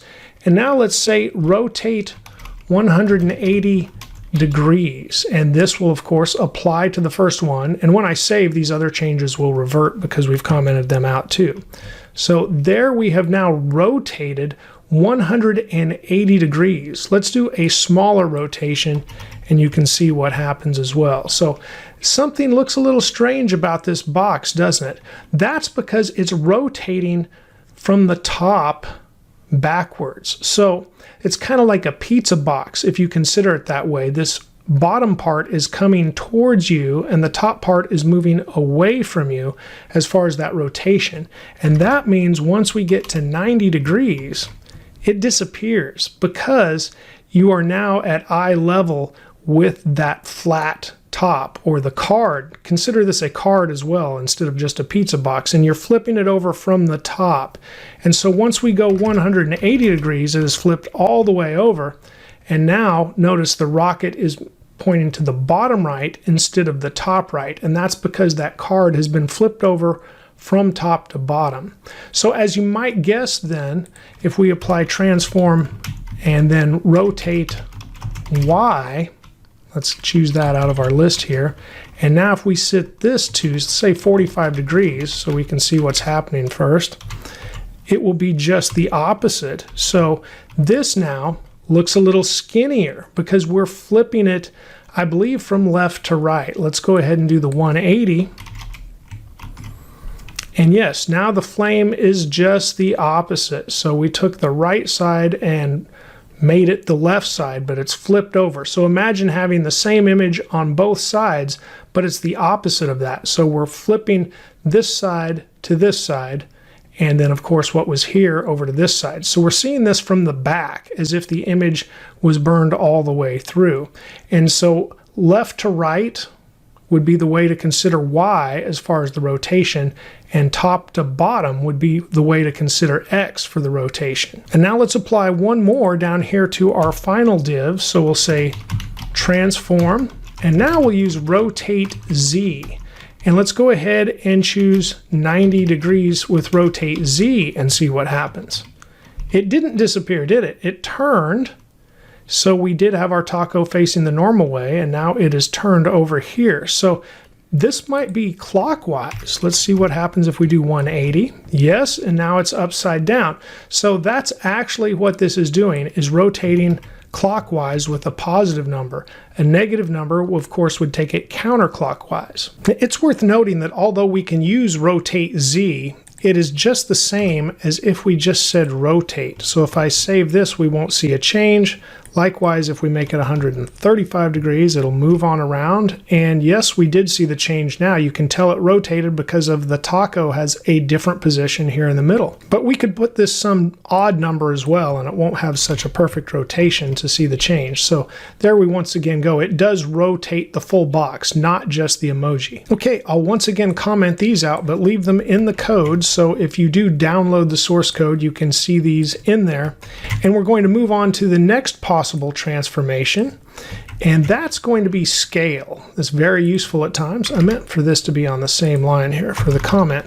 Okay, for scale, we'll say transform once again, and then we'll say scale X, as you might guess, and let's make this 120% and see what happens to this top box.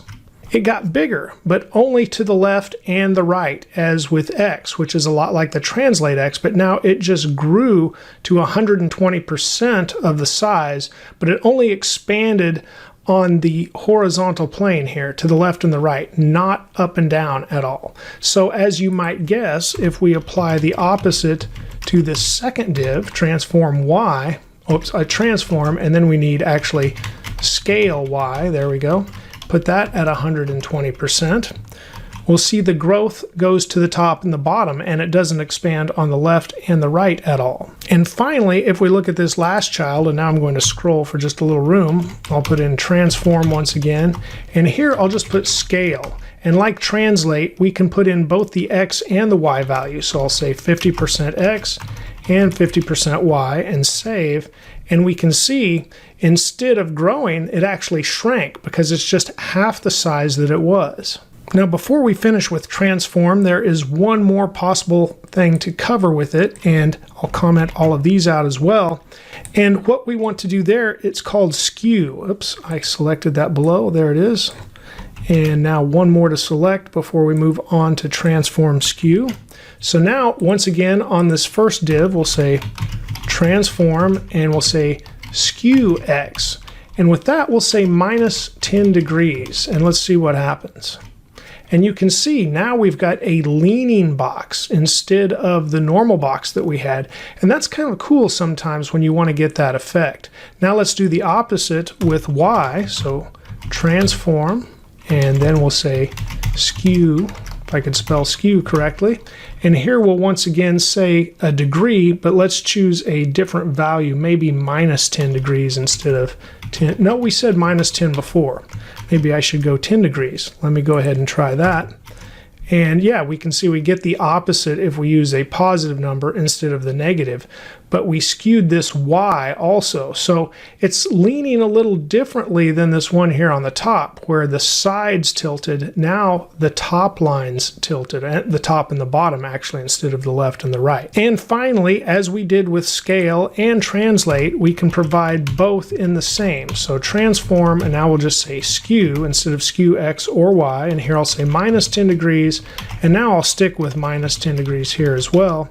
And when we save, we can see that applies to both. So it's leaning on the left and the right, and the lines have changed on the top and the bottom as well. Now, I've touched on some of the basic uses with all of these transformations, and there are many more that you can reference in MDN. And so, as always, I'm putting the MDN link for transform and all of these different possibilities in the course description inside of the resources. So you'll find that on GitHub when you go to the course resources. And now that we've covered everything you can do with transform, I'll reset these back, and we're going to start looking at transitions. Let's apply a transition to when we hover over the divs. So we'll say div and then use our pseudo class selector hover.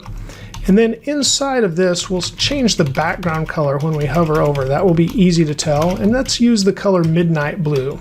Next, we need to provide the transition property that we are changing, and that is the background dash color. From there, let's set the transition dash duration, and we'll set that to 2 seconds and save. So now, when we mouse over one of these, I'll do the middle one. It takes 2 seconds and it changes to midnight blue. The same with the top and the same with the bottom.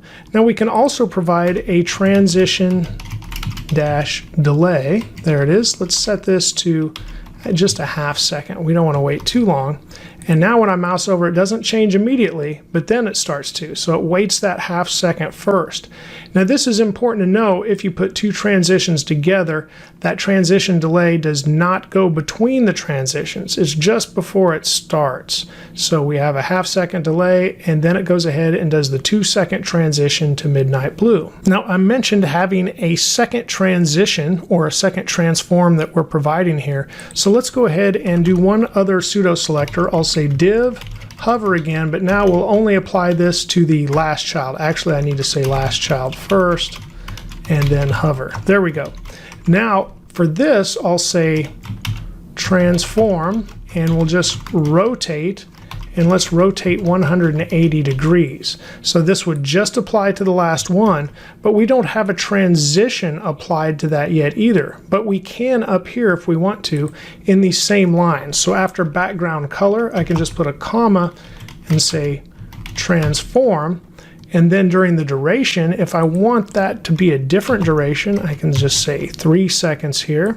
And then if I don't want a delay, or I want the same delay, I could just leave it as is. So let's just leave it as is. So we've got background color 2 seconds, transform 3 seconds, and we'll save. And now if I hover over this last one, it waits that half second, and then it begins to rotate. And notice it takes 3 seconds to rotate, but only 2 seconds to change colors. Once I'll do this again, you can see the color is fully changed before it stops rotating. Okay, but that is a lot of different lines here. We've got transition property, transition duration, transition delay, and as you might guess, there is a shorthand. So I'm going to comment all of those out with Shift-Alt and the letter A, and now I'm just going to say transition.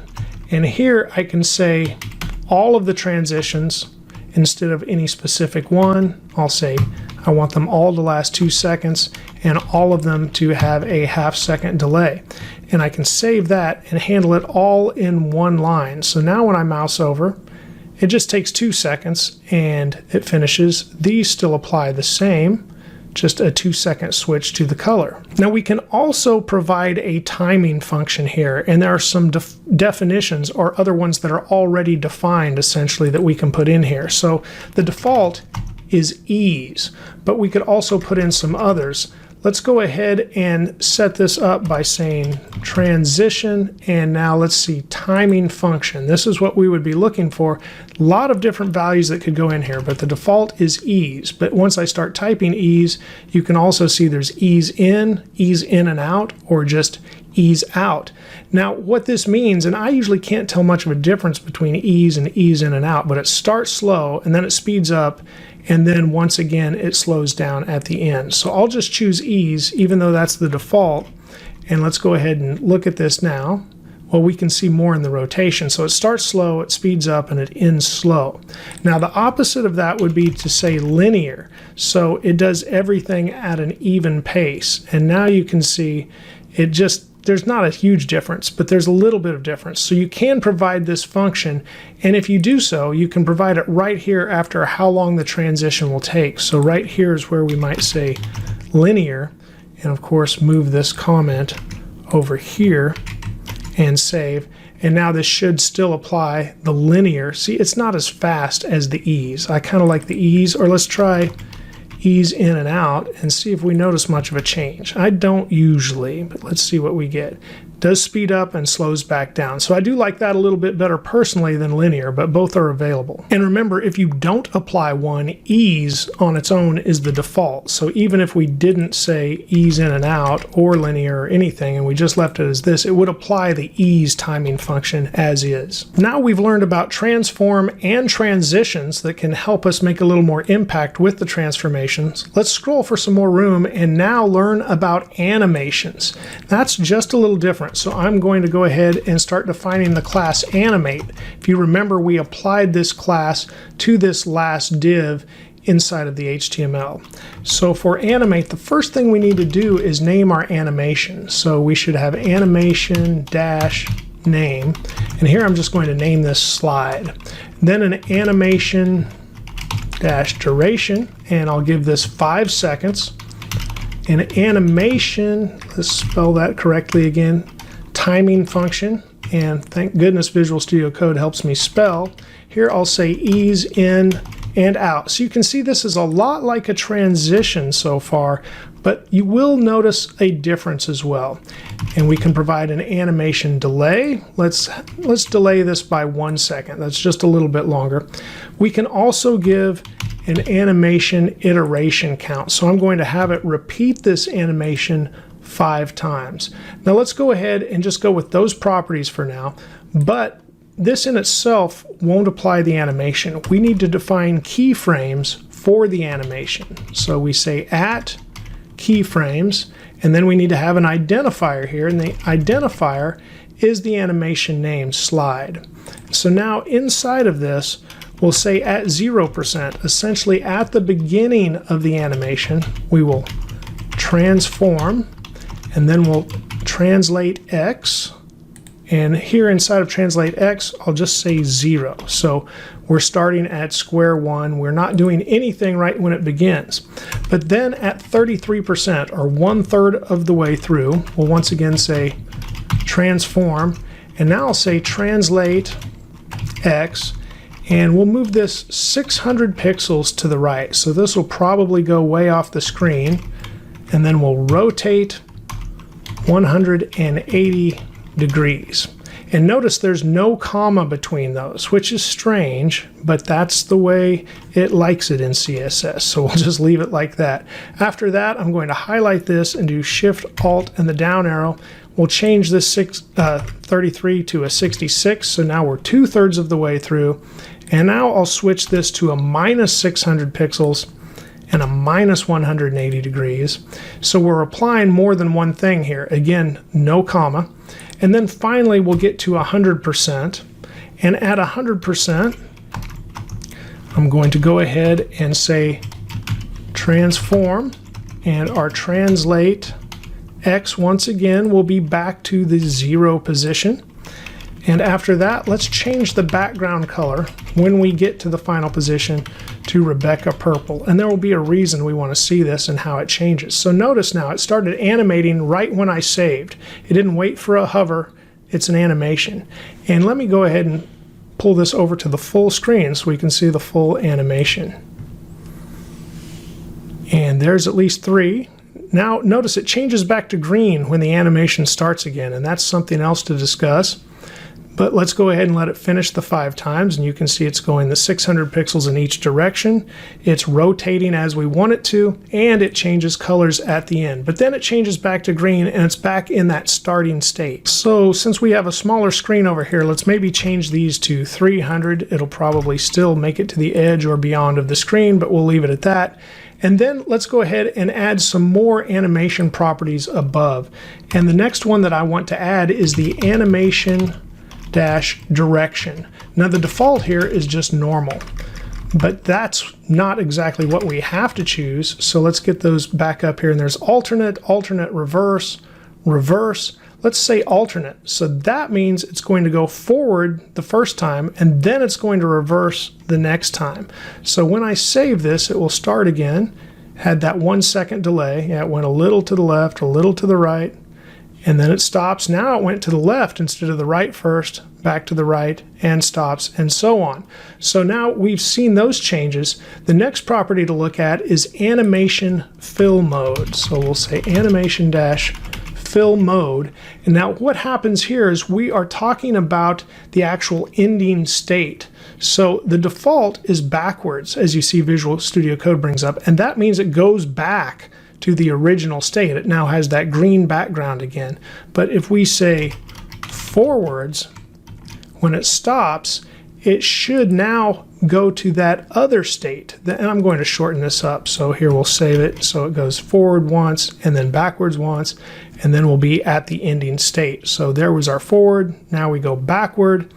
But when we get to the very end, let's see if it goes back to green or not. Well, it did because we alternated. So let's switch this alternation back to normal, because it was the opposite when it did the alternate the second time. So there we end at purple, then it goes back to green and starts again, and now we're back to purple, and it stayed purple. That's the point of this animation fill mode. Since we set it to forwards instead of backwards, it keeps the ending state, so it stayed purple. Now again, there are some other animation properties that you can dive into the MDN link that I'm going to leave in the course resources, because there's a lot more you can do. I'm just touching on the basics here today. But once again, look at how many properties we had to use, and we can use shorthand instead of all those. So I will comment all of those out, and now let's just apply the shorthand. We'll say animation. That's going to last 5 seconds. Let's use ease in and out, and then we'll say 1 second delay, and then let's do the animation twice. Let's say normal, so it does it the same way both times, and then the ending state will be forwards, and the animation name, of course, we have to provide, and that is slide.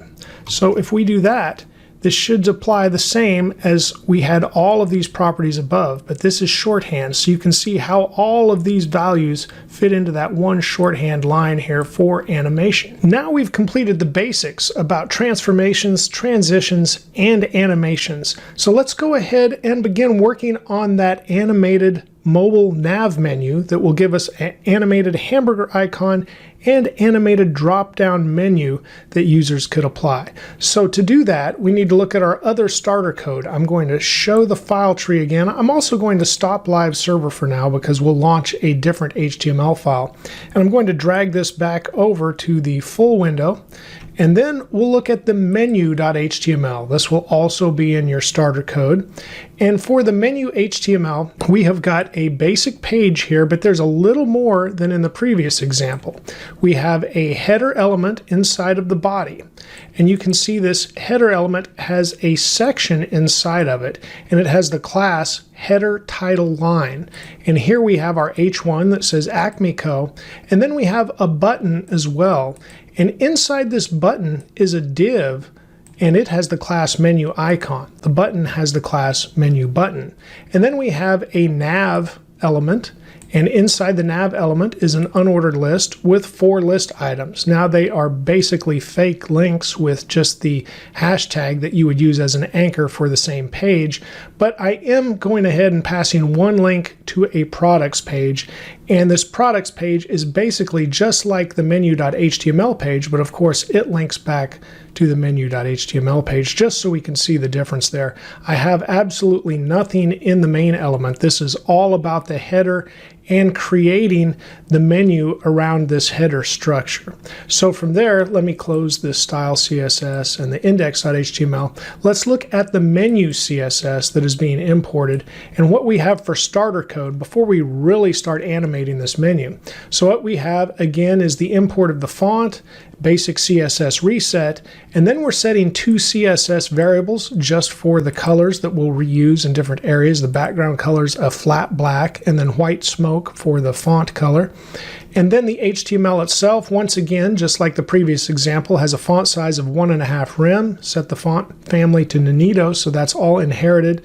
The body has 100 viewport units min height, and then is set to flex, and a column again. And then the header itself has a background color that's the header background color, and we set the basic color here. So we don't see a whole lot of difference, but I'm going to go ahead and launch this page now with live server and drag Visual Studio Code over to the left, and it looks like it launched the other page, so I'll need to change that. And then inside of here, I'm going to say /menu.html. Now right now, this doesn't look too great. We don't have a whole lot that looks good for sure. We have our Acme Co here, and then we've got our links here as well, and maybe a little something odd there. But now we'll start to apply some other styles. I'm going to do Control B again to hide the file tree, and we can start with that header title line. And if you remember, I believe that's what this is the button. We had the Acme Co H1, and then we had a button all inside of that section element that had the class header title line. So I'll put header dash title dash line, and we'll start to apply a few styles there. Let's give a padding of 0.25 rem on top and bottom, and 0.5 rem on the left and the right. We'll set it to a display of flex, and from there, let's go ahead and set the flex-flow, and this will be a row instead of a column, and we'll say no wrap again. And then after that, let's justify the content, and we want space between, so we go hard left and hard right with the content we have, which should be the H1 and the button. I'll save this much, and we do see the change. So now we see a line over here that would be the button. We didn't really do much with it yet, and we've got our H1 over here. Okay, after our header title line class, let's get the next class, which was menu-button. This is the button itself, and I did use a button element, so we don't have to apply some other things, and it's great for accessibility, such as hitting the tab button. It will automatically get focus on a button element. If we used a div, for example, we'd have to put in a tab index, and there's some other advantages as well, but that's a big one. Okay, for the menu button, we'll say background dash color, and now we'll set that to transparent because we don't want that normal button color that we get. And then we'll also set the border to none because buttons usually do come with a border. Now let's go ahead and give this some shape with a width of 48 pixels and a height of 48 pixels, which is kind of thumb size. I'll save this much, and we definitely see a change. It's gone. We don't see the 48 by 48 because we haven't done anything else with it yet at this point. But let's set the display to flex, justify content, and we want that center. We also want to align the items center, and I'll scroll just a little bit. And after that, we're going to set a position to relative. If you remember the position tutorial earlier in this CSS series, that means we're probably going to position something absolute inside of the button. But those are the button styles. And if we save, we really won't see a change at this point because we don't have anything inside of that button and we've set it to be transparent. Okay, now we want the menu icon, which is the div inside of the button. But we're also going to select the menu dash icon before pseudo element and the menu dash icon after pseudo element. So all three of these will be affected by this. And we'll say background dash color.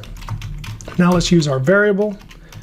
And we want the header color, it's that white smoke color that we defined above. Now here we'll set the width to 40 pixels and we'll give this a height of 5 pixels. And then I'll go ahead and save so you can see what we have. We have one line essentially here, a big dash that's 40 pixels wide and 5 pixels high. So now let's go ahead and set the border radius and we'll set that to 5 pixels. And now this is going to be position absolute. I'll scroll again for a little more room. And after that, we're going to go ahead and set our transition right here because it will apply to all of these.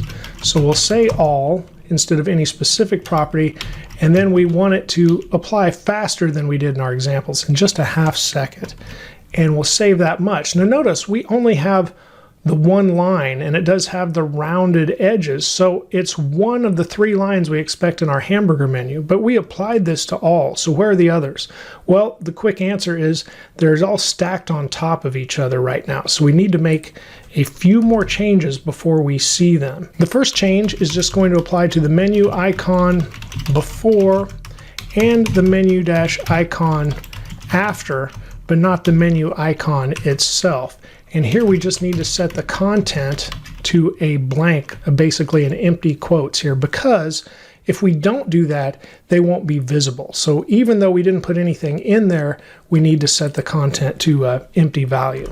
And then we can go ahead and set the menu dash icon before, and we're going to need to transform it now. So we'll say transform, and now we'll translate, and we're going to provide 2 values here. So I guess I could just do one first. Let's do translate y, and I'll show you why we need to do 2 values. So I'll say -12 pixels and save.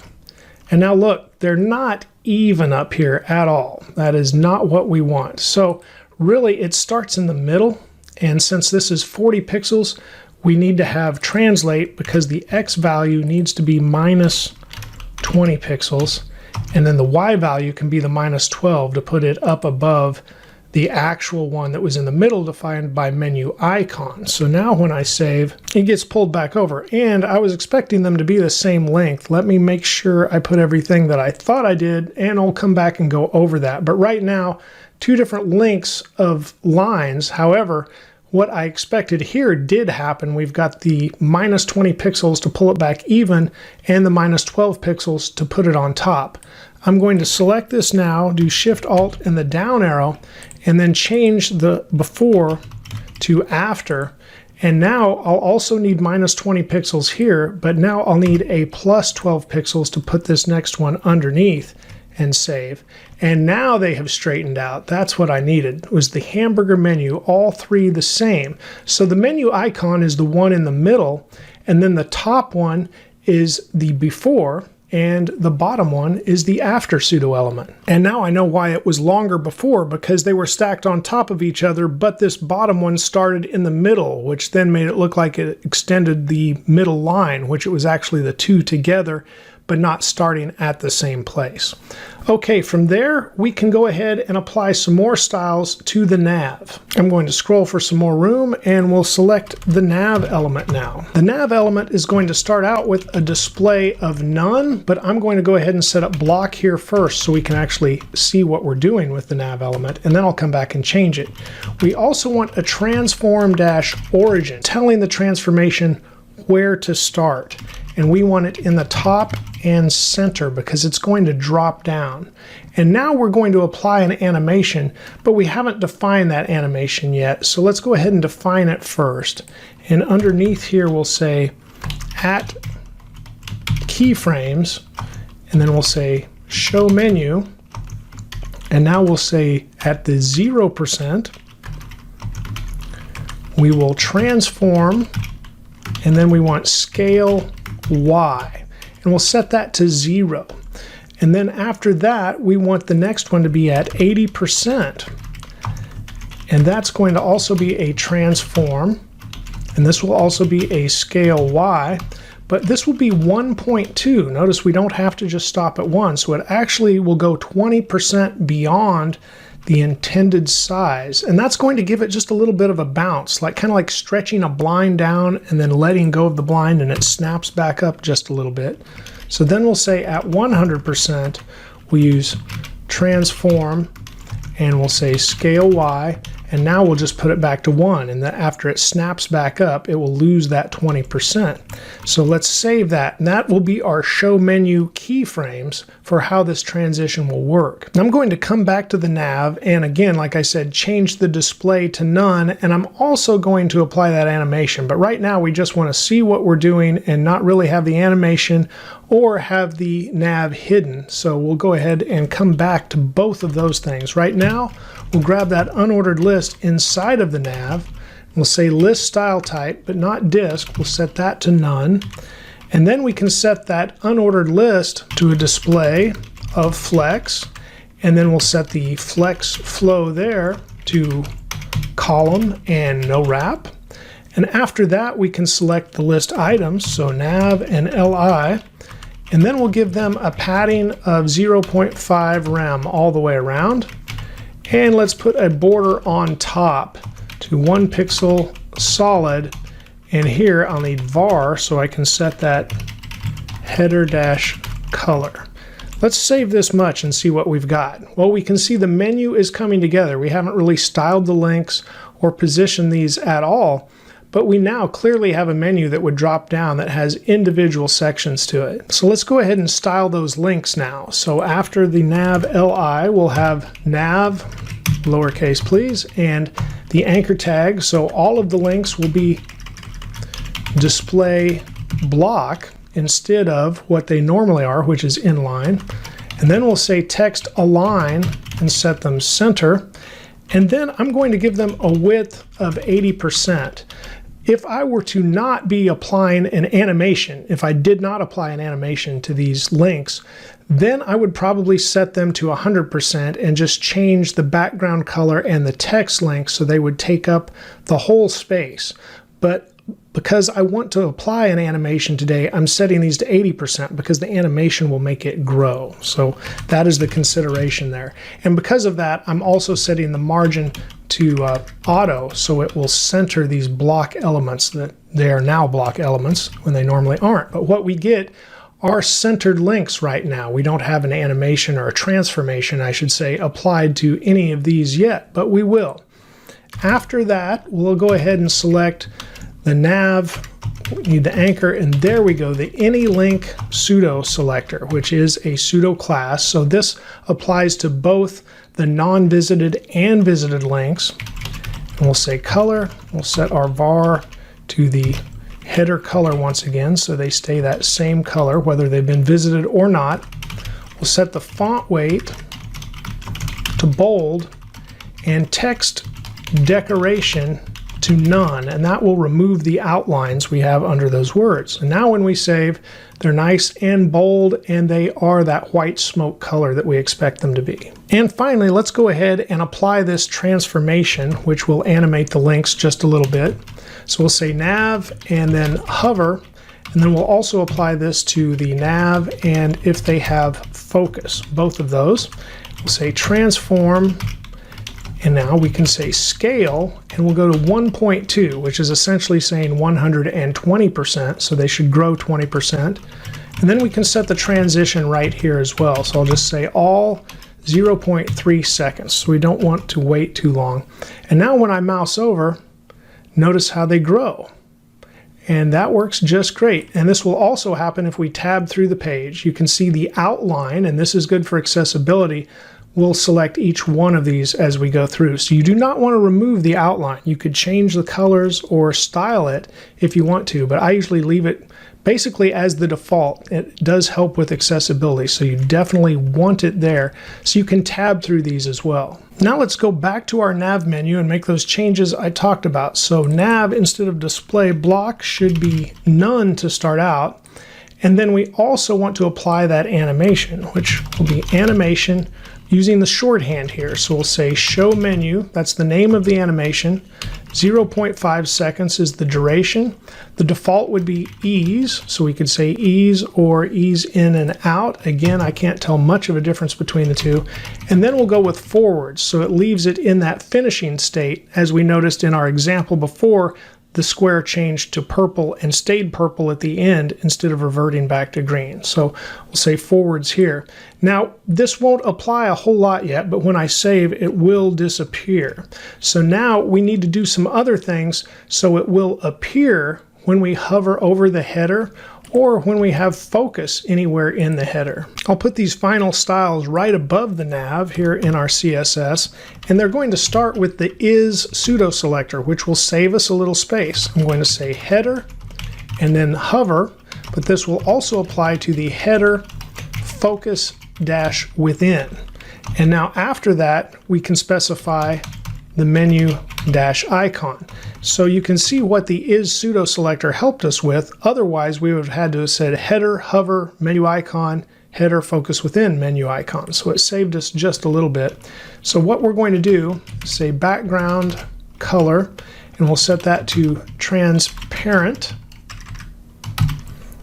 And then we'll also go ahead and say transform.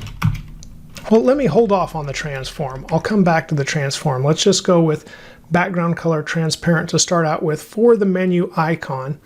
And after that, I'm just going to select this and drop this down. Now remember, the menu icon itself is just this middle line, which means we'll be losing the middle line when we mouse over. Now after that, we'll say menu icon before. So now we're selecting just the top line. And instead of background color here, I'm going to want transform. And then I'm going to set a couple of things. One thing is the translate X, and that is because, remember, we already had to translate X back -20 pixels. We need to do this again, or it will end up in a different area. So we'll once again say -20 pixels for the translate X, and then we're going to rotate, and we'll rotate this line 45 degrees. And we'll leave it at that. Now I'm going to select all of this and do Shift Alt and the down arrow again. I'm also going to press Alt Z just so you can see what isn't showing over there. So it's is header hover, header focus within, and then we're selecting the menu icon before. And now I'm switching this one to after. Once again, I need translate X -20 pixels, but now instead of 45 degrees, I need -45 degrees. Finally, I'm going to copy this one more time, select all of that down, but instead of the menu icon before or after, I'm going to switch this to the nav element itself. It's not a class, this is going to be the element, there we go. And now we need to change that display to block so it actually shows up, because before, remember, we had none. So those are the different changes we have made for when we hover over the header or when we have focus within the header, which is important if we're going to tab through. So now let me hover over the header, And you can see our hamburger menu changes to an X. And that's usually desirable. So the middle line disappeared. We set that background color to transparent. Then we rotated the other lines, the before and the after, so now they form an X. And of course, we also had to set this to display block for the menu to show. And now as I hover over these, that other transformation, of course, makes each one of the words grow by 20%, so we can tell what we're hovering over. And then likewise, if there's focus within here, now I remove this and it changes. So there we go. And we can see that little bounce at the bottom too. There we go. Now, maybe we want to set a background color on the nav itself, because I'm noticing that's bouncing a little bit lower and going into the white there. So let's go back to the nav and find where, oh, that was actually underneath here. So let's set a background color on the nav itself. And here we'll say var and grab that same header background color and save. Now let's check out the bounce with the menu. And yeah, now we see that color stays with this last word instead of dipping into the white there. That looks good. But there's one more transform that we can apply, and it's the one that I didn't before. This goes to an X, which is great, but let's apply this to the hamburger menu as well. So this is the menu icon, and right here we'll say transform, and now let's rotate, and let's do 720 degrees. So that's going to be a few full turns there, at least a couple. So now when I hover over, you get the spin, and then we have the X. And that's a nice little effect as well. So there, everything is complete. I hope this has helped you learn a lot about transformations, transitions, and even animations, because they're very useful, but you don't want to overdo it. Too many on a page can just be too much. Before we get to the final project in this CSS for Beginners series, there's one more topic to cover, and that's organizing your CSS. I've included a markdown file with this lesson and the sample code, and it just is going to contain an outline of suggestions to organize your CSS. And I say suggestions because there are no hard and fast rules. There are different theories and different takes on this, but the first one is possibly the most important, and that is follow your team.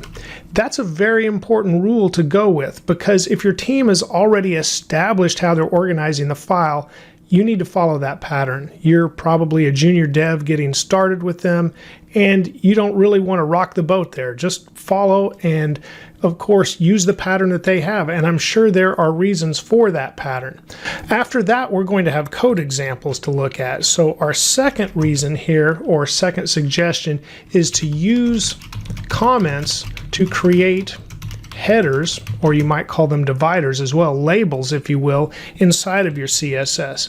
Now we've seen this already throughout this series as we've done a few mini projects, and you've seen that I've provided these headers, which are much like what MDN suggests throughout the CSS. So here's our reset labeled, and then I have one for the variables, and then inside of the root pseudo selector here, you can see I labeled colors. There might be other variables that I would create, and so I might have sub-labels here inside of that pseudo selector for that. Then I have utility classes, general styles, and now we get down to blocks, which is something we're going to talk about in just a little bit. But this is just our starter CSS for the day, but you can see how I've already organized it. And those comments will really help you get back up to speed if you come back to your project a month later, or anybody else that's working with you. They'll easily find the section that they're looking for. Okay, the third suggestion here is to sort properties, and typically you sort those properties alphabetically, but this is not everybody's choice. Some people prefer to sort properties in their own groups that they have chosen, and MDN has some suggestions for that too. So I'm going to put a link in the resources to that MDN page that has those other suggestions, and also a link to an article that discusses sorting your CSS properties alphabetically. Now that's not how we write them, so I'm going to show you what I do here in just a second, but I want to give you a memory technique to remember this by. Sorting alphabetically, at least in the English language, we usually say the ABCs, which would be our alphabet. So just remember ABCSS, and that will help you remember sort alphabetically. So ABCSS. CSS, if you will. Okay, I'll save the markdown file. Now let me show you an example of this and how to do this in Visual Studio Code. Typically in a small project, it's easy to find these, and really I don't sort them. So you can see I have margin, padding, and box sizing. Now if I did this alphabetically, box sizing would be on top. But that's not how I write CSS. It's not what I'm thinking of when I write the properties. Like if I create a Flexbox, for example, and we'll see that as we get down here to the body, I have these properties. I had display flex, and then flex flow, justify content, and then align items. Well, that starts with A, but I don't think of it in that order. I would write my CSS in this order, but then to sort it alphabetically, say when I'm done, if I'm working with others, or I want to come back to the project later and of course just find the properties easily. Select all of these properties and then Control P. Now I'm on Windows, that may be a little different on Mac, but Control P to open up the command palette in Visual Studio Code, and then the greater than symbol, and type the word sort. You can see it shows mine says recently used sort lines ascending, but you may not have that. So type the word sort, and then you'll see the different sort choices. Choose sort lines ascending, and you can see it sorted these alphabetically for me. So sort lines ascending is what you want from the command palette. Now they're sorted, and I know what property, say the specific property I'm looking for, maybe align items, it's right at the top, or gap, I know it's going to be right here alphabetically. Likewise, this helps you find issues. Say you had a second gap or a second min height or display, just you accidentally put the property in twice and one was defeating the other due to the cascade. Well, you would find it when you sorted, because then it would say put both displays on lines right beside each other, so you would find those issues. So sorting alphabetically, the ABCSS is a good way to go. Now I'm going to press Control Z to undo that, because I'm going to come back and change this in a little bit. And once again, I'm thinking about these flex properties, especially justify content and align items, in that order, and I know right where to find those. Again, small projects, it's much easier to just leave it this way. Okay, back in the markdown, here's the big one that we're going to spend most of our time on today, and this is for larger projects. You wouldn't typically do this in a small project, but on a team, larger projects, they usually have a naming convention methodology. So I'll put follow a naming convention methodology, if I could spell that right. There we go. Methodology. And a very popular naming convention methodology is BEM, which stands for Block Element Modifier. So Block Element Modifier. There we go. So there are others. This is just a popular one. So I want to go over this popular version, and of course your team may not use this. This may not be the one you adopt going forward, but do know it exists and know that it is used a lot, so you may see it out there in code examples. So now let's go back to our code, and besides what we have here, we start with a block here at the bottom. So you can see I've defined a button class.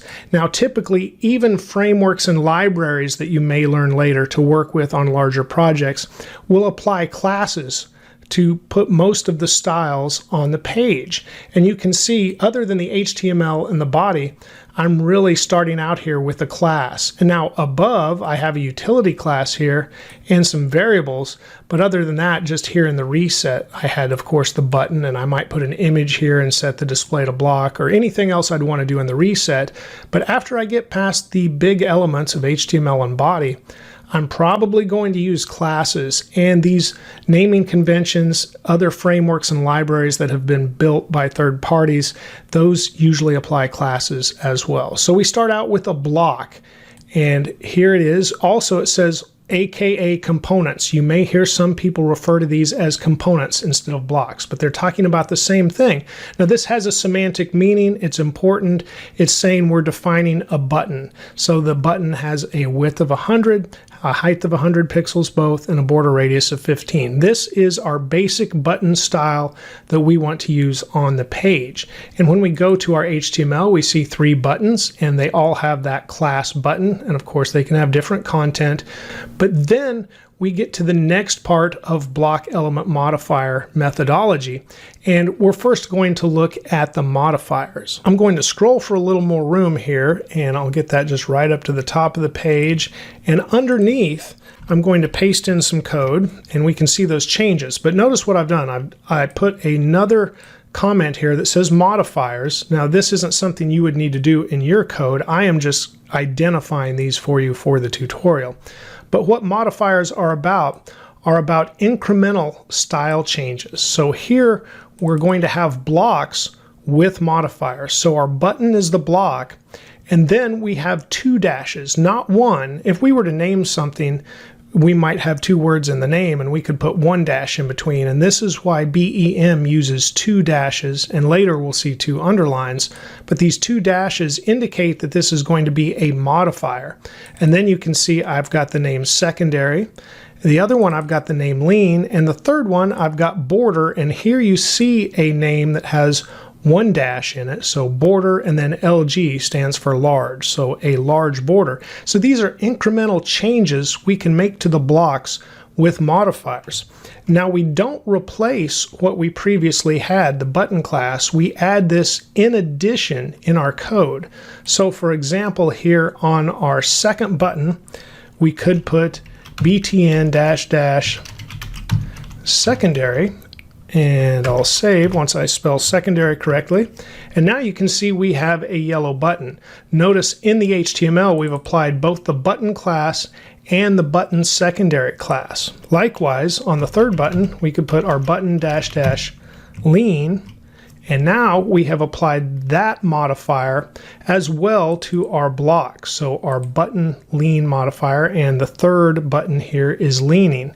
And I believe we had another one. Let me look back. Yep, border large. So we could apply another class. You can apply as many as you want to. So we have button -- and then we said border large, and save.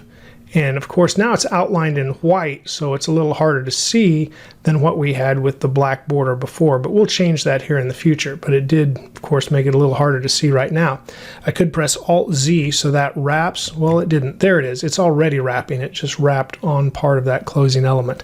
But there we've applied modifiers to the blocks. And these modifiers have provided incremental changes to our more important semantic blocks, our buttons, and those are the starting styles that we want, and then of course we can modify them with each class that we apply. Okay, let's move on to elements now, but before we do that, I need to add some HTML over here. We're going to turn our three buttons into a header, so I just need to add the rest of the header. So I'll type header and add a class of header to start out. But that closing header tag is going to need to come after all of our buttons as well. So we'll add that much and save, and you can see the changes will be over here to the right. After that, I'm going to add an H1, and it's going to have a different class. So it's going to have header, 2 underscores, and then title. And there we go. And then for the title, I'll just put BEM for our block element modifier lesson, and save that much. Now we see BEM on the page. After that, I'm going to add a nav that will be wrapped around these buttons, and it's going to have a class also that is header, 2 underscores, and nav. And of course I need to put the closing nav after the buttons as well. And I can save. Now we could say we're finished with this and apply some classes, but let me first describe what I'm doing here. So you can see our component is the header. It is the important semantic element. And now what's within it depends upon the header. So we have a header with 2 underscores and then a title. This is the element, the E in BEM, the block element modifier methodology. And then we also have another element that is dependent on the header, and that is the nav. Now inside here, we could say, are these buttons dependent on the header or not? Because if we have a button style we're using throughout our site and not just in the header, we would want to leave this as it is, because this would be important so we don't have to redefine the same button style somewhere else. However, if these are buttons that we're designing a specific way just for the header, then they would become dependent on that header. And if that was the case, then we would say header 2_ button. And of course we would change everything else here. So I'm going to select one button and then Control D to get the next and the next, and there's one more. There I've got all 5 of them now. And now I'll arrow to the left, and now I'll put header 2_ and save. And you can see we've changed each one of those classes now because they are dependent on the header. It's also important to note that this does not display the structure. So you might think you need to put header 2_, then nav and 2_ and then button. That is not the case. You only want to start out with the major component, the block name, the B here, so header 2_ and then whatever the actual element is. So in this case it's a button, in this case it's a nav, and in this case, well, it's an H1, but we're going to call it title because that semantically makes more sense to me. And you can do that. Again, there are no hard and fast rules, but if you're following this pattern, the actual rules for the pattern are 2_ and then element. Likewise, for the modifier, 2 dashes and then the modifier. So I'm going to save these changes, and then let's go back and modify the styles that we have over here and include those elements as well. So there is our block section, and we actually need to include the header itself now inside of our block. So I'll start here under our comments and say header. Then we're going to have a background color, and I'm going to say var and change this to our header color or background color that was defined before. So there's the B. After that, we would also have a color. There we go, color. And I'm going to put another var, 2 dashes, and choose color. After that, we're going to have some padding, and I'm going to say 1 rem on the top, 1 rem on the left and right, and 1/2 rem on the bottom. We'll make this a display of flex dash flow. Whoops, flex dash flow is going to be row and no wrap. And then we'll justify content and we'll say space dash between. We'll save that. We definitely see a change, but not everything we want yet. Let's go up and remove some things from the body. All we really need to keep are the first 3 properties. Let's get rid of these bottom 3. And we'll save that. And we see a few changes at the top. Not exactly everything we want yet, but we're getting closer. And I think I see I forgot the word header on the color. So if I put that, should change those to white letters. That looks a little better as well. And now let's add an element section that I'm going to put right after our button class. And I'll just put the comments there. It looks like it's wrapping here, but what I wanted to add along with just the elements editor is the comment no standalone meaning. In other words, they're semantically tied to the block. They are dependent upon that block. So it's not just a button, it's going to be the header button style. And likewise, it does not represent the structure. So what we do not want is the header _, 2_ nav, 2_ button. You would not want that. You would just want header _ button. And I don't know why I have the period there. Well, that's weird. I'll Control Z to change that again. Maybe that's marking something. Let's see if I can just back up one.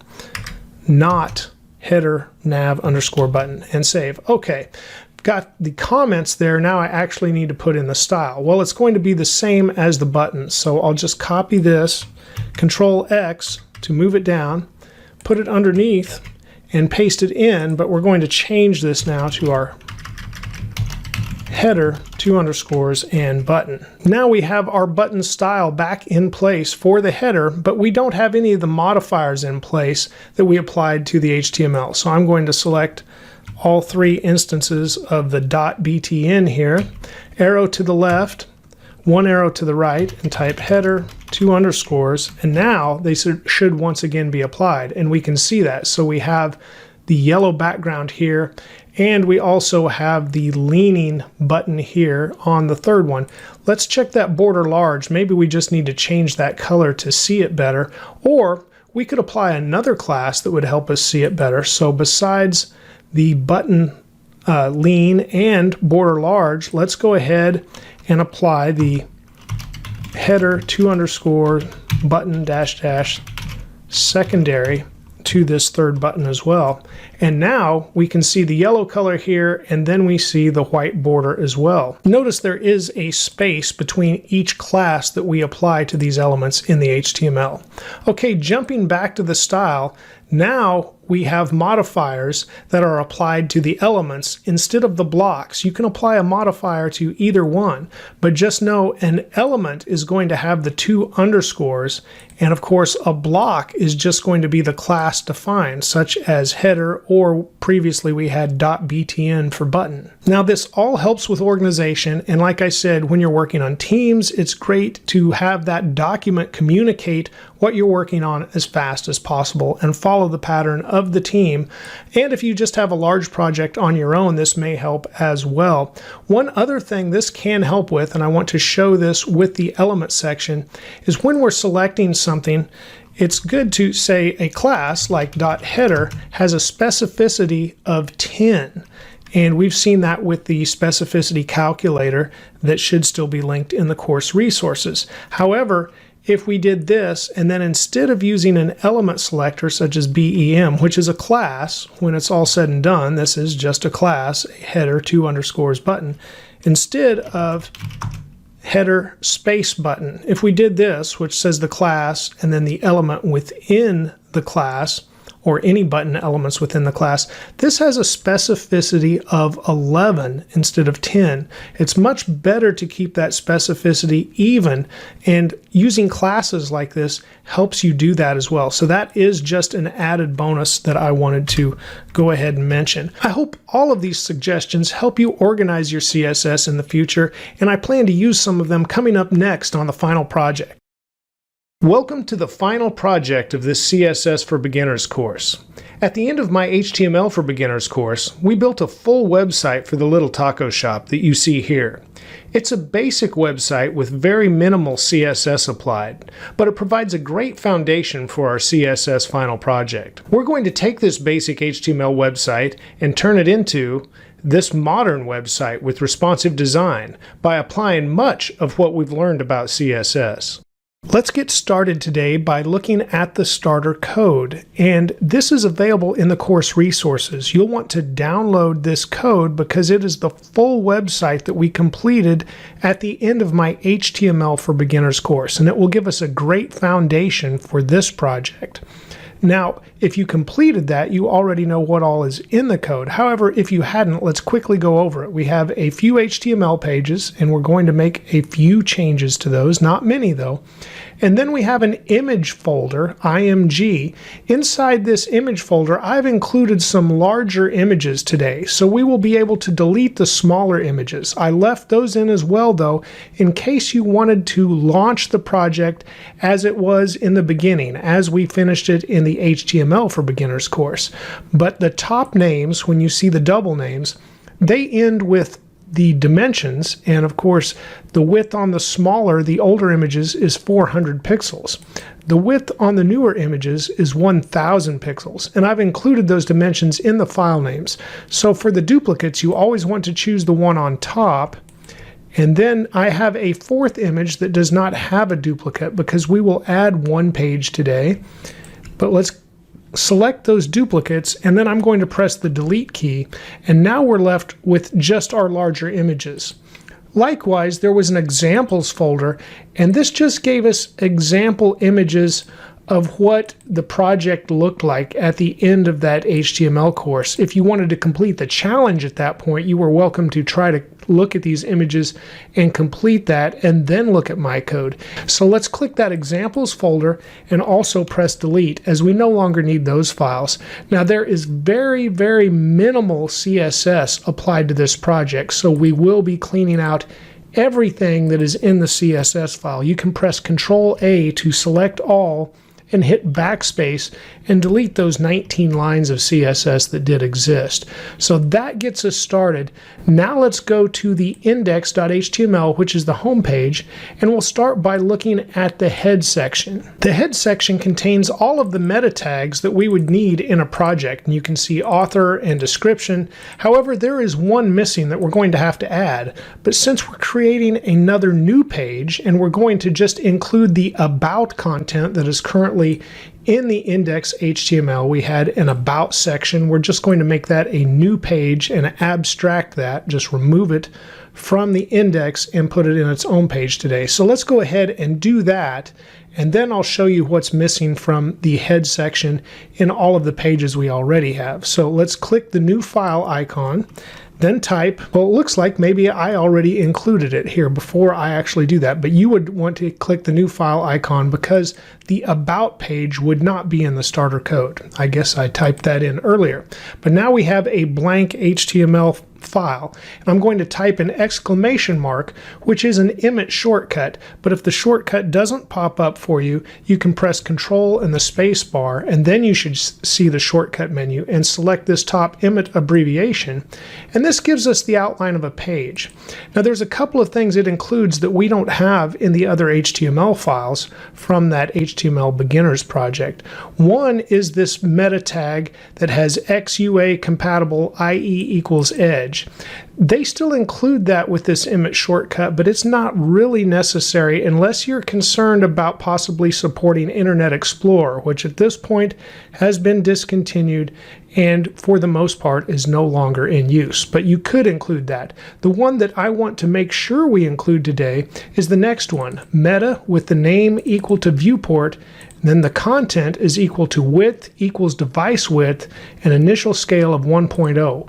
We absolutely need that meta tag in the header of all of our HTML pages so we can make them responsive. So I'm going to copy this, and then I'll go back to that index.html, and I'm just going to put it right underneath the UTF-8 that we have in the meta care set, which is character set, here in the head. And of course we can remove that space and save. And then I'm going to want to do that in the hours.html as well. So I'll put that in, get rid of the blank line, Control S to save. One more time in the contact.html, and we'll put it right after the UTF-8 line and save. So now that we've done that, back here in our about, we could fill in all of these blank things that we have, or we could just copy the pattern that we already have inside of the index.html. So I'm just going to copy the full head section here, the entire head element with the opening and closing tags, go back to about, and then I'm going to select it here and paste it in. Now I'll just change some information. Now I can see some of that's going off the screen, so I'll press Alt-Z and get that code to wrap so I can see everything. You'll want to change, of course, my name in the author meta tag to your name. And now for the description, instead of the official website, here we would just want about the Little Taco Shop. So this is the about page, and that's what we have. And we could put the same in the title, about the Little Taco Shop. Everything else is pretty much as we need it for now. So I'll press Control S to save that. And of course we see a little auto formatting now where it included the lines, the spaces that you see here, but we'll just leave it as is, and then we will come back and get that information or abstract that out of the index.html when we get to that point. Now moving back to the index.html file, I'm going to scroll down, and we have a header section already clearly defined, but we can see it goes clear off the page. I don't have the closing tag here yet. However, everything we see here is really all I want in the header now. We had a figure here with an image, but we're going to pull that out of the header and put it inside of its own section. So select everything from the opening figure to the closing figure, and I press Control X to cut, and then I'm going to backspace and remove those spaces, and then I'm going to type section and press tab, and so I get a closing tag as well, and then press return or enter so I get a new line, and then I'm going to Control V to paste that figure in. So now the section contains the figure and the header contains the nav and the H1. And I'm going to do that on all of the pages, and I'll remove that HR, which was the horizontal rule.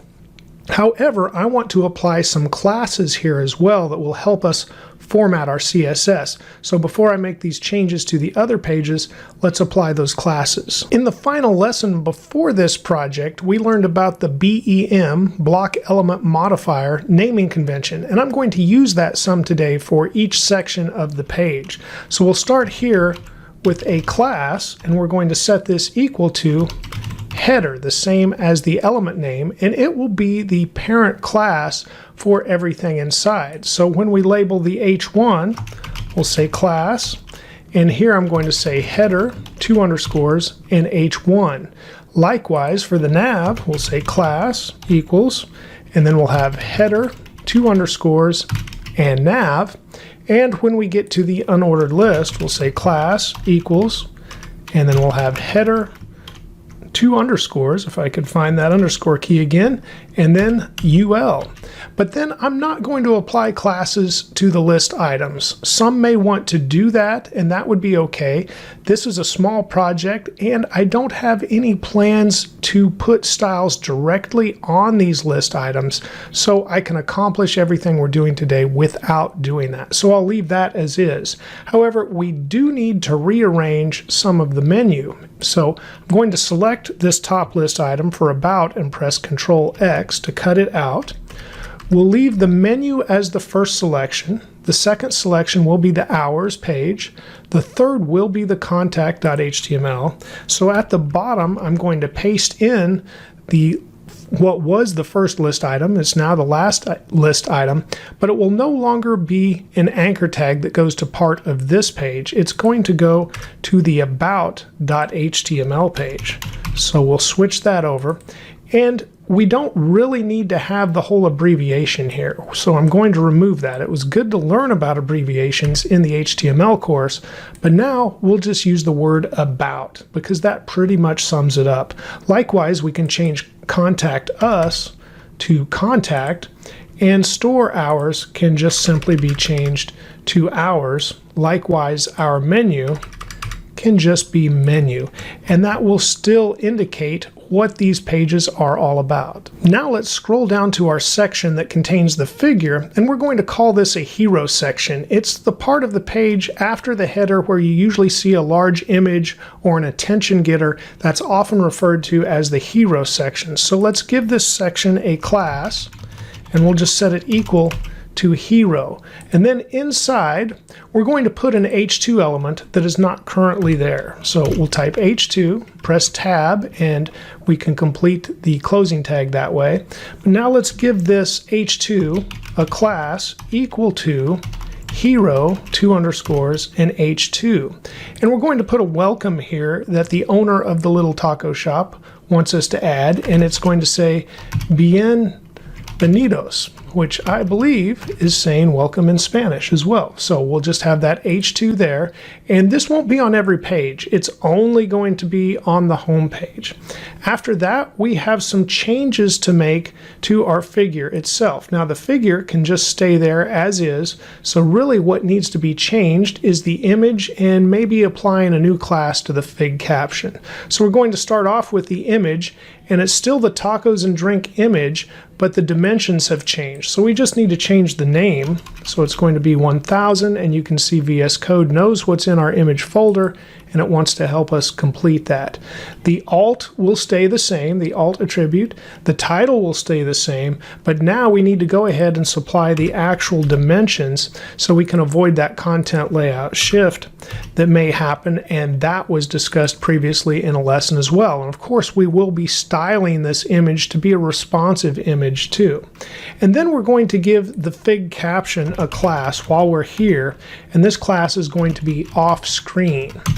And what that does, if you remember when we had covered that in a previous lesson, is it will take this caption off the screen, but it will leave it available for screen readers, for accessibility. So that is important as well. So it won't be viewable, but it will be readable. And now we need to structure these top two sections, the header and the hero section, in all of the other HTML files as well. So we have a good foundation before we start in on the CSS. So I'm going to scroll up for now and select this header on line 15 and scroll all the way down to line 44 where the section ends. I'll hold down the Shift key and click my mouse, select all of that, because right now our about.html does not have any of this content. So I'll press Control C to copy, and now I'll go to the about.html page, and inside the body element I'm going to paste all of that in. Now it will currently be the same as we have on the index page, but we can make some changes here. And the first change we're going to make is to select this last list item and Control X to remove it from the bottom of the list, and it will now go once again at the top of the list, so Control V to paste, but it's not going to go to the About page. We just want to put in a slash, which means it will be the root page. That will take us back to the home page, so we'll type home there. And then the next one should go to not just hashtag menu, because that means it would be on the same page. It should go to the home page, which is the slash, and then hashtag menu, and that will take the visitor back to not only the home page, but then to that particular spot on the home page, which is the menu. So now we've completed or adjusted the menu for our About page, but then we also need to change this header. So instead of Welcome to the Little Taco Shop, let's just put Little Taco Shop at the top of our About here. And then after that, we can scroll down and change our hero section just a little bit as well. So we're not going to have the H2 Bienvenidos on the About page. We're just going to have the figure, and this is going to be a different image here. So this one will take the last part of this image file, because this is named Tacos Delicioso, if I could pronounce that correctly. And then we'll have a different caption here as well, which should say Tacos Delicioso. I could double check my spelling on that as well. And let me go ahead and check the title tag. The title is basically the same, so I'll copy that, but we'll put an exclamation mark in there because the title and the alt do not have to be the same. The dimensions are the same, 1000 by 667.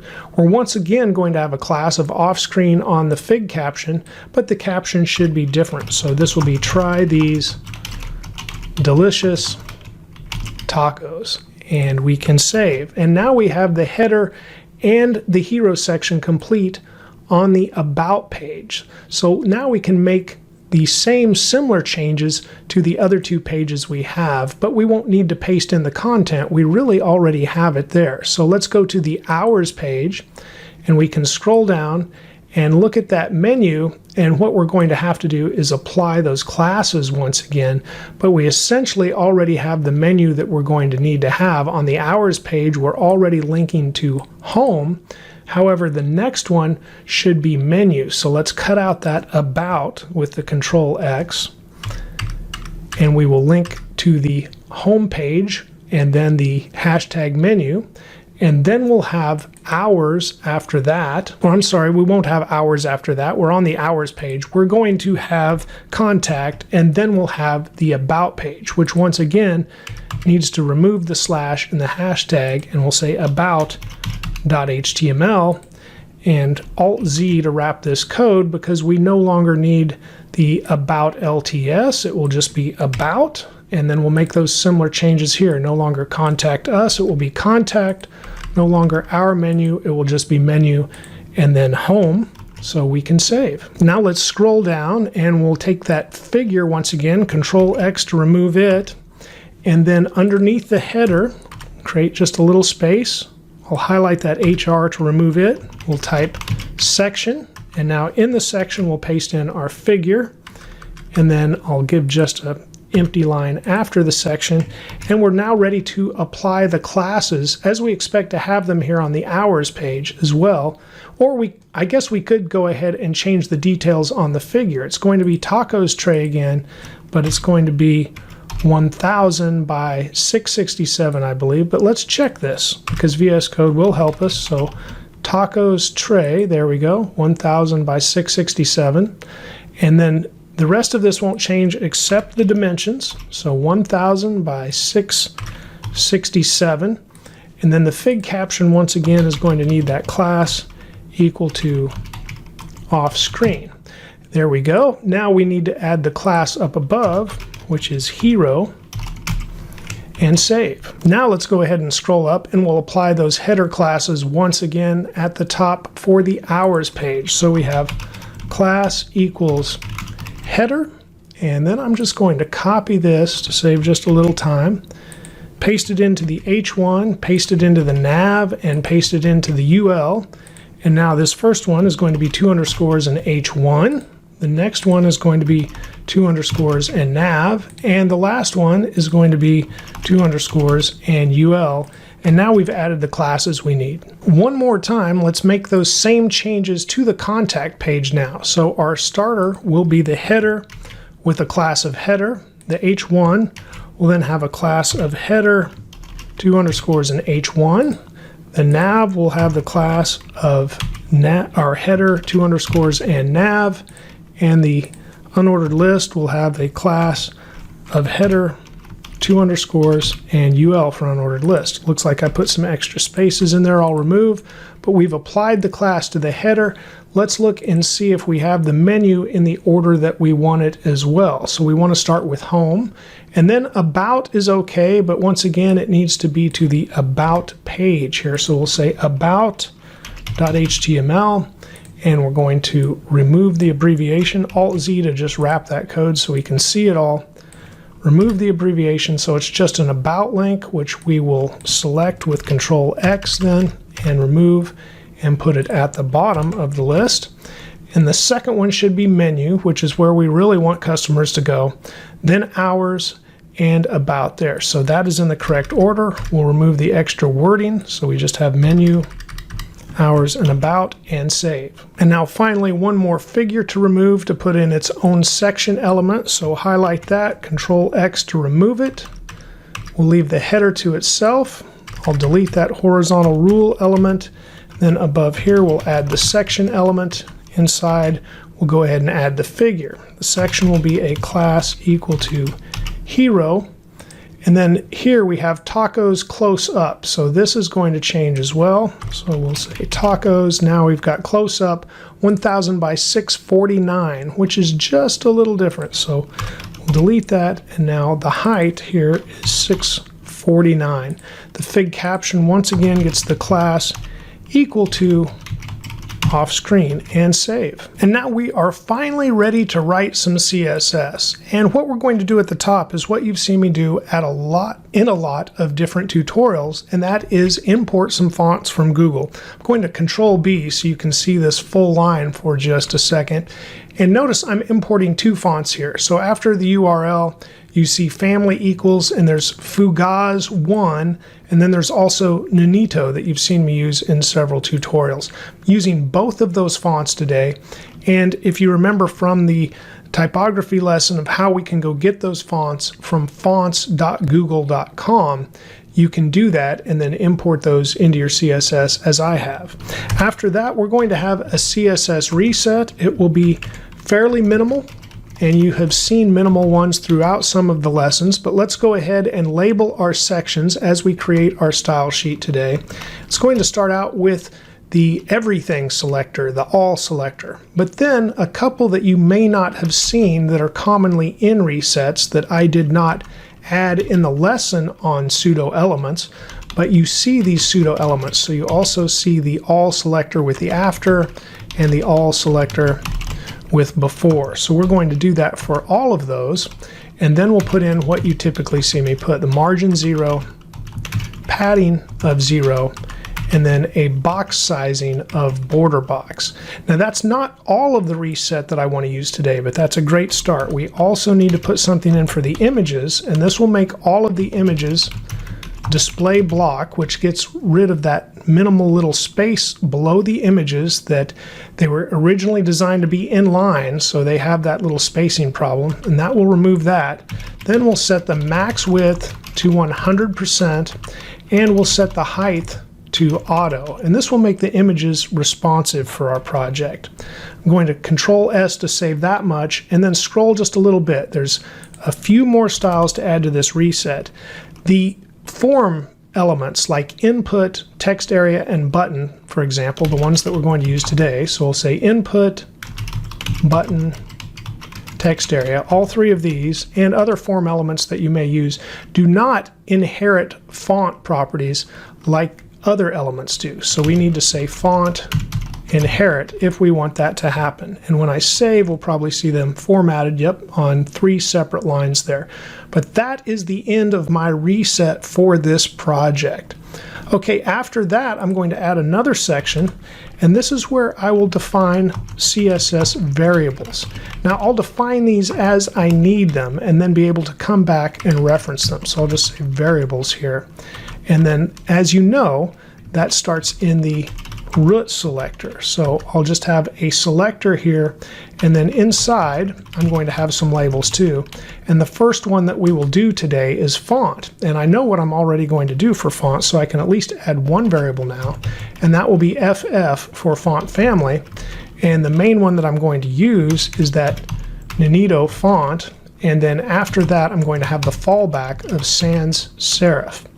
And then for the headings on the project is where I'm going to use the other font. So I'll say font family headings, and here I'm going to use, let me spell this correctly, Fugaz 1, and then it has a fallback of cursive. Okay, I can add just a few more variables that I know I'm going to use right away. And the other one for fonts is the font size. So I'll just call that FS.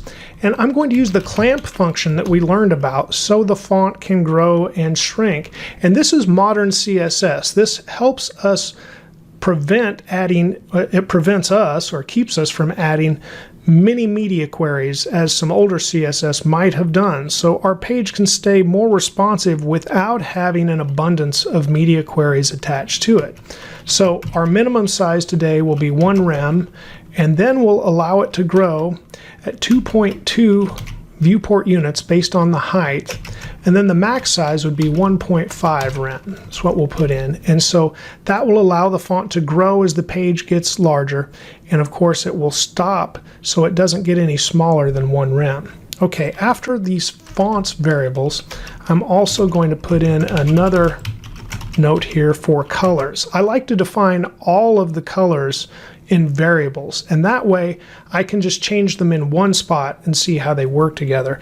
I will be coming back to add more colors here, but I'm going to start off with a background color, and I just want a basic orange. It's going to match something that's in the photo that we have, and I think that's going to look good. Then I'm also going to use a background color dash fade, and that's because we're going to use a linear gradient. Now I've picked out this color. It is a fade of the orange color, so I'm using RGB, and then it's 252.220.160, and you'll see it's a faded orange.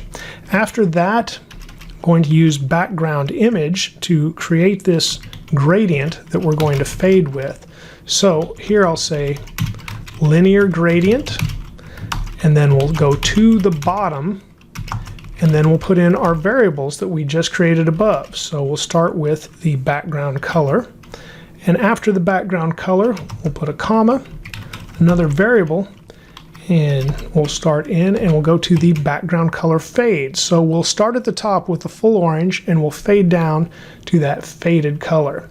Okay, that's looking like a pretty good start, but I could put in just a couple more for the body. So just underneath this, I'm going to put in 2 dashes and body dash background color. So I'm planning on a different background color for the body element than I am the HTML element, and you'll see how that works.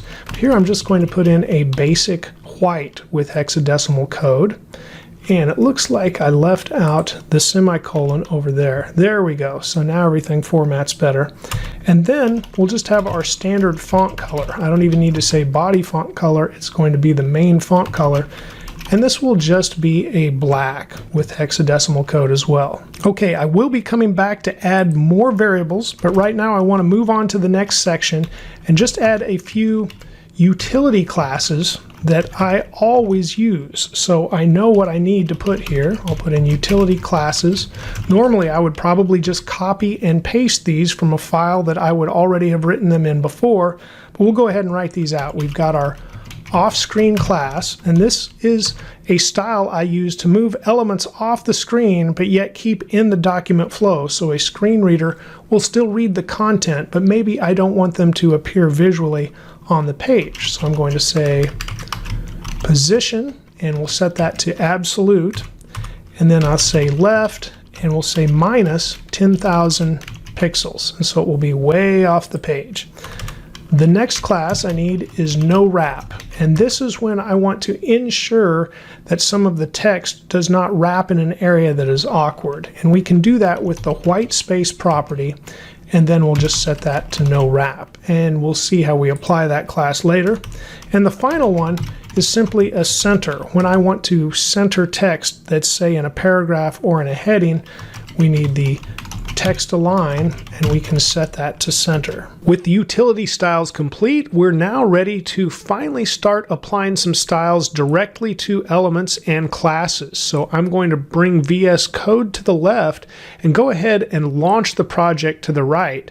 Now remember, we removed the few styles that did exist, and everything we've created so far really doesn't apply to the page except for that reset at the beginning. So we have removed more than we have added to the current project, but we now have variables ready to apply and utility classes ready to apply. But we also want to add what I would call general styles. So let's put in a section here, and we'll label this the same way we have the other sections, or in the same style. And now with our general styles heading, we'll start with the HTML element itself. Now I'm going to use a different color on the HTML element that will be the background for the body element. But if you remember from some previous lessons, we also use scroll behavior on the HTML element, and we'll set this to smooth, and this allows a smooth transition to when we link to other parts of the page. And we'll still be doing that on the home page, this index.html, when we go to the menu that will be located below the big image, and so in the second half of the page. So we'll have scroll behavior smooth, and if I save that, you won't see any changes to the page because that affects more of a behavior. But I'm going to try to save after every property applied so you can see those changes. The next one we'll apply is font size, and we'll use a variable for font size that we already created. And now when I apply that, we'll save, and you see the font size instantly got larger.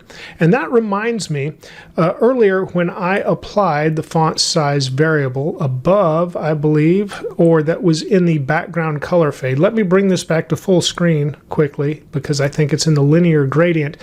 VS Code tried to help me out, and it accidentally added a second var to each of these.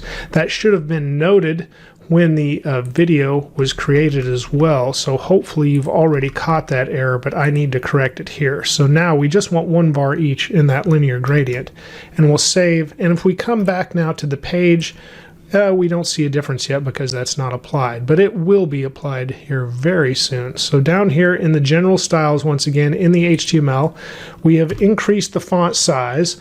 Now let's say font family, and we'll use the other variable we created there, which was FF. And if I save again, we should see the font family has changed, and it does for the page. After that, we're going to set a background color, and this will be a variable as well, and it's the BG color we see here in the list, And I just want to make sure VS Code doesn't add a second var. Now you can see we've changed to that orange that we set. But now this is actually the fallback because we're going to use the background dash image. And here we're going to use that background image variable we created. And we'll find that here in the list as well. And save. And now we should see it go from orange to that lighter orange as we scroll down the screen. And that's what happens. So it's a linear gradient from a full orange to a lighter orange.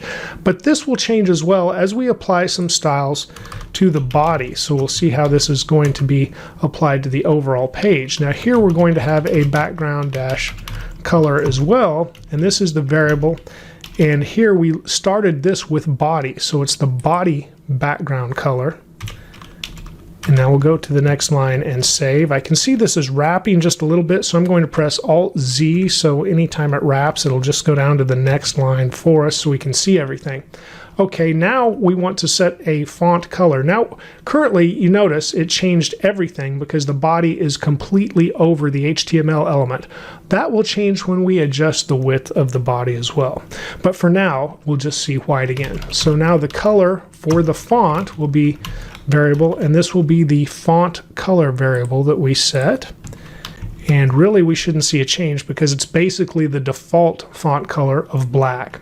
Now let's have a min height for the body, and we'll set that to 100 viewport units of height. And if I save, we shouldn't see much of a change because it's already taking up over 100 viewport units of height already. After that, we'll set a max width to 800 pixels. Now I'm not sure of the width here to the left, but we can see really 800 pixels is still within the range of this. So let's drag this over and look at the full page expanded now.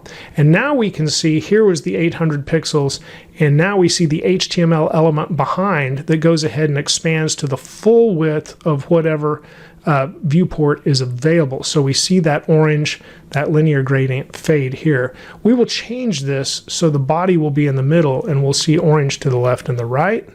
I'll move this back to the right for now.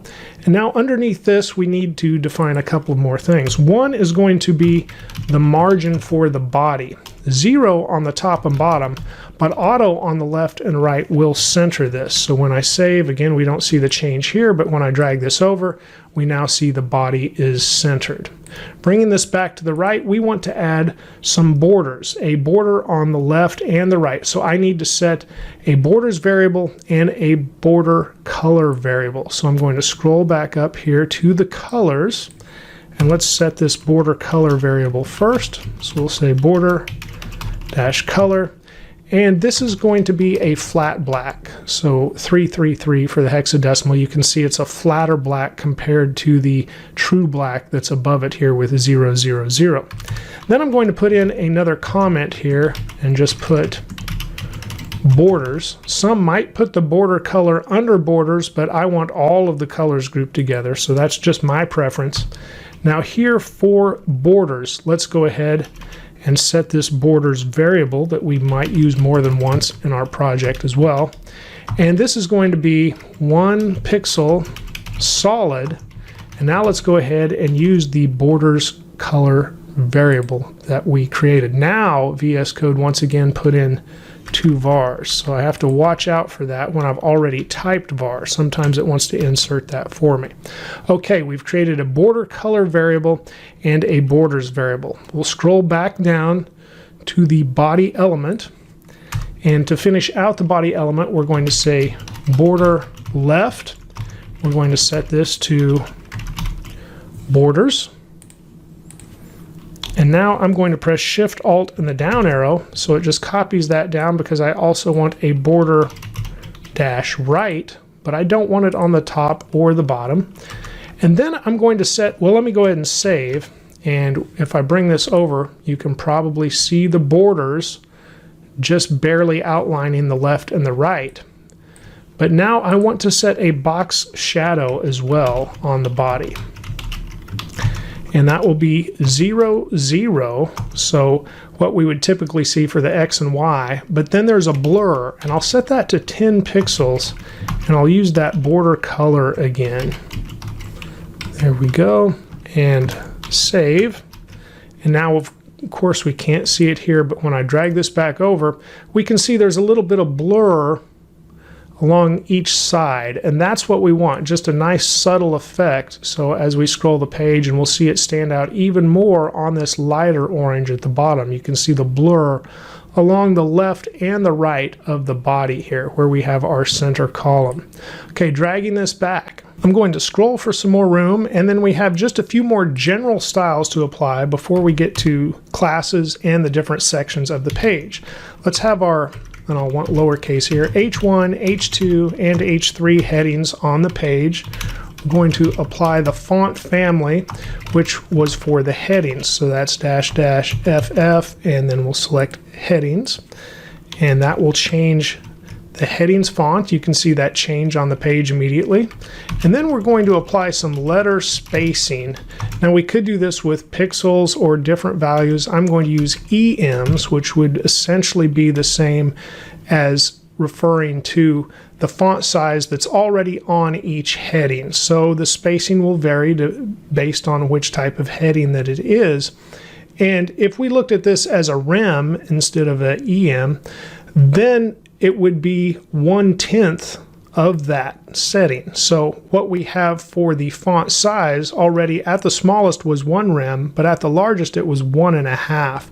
So that could be anywhere from 16 pixels to 24 pixels. So 1/10 of that would be anywhere from 1.6 pixels to 2.4 pixels. But this will just space out this font. And I think this heading font needs just a little extra space. So when we save, you can see the letters have now spaced out just a little bit more. Now I'll select the H2 and the H3, but not the H1. We have a couple of styles we want to apply here. So we have a margin dash bottom. So on the bottom only, we'll set that to 1M. And now we're going to use a separate color. So I need to define a highlight color up above in the variables again. So here we have dash dash, and I'll say highlight dash color, because we might highlight other things on the page besides headers with this variable as well. So I called it highlight color. It's a color I've picked out to go with the orange, but it's not orange. It's 51, 178, 51.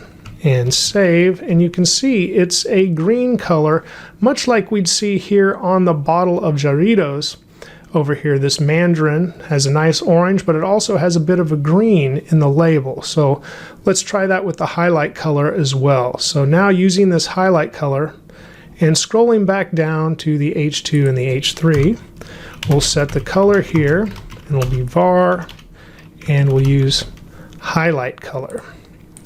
Now that we have that and save, we should see that change on the page. And yes, our Bienvenidos and About LTS and Taco Trivia has all changed, as well as our menu. And remember, this About section is going to get moved to the About page. We just haven't moved it yet. Okay, after the H2 and the H3, going to select the paragraphs on the page and set their line height, which this is something I frequently do. It looks a little bit better, and we'll just set it to a little bit larger value. It doesn't have to have a specific M or rem or pixel here. Line height, going way back to our typography lesson, can just be a numerical value here. So we've set it to 1.5. You might not see much of a change from that, but there's a little bit. Let me take it away and save. And you might see just a bit of a change there, but not a whole lot. But something I do like to add. Okay, the paragraph has the line height.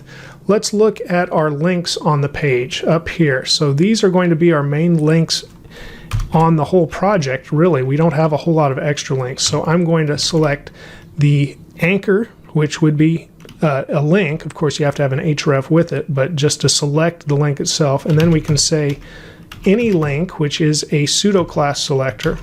And this any link pseudo class selector, if you remember, selects both the links that have not been clicked and links that have already been visited.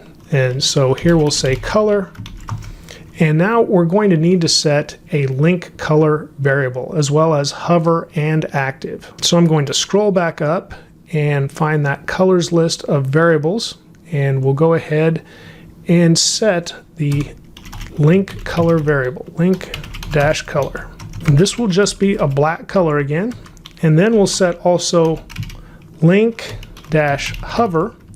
And here we'll use HSLA, which will allow us to have a black color, but then we'll also have this transparency, and I'm going to say 0.6.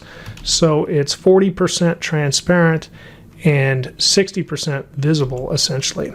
After the link hover variable, we'll also set a link-active, and for that we're going to set it to orange, which is the same as that HTML background. Let's save those three variables and scroll back to our links that we're styling, and here for link color we'll say var and then dash dash link, and it is our link color that we're selecting.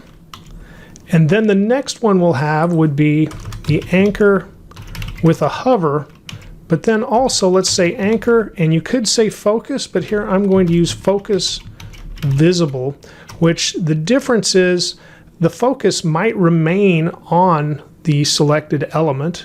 However, focus visible, after it's used, it will change. And it might not make much of a difference in this project, but it's something I've started to use more and more instead of just using focus. So here I'm going to say color, var, and we'll set this to, once again, link, but it's link hover. And we'll put the semicolon after that as well. We can save those changes. We see we've got black links here. The hover, of course, is already working, so you can see it fade now as we hover over each one of those. But then after both of those, we still need the active state as well. So we have the active pseudo class selector, and here we're going to say color, and not color with parentheses, color, and then var, parentheses, dash dash link, and it's going to be active. There we go. Save. And so now if we were actively selecting a link, so when I click on it, you can see it turns orange, and menu, it's still fairly small up here, but when I hold down the mouse button, the link turns orange. And now our general styles are finished for the project. So we are ready to move on to the header section. So I'll add a label inside of our style sheet for the header, and then we will start applying styles to the header section. I'll scroll up so this header is at the very top here. And well, at the very top, there we go. And then the first style we'll apply is now to the header class, because we started using BEM, the block element modifier naming convention, when we get to the sections. And the first one we applied that to was the header. So we'll say position, and we'll make the header a sticky positioned element. We'll put the top at 0, so it's at the very top, and then we need to put the Z index to a setting of 1 so it stays on top of everything else that might scroll under it. And when I save, we don't see much of a change yet, but we certainly will soon. The next thing we'll style is the header, 2 underscores, and the H1, so the title of the page itself. And here we're going to say text align, and we'll set that to center and save, and you can see that text did center. Now we've got just a few more variables to add, so I'm going to scroll back up to the variables once again, and we're at the colors list, and I'm going to add a header-bg color, and here we're going to set that background color to black as well. After that, we'll set a header-color, and I'm going to set that to white. And then after the header color, while I'm here, I'm going to go ahead and set a nav background color and set that to white also. So we've set 3 new colors there. Then underneath the border section, I'm going to add another label and say standard padding. And I'm going to create a couple of variables here. So padding, let's say -TB, and that means top bottom. So you might want to abbreviate that differently to communicate that better. I just happen to use that abbreviation this time. I'm going to set this just to 0.25 EM. And then the next one is padding -side, not size, but side. So on the left and the right, and differently here, I want this to be 2.5%. So total, if I apply this to both sides, it will take up 5% of the width. I'm going to save that. You won't see a change applied because we haven't applied any of these variables yet. And then while I'm here, one more to add will be a standard margin. and underneath that we'll just say margin variable, and I'm going to use clamp again here. So at the smallest it will be 1 EM, and then we'll set it to 2.5 viewport height units, and then 1.5 EM will be the largest it would possibly be. Now that this is for the top and the bottom, on the left and the right I'm going to set it to 0. So even though that wrapped, what we did was apply clamp to the first value of the margin shorthand, and then we applied 0 to the second value, which would be the left and the right. Okay, with those variables defined now, let's scroll back down to that header section where we were applying other styles. So we had the header and we were at the header H1. I'm going to apply the background color now, so I'll say background-color, and this will be var, and then we'll have our header background color that we could select. And I'll save, and we can see that change. Now it is all black, so we need to apply a color, and this will be var as well, 2 dashes and header color. And now that we've selected that, we will save, and now we can see welcome to the little taco shop across the top once again. After the color, let's apply some padding, and we're using the shorthand here for padding, so we'll say var 2 dashes and padding, and this will be top and bottom first, and then we'll say var 2 dashes for padding, and this would be the padding on the sides, and we'll save. And we got just a little bit of padding now to apply itself to the top and the bottom, left and the right for the header. It looks like I'm not closing that out properly, so we'll put that extra curly brace. There we go. And we're finished with the header H1 now. So now let's move down to header 2 underscores and nav. Now for the nav, we're going to have a separate background color variable that we created. So var 2 dashes, and here it will say nav background color.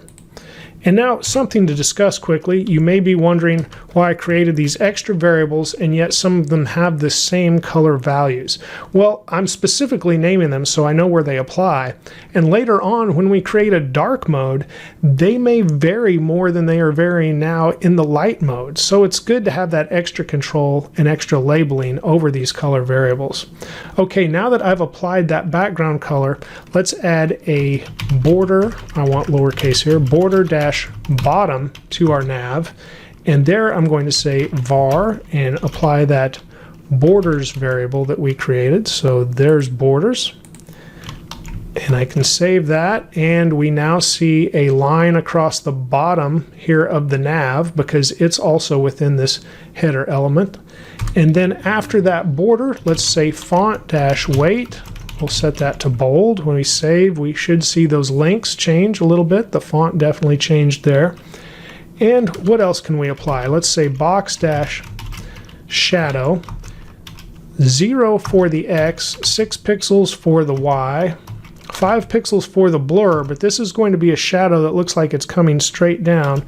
So then we'll also set a minus 5 pixels, and that offsets that blur, and then we'll have var, and we'll set the color here to the border dash color and save. And now we get this nice little straight down shadow underneath that bottom border of the navigation, but also essentially the header itself. And finally, we need to style the unordered list. So adding the header 2 underscores unordered list. And here we'll start out with some padding, and I'll say var dash dash padding, and this would be the top and the bottom. And then once again we'll say var dash dash padding, and this would be the side value. Save that. Now you can see those dots for the unordered list were brought back in, so we know we've added that extra padding. It has just a little more room, but now let's say list style type, and we'll set that to none, which should remove those dots beside each list item. Now a display of flex, and when I save, you'll see that change because it instantly makes it a row by default. We'll say justify content space dash evenly, and we'll save, and now it spaces out those items. And then let's add a gap, and let's call the gap 1 rem. So what we expect there, and so we definitely have a gap between those items, even if they were all squeezed together if the screen got smaller. And now a couple of quick notes on the header before we move on. One is we did learn how to make an animated mobile header, but we're not applying it to this project because it would essentially be overkill. We've just got the 4 links and 4 pages to the project, and we can easily link to those on mobile or in desktop by just listing them out here on the page. So you don't always have to apply everything you know how to do to every project, and I didn't want to do that to this project, and it's worth noting why. Also, we previously had welcome to the little taco shop across here, but that's really a lot. So quickly I will open the file tree, go to the index.html and bring this back, and let's scroll up and find our H1 welcome to the little taco shop, and let's just remove the welcome to the, because what we really want is just little taco shop across the top. After that, we can go back to the file tree, once again select the CSS and hide the file tree. I know we're squeezing all the code over here to half the screen so we can see the page more often, but when I bring it back you'll find that it's not wrapping and it may be a little easier for you to read. So if you're working on it with me, maybe you're just viewing the code like this, so you can see those longer lines where we've used some variables are not wrapping to a second line now when I bring it over and look at it like this. So I just wanted to show you that. I'm going to bring this back to the left, and now likewise we can bring the project over and look at it in full screen as well, and you'll see it's coming together a little bit better. We've definitely got some changes to make yet. However, this has certainly helped, and if we look at the other pages, since we put in that work ahead of time to put in the correct image changes to the HTML to create those hero sections, and of course apply the classes to the header and the nav as well, we see those changes applied as we go to each page already. So we're making a lot of progress. We just have some more progress yet to make. So now I'll drag this back to the right and we can begin the next section. And that next section is our hero section. So right underneath our last header style, we'll create a new label and we'll call this the hero section with the label. And for that, we'll start out with our hero class, which if you remember is applied to that section element. And we'll say its position relative because we're going to place something absolute inside of that hero section as well. After that, we have a hero H2, and if you remember, this is only on the home page, our index.html, and that is our bienvenidos welcome here. So after that, we can go ahead and apply some styles to that, and the background dash color for that H2 is going to be a new variable I need to create. So let's scroll back up to this color that we'll have in our variables list. Once again, there's all the colors. So at the bottom here, we're going to call this 2 dashes and hero dash color. And now this color is very much like our highlight color. So it's RGB 5117851, but then we also need a transparency color here, so we could make this RGBA so we can have that transparency, and then this will be 0.75, and I don't need the extra parentheses, so that means it will be 75% viewable and 25% transparent. So when we scroll back down, let's apply this to that hero background color here. So we'll say var dash dash hero, and there's the hero color. After this hero color, and I can save, and we're not seeing much of a change right now, but we will here in the future, we'll say a color. And actually I'm realizing I just labeled that wrong, and I also need a hero color, but I also need a hero background color. So if I could label those correctly in my mind, it would definitely help us out. So let's go back up here. This should be the hero background color that I just created instead of the hero color. So let's label this BG. There we go. Underneath this, we're going to have a hero dash color, and the hero color itself should just be white once again for now. Okay, now we should apply these correctly. You can see when you get many colors, it can be very helpful to label those and think about them in a good order, and I'm not always doing that even when I do take all the other precautions. So now I've got a hero background color for the background color, and here this should be var -- hero color for the font. And now save. And since it disappeared, I think I may have possibly applied something incorrectly even now. So let me shoot back up to the top and take a second look at these hero colors here. And I see what I've done wrong. I have RBGA instead of RGBA. So it just takes one typo to set something off, RGBA. And now we should be good, and we have the green color there. And you can see our green background now for that H2 with the white lettering here at the top. And of course, we're going to change this some more. If you remember, when I previewed the project at the beginning, we saw this is really an animated drop down. Let's add some more styles to this H2 before we approach the animation. So we'll say padding, and here we'll have 0.25 M and then 0.5 M on the left and the right. If we save that, we can see that extra padding applied. Letter spacing, and here let's give this a 0.1 rem. So again, just that 10%, which should space it out just a little bit. After the letter spacing, let's say text-shadow, and so we can apply a shadow to this lettering. We'll say 2 pixels X offset, 2 pixels Y, 5 pixels blur, and now let's use that border color variable that we have used in the past for shadows, and we save. Now that helps that white stand out just a little bit. It lifts it up off of that green background just a bit because of that shadow. Now we need to say position absolute, and we're going to move this to the top, and it's going to be minus 100 pixels. And first, let me save this before I move it so you can see what changes. It instantly makes it an element that is not in the document flow, and a block element would, of course, span the 100% width. But now, because it is removed from that flow due to position absolute, it does not have 100% width as a block element normally would. Okay, now let's go ahead and move it off the page to start out when the page loads. So this would be minus 100 pixels. But before I do that even, I guess I should show where we're going to place it to the left. And the left would be 20 pixels. This value will not change, so it's just moved in just a little bit. But now the top will be minus 100 pixels, and now it should disappear. And it will disappear. It has disappeared, but it will, of course, be animated and drop down and reappear once we apply that animation. And now we need to create the animation itself, and then we'll apply it. So here, let's say at keyframes, as we learned in our animation lesson, and let's say show welcome is the name of our animation. We'll start out with a 0%, so where it starts out at the very beginning.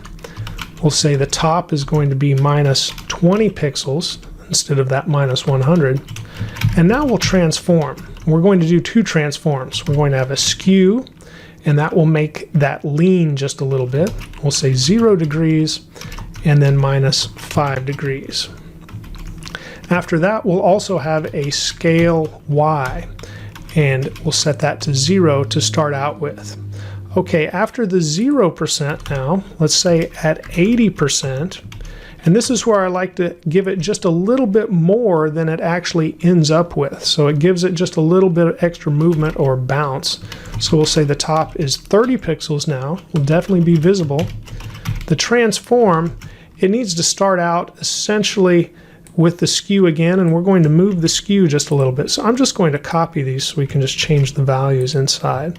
Paste those in, and so now instead of 0 degrees, it's going to be 10 degrees here. We'll leave that at minus 5 degrees, and the scale instead of 0 is going to be 1.2. And now let's get our finishing values at 100% for the animation. Here this will be a top at 20 pixels. And then we'll once again have the transform, and I'm just going to copy that down. And this would be a minus 10 degrees and a minus 5 degrees. And then the scale is going to be 1 instead of 1.2. And when I save, you won't see anything yet because we haven't applied the animation. But now let's go ahead and apply that animation here. So we'll say animation, and this is the show welcome animation. We'll make it take a ½ second to complete. We'll start with the ease in and out transition. And let's give it a delay. Now, I could make this longer to be more dramatic, but let's give it, say, a 1 second delay. So we see the page load, and then we get a little welcome drop down. And we'll use the forwards property here, which means it will keep the state of when the animation ends, so it will remain visible as well. Let's save and see what happens. There's our welcome.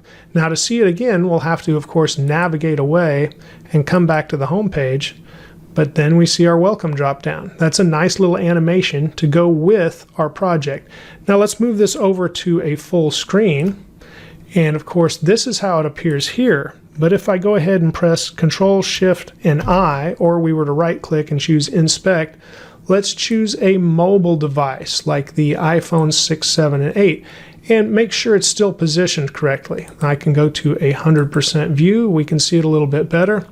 Let's reload. And there's our welcome. So yes, it's not crowding into the image too much and everything looks good.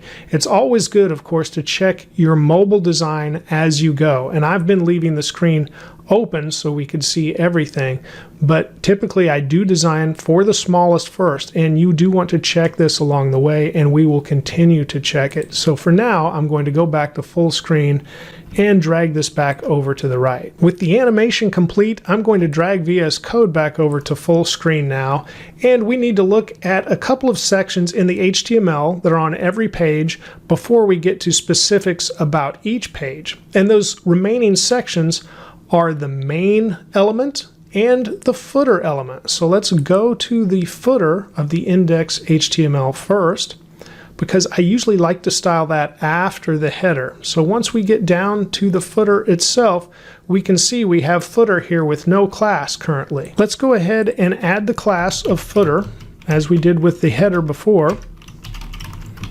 And then let's also apply some classes here to our copyright line. So we have copyright and then the HTML entity, which is the copyright symbol right here, and then we have the little taco shop. Well, we want to wrap this in some span elements inside of this paragraph so these lines do not break where we do not expect them to. We don't want the little taco shop, or we could just put little taco shop. We don't want this line to break. So let's put a span element here. And now, of course, it generates the closing span element immediately. I'll put the closing paragraph tag on a separate line and paste the closing span afterwards. I'm going to do the same here too for copyright. I guess I need to create the element instead of just typing span. There we go. We can copy that closing span and put it here. So we've wrapped both of these in span elements. Now let's give them both the class equal to no wrap, one of those utility classes we created that ensures that this line will not break in the middle of this content and this line will not break in the middle of this content. So that helps us by ensuring this presents itself in the way we want it to. This will not prevent it from being all on one line, but if we're on a smaller device and it needs to wrap the lines, it's going to break where we want it to and not in the middle of that content somewhere else. Let me go ahead and remove that extra line there. And then let's apply some styles to the footer, but we can also put this footer in each of the HTML pages. So after I save the index and copy the footer, I can go to the hours page and I can replace the footer that is here, and we will not need that HR, that horizontal rule, so I'll highlight it as well just to remove it when I paste that in. Let's do the same for the contact page and put that in here, paste and save, and then we'll also need to do that in the about page. But if you remember, the about page doesn't have everything else yet, so it doesn't even have a main element that we will be adding. But let's save this for now and now go back to the index. Now that we've updated the HTML for the footer, let's do the same for the main element, and this will not take much at all. Right now, we have a main element with no class, and as you can expect, we'll put a class equal to main here. And then here we have an article that has the ID of about. Well, this is going to be moved to the about page. So let's select this full article here down to the closing tag, and then I'll Control X. I'll go to the about.html, and this is going to go inside of a main element that has the class of main. And you can see I created that with the image shortcut by typing main.main, and it instantly created the main element that has a class of main. Inside, we'll paste that article, which will be the content inside of this main element. Now I'll save this much and we'll come back. But now let's go back to the index.html where we need to label the article that's inside of this main element. So I'm going to highlight that HR and remove it as well. But now the article that's in here has an ID of menu, but it also needs to have some classes. And the first class we're going to apply here is going to be main _article, because each main element on each of these index pages in the project contains an article, if not more than one article. So we will label that, and we'll make sure that this is the only article that's inside the main. And if it's not, we will need to change it, but it looks like it is, and that's fine. It contains the menu, which we will come back to as well. But those are the two main classes that every HTML page in the project will need. So let's go to the hours now, scroll up to the main here, and it looks like it doesn't currently have an article, but we need to apply the class equal main. And to stay consistent here, let's go ahead and add an article element to this HTML page. So we have article. I will go ahead and cut out the closing tag and paste it above the closing main tag. And now let's give this the class that is expected as well. So it is main _article, and save that. Now let's go to the contact page. And here in the contact page, you can see we have two sections and an H2. So let's go ahead and apply the class equal to main. And let's change these section elements to articles to stay consistent with the rest of the main content here. And you can see we have opening and closing, and we have two section elements. So I'm going to press Control D, and I got the closing, Control D again to get the opening of the second one, and Control D one more time to get that closing tag. Now I can just type article once, and it changed all of those. But now I need to select just the opening article, so I'm going to select the full thing, including the less than and greater than sign. Control D again, and it just selects the opening article of the second one. The right arrow to get to the end, the left arrow wants to get just behind the word article. And now I can add a space, type class, and then set that equal to main and article. And now this should be applied to both. So we've got it here on the top article, and we've got it on the second article that is on the contact page. One other quick change to the contact page is I want to put the our location information above the contact form. So let's Control X and then just move up here above this article and paste in our other article. So we've just switched that information around. So now the our location information with the telephone is on top and the contact form is on bottom. And finally, let's go to the about HTML, and you can see we have a class of main that we applied already, but now let's apply the same class here that is main and article, and save, because I believe, if I remember correctly, there was only one article for this page as well. So now we've made all the adjustments for the main element and the footer element on each of the HTML pages. Let's select the style.css file once again and pull our code over to the left so we can see the project on the right. And now we can continue to make some more changes. After we have styled the hero section, we're now ready for the footer section. So I'm going to put in a label in the style sheet for footer. And now we can apply those styles with the footer class. And here this is going to be position sticky as well as the header, because we want it to stay in place.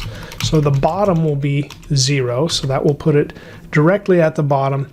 And I'll save that much, and let's go ahead and scroll so we can see the footer down here. It's our copyright. with the copyright symbol and the little taco shop. Now let's go ahead and add a background color, and this background color will be the variable, and we'll just apply the header background color so it stays in sync with the header. And if I save, yes, it all turns black, so we need to of course apply the color, and this should be the header color as well. And we can save that, and now we see the font is white there on top of the black background. Let's apply some padding, as it looks pretty scrunched right now, so we'll say padding top and bottom. We are using that shorthand again, so the next one would be padding side. And now we'll go ahead and save that, so there's just a little extra padding around that. And now let's put text align and set that to center and save. And so now we can see our copyright with the copyright symbol and the little taco shop is centered, and we have our footer across the bottom. It stays in place when we scroll, as does the header. I'm going to copy this heading we put in here for the footer, and then I'm going to scroll up and put in a very similar heading for the main element. So I want all caps again to make that change. After that, let's directly style that main class first. And speaking of copying, it's going to get the same padding that we had here. So I'll just copy that and put that in for the main. And when we save, we'll see we get a little extra space here with our menu. Our menu is not looking so great right now, and it's one of the last things we'll do. So let's start looking at some of these other pages. The hours look pretty good. They got just a little bit of extra space from that padding. Or the about has a little more information on it as well, and so we can see some of that there. Let's go back to the hours for now. Okay, after we've applied that basic padding to the main element itself, we have the main _article class, and here let's apply a scroll dash margin dash top, and this will be 6.5 rems. You usually have to play around with this value to see what works based on your project and how much space possibly your nav is taking up, because what this is going to do is enable the article information to show instead of scrolling underneath the header. And then let's set a margin here, and we'll just use our var and margin and save. Now this is something we actually would see back on the home page. Now if we choose menu and it scrolls, well, we're not on a device right now that would actually use up the page, or we haven't expanded this menu to take up more room. But what will happen will it will prevent the menu from scrolling underneath this header if we have a taller menu or we're taking up more room. By the time we have finished the styles, that's probably what will happen. Okay, a couple of extra things to put now, and one of these at least we'll see differently on maybe the contact page because it has some extra room here already. So let's go ahead and apply these styles. Let's say main, and we'll select the article as well. And now let's say the first child pseudo selector, and we'll give this a margin dash top of 1 EM. So this would be the first child that we would see here, the first article, and that would be the same on any page. It gives us just a little more room between that hero image and the rest. And now I'm going to copy this down, so Shift Alt and the down arrow, add the extra space, and this will be for the last child. And we do have the one page that has two different children, and that has the hour location and the contact form. So for this last child, we want to calculate some height here. So let's say min dash height, and we're going to calculate. We'll take 100 VH, which would be 100 width or 100 height, pardon me, of what is available. Now let's just subtract 20 rems from that and save to give it just a little extra room to scroll. And this might be more visible when we don't have as much content, such as, well, the about page has some. If we go to the hours page, let's see, now we have some extra room here as well. So if we remove this and then save, we don't have that extra room. It's kind of scrunched. It's nice to have that extra scrolling room, and that's why that is being applied. So again, preference, as a lot of CSS is a preference. Now we have just a little extra room there for the scroll. And now we're ready to move on to individual page sections. I'm going to drag VS Code back over to full screen. I'll scroll up here and copy the main comment divider that we have, or label if you will. And here I'm going to switch this to About and save. So we'll start in on our About page in the About section. I'm going to do something different here that some may agree with or may not agree with BEM, but I don't want to refer to the main as the parent for the About information. I want the word About there, so we know it's on the About page.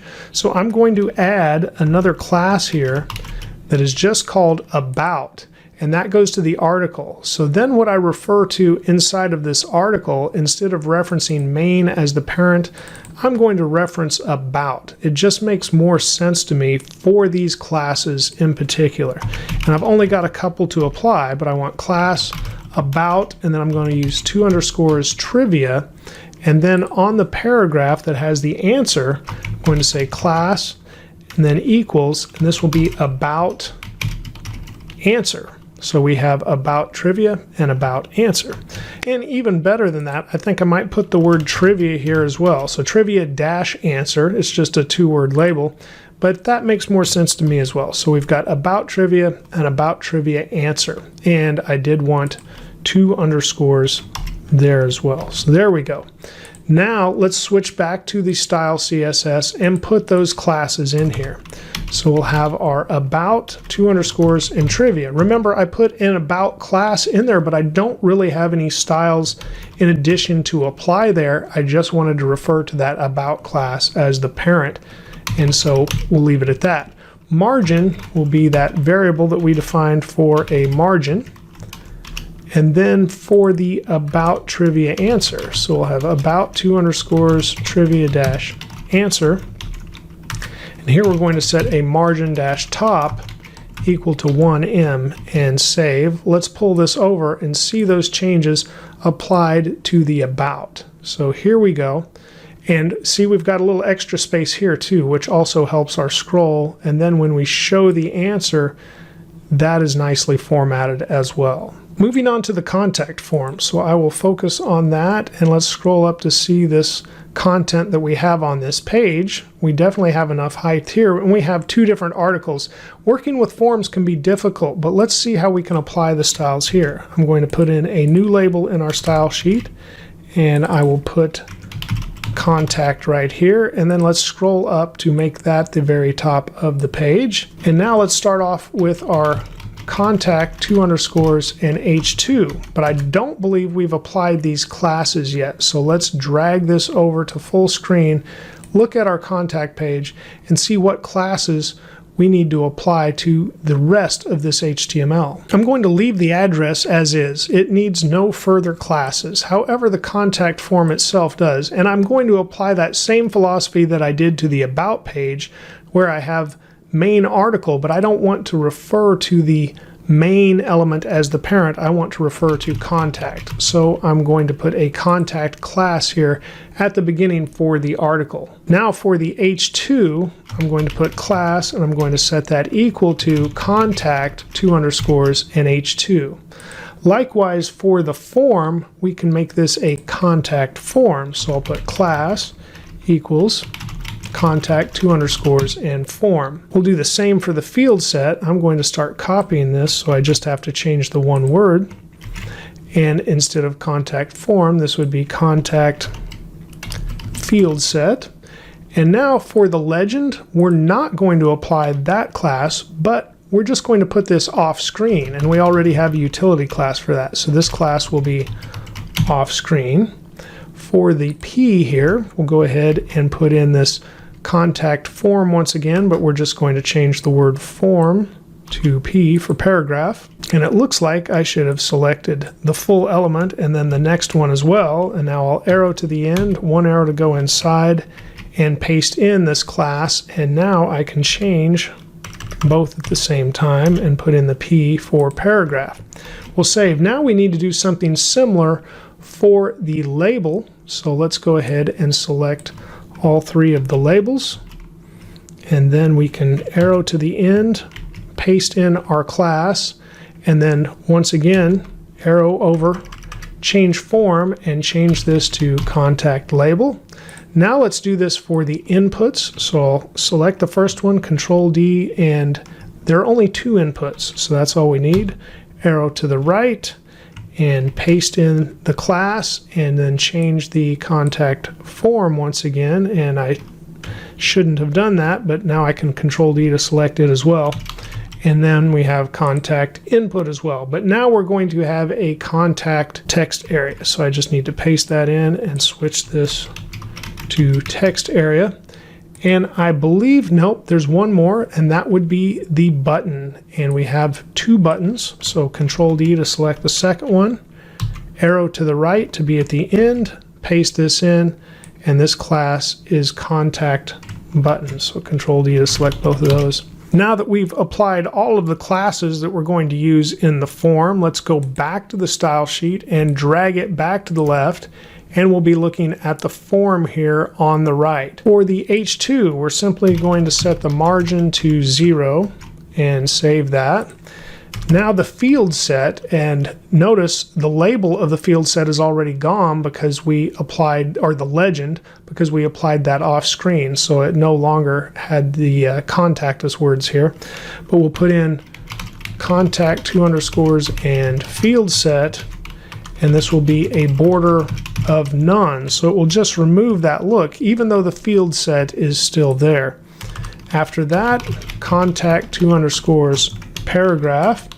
Here we'll set a margin to 1 on the top and bottom, 0 on the left and the right. That gives us some more space. We could certainly tell that difference. Then the contact 2 underscores label.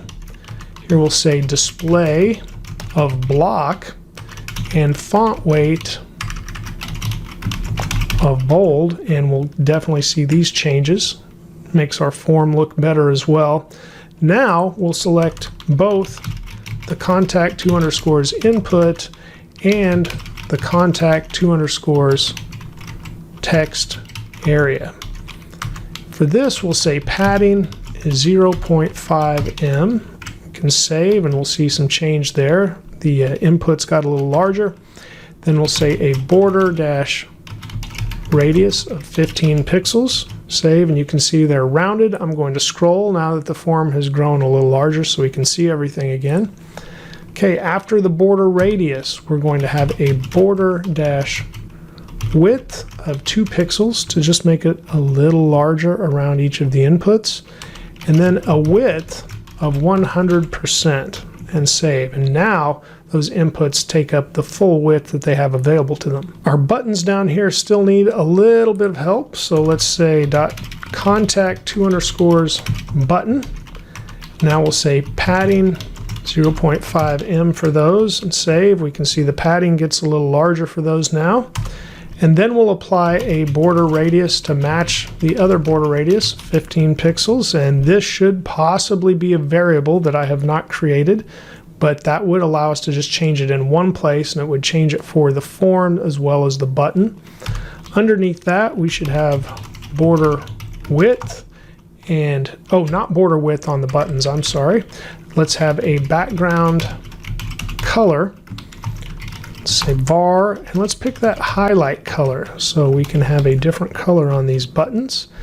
That looks good, except the font doesn't look so great there. So for the var, let's say the header color, and that should turn that white and make it stand out just a little bit more. Those buttons definitely look better than they did before. So a quick check, let's take the border radius property and Control C, and then I'm going to do Control F to search for it, and let's see how many times it has occurred.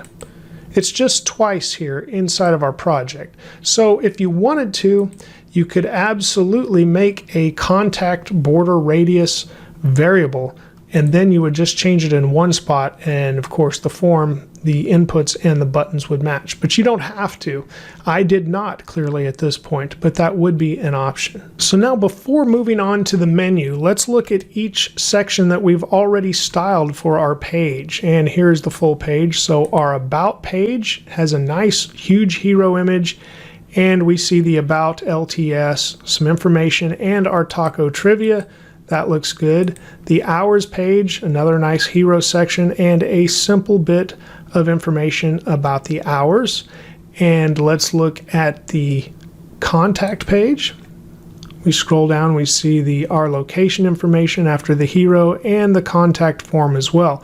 So that all looks good. I think the menu is still going to need some work, and we might apply another style or two yet that we haven't, but we're making a lot of good progress. Let's go ahead and Control-Shift-I to see how everything's looking in a mobile device as well. So maybe we could choose Fit to Window, and we see this iPhone 6, 7, and 8. Let's look at the iPhone 5, and that also looks good. Let's reload and see how that animation works. That works as well. So yes, the menu needs some help, but how do the other pages look? Oh, the other pages still say the Little Taco Shop hours instead of just Little Taco Shop or something similar. And again, we're on the smallest device that we might ever see right now, which is the iPhone 5 SE. Things may have changed in the future, of course, if you're viewing this at a later time. So here, it wraps to 2 lines on the header, but anything larger than the absolute smallest device, it looks like it won't. As long as we adjust our headers here, instead of say the Little Taco Shop hours, we could just say Little Taco Shop here. It just says contact us. And on the About page, once again, it just says Little Taco Shop. I think we want our header to be consistent and say Little Taco Shop no matter which page we go to. So let's go ahead and make those changes as well in the HTML as we go back to the code. So I'm going to close this back out, drag this back to the right, and bring the code over to the full screen. Quickly going to each HTML page, we'll make sure that the heading matches. So it should just say Little Taco Shop, where we have the header H1 for each page. Scroll to the top of the hours and we'll see what we have here. It says the Little Taco Shop hours. So we'll go ahead and remove the and hours, save that file. The contact page said contact us. Well, we would prefer it still say Little Taco Shop here. And of course the H2s will handle the other labels on the page. So we had our location, and below that we should also have the contact form as well. There we go. Let's see what was here. Yep, our contact form. So that looks good. And the About HTML should also just say Little Taco Shop, and it does. And of course the titles of the page say more about the page as well. So about the Little Taco Shop here. The title at the top of this says Contact Us, LTS. I guess to keep consistency, we could say About LTS on this other page, as we're going with that abbreviation several places. So About LTS there. The description can still say About the Little Taco Shop. And then hours, let's see what the title is here. LTS hours, that's great. And of course, for the index, we want the title to be the Little Taco Shop. So everything is looking good once again in the HTML. Let's go back to the CSS and start working on the menu. Now, before applying styles to the menu, I want to pull up an MDN reference. So I'm just going to paste this link in, and I'll make sure it is in the course materials as well, so the course resources. But here on the grid layout and accessibility page in MDN, it says grid and the dangers of markup flattening. So what we're going to be doing is taking the HTML table that's in the index page that comprises the menu that is displayed, and we're going to make it a grid. Too often, many people just use div elements to make their grid, and a grid needs that flat structure essentially for the grid items, so it can review or refer to each grid item in that regard, because it's not going to look at subgrid items. Subgrid is a proposal they're discussing here, but it's not implemented as well. So we want to avoid that danger. I'm going to pull the code back over and bring up the index.html, and we can see our table. And right now, the table is not flat. Notice how it has parent elements like the T head element and of course table row elements, and then inside we get the TH and TD elements for those table cells, whether they're a header element or they're just a table data element. And so grid doesn't work that way. It needs flat elements, but we can still work with this. We don't want to remove the semantic markup of a table. To further illustrate my point, instead of just having this here underneath, I'm going to paste in what you might see a table constructed of for a grid using divs. Now this is a flattened markup table, essentially, that would be applied to grid. And notice how I just used divs and applied all of these classes. And this is what you do not want to do. But I guarantee you will probably see this somewhere when a grid is applied and you see a table on the page. I'm going to press Control Z though, because this, once again, is not what we want to do. And you can tell by this markup, it is not flattened. However, there is a solution for this, and it is a display setting that we can put in the CSS that will help us convert our table to a grid. I'm going to drag this back to the left so we can look at one more web page, and I will link to this as well in the course resources. And it's the Can I Use web page, and I'm looking at display contents. Notice what it says about display contents. It causes an element's children to appear as if they were the direct children of the element's parent. Essentially, that ignores that parent element, and that will flatten the elements for grid to use without removing those elements. So we just need to put display contents on some of these parent elements that grid will not use. It says this can be useful when a wrapper element should be ignored when using CSS grid or similar layout techniques. And then when we scroll and look at everything as far as how well it is applied, now let me pull this out to the full page so we can see everything from Can I Use. You can see it's got basically 95% acceptance here, and we're not going to worry about Internet Explorer again, and most every other major browser is accepting that use here. Opera Mini is one that's not, and UC Browser for Android, but Chrome, Safari on iOS, Chrome for Android, we're good in almost every major use case here. So I'm comfortable with using that as we switch our HTML table over to a grid. And again, I will link to both of those for you. Back to our website here, back to the right, and now I will pull this back over to look at our code in a full screen so we can get the ideas of what we're doing with the table. As I did with the contact and about pages, I applied a separate class here to refer to as the parent, and I'm going to do the same here. It's going to be the menu class, and then I will refer to these again with BEM notation, but I'm going to refer to menu as the parent. So here we're going to have a class. I'm going to set this equal to menu, 2 underscores, and H2 for our menu heading. Then the table itself, say class, and then menu, 2 underscores, and container, because this is going to contain our menu.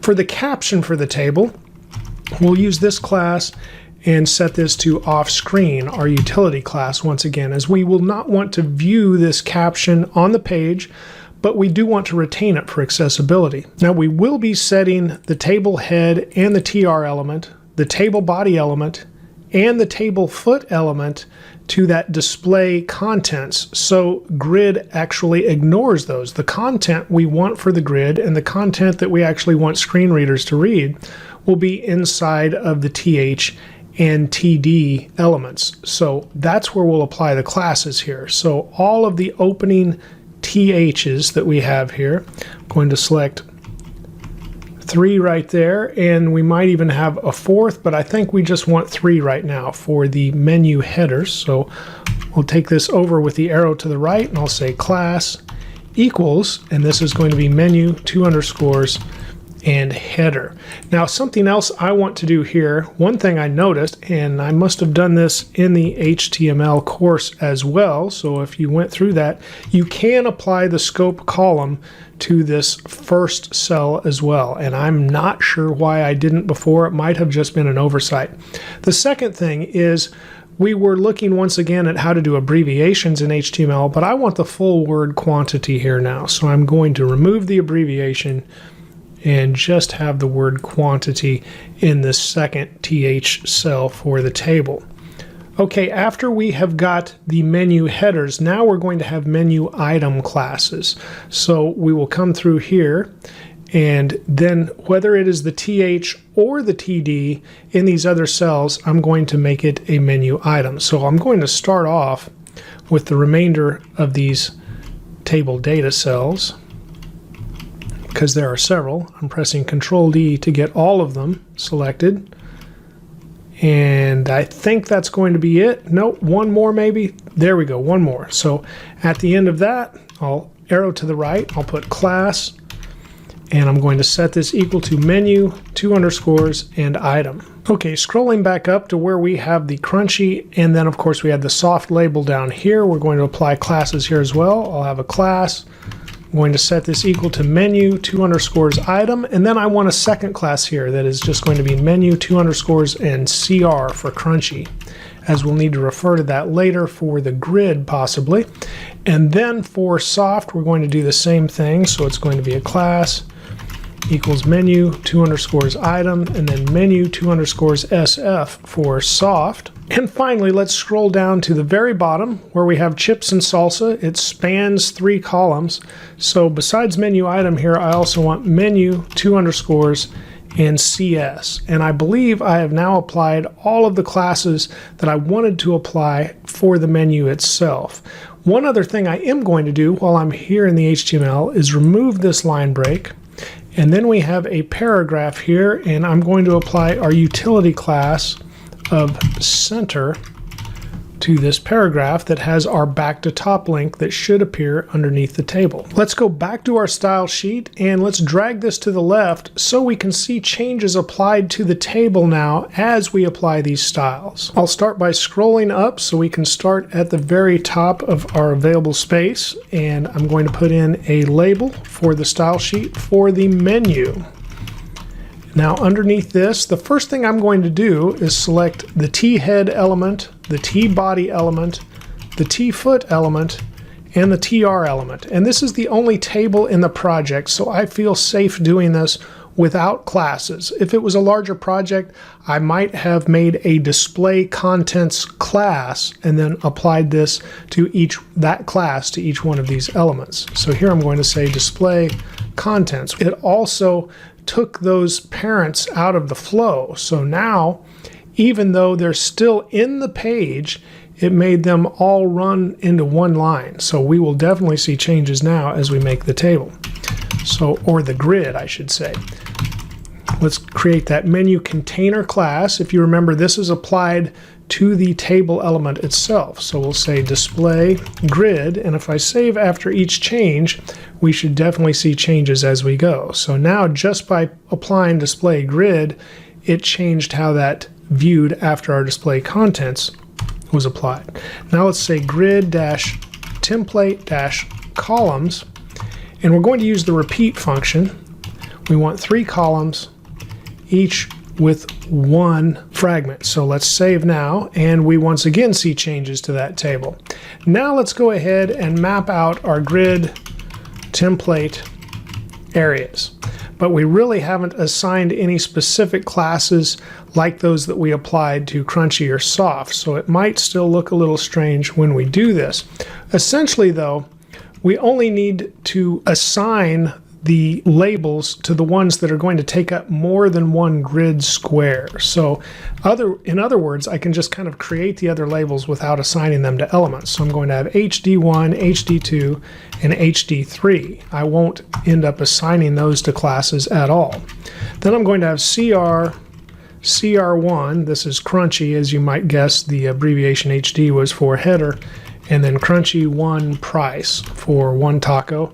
Now I'm just going to Control Alt and the down arrow a couple of times because 1 here is going to get changed to 2, and then 1 here is going to get changed to 3.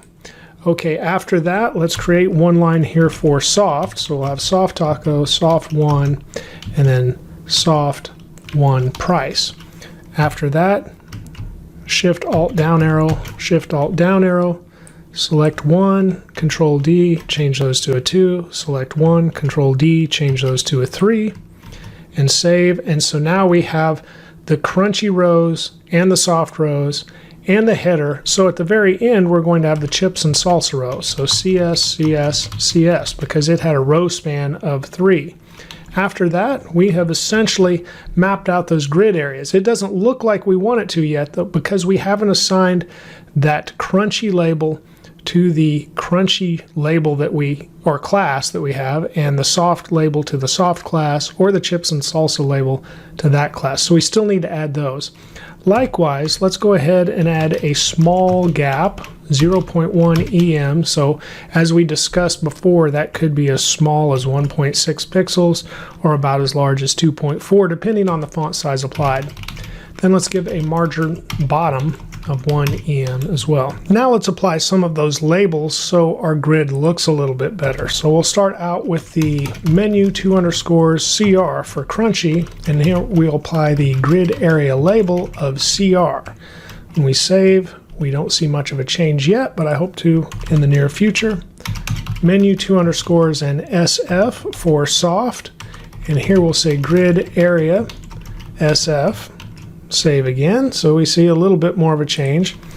And then we'll say menu 2_ CS. This will be grid area CS, and save. We definitely have seen some changes in the grid. It's not what we want yet, but we're getting there. Let's make the color here a var -- highlight color for this. Okay, so we've got a chips and salsa that is now green, and then we'll say font weight bold as well, and save. That looks good. Now let's go ahead and apply some of this to the other areas as well. So let's say menu 2_ CR and menu 2_ SF. Here I'm going to take these two, and maybe I should have organized this differently, now my thought pattern, but I want both of those there as well. However, there's also some other styles. So I want a height of 100% as it takes up some of that extra space. Why is that not applying to crunchy? I may have to go back and see what I did wrong there. But let's go ahead and say these are also grids. And then we want to place the content center, which is the point of making them a grid, so we can do that. Yes, the crunchy style is not being applied, so we have menu CR, and that is what needs to be applied there. Let's go back and look at our HTML and see if that class was applied properly to the CR section. Oh, it's just 1_, it needs to be 2. Save, and now go back to style and bring this over, and now crunchy and soft both have that same style, and everything is aligned better. That makes more sense as to why it wasn't coming together quite as quickly as I expected. And before we move on, let's see if we could apply this differently. Now we still need the grid area here for menu CS, but we could possibly remove these, and let's see if we could include the .menu 2_ CS without really making something strange there. I think that's fine, and it's a little more efficient. We aren't repeating those two lines. And now let's look at these headers, and we could possibly add those in as well. So one more comma, and we'll say menu 2_ header, and save. And yes, I think that style is going to work as well. However, we still need menu 2_ header because we want to add a border bottom to each of those. So we'll say var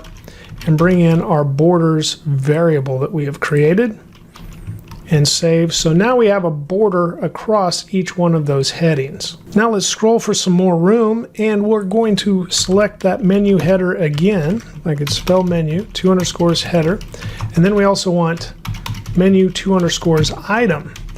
Now for both of these we want a width of 100%, and then we'll set a padding to 1 EM, and let's put a border, and then let's set medium, ridge, and we'll set the var equal to border color. There we go. And when we save that, we've got borders around everything. So in that regard, maybe we could remove that border bottom and still be good. And we save, yes, and it looks the same. So one was just overriding the other. And now let's select just the menu items. And here we'll put a display of grid, and we will once again place the content in the center. And when we save, that looks good as well. Now we didn't apply that above to the menu item where we set the same grid and center, because we also really didn't want to apply these other styles to those menu items. We wanted to keep them this separate color and not have the font be bold. But that's looking pretty good right now as far as converting this menu table and leaving that semantic HTML in place. We can apply some final touches to this menu as well, but earlier when we were referencing the border radius property, we said we were only doing it twice, and therefore I didn't go ahead and create a variable.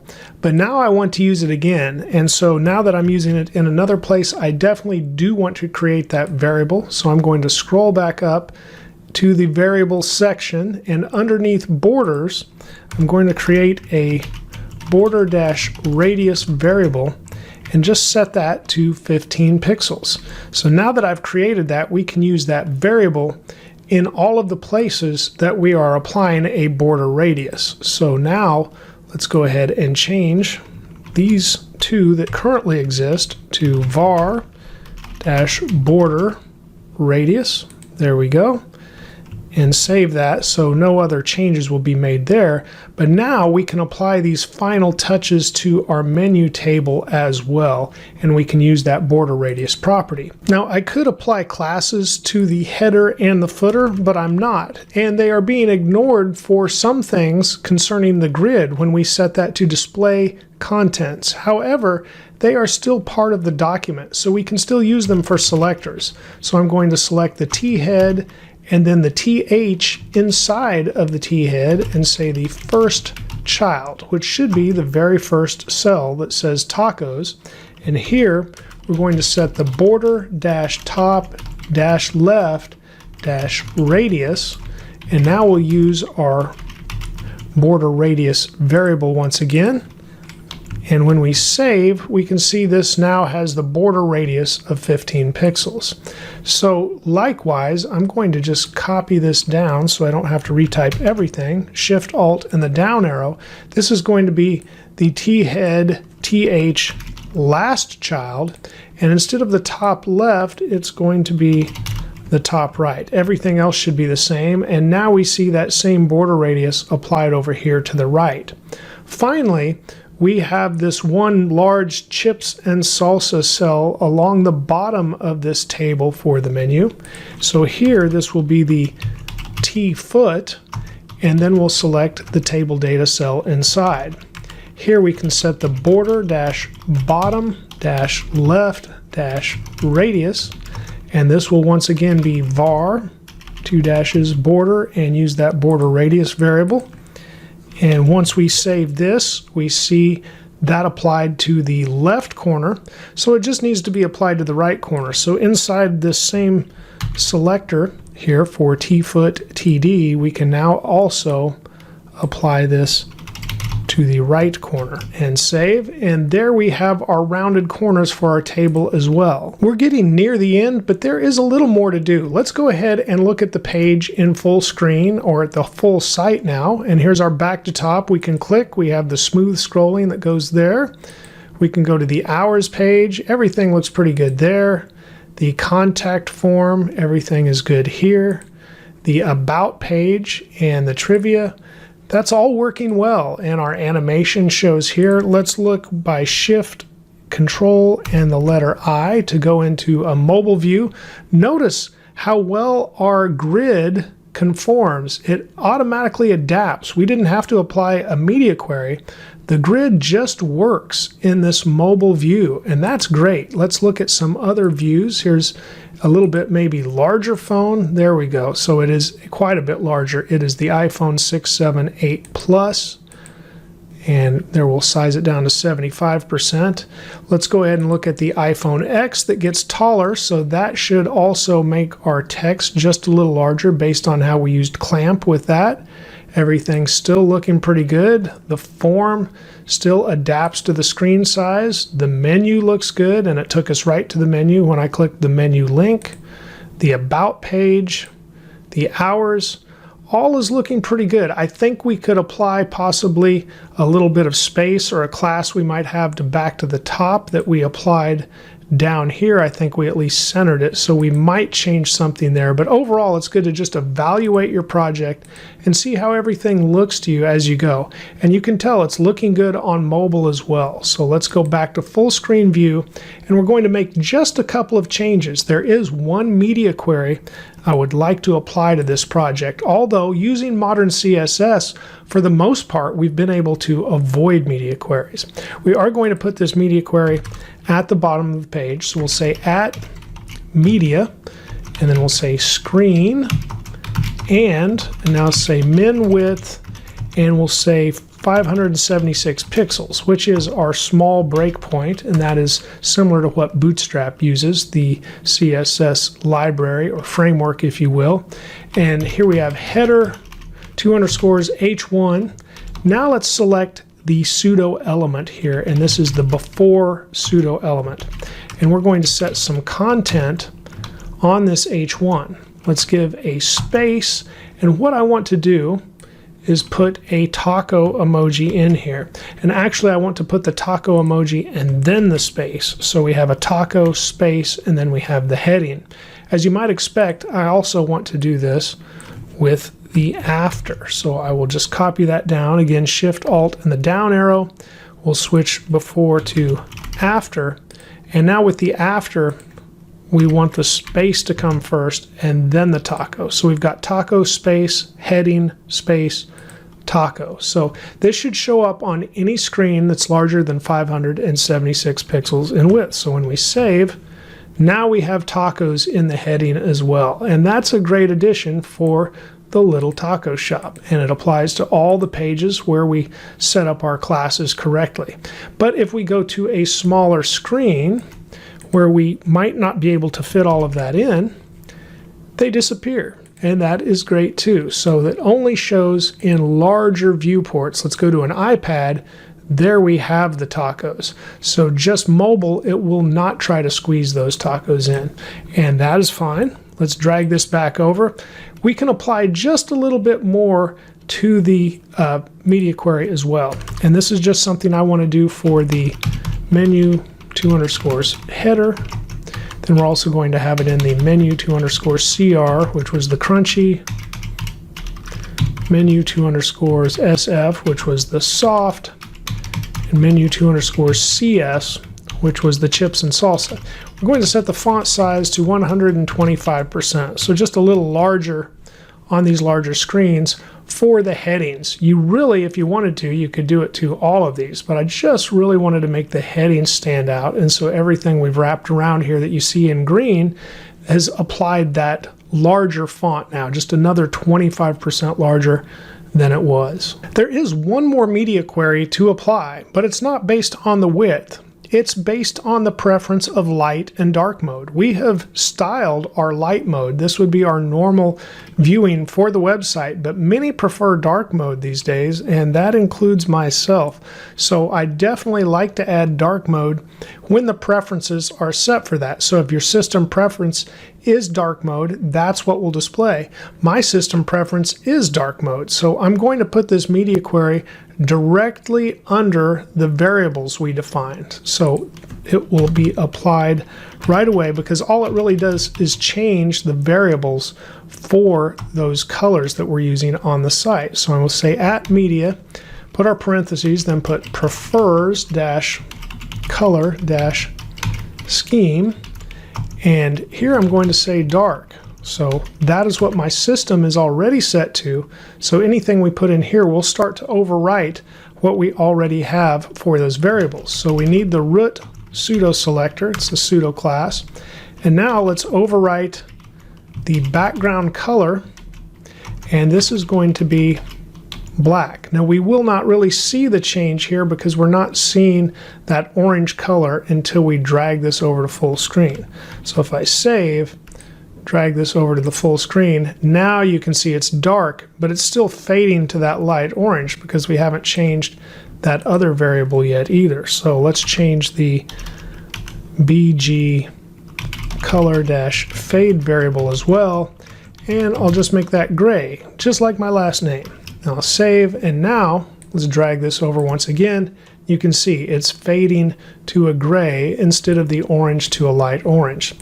The next color we'll put in here will be the header background color. Now we'll start to see these changes. So header BG color, oh, I'm sorry, just header color, not BG color. Let's make this white smoke and save. And then let's go ahead and change the nav.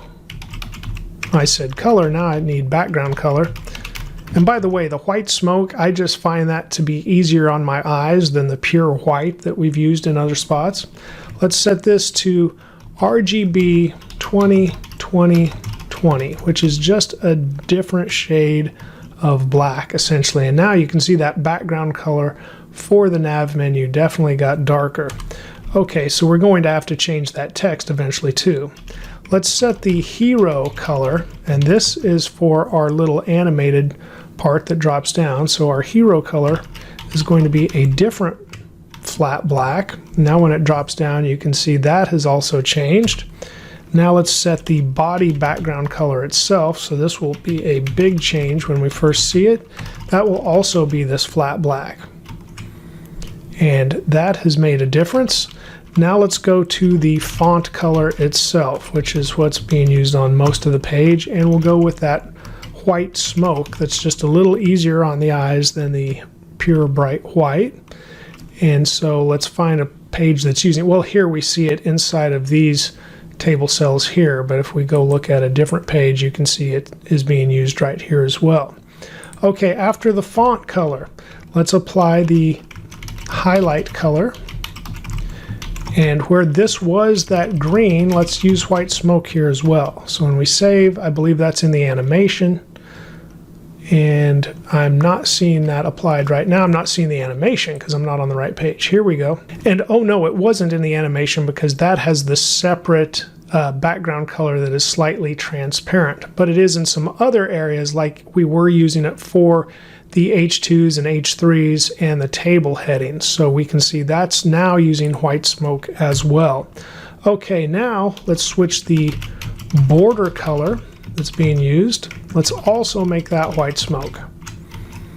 Now our table is standing out, and now that border color was a bit of the shadow behind the lettering. So now we've got a little bit of white shadow behind Bienvenidos, and that stands out on that green as well, helping the dark lettering stand out. And we still need to change our link colors. So link-color, we'll make that white smoke. You can see we're really making use of that color for this setting. We'll also say link hover is now going to be orange. And then link active is going to be the lighter orange. So RGB 252, 200, 103. And save. So now when we hover over a link, it becomes orange. When I hold down, it's a lighter orange. And then we go to hours. Everything looks pretty good. Now you may have your own preferences for dark mode as well, but just scan over the site, see how you think it looks. Does everything look like you want it to? Oh, these buttons need a little bit of help yet. Let's check our other page and make sure everything else looks good, and then we might need to change something about those buttons. We'll have to see what is going on there, and that might be a correction that needs to be made in how they're initially being set as well. So let's find where we had a button, which was a contact button, and you can see the header color, which remained white or white smoke, was being used, but then that highlight color was the background, and that has changed. I think we need to change this from header color to button color and give us give ourselves some control over what color is the text on top of the buttons. So we've added a button color variable. Now we need to define that above, and then of course change it when it gets to dark mode as well. So we were fine with it at first when it was the same as the header color. So that's what we'll start off with, and I believe that is just white. So we'll put that and also put it in as white here. But now we need to change this when we get to dark mode. So let's bring this down into our dark mode definitions, add this, and let's change it to black right here and save. Now let's go ahead and go to our contact page, scroll down, and now we can see the text on our buttons. And so that looks good. The about page is looking good. Let's make sure the answer looks good for trivia. That's fine. Here's an additional link in our page to the reference for the trivia. The menu, we scroll right to that. Everything looks good there. Hours, pretty good. I still might want to create a little space here with the back to top, but other than that, it's fine. And back to the home. Okay, so we are down to the final touches of the project. So one of those things might be to organize the CSS. Now this is your own project, but if you were working in a team, for example, you might want to organize that. I'm going to drag this over to full screen for this discussion. Let's say the colors we have here. There's probably the largest list that we have of anything in this project is the colors. It might help to just use the ABCSS technique here to organize these. So if we highlight all of those, press Control P, and then the greater than symbol, and now we might choose Sort Lines Ascending. So now all of our colors are ordered alphabetically, and I could find them probably much faster now that I've done this. So considering that, maybe we should do the same thing for our dark mode. We'll highlight all of those, Control P, greater than symbol, and choose Sort Lines Ascending. Now you're welcome to do that for any or all of the properties and styles that are within this project if you so choose. Now before we finish this project, there's one more thing we can add that would be a very nice touch, but it is a preview of what's to come for you yet, and that's because it's a touch of JavaScript. Just a little bit, and I'll show you what it does. It will update the year, so it will put in the current year no matter what year it is, and you will not have to come back and update the copyright on your site. So let's put in a time element right here. I want lowercase, so I'll give this a time with an ID attribute of year. So there is our time element, and we don't really need to put anything in it. We'll just leave it as is with the ID of year right there. Now let's go over to our file tree, and inside the file tree, let's create a JS folder. And inside the JS folder, let's create a new file, name it main.js. Now we only have a few simple lines to put in here, so I'm going to type const, which will help me define a variable, and I'm going to name that variable year. I'm going to set that equal to document, and when I refer to document, I am referring to the HTML document. And then get element by ID, and this will be year. So you know we just set that attribute, and then we are selecting it. So we're selecting that time element on whichever page we load this JavaScript into. From there, I'm going to define another variable, and I want it to be called this year. Notice I'm using camel case to define that. I'm going to set this equal to a new date, and then I'm going to call the get full year method for that date.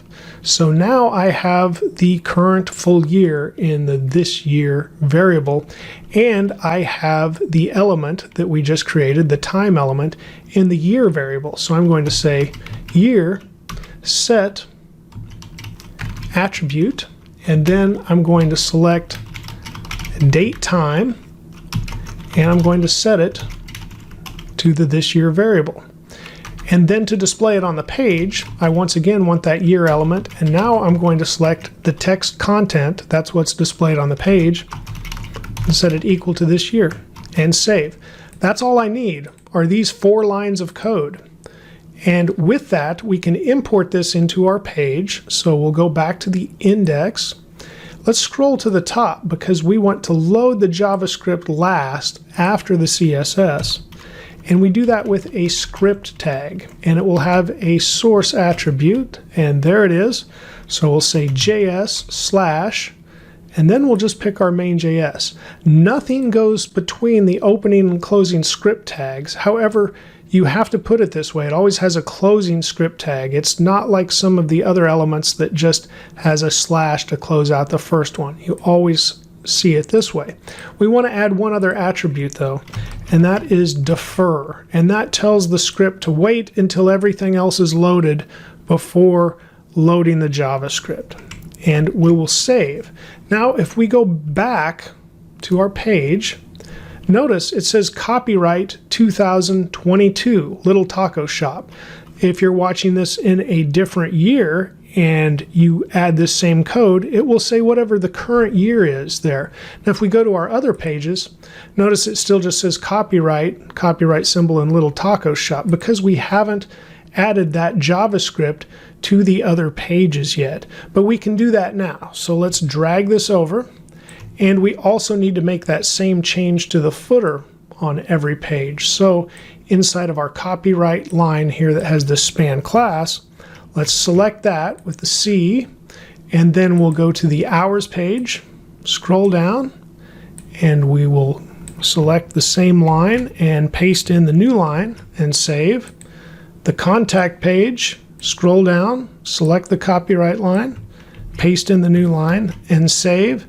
And we also need the about page, I believe. So now let's scroll down, and here we'll select that same copyright line and we'll paste in the new line. But we haven't added the JavaScript yet. So let's go back to our index HTML. Now we could just copy the same script line and we can use the same JavaScript file for every page. So back to the hours page, paste it in underneath our style sheet line. Back to the contact page, we should do the exact same thing. And then finally, the about page, we should do the exact same thing. And save. And now let's once again look at our site and notice that no matter which page we're on, we now have the year referenced in the footer along with our copyright notice. And everything looks just as it should. Okay guys, just a few closing notes, and you could call them corrections if you want to. I just want to adjust a couple of things. We're currently on the hours page for the Little Taco Shop, and I previously forgot to put in an H2 for this page. So I'm going to do that here on line 48. And I'm just going to put hours in there and save. Something else that's been bothering me about this page the whole time was the back to the top link that we really don't need anymore. There's not enough content on this page for it really to even be there. So I'm going to remove that back to the top link on the hours page. Other than that, I'm happy with how this page turned out. Of course, everything is preference when it comes to CSS. Your design choices, your preferences may be different than mine, so feel free to make your own changes. Also, at the contact.html page, I previously removed every HR, the horizontal rule element, but I think I would like to put one back here just between the two sections on this page, or between the two articles, if you will. So I'm going to put this horizontal rule back between those two different articles on this one page. One other thing I want to do is just change the text a little bit on the buttons. So I'm going to click the file tree quickly, go to the style.css file, and here under the contact _button class, I'm just going to add a font weight of bold and save. And now once we look at these buttons, I just like how they look a little bit better with the bold font.